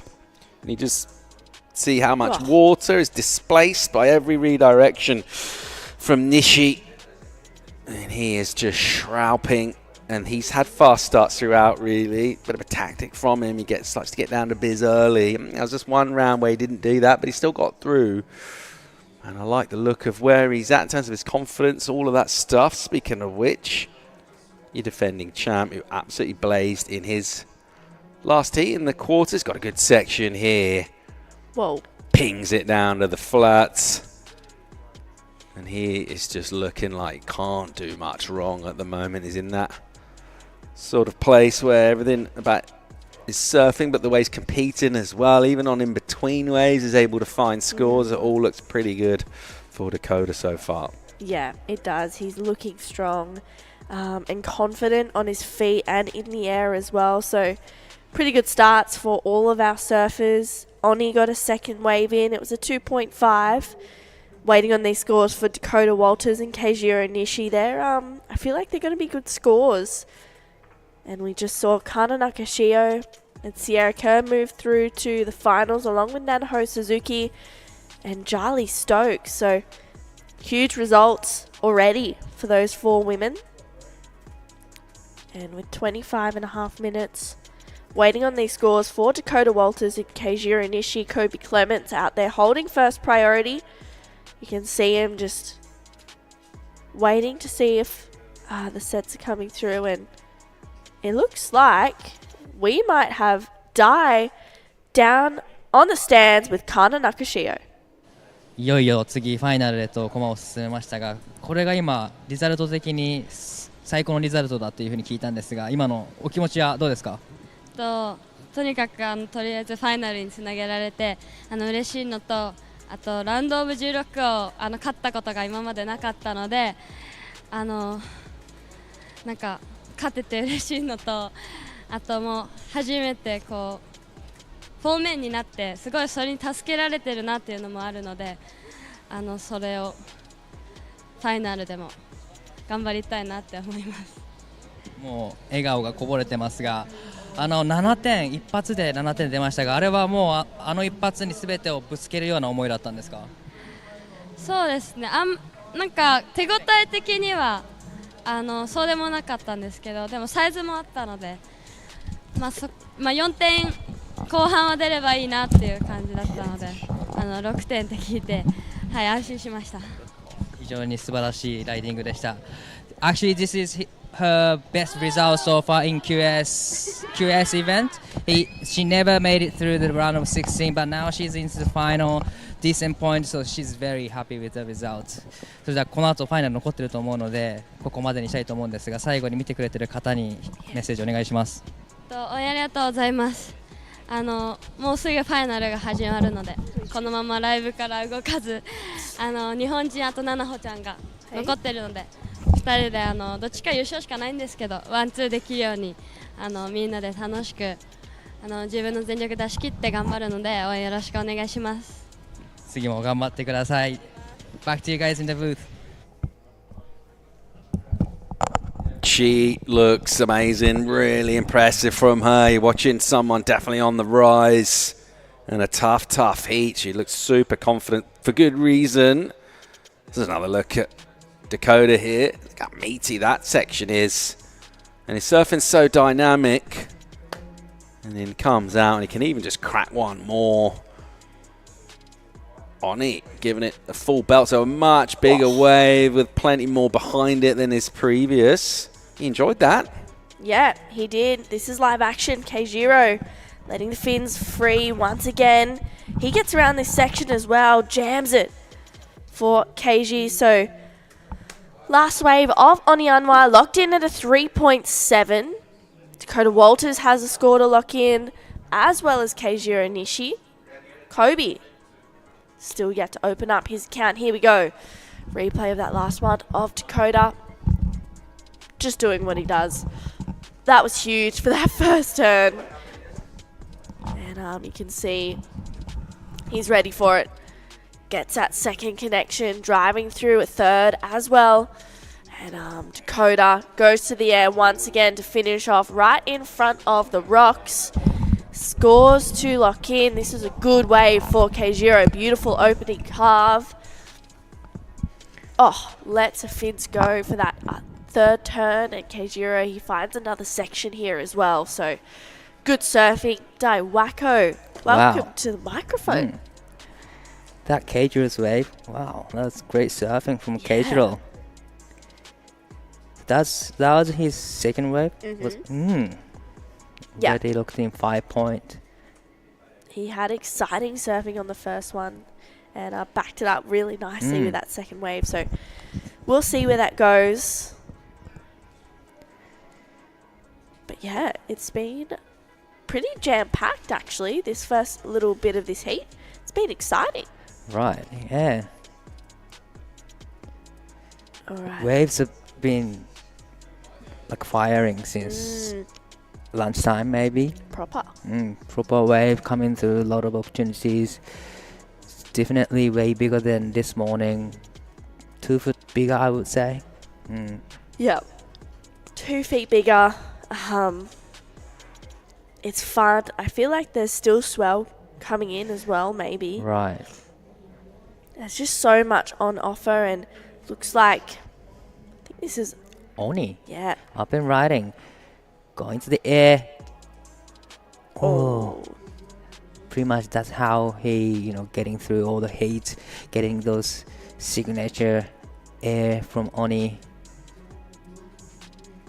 Yeah, that was unlucky to not make that turn there for Oni, but he's still looking really solid. He, as you said, he's just been making heats on those last minute Hail Mary attempts. But scores are in. That last wave of Dakota Walters, 5.43. So Dakota goes into the lead. Scores for Keijiro, 4.2. And he's up and riding again. 西圭次郎選手3本目のライディング、ここはフィンをしっかり抜いていいところに当て込んでいき、このカーブも綺麗に決まっています。さあセクション出てきました。ここはフィンを抜いて綺麗にクリーンなコンプリートを見せてきます。現在第2位のポジション5点、そして 4.20 をマークしていますが、残り時間19分25秒になるところ。It was another great surfing from Keijiro Nishi. Really loved the first snap to the big curve straight into the last section. Great combination from Keijiro Nishi. Yeah, that was huge. Really just power surfing. Right. Into the pocket each time. Kobe Clements up and riding on his first wave, gets a first good snap, drives hard through a second one, and he kicks out. That was Kobe's first wave. So he's been waiting for that wave quite a long time, 12 minutes in this heat. Probably it was worth waiting for. It was bigger size wave and get 2 turns in. So a little bit of paddle battle going on between Keijiro and Kobe. Yeah, they're hoping to get back the better priority position. 18.5 minutes. Scores to lock in for Keijiro Nishi and first of Kobe Clements. Dakota Walters out to a flying start already. Pair of fives. He's got a 5.83 and a 5.43. Let's see where these scores go in for Cobes and for Keiji. I like this last wave, Dai. Yeah. Love the first dance, kind of setting up the turn, but still the last section, he just went vert and solid turn. But here is the quarter waters. Ooh, how is that last time? That could have been sick. And Oni up on a foamy wave, racing down the line, goes to the air, gets the grab, and not the finish. He made it, but just got kind of bucked off in the whitewash. Maybe catching some rail, nose area. But it was so close from Oni onward to, right out of the way. But here is Kobe up and riding again. Yeah, Kobe, nice first turn, tight in the pocket, driving through a backside carve. And loads up for a good finish. It's a great rhythm with the wave. Nice turns, gets a finish. Really love the upside down vertical snap. And gets a setup turn right there and gets this big float to the section.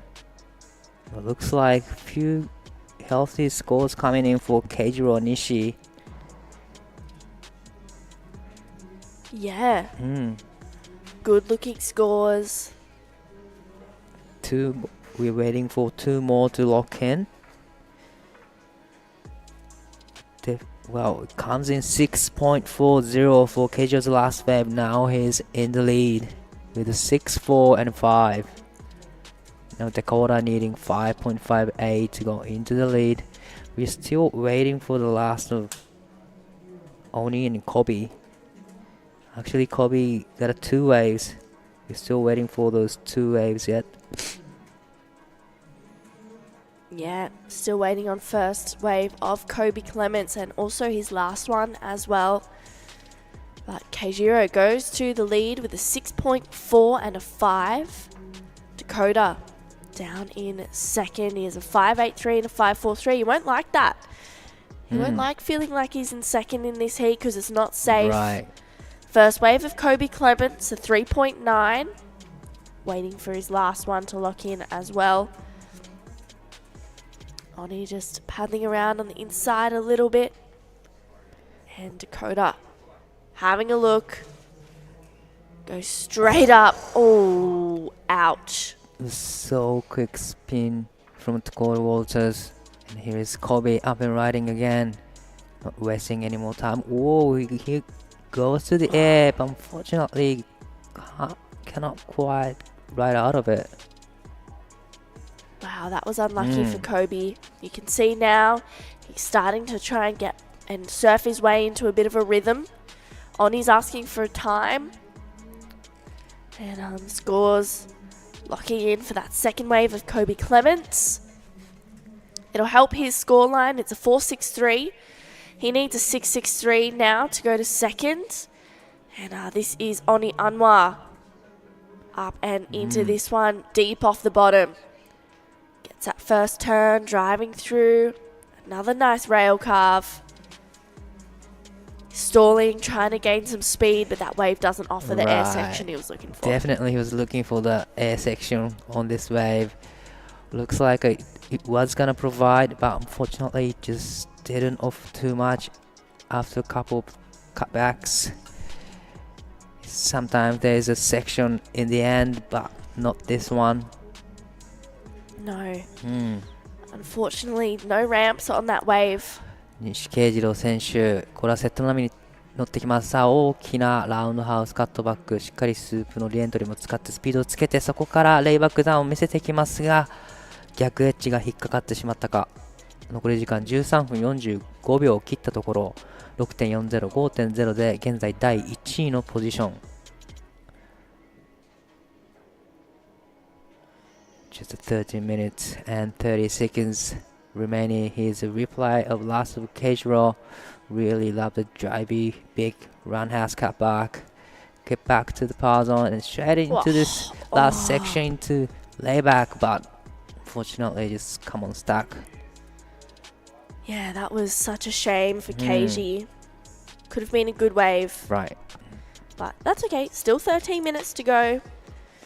And yeah, he still has 5 and 6 4, so that's good for casual. Still a lot of time to go back out. Yeah, plenty of time to get back out there. And up next, semi-final number 2. I like the looks of it. Bronson Mady, Danny Widianto, Oscar Berry, Caius King. Wow. It's a big matchup. It's huge. Like, yeah, that's a big one. So we'll be kicking off that semi-final, the second one, in about 12 and a half minutes. And you can see a little bit of texture start to creep in the ocean out there. It's maybe picking up in the wind just a little bit, but we've got about just under 2 hours of surfing left for the day. And then we are done. And we'll be crowning champions for the Taiwan Open of Surfing, which is super exciting. And no takers on this one. Looks like Oni almost had a look. Is that a paddle? I think it was a paddle. Maybe but not. Priority hasn't changed yet, so probably it wasn't a paddle. So, Keijiro spent some time on the Challenger Series this year, which is why he's kind of not sitting too high up on the QS rankings at the moment, right? Yeah. So, sights set on a Challenger Series requalification for him, do you think? Yeah. But he really, needs big points from this event. And, there might be another QS 3000 or QS 1000 in between until the CS starts next year. But definitely he needs a big result here in a QS 5000. Yeah, super important, these last few events. And Keijiro having a look. We're going to stick with Oni though. Oni gets the air, doesn't get the completion. And looks like Keiji had a moment as well. We'll go with Dakota Walters on his backhand. Wow. Smooth surfing. Just makes it look effortless. Gets the finish. Oh. Can he come out of it? Unfortunately not. Could be a 558 if he makes that last section, but this is Kobe up and riding, needing a score. Gets a 3000, needing a 663. This is the last of Dakota. Really love the first time. And this one, that was really unfortunate for him. That could have been the 583 558, sorry. I agree. I think that really could have come close to the score. Kobe Clements got a good 3-turner. He needs a 6.63. So let's see if he gets a score as well with 9.5 minutes remaining in this semi-final. Still time for Kobe and for Oni to regroup and really chip away at that requirement. Right. Yeah, that last wave of Dakota's was a 397, almost a 4. So if he hadn't made that last turn, he would have, going to the first position. Yeah. Here's Onionwa racing down the line into the air.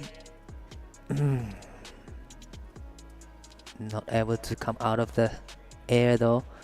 With 9 minutes remaining, Keijiro is holding on to the first place and the first priority, but probably he wants to get rid of the 5-0.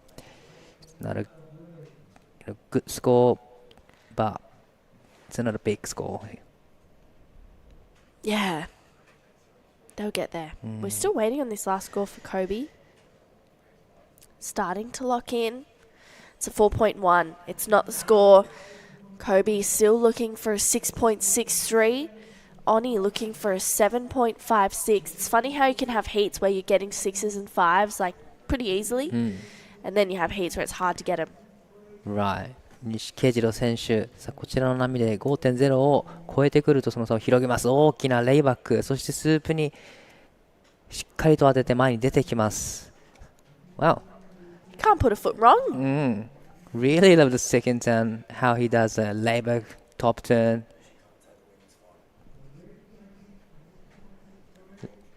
little bit mistimed on the first one, but that second turn was huge, and straight into the whitewater climb.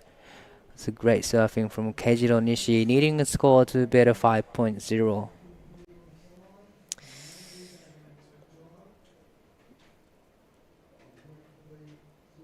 Yeah. Is it the 5? Do you think it's better than the 5? Maybe.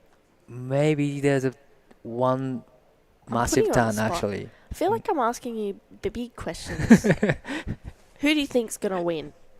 That's a hard one. Yeah, That's that was a hard one.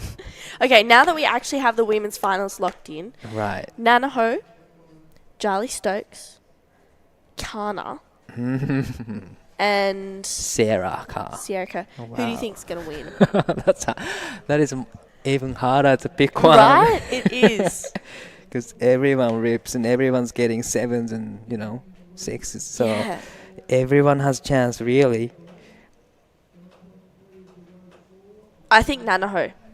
Ooh. Am I saying that pick. right? Yeah, Nanaho, yes. Nanaho. Yes. Brownie points. Yeah, I think Nanaho. She's looking really good. And she said she wants to do an air reverse.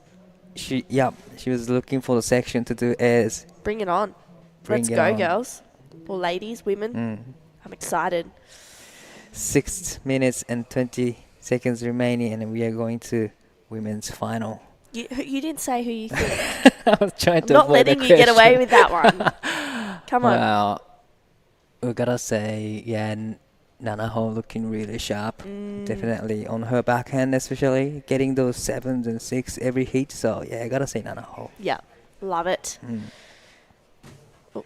Well, that's going to be coming up in about 36 minutes. The women's final. Next, we have the semi-final number 2, which is going to be exciting. Dakota Walters up and riding on this one. Goes to the air straight away. Gets the grab. That was pretty huge. And maybe another section inside here. We can see another air. Oh. Gets the finish. Gets a big air reverse. Gets the finish inside. It's gonna be a great score for Dakota Walters. Wow. Needing 5.88. That looked sick on the drone replay. Gets the grab. Good rotation as well.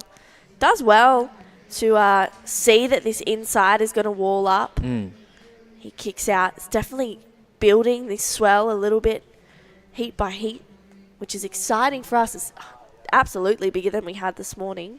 Definitely. But waiting on this score, 5.58 to go to first for Dakota Walters. It's going to be close. Yeah. Ooh. Oh, 5.88, sorry. Oh, there it is. 6.57 for the last of Dakota Walters, now into the lead. Wow, with 6.57 and 5.83. Wow. That is a healthy scores. That is really healthy numbers. Keijiro looking for a 6.01 to go back to first. Kobe Clements now looking for a 7.07.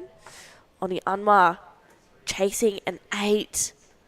And just over 4 minutes to go. Will the buzzer beater of the human being, Oni Anwar, be able to pull one? Or a rabbit out of the hat, I guess, in the last 4 minutes of this heat? We'll see. This is semi-final number 1.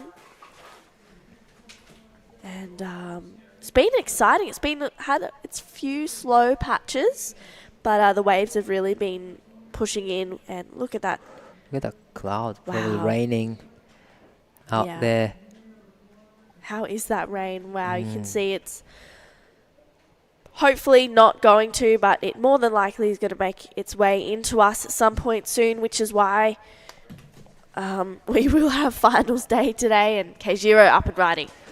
That's a big curve. 西慶次郎選手、2発のターン大きかったんですが、最後のセクションで少しバランスを崩してしまったか。It was a big section to hit for Keijiro Nishi. Fortunately, he went down. Wow. He's chasing a 6.01. He does not like being in second. So let's see what he can do in the next 3 minutes. But it's the man in white right now, Dakota Walters. He's in the lead, a 6.57 and a 5.83. Good scoreline. You'd say that he probably wants to do a little bit better in the final if he gets there. And it's going to be exciting. After this heat, we'll have our first 2 finalists set in stone. 2.5 minutes to go. It's exciting. We've had a very big week or so, a couple of days really, but it's been amazing. It's been amazing. Every day we're seeing so many actions, so many great surfings. But here is Kobe up and riding, needing 707, but quick in and out. Just 2 minutes and 10 seconds remaining. But today is the finals day for QS 5000, Taiwan Open of Surfing. And lots of great actions today. Yeah. Great surfing. Fun times. It's been really good, actually. No complaints. No complaints. Oni having a look at an inside one. That's not going to be the score, unfortunately. He had a first priority, but no, you're kidding. Just lost first priority now. It was kind of mistakes. Why would he paddle for that? Anyway, it was a small inside wave. Bit of a mistake. 1 minute and 30 seconds remaining. Sorry, that was really harsh. Sorry, Andy. But hopefully an opportunity will come. You can see Kobe just paddling up and down. Keijiro sticking pretty close to him. Just over 1 minute. And it's Dakota Walters right now. He's driving the bus of this heat, a 6.57 and a 5.83. And he holds first priority. That's a pretty good position to be in for the final minute, Right. Now, Keijiro Nishi is just, paddling, utilizing his higher priority to Kobe Clement. Kobe needing 707, but here is Oni. Oh, switch stairs. What? Okay, here we go. Dakota Walters. He's gaining some speed, looking for a ramp. He gets it. Oh! Right out. Complete that. Wow. Yeah, there we go. Huge. Huge air from Dakota Walters. Just on the way in. Maybe threw some airs, and he did. That was sick. Pretty beautiful ramp there for Dakota Walters. Keijiro getting an opportunity as well. Bang. Nice rail car for Keiji. And I think he's just stoked to be in the final. Scores to lock in for both Dakota and Keijiro Nishi. Keiji's won't go into the top 2. He's got a 6.4 and a 5.3. But that was huge from Dakota Walters. Gets a grab. Pretty lofty air. So we'll see where that goes for Dakota. And this guy right here. He's moving on through to the finals as well. And yeah, it's been an exciting semi-final. Semi-final number 2 is going to be coming up right after this quick break. Don't go anywhere.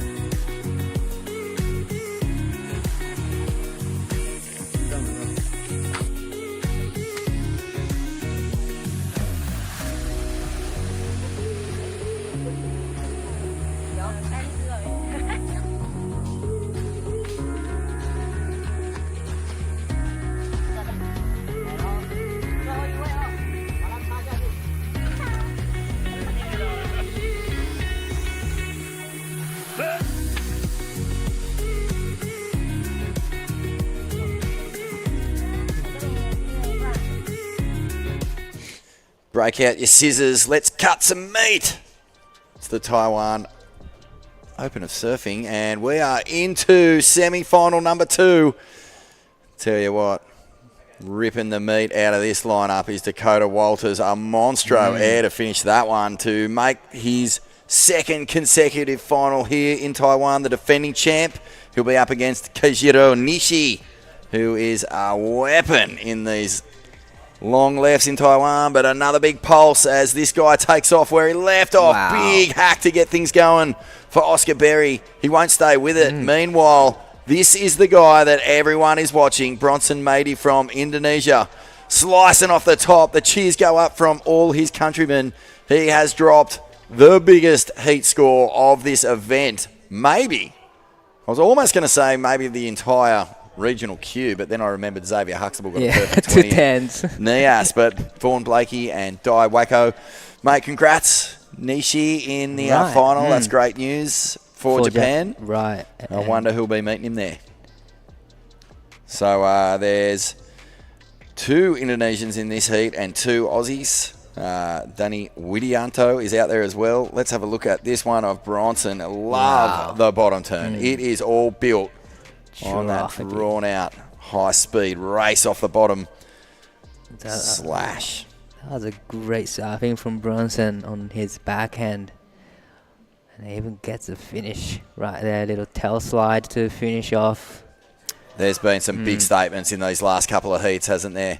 Bronson Mady is definitely the guy I think that everyone is thinking is the danger man, but this guy's been in scintillating form as well. Crack! Wow! Whoa! This is incredible surfing from Caius King, and out the back it looks like Widianto's getting busy with a huge fins out re-entry off the back of that one. Fireworks all over the shop as semi number 2 begins to flare, but this wave, it just got better and better.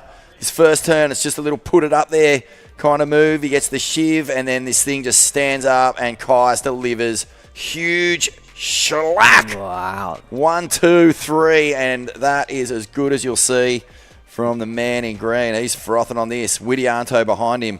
Off the bottom, a massive hit there, and that's a 1-2 that you can bank every day of the week. Far out. Let's do this. Oh, And Berry Oscar upside Berry. down. Buries the nose there. But he pulls Just it fired out. up. Are you it's okay? full on. You all right there, Di? No. But really love the Caius last wave. That has a really great wall to work on. That was amazing. But what about Widianto's answer back? Even 2 Oscar's, big turns, just slapped it. All right, let's throw it down to the winner of the last heat, the defending champ, and he could go back-to-back here in Taiwan. It is Dakota Walters.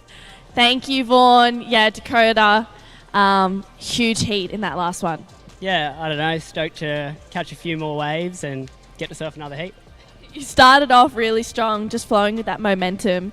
You're into the finals. Are you hoping to go back-to-back? What's the plan? Or are you just taking it wave by wave? Yeah, pretty much. I don't know, I feel like I don't have much pressure. Like, it doesn't really... I don't know, I guess it does do a bit if it was to win, but anything other than a win doesn't really change much for me. But, yeah, I don't know, it's heaps of fun, and I'm, stoked to get to surf another heat. It's just sick to surf, like, fun waves and get to do a few airs in a heat. You've got some friends in this heat as well. It's actually been a pretty big one to start so far, so you're just going to sit back and watch and cheer Oz and Caius on? Yeah, for sure. I'm travelling with Oz, and it was so cool to get to watch him have a breakthrough in the Philippines. I feel like, I don't know, we've been travelling all year together, and he's been such a good support to, like, myself and Joel and stuff like that, and so cool to watch him do it in the Philippines, and then now to hopefully have a final together will be sick. Awesome. Well, thanks so much, Dakota. It's starting to get rainy here, but we'll let you get ready for the final. Well done. There he is. He's going back-to-back for finals in the Taiwan Open of Surfing. Can he go back-to-back wins? This is Widianto. He's already opened with a pretty meaty score. Last judge about to lock it in, and we'll read that out. But 2 turns, and weren't they massive? Wow, 2 turns and looking healthy numbers here. 6.17 for the first wave of Danny. 617. Now, that is a healthy number. It's mad, isn't it? We had 2 kind of different camera angles for Danny's wave and Kais's wave. Right. Danny's wave, we were right down low for it, so we really got the sense of how hard he was hitting it through the lip. But Kai's wave, we were looking down from the top view, and you just got to enjoy just the linking together. You got a little bit more view of what the wave was doing, and you could really see that he was just loading up. And it's looking like a massive score for Kai's King, a 7-point ride. Wow. Great start to this, and he's got a big set too. What's this thing going to do? It looks like a really nice wall. He bashes it up and over, gets new school. But that wave runs off on him. It's close to make out of that, but here is Bronson up and riding on his backhand. Massive turn. Is he going to get another one? Unfortunately, he went down. The last wave of Bronson comes in 4.83. 4.83, and the micro adjustment on him to pull that board out of the lip just then with the offshore coming up the face. But this from Kais, I thought, whoa. It actually did fatten out a little bit, so he wasn't able to get the ride down. But watch the micro adjustments of the heels here. Snaps it up and over, loses the board, gets it back under him, and is already bottom turning before you even know that there's been a bit of a disaster slide there. So cool stuff from the Indonesian, who earlier today dropped a 9.77 and a 9 in his quarterfinal. And that was really the starting gun, wasn't it, Di? We just saw things really start to flare after that. Everything just clicks on, and everyone's fired up, going for the edge. Everybody just pushes so hard after that heat, definitely. Dakota Walters and Keijiro Nishi are waiting in the final. 2 surfers from this heat will join them. Taiwan Open of Surfing. It's been a really fun event. We've had pretty cool waves, I'd say, but this actually looks like the best of it. Definitely. We're getting some nice tall waves coming in. There's plenty of pulses and opportunities. But better than anything, the walls are standing up. Like, we can actually see the surfers opening up, being a bit more creative. It feels like we finally see the real shape of Jinzun Harbor today. That's it. Yeah, for sure. And, we've got a couple of storm cells off the coast, and this guy's a little storm cell himself. He throws a full rotation. That was close. Every time he gets to his feet, he's got that Medina kind of spark where you just think, what is coming? What's he going to do? You just have no idea. That was really close. It wasn't even grabbed. It was just sent it, just pushing tail so hard. Some surfers, they've just got that little bit of magic where even when they're coming off the bottom, you can't really telegraph what's coming next. This has been a good little backup here for Kai's King. He's already got a 7-0, so he just needed a small score. But here is Danny up and riding. Upside down. Oh, you get the feeling he's pushing extra hard. He knows that he's got extremely accomplished, experienced and accomplished surfers all around him. He wants to bring his A game to beat them. Definitely, you need an A game here in the semifinals and the finals. Definitely, so that's exactly what he's doing. It'd feel like you're paddling out and just surrounded by box jellyfish. Just everywhere you look, there's danger. And there's plenty of sting in the performances of Oscar Berry, who is sitting on a 6.67. That was a really nice opening ride. And it was his last ride, actually. Yeah. But here's a little replay of that one. He's just so light. He can use that wind for extra rotation. He keeps it. And this is Widianta. You can see he got a little stuck there. So he's pushing extra hard. That one he tried to not try and flatten out at the top, but bring the nose of the board down in a really vertical fashion, and he almost did it. Oscar Berry got 6.67, eh? Oscar Berry, 6.67. What was that? That was for the left, I guess. Everybody's back in the game now. All right, Bronson, matey, he gets a 4. I guess that was for the wave before the air rev. So he's sitting in third place at the moment. Widianto sitting in second. Berry in first. Kais King in fourth. But let's have a look at this top score situation because Kais is sitting on a 7. Right. That's the best wave of this heat. Matey looking, hunting, circling for opportunity. Danny is having a look at this one. Oh, there's some really nice waves out here, Di. Crack off the top. Another extension into the frackside re-entry. He'll get the double. Definitely, this is going to be his backup score for sure. He's already locked in 377 on his last one. Now he's in the lead, but definitely it's better than 377 with this one. Wow, that's huge first turn into the solid turns combo. You notice every backside turn just has a little bit of variety in it. It's never the same turn over and over. One will be a little more carvy, one will pivot, one will have a bit of board slide. So he's mixing it up. And that is just a reaction to what the wave's throwing at him. You know, if the lip goes steep, he'll really jam it. If it goes a little flat, he might slide the tail. So he's just reading it beautifully. Kais King from Byron Bay now. Matey, vertical up into the lip, hooks it as tight as anything and loses the fins. Maybe pushing too much on the flatter section. Fortunately for Bronson Matey, but still got just under 18 minutes remaining in this heat. The body torque. He comes off the bottom and he's able to just coil it around so tight. He's turning on a 10-cent piece. A dime, if you will. And it's not a big area where he's able to generate just that sweet, vicious hook. Berry, he's sitting out there with priority. You know he'll wait for a set. There has been plenty of them. He's been in fantastic rhythm today. Finals day, he got out there and just blasted some big turns. I think he surfed 13 waves in his last quarterfinal. Yeah, his cheeks went red. He said he was pretty gassed at the end of that, but he's come out and already dropped to 6.67. So, but the last of Kais comes in 607. Straight to the lead. Kais King a 7 and a 6.07. Wow, that's a great backup for Kais King. Now he's in the lead comfortably with 17 minutes remaining on the clock. Hey, Di, you know what? A 7 and a 6.07. That would have got you through every heat in this event, pretty much. Pretty much every round, easy, yeah. I don't think that a 7 and a 6.07 makes you safe at all in this heat. Oscar Berry, Widianto and Matey all have fireworks. And you know what? Kais King hasn't actually taken a lot to the air. He did a couple in his early rounds. Right. So he's got that there if he needs to call on it. He's still sticking to the classic surfing now. That's it. Probably he's going to fire up now to go into the air. Oh, cannot wait to see that though. It'll be fun to watch. You know what he does strategy-wise here. He's got very strong scores. The foundation is laid. Will he start to open up and maybe bring a bit of that firepower? The tail blows, the air game. Definitely he will be. Little downtime in the ocean so far. We are about approaching the halfway mark here in this men's semi-final heat number 2. Kais King is sitting in the first place comfortably with 7 and 6.07.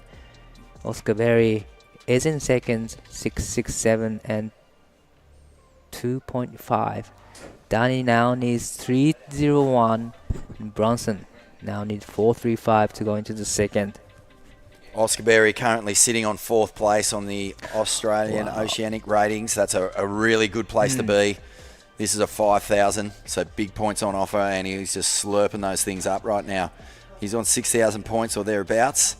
Taj Stokes, I've been around the comp, hanging out with Sister Jarly. He'll be supporting her in the women's final. He's down at 5th, and then Kais King is at 7th. Very important heat for Oscar and Kais King. Lock themselves back onto the Challenger Series with good results here. On the Asian rankings, it's worth checking that out too, because Bronson Matey, you would expect him sitting probably about 9th or 10th place now. Yep, 9th. Bronson is sitting in the 9th place. Yep. Probably this result will jump him up all the way to somewhere like 6th or 5th Well, if he gets a win, I'll definitely jump up. He'll go straight to the very top. And wouldn't it be a treat to see this guy get on that Challenger Series? It's pretty important heat for everyone.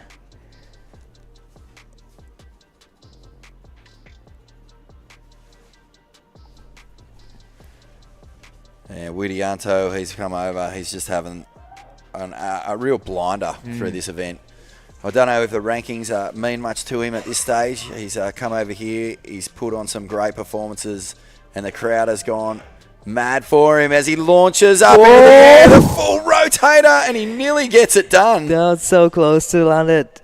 Oh, he holds his head. He felt the landing then. That's what the frustration was. He felt it under his feet. Board, water, and he almost pulls this off. Would have been a fantastic score. Stalled, just racing down the line. He goes to the air, full rotation, but just maybe the knees just a little too straight. The legs didn't quite get the chance to compress, so he might have felt it under him. But some waves moving through, sets coming through. Taiwan has played host to a wonderful surfing event yet again, where only 3 heats from wrapping things up, and this is one of them. Women's final will be up next. Nanaho Suzuki, she has been in amazing form this year, leading the Asian rankings, but we'll set that up a bit later as Kais King comes around the corner, generates so much speed, throws the float this time. And again, the wave selection, impeccable from this young man as he works his way down the beach. But the ability to accelerate out of a power carve is just a joy to watch. 6.07 is what he's looking to replace. And Matey sits out there with second priority. It's Oscar Berry who'll have first bite of the next cherry. But it just goes to show you just how dangerous all these surfers are. You know, Widianto, if he'd stomped that air, he's right back into the mix. As see Kais there, he pulls it tight, compressed out of the turn, and then straight up for the float. Generating so much speed into the sections, and did he get a finish right there? 5.43 for Kais, so not better than his previous ride. And Matey now, he's lurking, hunting. He throws the full rotation to the flats. Here it comes. Didn't even see that coming, really. I felt like he'd lost a bit of speed, but he planned it to perfection. Gets the click off the coping into the full rotation. Take us through this one, Di. Gets a little bit of check downs right there, but from here, he's just waiting for the section to stand up. But just like you said, kind of lost speed, but still managed to put full rotation. Lands so clean. It was great, great air reverse from Bronson Matey again. Wow, now where will the judges go with this? It's on the inside. It's not a big section, but at the same time, the click and the pop was perfect. Technique and the way he was able to rotate mid-air into a full 360 degree before he even came back in contact with the water. Pretty incredible stuff. If it was a bigger set, then it would have been like 8 or 9s. But because of the wave size, gotta say it's gonna be like 5 maybe, but it's crazy full rotation air reverse. We're looking down on it. There's the technique. Doesn't bother with the rail grab either, just lets the knowledge of being in the air so often for so long. Wow, he needs 4.35 to go into the second. I think he's done that, 4.35. Waiting for scores to drop for last of Bronson Matey. Again, he's surfing his way into this. You know, Kais King and Oscar Berry, they dropped significant scores to get things going. Even Danny Widianto's got a 6.17, so it's been a little bit of a slow start for Matey. Right. But you know that there's something coming here. You're not doing a full rotation and not getting some sort of doff of the cap, some sort of acknowledgement from the judging tower. And it could go bigger than we think. There's some pretty significant numbers Few coming through scores here. locked in for Bronson Matey and looking healthy. Ooh. It's a lot more bloated than that 5 you were throwing out, Ty. 7.50. It's the best wave of the heat in the eyes of the judges. And I think, technique-wise, risk versus reward, it was all there. And that's the kind of surfing that speaks to the progression of the sport. Yep. And let's have another look at this thing. So a little speed check. Just sticking with the power source. Gets a little ramp here to build speed, and then he washes it off a little bit. Flicks into the section, and it's the projection. I mean, he's flying so far away from where he took off. The point of landing quite a distance from the takeoff launch pad. So a big score there for Bronson Matey as he again jumps up into second place, progressing position. He wants a spot in that final. He's had so much success as a junior man, but when will we see him put together his first major win on the queue? This could be it. Right. He really needs to, make this round to get decent points for Asian ranking. But definitely, if he makes this heat, then he's gonna be in top 5 range, I reckon. But wow. I wonder how much that surf trip he did with, Joel Parkinson, Jai Glindo, Creed McTaggart, Aton Osborne, Buddha, Ty Graham, he was on that trip as well. I just wonder, sometimes when you're a Grom and you love doing your airs and all that, you're constantly psyched to just get out there and prove yourself. But when you surf with really great surfers, you kind of can slow down a little. And it's been a remarkable comp for just the lack of hustle. Like, everyone is just giving each other space. The rules of priority are pretty much respected. There hasn't been a whole lot of just sitting on people or blocking. Everyone's been kind of spread out across this entire Jinzun surf break. Everyone's doing just surfing exactly what they love. Surfing doing the talking, isn't it? Wow. There's a few waves coming in. Looks like it. 6 minutes and 10 seconds remain in this heat. Oscar now needs 5.67. Well, look at this. Bronson needs a 5.57 to jump ahead of Kai's King. That is really nothing. And Oscar only needs a 2.5 to get ahead of Bronson. So, as we said earlier, a 7 and a 6.05 to get ahead of Bronson. So, as we said earlier, a 7 and a 6.07, it's not a safe score at all. Kai's going to have to find another gear here in these last 5 minutes and 40 seconds to really make sure he can get into that final. As Oscar Berry pulls the trigger, flies off the bottom. It's a big, steep section. He's forced to really poke the nose up through as the wave flattens out on him. Can he find something on the inside here? He gets a massive finishing turn.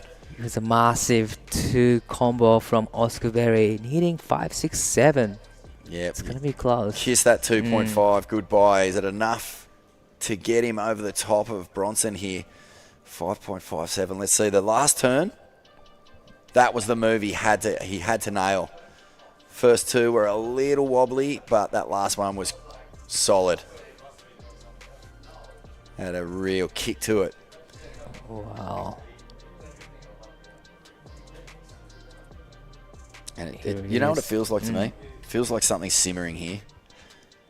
Oh, it's a big punchy vert, but you can see the nose of the board caught a bit of chopper on the way down. That's just a little setup turn. It's a nice slidey finish with a bit of power to it as well. Needing 5.67 with that one. You can feel that something major is about to go down. Like, this is just all too close. Have a look at those top scores. They're bunched up. 7 and 7.5. And next to it, 6.07. 6.67, 6.17. Yeah. Lots of 6 and 7s. This is high quality heat, isn't it? And we haven't seen the last of anyone in this thing yet. 4 minutes to go. Lyons moving in. Widianto, what's he going to fire off here? Wow. High speed down the line. Is this thing starting to set up into a big ramp? He launches a giant double rotator, I thought. Almost had visions of that Kelly Slater 540 from Portugal years ago. Right. He hit that section with so much speed. The double rotation just kind of almost overdoes it. He just went for it, but that's exactly what you need We surf against these guys here. Just waiting for section stand up. Boom. Spun around so quickly. Oh, Oscar Berry lets one slide. And now it's Kais King out the back with priority, 3 minutes, 20 seconds. It's a dangerous game. I mean, you're going to have to find the wave, potentially block someone. He doesn't look like the gamesmanship is going to be part of it just at the moment. So second last wave for Oscar Berry comes in 5.30, so it was not enough to go into second. Still need 5.67. Interesting. Yeah, you felt like the first two turns just weren't quite there. The finish was strong. But if he'd managed to really belt that first one properly and come out with speed, it would have been a done deal. So 2 minutes 45, Kais will hold position. Bronson is sharking around here. He knows that Oscar Berry has the talent. He knows Widianto can pull out a 6.17. Tense moment for everyone here. Kais King was in the lead comfortably, but now, you know, you don't really want to say it's a safe place to be now. Even though he got 7.607, it's not a safe place yet. Yeah, well, I mean, if you think about it, Oscar Berry and Widianto, they really only need something around that 7 mark to get over him. So that's not a huge ask either. 1 minute 50, it's Kais with priority. That's a huge advantage at this stage of the heat. And he is keeping a very close eye on these guys on the inside. He's not going to let them get too far away. Right. And things are just extremely tense as this semi-final number 2 winds down. It's Keijiro Nishi from Japan, who is already in the final. Dakota Walters, the defending champion, waiting, watching, seeing how this plays out, who will join them. Right now, Kais King in the box seat, holding priority, and there's 2-3 surfers who are looking for that opportunity to pinch this away. Oscar Berry, he only needs a 5.67 to get over the top of Bronson, but Bronson is holding second priority. And Bronson is not letting Oscar go anywhere near anything. Look at him. He's just stuck to him like glue. Meanwhile, Widianto finds a section. Ooh. Big air rev for his first turn. He'll need something on the inside as well. Is he going to get the finish? Oh, it's a projection to the flats. He knows.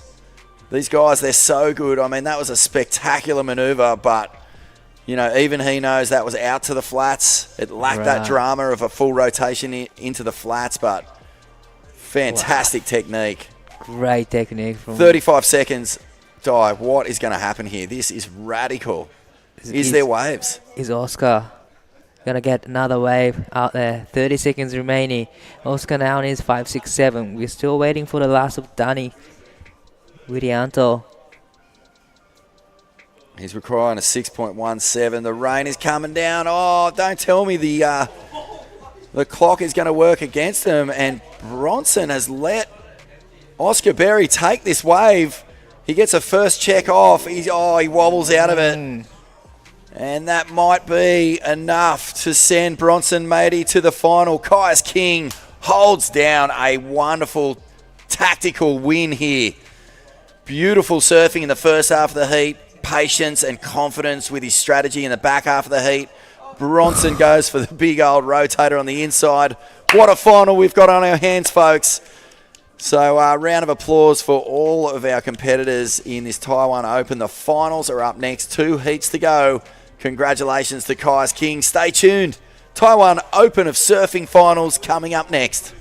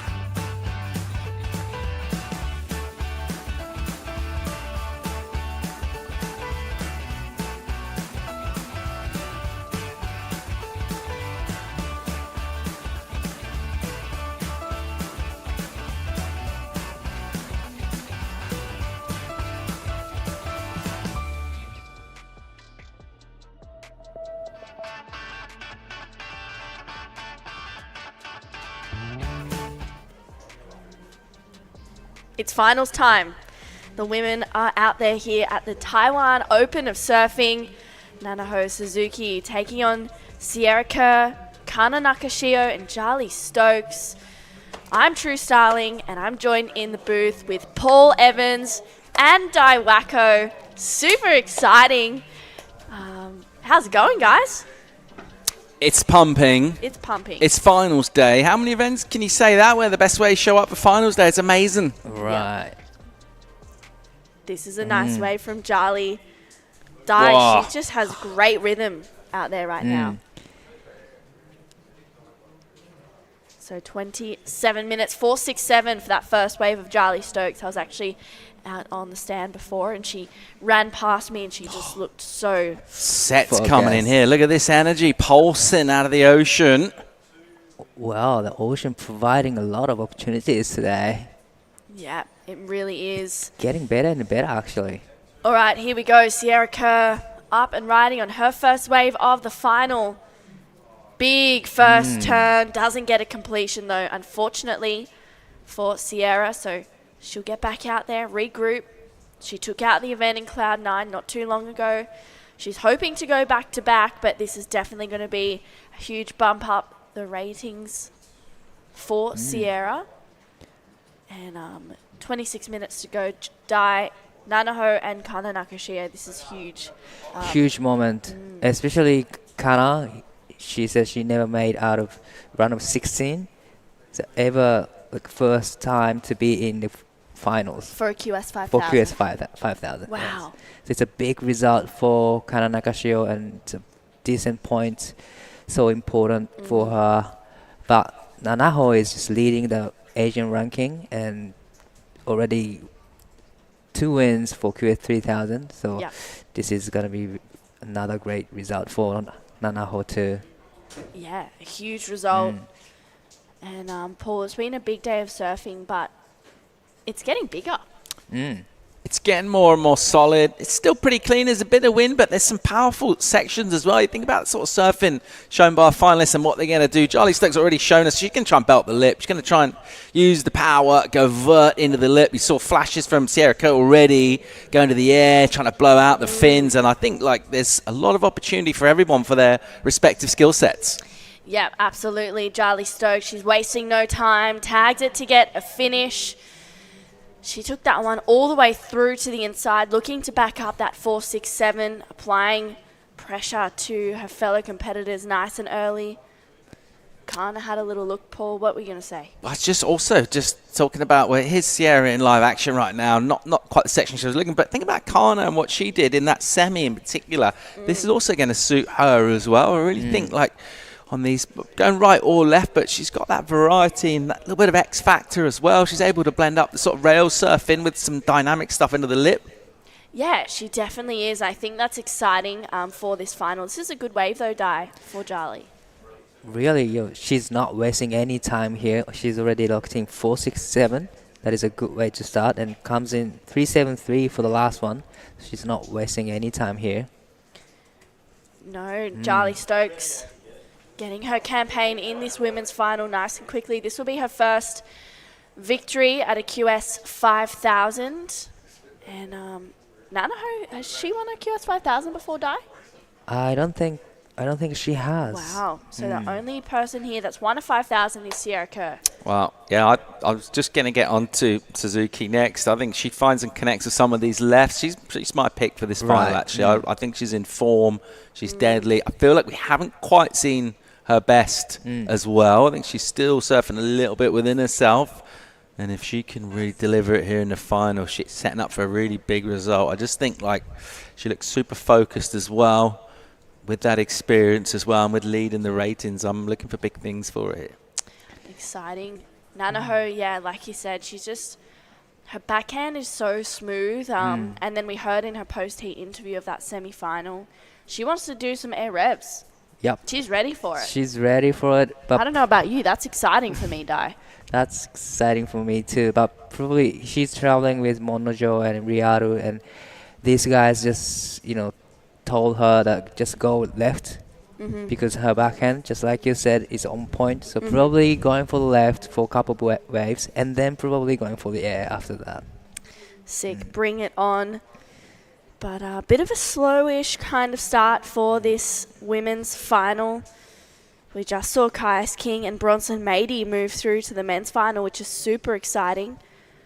Both Kais and Bronson have been surfing so well this whole event. They'll be joining Dakota Walters and Keijiro Nishi. That's going to be a really good matchup. And the women right now, just being patient. Kana Nakashio holding first priority, yet to open up her account. Kana's a bit of a momentum surfer, right? She'll wait for that first wave, but then as soon as she gets it, she kind of just catches more and more to get herself feeling more confident. Right, definitely. She's just waiting for the right ones, and that wave, she's just won it. And after that, probably she keeps this momentum and getting the rhythm quickly. But it's been a good 8 minutes. It's gone so far. Yeah, good amount of time gone in this heat. But plenty on offer.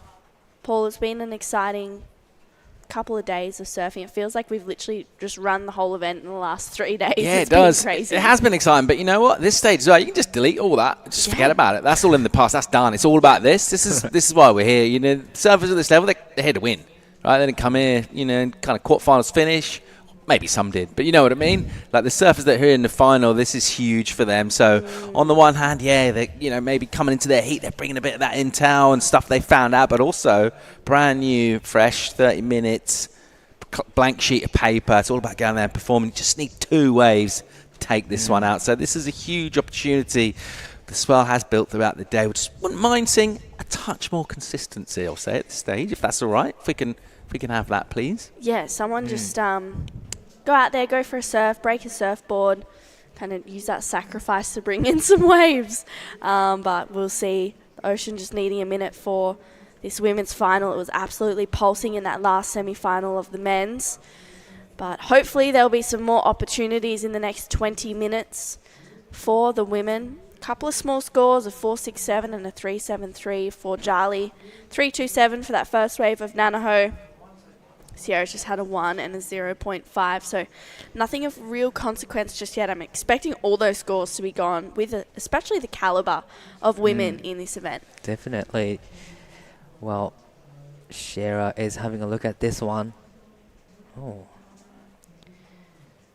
Yeah, she doesn't like the look of it. Maybe a smaller wave that kind of isn't offering too much. She's pretty good with her wave selection, so hopefully she'll be able to find something. Looks like maybe a little bit of movement out the back. A good-looking lump rolling in potentially. Can be quite deceiving on screen, but yeah, it's been really slow. And taking out this kind of final, I just feel like Di and I were actually talking about this in the last heat. Nanaho was my pick as well. I thought that she's been ripping this whole event, Paul. She's just on fire. But apart from Nanaho, I actually thought Kana Nakashio, she got a 6.73 in that last heat for 1 turn.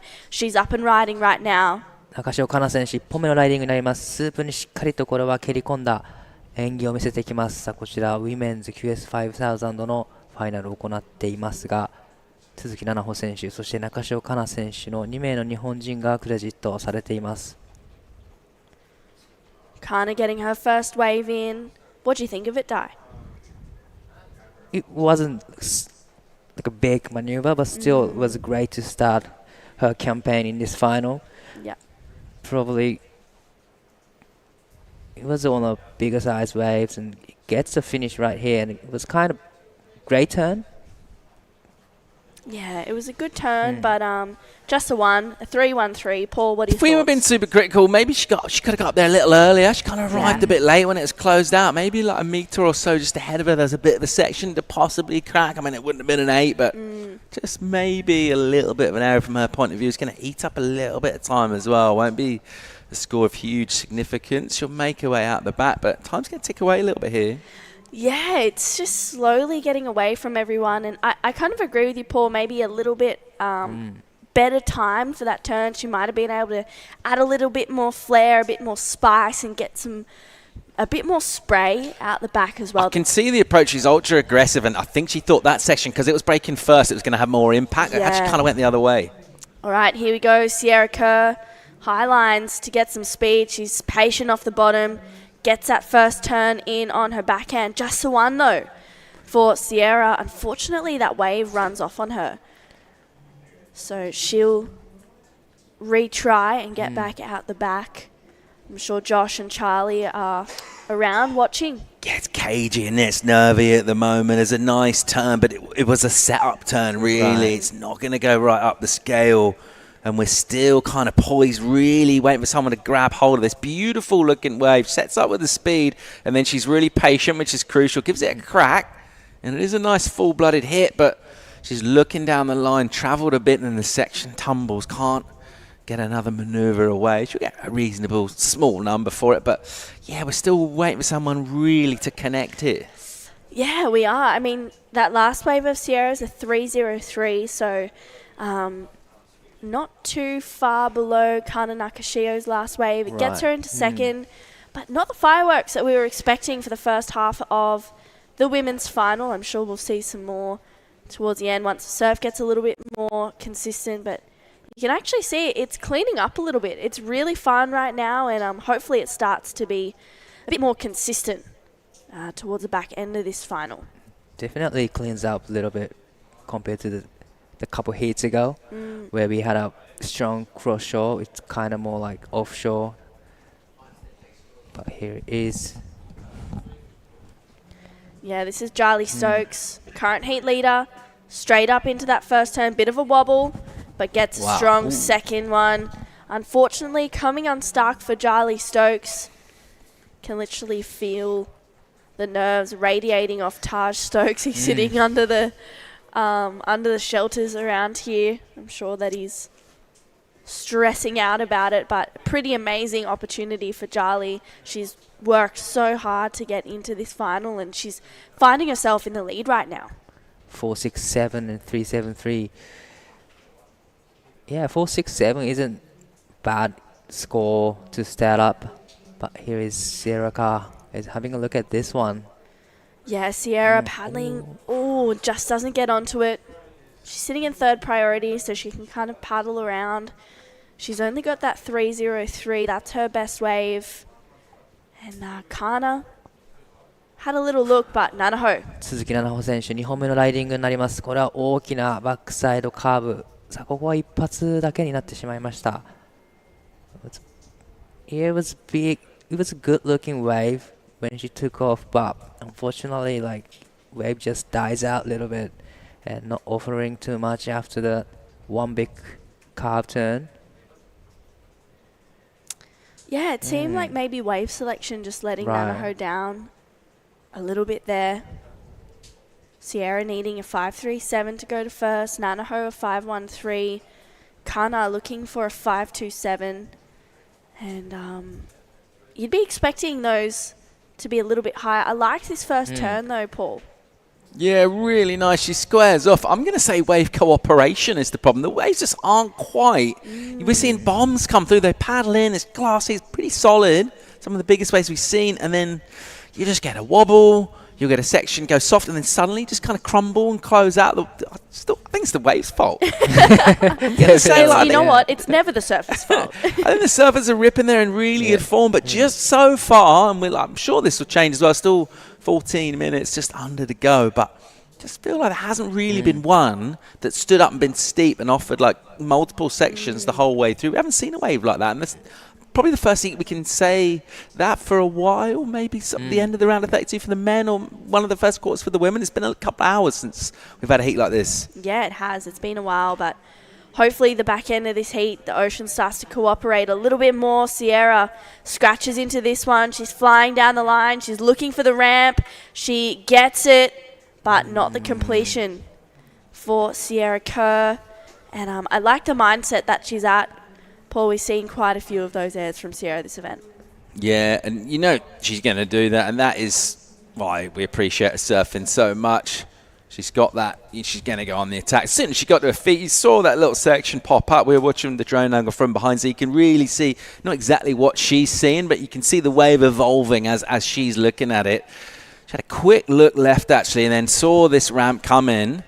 Seemed to get decent speed to go towards it. It's not quite finding the pop. And maybe, I'm again going to say, did that section just bend out to see a touch maybe there? Yeah, it looked like she did. Maybe hitting the section a little bit late, maybe just mistiming it, I don't know. She didn't get as much pop as what we're used to seeing from Sierra, but a pretty good approach. And Dai, both Kana and Nanaho have been saying how Sierra has been inspiring them to kind of take to the air. Maybe it'll light a bit of a fire in them for this heat to have seen an attempt from Sierra go down. But definitely they're waiting for the section to, stand up, and they really want to go for air or like massive solid turns, because they're seeing Sierra's doing all the airs and laybacks, so probably they're really excited to have a go for it. But first, probably need stick to the classic surfing and get scored first. Yeah, stick to the rail, build a foundation. Sierra staying busy. She's having another look, trying to challenge for a 5.37. That's a better looking first turn, driving through a second one, and puts it up there for a third. Sierra, she's found a nice inside left, and she just gets a little extra turn to just finish that one off, tie the knot, and she'll lock in another score. So we'll see if that's a 5.37. Dai, what do you think? I think the first section was great turn with the power and gets a carve there, but she gets a couple turns in after this. So I think it was a great ride from Sarah. It's gonna be close to requirement 5.37, but I don't think it's gonna go like a huge score. Yeah, full commitment on the first turn. I thought she absolutely clouted it, kind of buried the board, looked really dynamic. Thought maybe that third maneuver, she could have maybe just gone a little more ambitious with that, played it a touch safe. I can see why she's done that, though, exactly why. It's the context of this. It's probably a pretty smart move, actually. She fell at that stage. She's leaving a lot of points out there in a close heat. That's not what you want to do. And she gets a number, and guess what? She goes to the lead. Yeah, 5.5. So Sierra, she's out in front right now, looking to go back-to-back. Charlie Stokes, she doesn't like the sounds of that. Unfortunately, goes down for Charlie. She only needs a 3.87 to go to first, which is not a big score. Nanaho looking for a 5.27, and Kana chasing a 5.41. And look at these lines rolling through. Looks like it might be getting a little bit more consistent right now. Sierra having another look. And nice first turn. Gets a second one in. It's a good two-turn combination. Nothing special. It might just better the 3.03 though. Definitely it's going to better 3.03. It was a bigger size wave. Managed to put two critical turns in. So it looks like Kana was on the wave too. Ooh. Kana getting a wave in that exchange as well. But looks like I don't think it was just a quick in and out. Big section hit. Wow. Ooh. It was unfortunate for Kana. It was a solid turns. But this is a second wave for Sierra car. Yeah, that one locks in at a 3.43. So Sierra bettering her lead ever so slightly. Paul, we saw Kana get almost a 7 off just one turn in that last heat. Charlie Stokes looking to get a 4.27. Nice opening carve. That's a bit better. Gets a second connection, but you could just see that whitewash coming back at her at a weird angle, and unfortunately she goes down. Yeah, not what she wanted at all. There's been a few like that. Just wonder how many opportunities she's going to have. This is a bomb. 鈴木菜々穂選手、さあこれ大きな波に抵抗してきました。大きなターンを入れますが、ここは前に出てこれず少しバランスを崩してしまったようです。It was really unfortunate for Nanaho. I thought for seconds she was fine, but just I don't know. That was so sad. I should not be calling people who I think is going to win the event, because I think every single person I've done has either got knocked out. But Nanaho's going to bring it home. This turn, though, such a shame. Oh.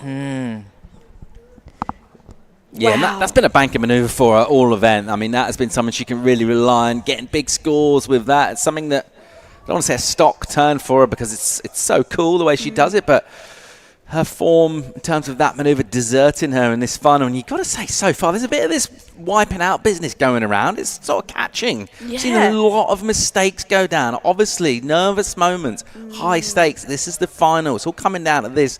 And at the moment, Sierra Coe, just with that little flurry where she got a bit busier than everybody, and crucially getting those completions.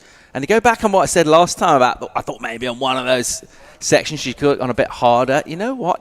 That's starting to look like a smarter and smarter type of surfing that she's showing. Wow. There she is. She's her Jinzun. How's that for aggressive? That was really, really sick. And she has been the most active in these last 5 minutes or so. That was a big hammer of a turn. The waves look so dreamy when they're paddling in. It looks so nice out there. That's one thing, is paddling into nice looking peaks. To actually go up the scale, to get into the 6s and 7s. Well, we're still waiting for now for that to happen.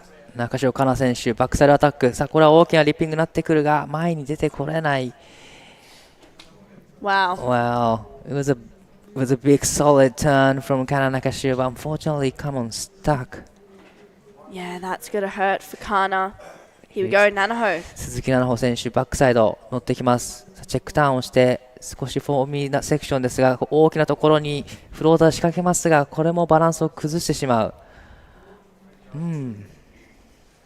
Wow, so Kana and Nanaho just uncharacteristically maybe just falling off.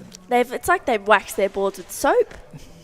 What's going on? You know, when you're cooking something and like the kitchen's like there's too much humidity or something, everything sort of flops. Yeah. It feels a bit like that at the moment, doesn't it? It's just everything's getting a bit sort of saggy. It is a little bit, but Sierra, that was pretty tidy. Yeah, that was really nice, and I think she's going to open up a bit of a gap here. Looks like healthy number for Sierra.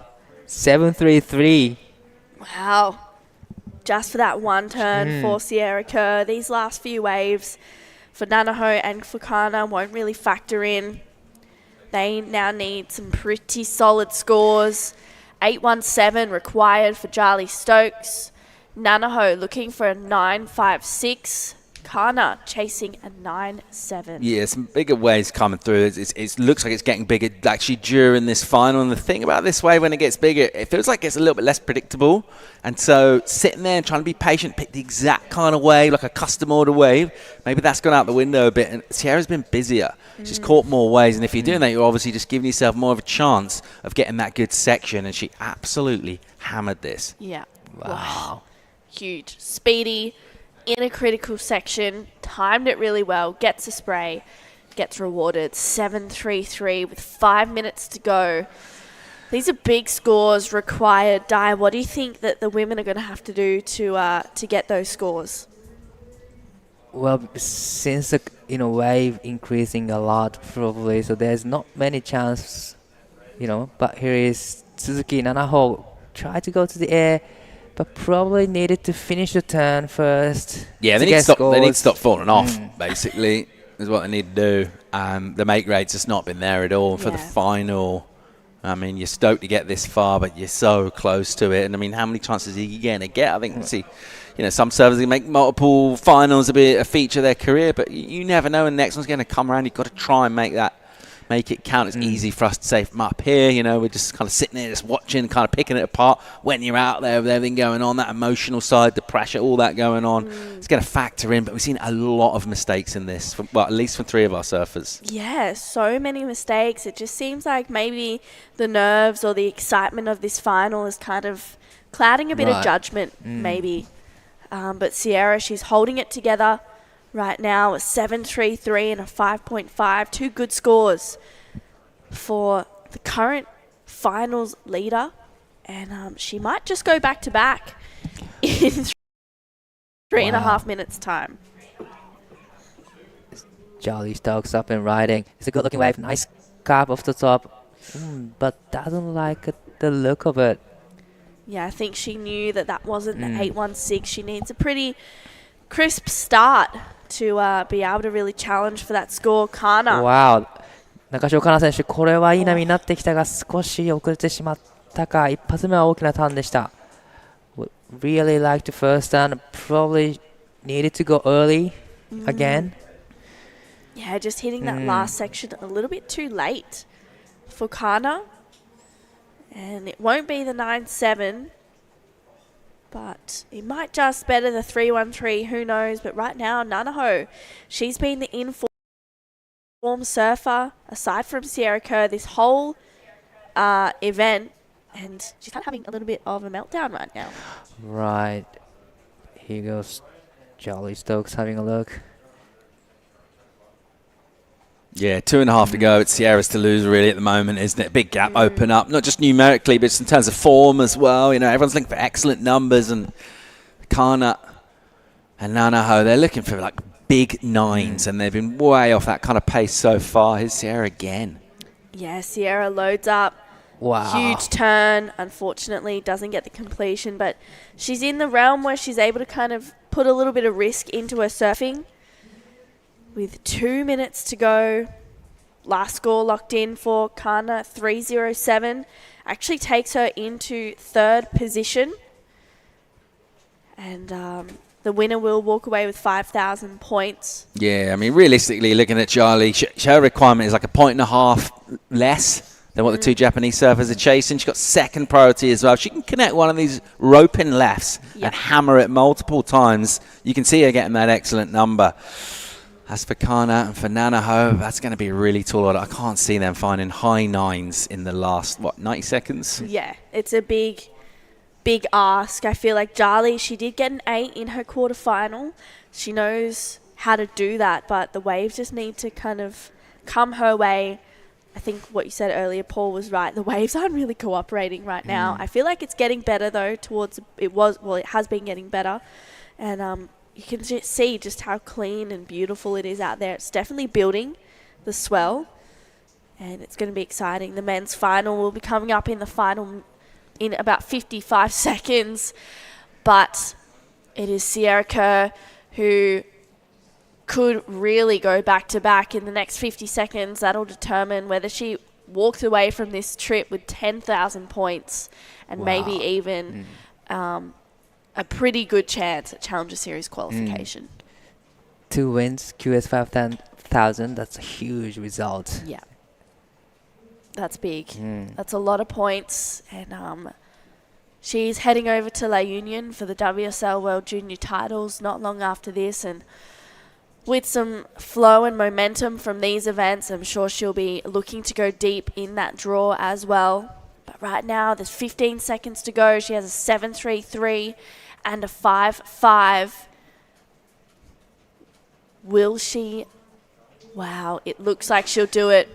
Sierra Kerr taking out the final here at the Taiwan Open of Surfing. She goes back-to-back with both QS 5000s. Charlie Stokes coming in second, Kana Nakashio third, Nanaho Suzuki coming in fourth.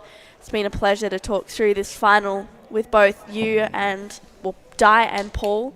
Thank you, guys. Yeah, well-deserved win for Sierra. Clearly the best surfer out there. And again, a commanding performance and showing how versatile she is in a range of conditions. Brilliant. A deserved champion. Yep, absolutely. Congratulations to Sierra Kerr. A huge win. Great performance all event. Don't go anywhere. We're going to be right back with the men's final. Dakota Walters takes on Keijiro Nishi, Kais King, and Bronson Mady. That'll be right back. That'll be on right after this quick break.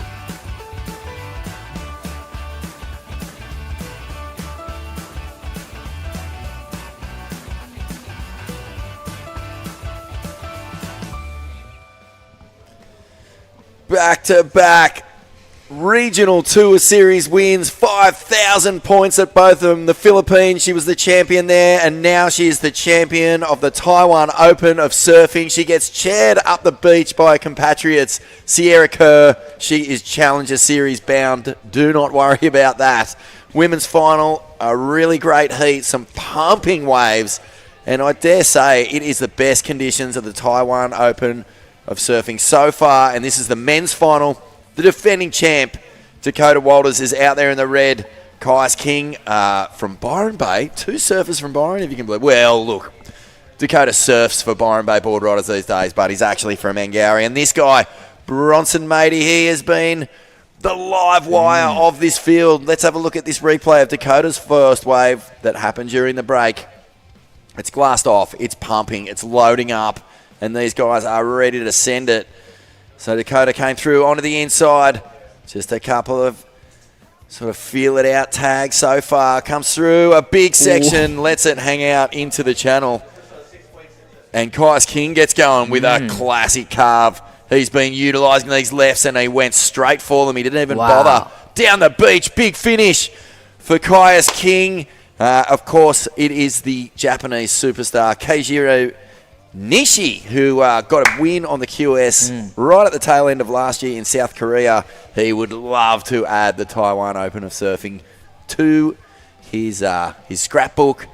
Vaughan Blakey, Paul Evans, Dai Wacko, welcome. It is the last heat of the event, lads. Yeah, the Dream Team. And a wonderful call by True Starling as well. Big thanks to her and to Jess Starling. It's a little bit under the weather, but we love you. We miss you. You do a wonderful job, the Starling girls. But it's a great thing to be sitting here with you two for this final. How do you see it playing out, lads? I mean, the surf's cooking. Yeah, it's cooking. I love this quartet. I think everyone brings something pretty unique as well. I thought we saw the power there from Kais. That's his thing that he's got. I think that sets him apart, and he used it. The end combo there. You saw him just shorten up that bottom turn and just smash that backhand hanger. Really cool. Dakota Walters has just been blazing. He's on fire. He's got that lightness. He's got a lot of surf smarts as well, and he's got the full flow. So I think everyone's got something, and I can't wait to see him do it. Well, why don't we throw it down right now to True Starling, who is with the winner, back-to-back winner, in fact, of 2 5,000s. Hang on, just stick with us for 1 second. Monstro alley-oop attempt by Bronson Matey. Let's visit our champion. Yeah, Vaughan. Sierra, back-to-back champions. Congratulations. Thank you. Yeah, I'm frothing. Doesn't really feel like I just won a heat, to be honest, because I was like having a bit of a shocker for a while and it didn't really feel as I was awake. But figured it out with one turn, so that helped. It was so good to see you just kind of keep it really tidy and bring everything together. No one really got any good waves at the start, so to see you just go back to some turns was really nice. For sure, yeah. I feel like it definitely changed conditions while I was out there from my paddle out. I was like, had a plan, and the plan went out the window pretty fast, and then I was like, all right, I'm just going to try and belt some backhand, and ended up working out. Now, you've been away for, 3 weeks now or so, and you're walking away from this trip with 10,000 points. That must feel pretty good. Yeah, that's pretty ideal. The goal was to do good in these two and not have to do many more and get on Changers, and I think that's pretty good now. Yeah, I think you've almost, if not done that, but yeah, huge results, Sierra. You're here with your dad, you're here with Charlie, you have such a great support team. I'm sure you've spoken to them already, but is there anyone that's not here that you want to say thank you to? Yeah, I'd like to say hi to Mom. It's like 12 o'clock there, and she had eye surgery today, or like surgery just above her eye, so she's trooping out. I just wanted to give her something to make her happy, and yeah, I think I did that some for often. Love you, Mom. Awesome, Sierra. Big congratulations. Huge results. We'll send it back to you guys. We've got a pretty exciting men's final right now. Super excited to see Sierra Kerr. So stoked. 10,000 points from 2 events. I mean, is that it? Job done? Pretty much, surely. And, you know, the mind boggles, fellas. We've already got this gigantic generational shift taking place with women's surfing. The world champ is 18? 19 years old, something like that. I feel like she's the last piece of that puzzle from the jigsaw as well, especially with Erin Brooks like stepping up as well. It's really now you're looking at that generation that we first saw with the Ladybirds. It's all about Sierra getting to the Bella CT. Kenworthy in there as well. Molly Picklum is sort of from that ilk, so a massive and exciting future for women's surfing as we see Dakota Walters fanging down the line looking for opportunities. Nishi here. 西慶次郎選手1本目のライディング大きなカーブ、そして大きなフィニッシュを決めてきます。メンズ QS5000 ファイナル1名の日本人の選手がクレジットされています。さあこのライディングに 4.50 がスコアされています。Keijiro's turn, the one that he goes to most often, is a massive off the lip, bash, fins out board slide. Right. It's his go-to, and he'll usually back that up with some sort of big power layback. I mean, he's got the goods here, and funnily enough, the lefts have come back in this afternoon in these last two finals. Definitely, Keijiro is looking for those lefts, going big carve into the big layback hack and finishing off the strong turns. Yeah, cannot wait to see his on the left in this final. I love what you said earlier, Paul. All four of these surfers really do bring just something a little different. Even their fireworks, their big go-tos, they've all got a little bit of something unique. I think the big danger man in this final, though, is Bronson. He's dropped the biggest combined heat total of the event by a country mile. No one is even in second when it comes to that combined score. So he's going to be super dangerous as he looks to put together his first 5,000 win. This is Caius and Dakota. Caius getting work done down the beach. You could see plumes coming off as Dakota just bails on that one. So the defending champ, he's in the water. He was spectacular last year, beat Joel Vaughan in that final. Joel Vaughan now on the CT. So that's the stepping stone. The pathway is clear. It starts here on the regional queue. Let's take us through this Caius wave.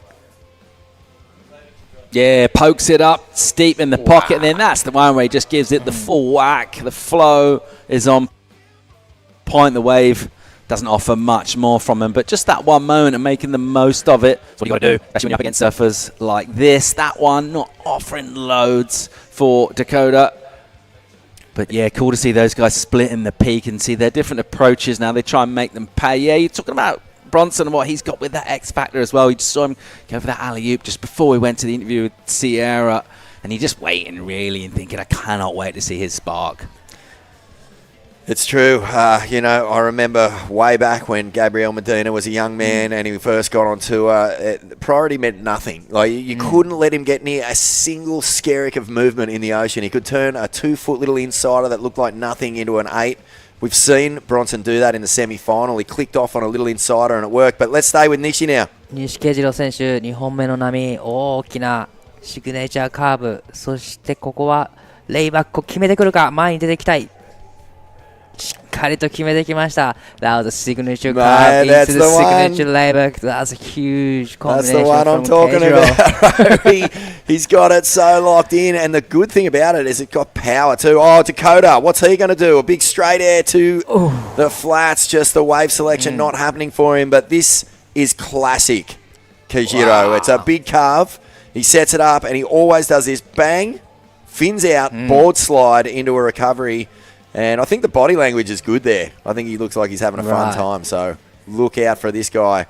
Dakota Walters has dropped a couple of pretty they're nothing special. Couple of 2s there. They will not be in his top 2 at the end of this 20 minutes.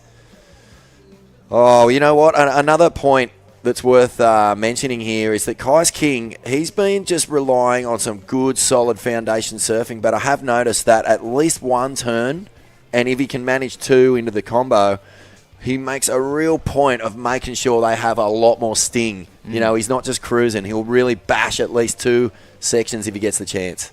Yeah, does have those moments on a wave always. One of those surfers that you can't afford to really take your eye off because you never exactly know. That slight unpredictability as well just gives you something extra.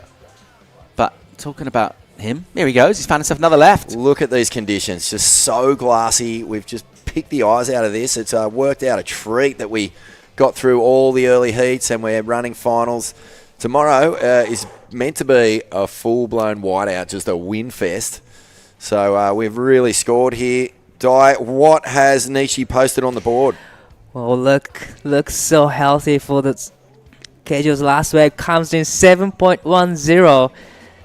西慶次郎選手、2本目のライディングで 7.10 をスコアしました。逆転にするのスコア 4.97. Wow, that's a huge number for Keijiro. That's a huge number. He set himself up well here. 7.1. It was 2 turns, a nice big slicing carve off the top. Here's the revisit. Racing down the line. love his signature carve into this layback finish. Yeah, that board slide, that's the move I remember from the wave pool. He Right. just would load up and bust that thing, fins out the back, fully unload on it, and the judges loved it at 7.1. But it's Kai's King who's out in the lead, a 6.67 and a 5.4. Dakota Walters looking to really get started, and Bronson, matey, yeah, you will not be taking your eyes off this kid in the green. I've heard, the talent, everyone knows he's got it. Everyone knows he can do it on any wave, and they've just been waiting for him to put it together in a major event like this. As Coda goes upside down, vertical punch, and loses the board. It's just a touch out of rhythm here. Now, Coda and Kais would have surfed against each other so many times, being in the same Border Riders club, so a big result here for Byron. But Coda, heart and soul, guaranteed down there in Yamba and Gowrie region. So he'd have a lot of friends and fans watching. G'day, Walt, Cars, Poppy Rob. Harley here on the beach as well in support. So lots going on here. The Kings would be watching on closely. All of Indonesia obviously behind matey Bronson, of course, schooled in that Tanjung family. Shout out to Riz. Hopefully see you next week, mate. We're heading over there. But yeah, this is a coming of age contest for Bronson, matey. He's really... He's made himself known on the global stage if he wasn't already. Yeah, he's not got a lot going on this so far, but I'm not worried about him at all. I think he's fine. There's plenty of time to get 2 numbers at the moment for him. And I just think anytime he's backed into a bit of a corner that makes it more likely to him go to his really most explosive, kind of most creative surfing. And that's what we want to see from him. He's not that sort of surfer where you think, try and get maybe a 5 and a 6 and play kind of conservative. That's not what we want, Bronson. No, it definitely won't happen. I even get the feeling if he just gets a nice scooped out little pocket, he'll just go to full-blown laceration mode. So it's not always about the airs, but he can be just as explosive and just as dangerous when he wants to just attack the lip. So, yeah, I think you're right, Paul. I think we're going to see fireworks from this kid at some point in this final.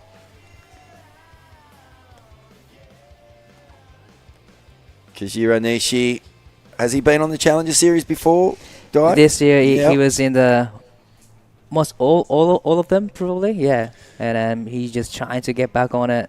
But here is Bronson matey up and riding. On the backhand, throws a finner, loses the fins. Yeah, we heard a lot of the regional Q qualifiers for this year's Challenger Series say how difficult it is to just adapt to that next level. It takes a year, maybe longer sometimes to qualify. Incredible talent from all these different regions. They surf against each other. They come up against crew who have fallen off the tail end of the tour after the mid-year cut. And it's just a baptism of fire, Paulie. Yeah, it's a tough tour to succeed if your ultimate goal is stepping up to the CT, which is why anyone's going there. Like this year, we saw surfers win events and not make it in, which is, I think that's new, right? I'm not sure if that's... Two surfers. Yeah, I don't know if has that ever happened before? I think previously if you've won an event, you've got in. But the form can desert you, and those events in Australia are quite close together. But other than that, there's a bit of space. It's quite hard to carry some of that form over. You show up at a new location, everyone's blazing, and anything can happen. I think the point there is that if you're winning events and not making it through, it shows you just how talented the entire field is. No one's running away. There's not like a little cluster that breaks off like the peloton in the Tour de France. You're just in there, in the mix. It's just a dance. It's a mosh pit. And good luck if you can walk out with a qualification for the CT. Dakota Walters. Let's see if he can find some rhythm in this heat now. He's got a beautiful glassy face. He attacks the lip, releases the tail. This is nice surfing.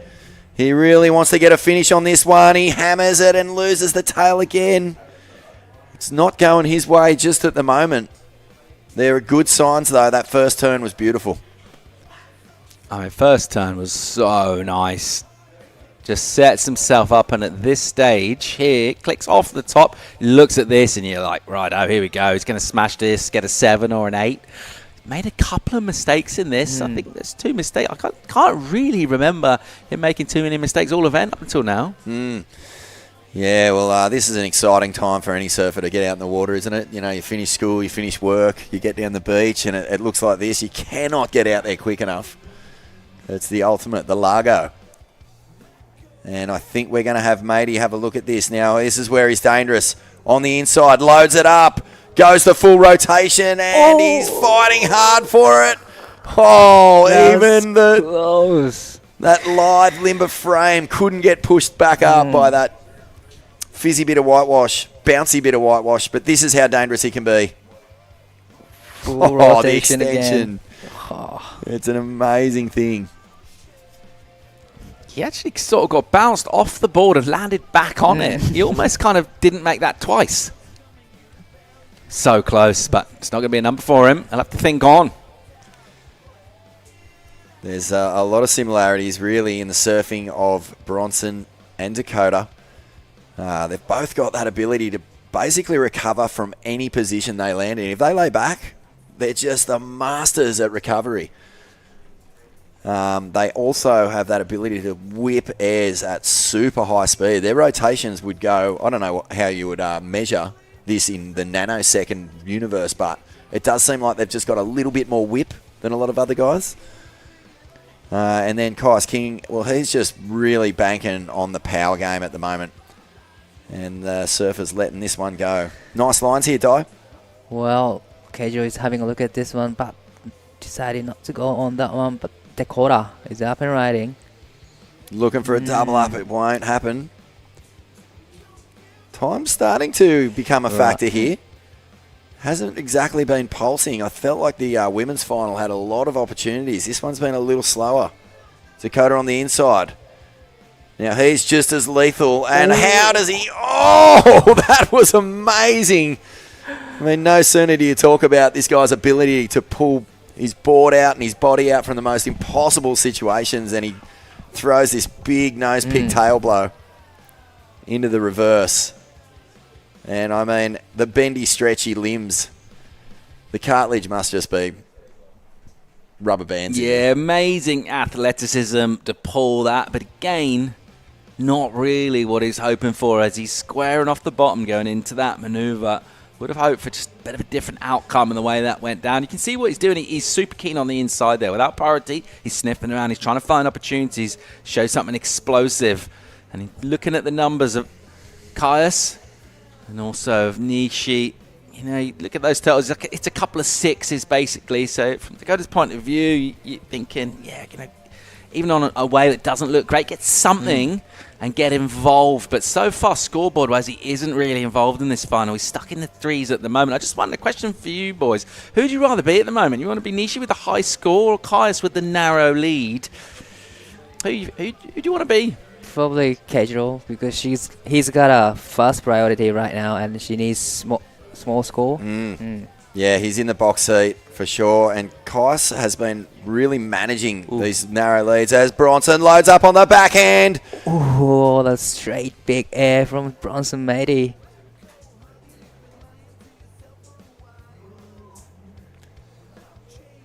Little nose grab. Like to see that from the low angle to see how the height factor was there. Because he's not scared to go for it. Oh, here we go. Ask and you shall receive. The broadcast team delivering. Here he comes off the bottom. Oh, it was nice. Great big jump. It's Kais King. Loads up on the front side. He'll take to the air. But at the back, Keijo is having a look at this one. Paddling super hard. This is the replay of Kais King. And he's so capable of pulling that out. I mean, that would have been as good as any frontside full rotor to the flats if he'd managed to get the grab he was looking for. The grab and release, a little bit of an over rotation. There's some nice looking waves out the back. Look at this. One of the bomb. No one in position. 8 minutes to go. Yeah, he's been so good at holding onto these narrow leads, Kais. He's played his cards so well. You know, you can get nervous when you know someone only needs a minor score, but he's been using priority well. Yeah, you got to be thinking this next wave now for Nish. He's been a little selective. It's been a little while with priority. I think in terms of those, they were bombs, those ones, maybe a bit straight. So probably a pretty good call, particularly from where he was, not to go. Just having a look and thinking, where am I finding the score on this sort of a wave? That number is totally gettable for him. I don't think that's in his mind at the moment. He's trying to get himself a 5, the high 4. It's not what he's thinking. He's going to try and match his 7. I think something of that order or better is what he's looking for. He's well placed at the moment. Still got plenty of time. Let's see if we can get him showing any interest. Dakota's still having a bit of a sniff around, but I feel like as soon as Nishi takes a wave, could be a crucial moment in this final. Ooh, no. He's holding on to He's going to keep us waiting. He is. I thought for sure he was making a lot of movement there. I thought, Dai's going to flare up in a second, and no, he lets that one slide through, holds priority. Do you feel like he's an emotional competitor? Is he pretty calm? He's like a machine, calm person, so doesn't bother anything. He is a strong competitor. Well, this is always great when you come off the Challenger Series. You don't necessarily get the results that you want. You kind of almost get spanked by all that experience and some of the heavyweights on that tour. But when you come back to the regional queue, I think you can really get an idea of just how much you've improved. For guys like Pius King and Dakota Walters, who probably wanted to finish in that top 20, they've come back to this tour and now they're in the final of a 5,000. So it really does say a lot. For Matey, this is the opportunity for him to showcase that he belongs at this level. I mean, he clearly does, but just for his own sense of confidence, a big result here is going to do wonders. As we see a big paddle, oh my goodness, it is so hectic out here. The waves have really settled down. It tends to happen when the wind backs off. Okay. Here we go, off the bottom, little float to get things going. Bronson Matey hits the lip. That's 2 nice turns, speedy down the line. And you know he's looking for a section, and it looks like this one he flicks out.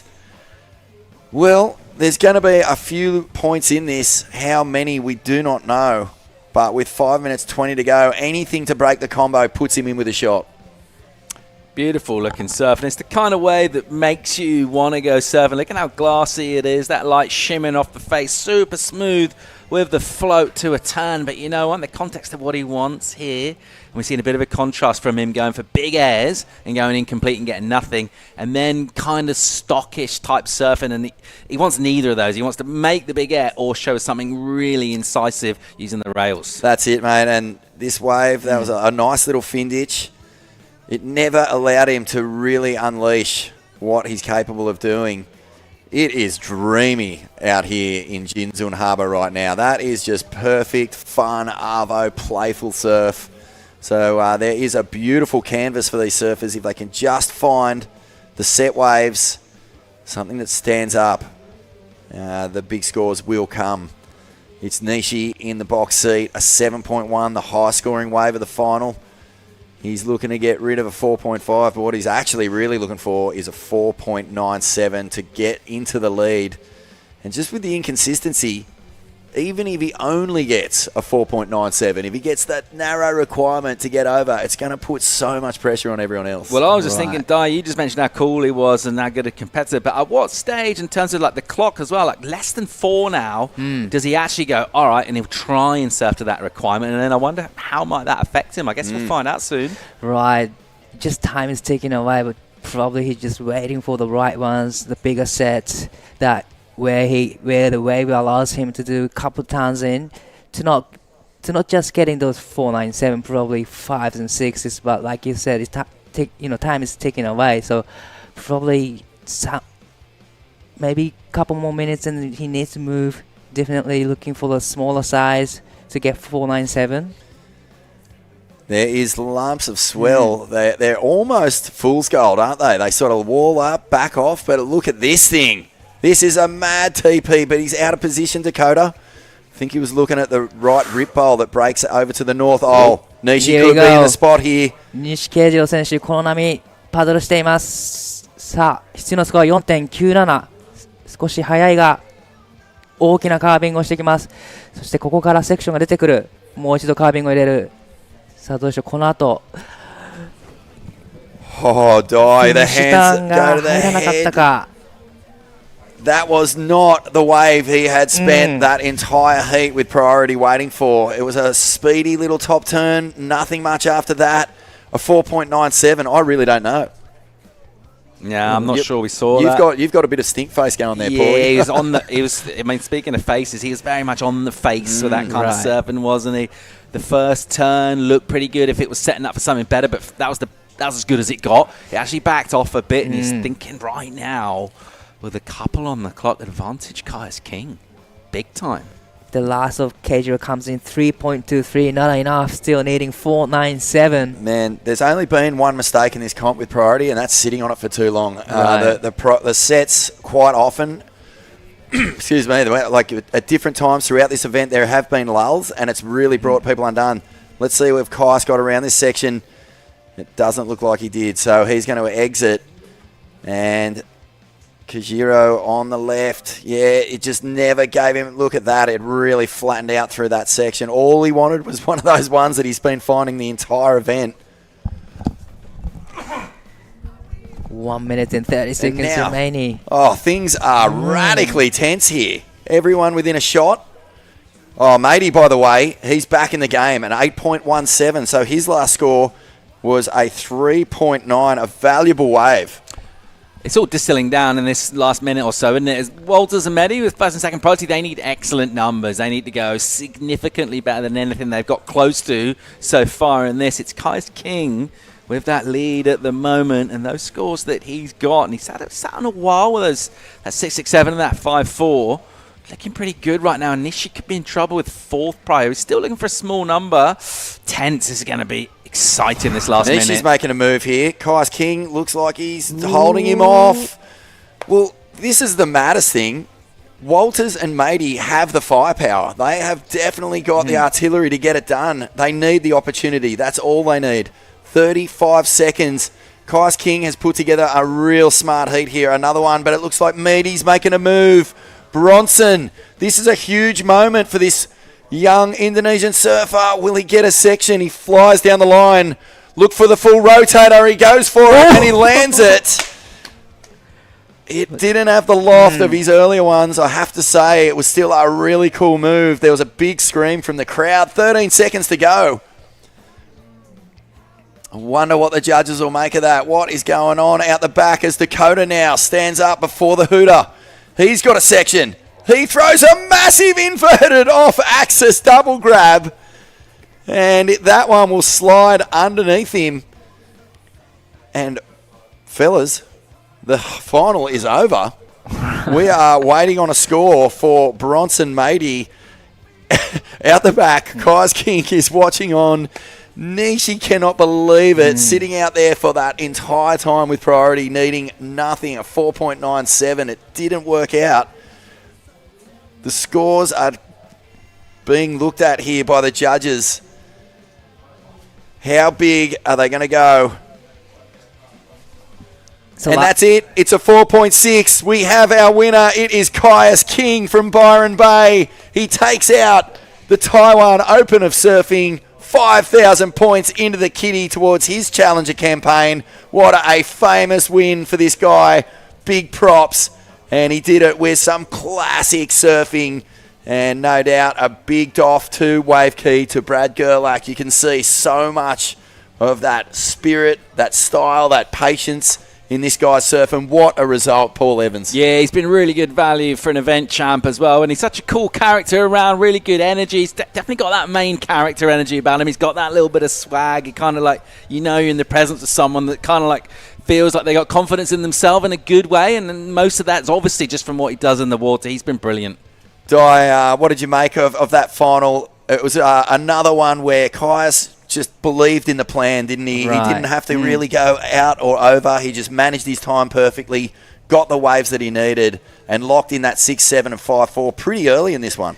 Well, he was very focused and stick to the plan, stick to the classic surfing, and now he gets the win. So it's a big congratulations to Kai's king.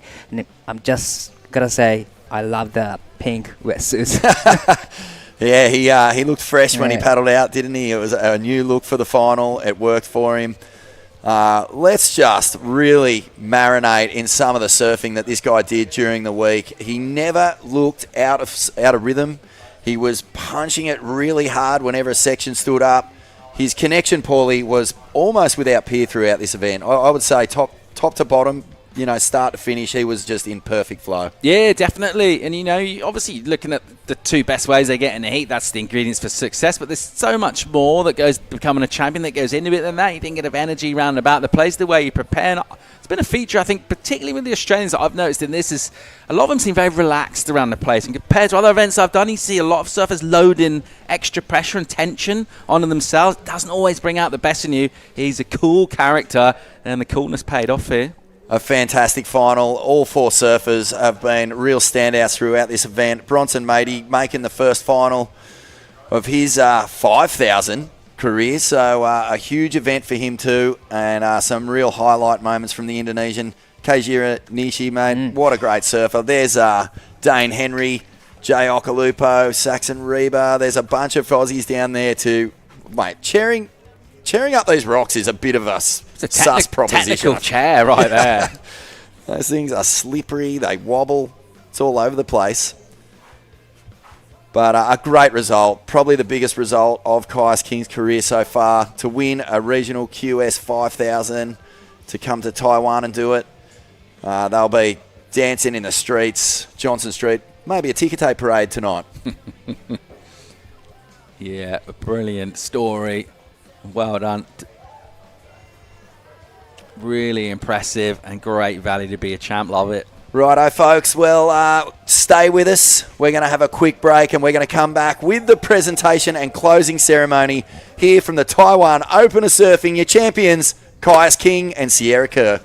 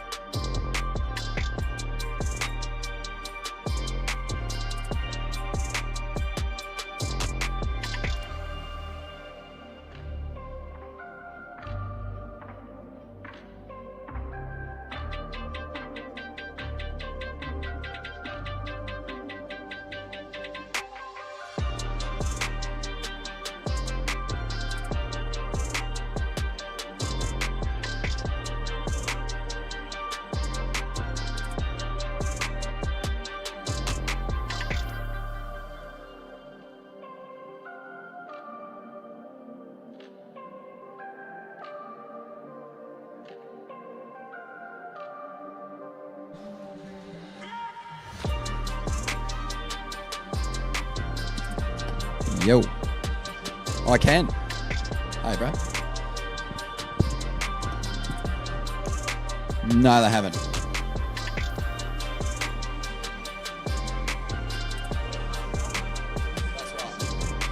You got it?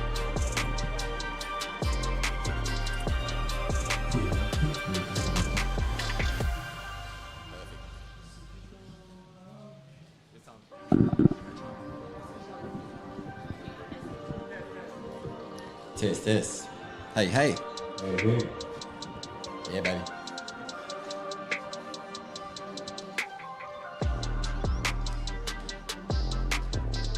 Gather round for the official presentation about to take place any moment.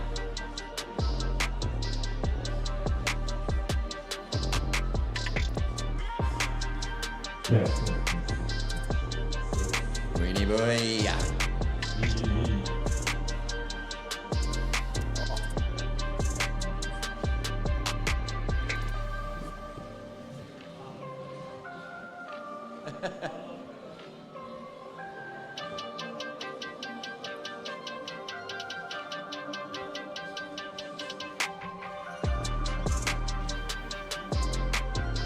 I'm ready to go, bro. But, I mean, are we doing this now?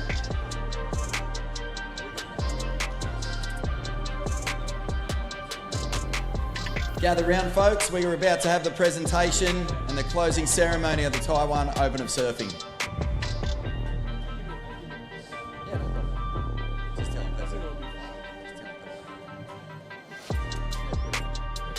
Come on over. Come on. Gather round. We've got champs to crown.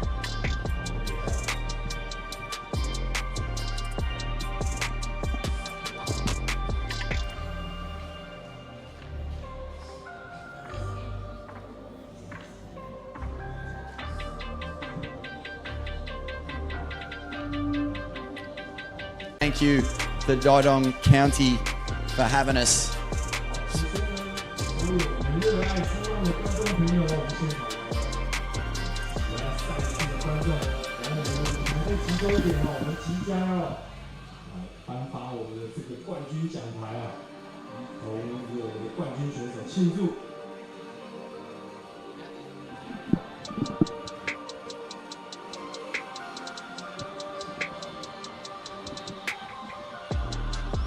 Just waiting for our officials to gather around, and then we'll kick things off.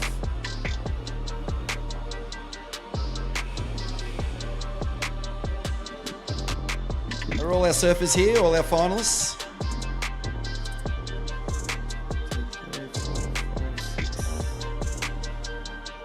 Everyone here, Kersey? Thanks, bro.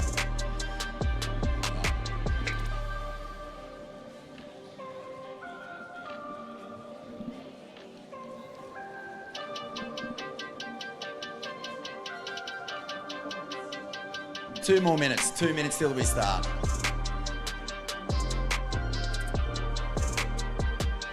We're going to go to a quick break. We'll be back in 2 minutes.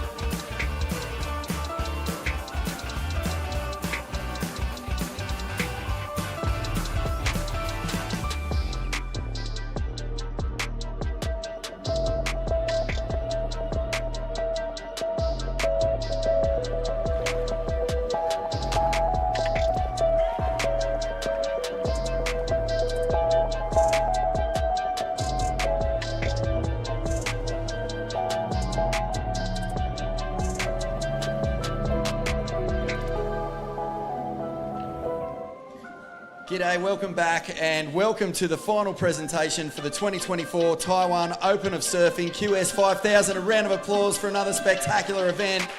Some of the best waves we've seen here at Jinzun Harbor. On behalf of the WSL, we would like to thank the Taitung County Government and Governor April Yao. We'd also like to make a special mention, a big shout out to Taitung County and the Governor. A special shout out, to the incredible work of the event organisers who bring this contest to life. Thank you to Kathy and your team for everything you do. Yeah, Kath, such a legend. Competitions like this would not be possible without the support of the sponsors, so a big thanks to the Sports Administration, the Ministry of Education, Tourism Administration, East Coast Scenic Area Administration, Billabong and Finn. Big thanks to our sponsors, thank you.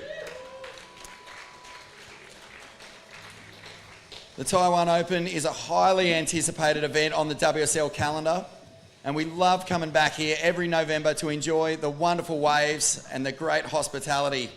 We're forever grateful to the local community who welcome us here to share the waves with us, and a big thanks to all the fans for getting right in behind the surfers and making everyone in the event feel involved and so welcome. A big round of applause to everyone in this community from all the visitors. All the surfers have had a great time. They actually love coming here. We had a huge day of finals today with plenty of standout performances. But before we get into it, we're just going to translate that introduction into Chinese for the locals as well. Thanks, Win. Alright, 欢迎大家来到2024台湾国际冲浪公开赛 QS 5000的颁奖典礼。我们代表 WSL 世界冲浪联盟感谢台东县政府及现场亲临的支持，也特别感谢活动的筹办团队所有及团队的工作人员为活动所做的一些努力。同时，如此大规模的赛事离不开赞助商的支持，在此要特别感谢体育署、交通部观光署、东部海岸国家风景管理处、Billabong Fin。台湾国际冲浪公开赛是 WSL 年度赛事上备受期待的赛事之一，我们也很高兴每年的11月可以回到这里享受美妙的海浪。我们也感谢我们台东东河当地社区的热情款待，感谢你们的支持。好，让所有的活动感到这个令人宾至如归。好，今天的决赛非常精彩，选手们的表现非常杰出，让我们给他们一些热烈的掌声，然后我们来颁发奖项。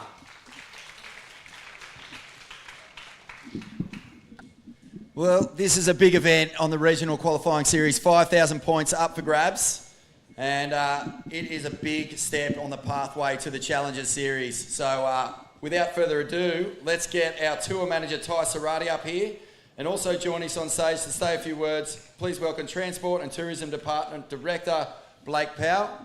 Come on up. 我们欢迎我们的第一位颁奖嘉宾是我们世界冲浪联盟巡回赛的赛事经理Ty Sarati。 同时也欢迎我们台东县政府交通及观光发展处的胡颖正处长一同上台为我们说几句话，欢迎处长。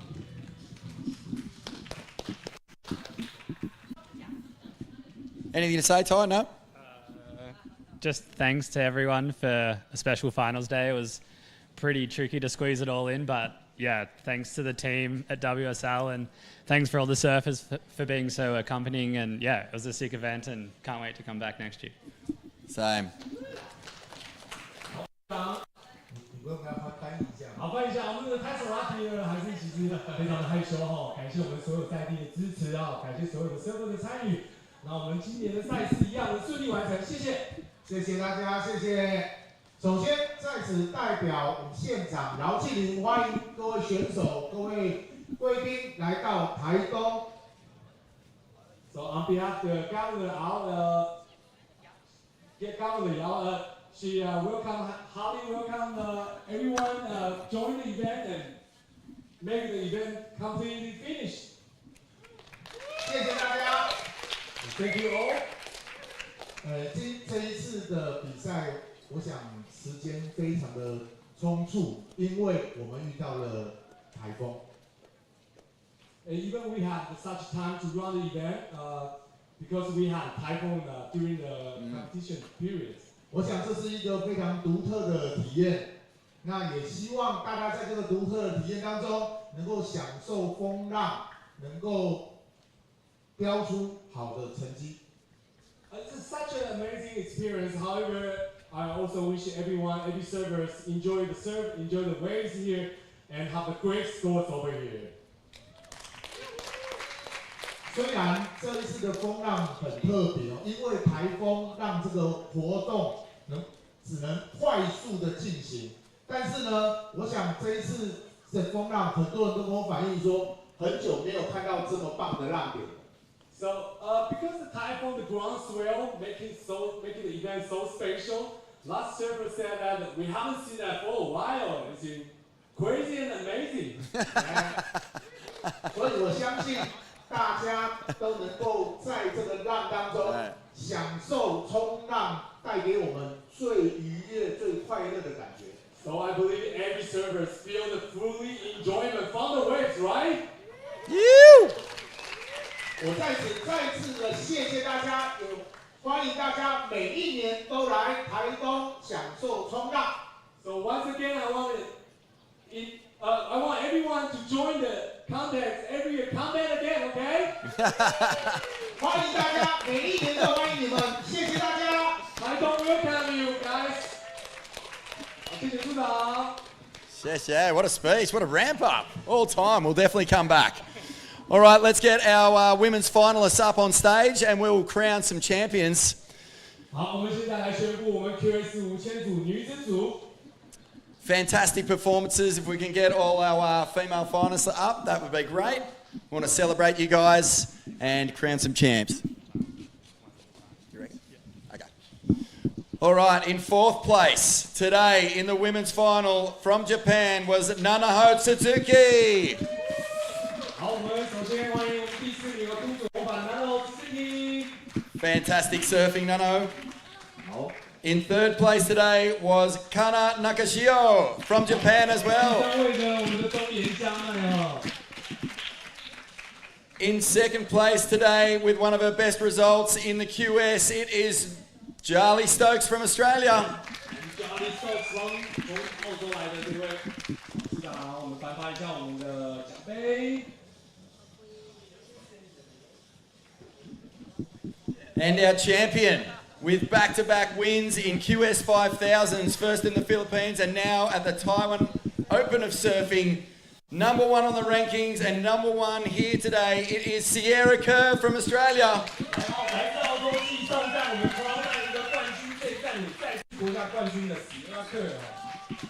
Sierra. Oh yes, that's right. You actually do get this gigantic trophy here as well, which we'll get you to lift in a minute. But before we do, congratulations. You must be pinching yourself. It's been a bit of a dream run on this leg. Oh,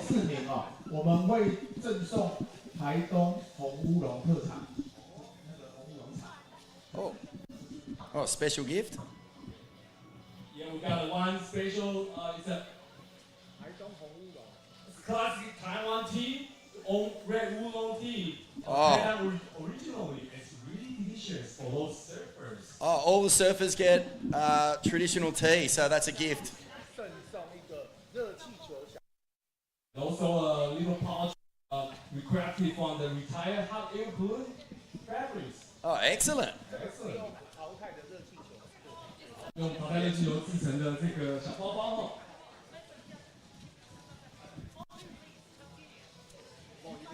Okay, so just a quick word, Sierra. We won't keep you here all night. But, yeah, an amazing run on this leg of the regional queue. I'm just going to come around here. Yeah, I'm super propping. Yeah, coming into Philippines and Taiwan, just wanted to do good so I could get back on the Changers. And, yeah, I think I've done that, so I'm propping. You have done that. We're going to let you lift that trophy. You can put the gifts on the ground because this is your moment. Ladies and gentlemen, the winner of the Taiwan Open of Surfing for 2024, Sierra Kerr.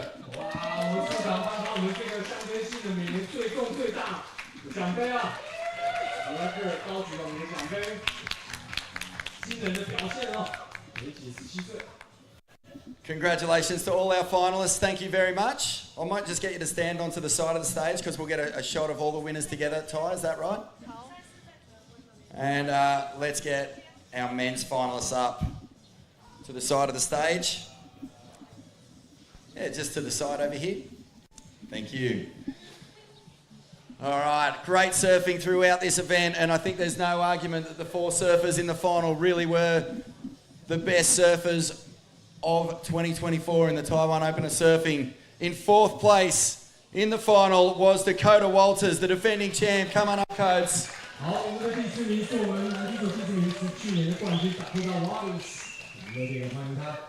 Back-to-back finals in Taiwan. In 3rd place, and one of the real standouts of this event with the highest heat total by far was Bronson Mady of Indonesia.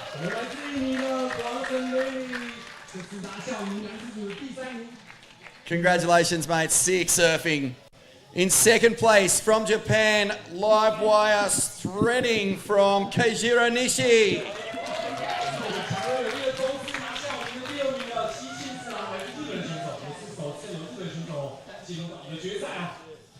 Congratulations, Keijiro. And our winner from Byron Bay, Australia, his biggest result of his career, it's Caius King, ladies and gentlemen, the champion of the Taiwan Open of Surfing.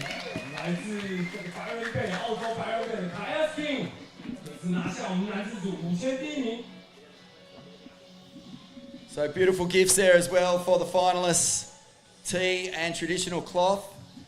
And great shot there. Caius, I'm just going to squeeze over here for a sec. Mate, congratulations. What a fantastic victory, and that must feel pretty special.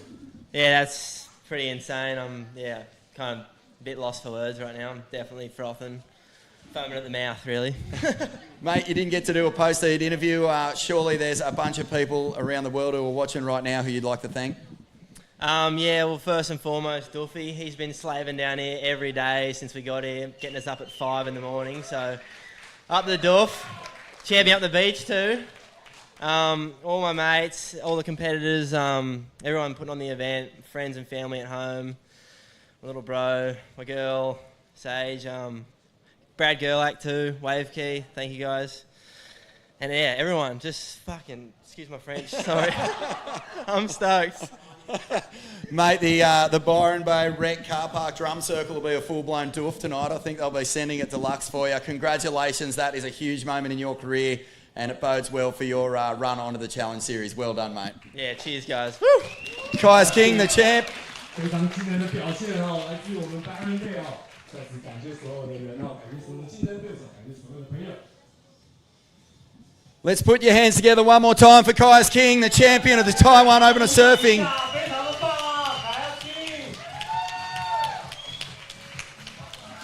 Well, that's it from us. Thanks for attending the 2024 Taiwan Open of Surfing QS 5000. We will definitely be back in 2025, and we can't wait to do it all again next year. 好，我们谢谢大家参加我们2024台湾国际冲浪赛的5000积分巡回赛。我们2025年绝对会再次回到这里，感谢大家。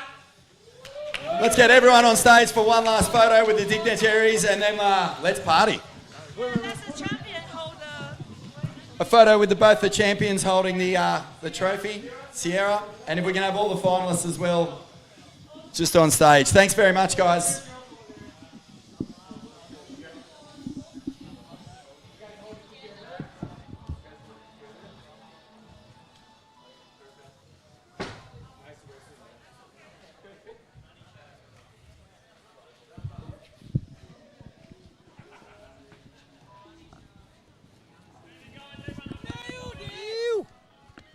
I can't see when I've got glasses on. All I can see is the page, and then if I take them off, I can't read. Just lost out there. Great job, you guys. Into the middle. No. On the left. Maybe, yeah. I'll ask him. Oh, look on the left.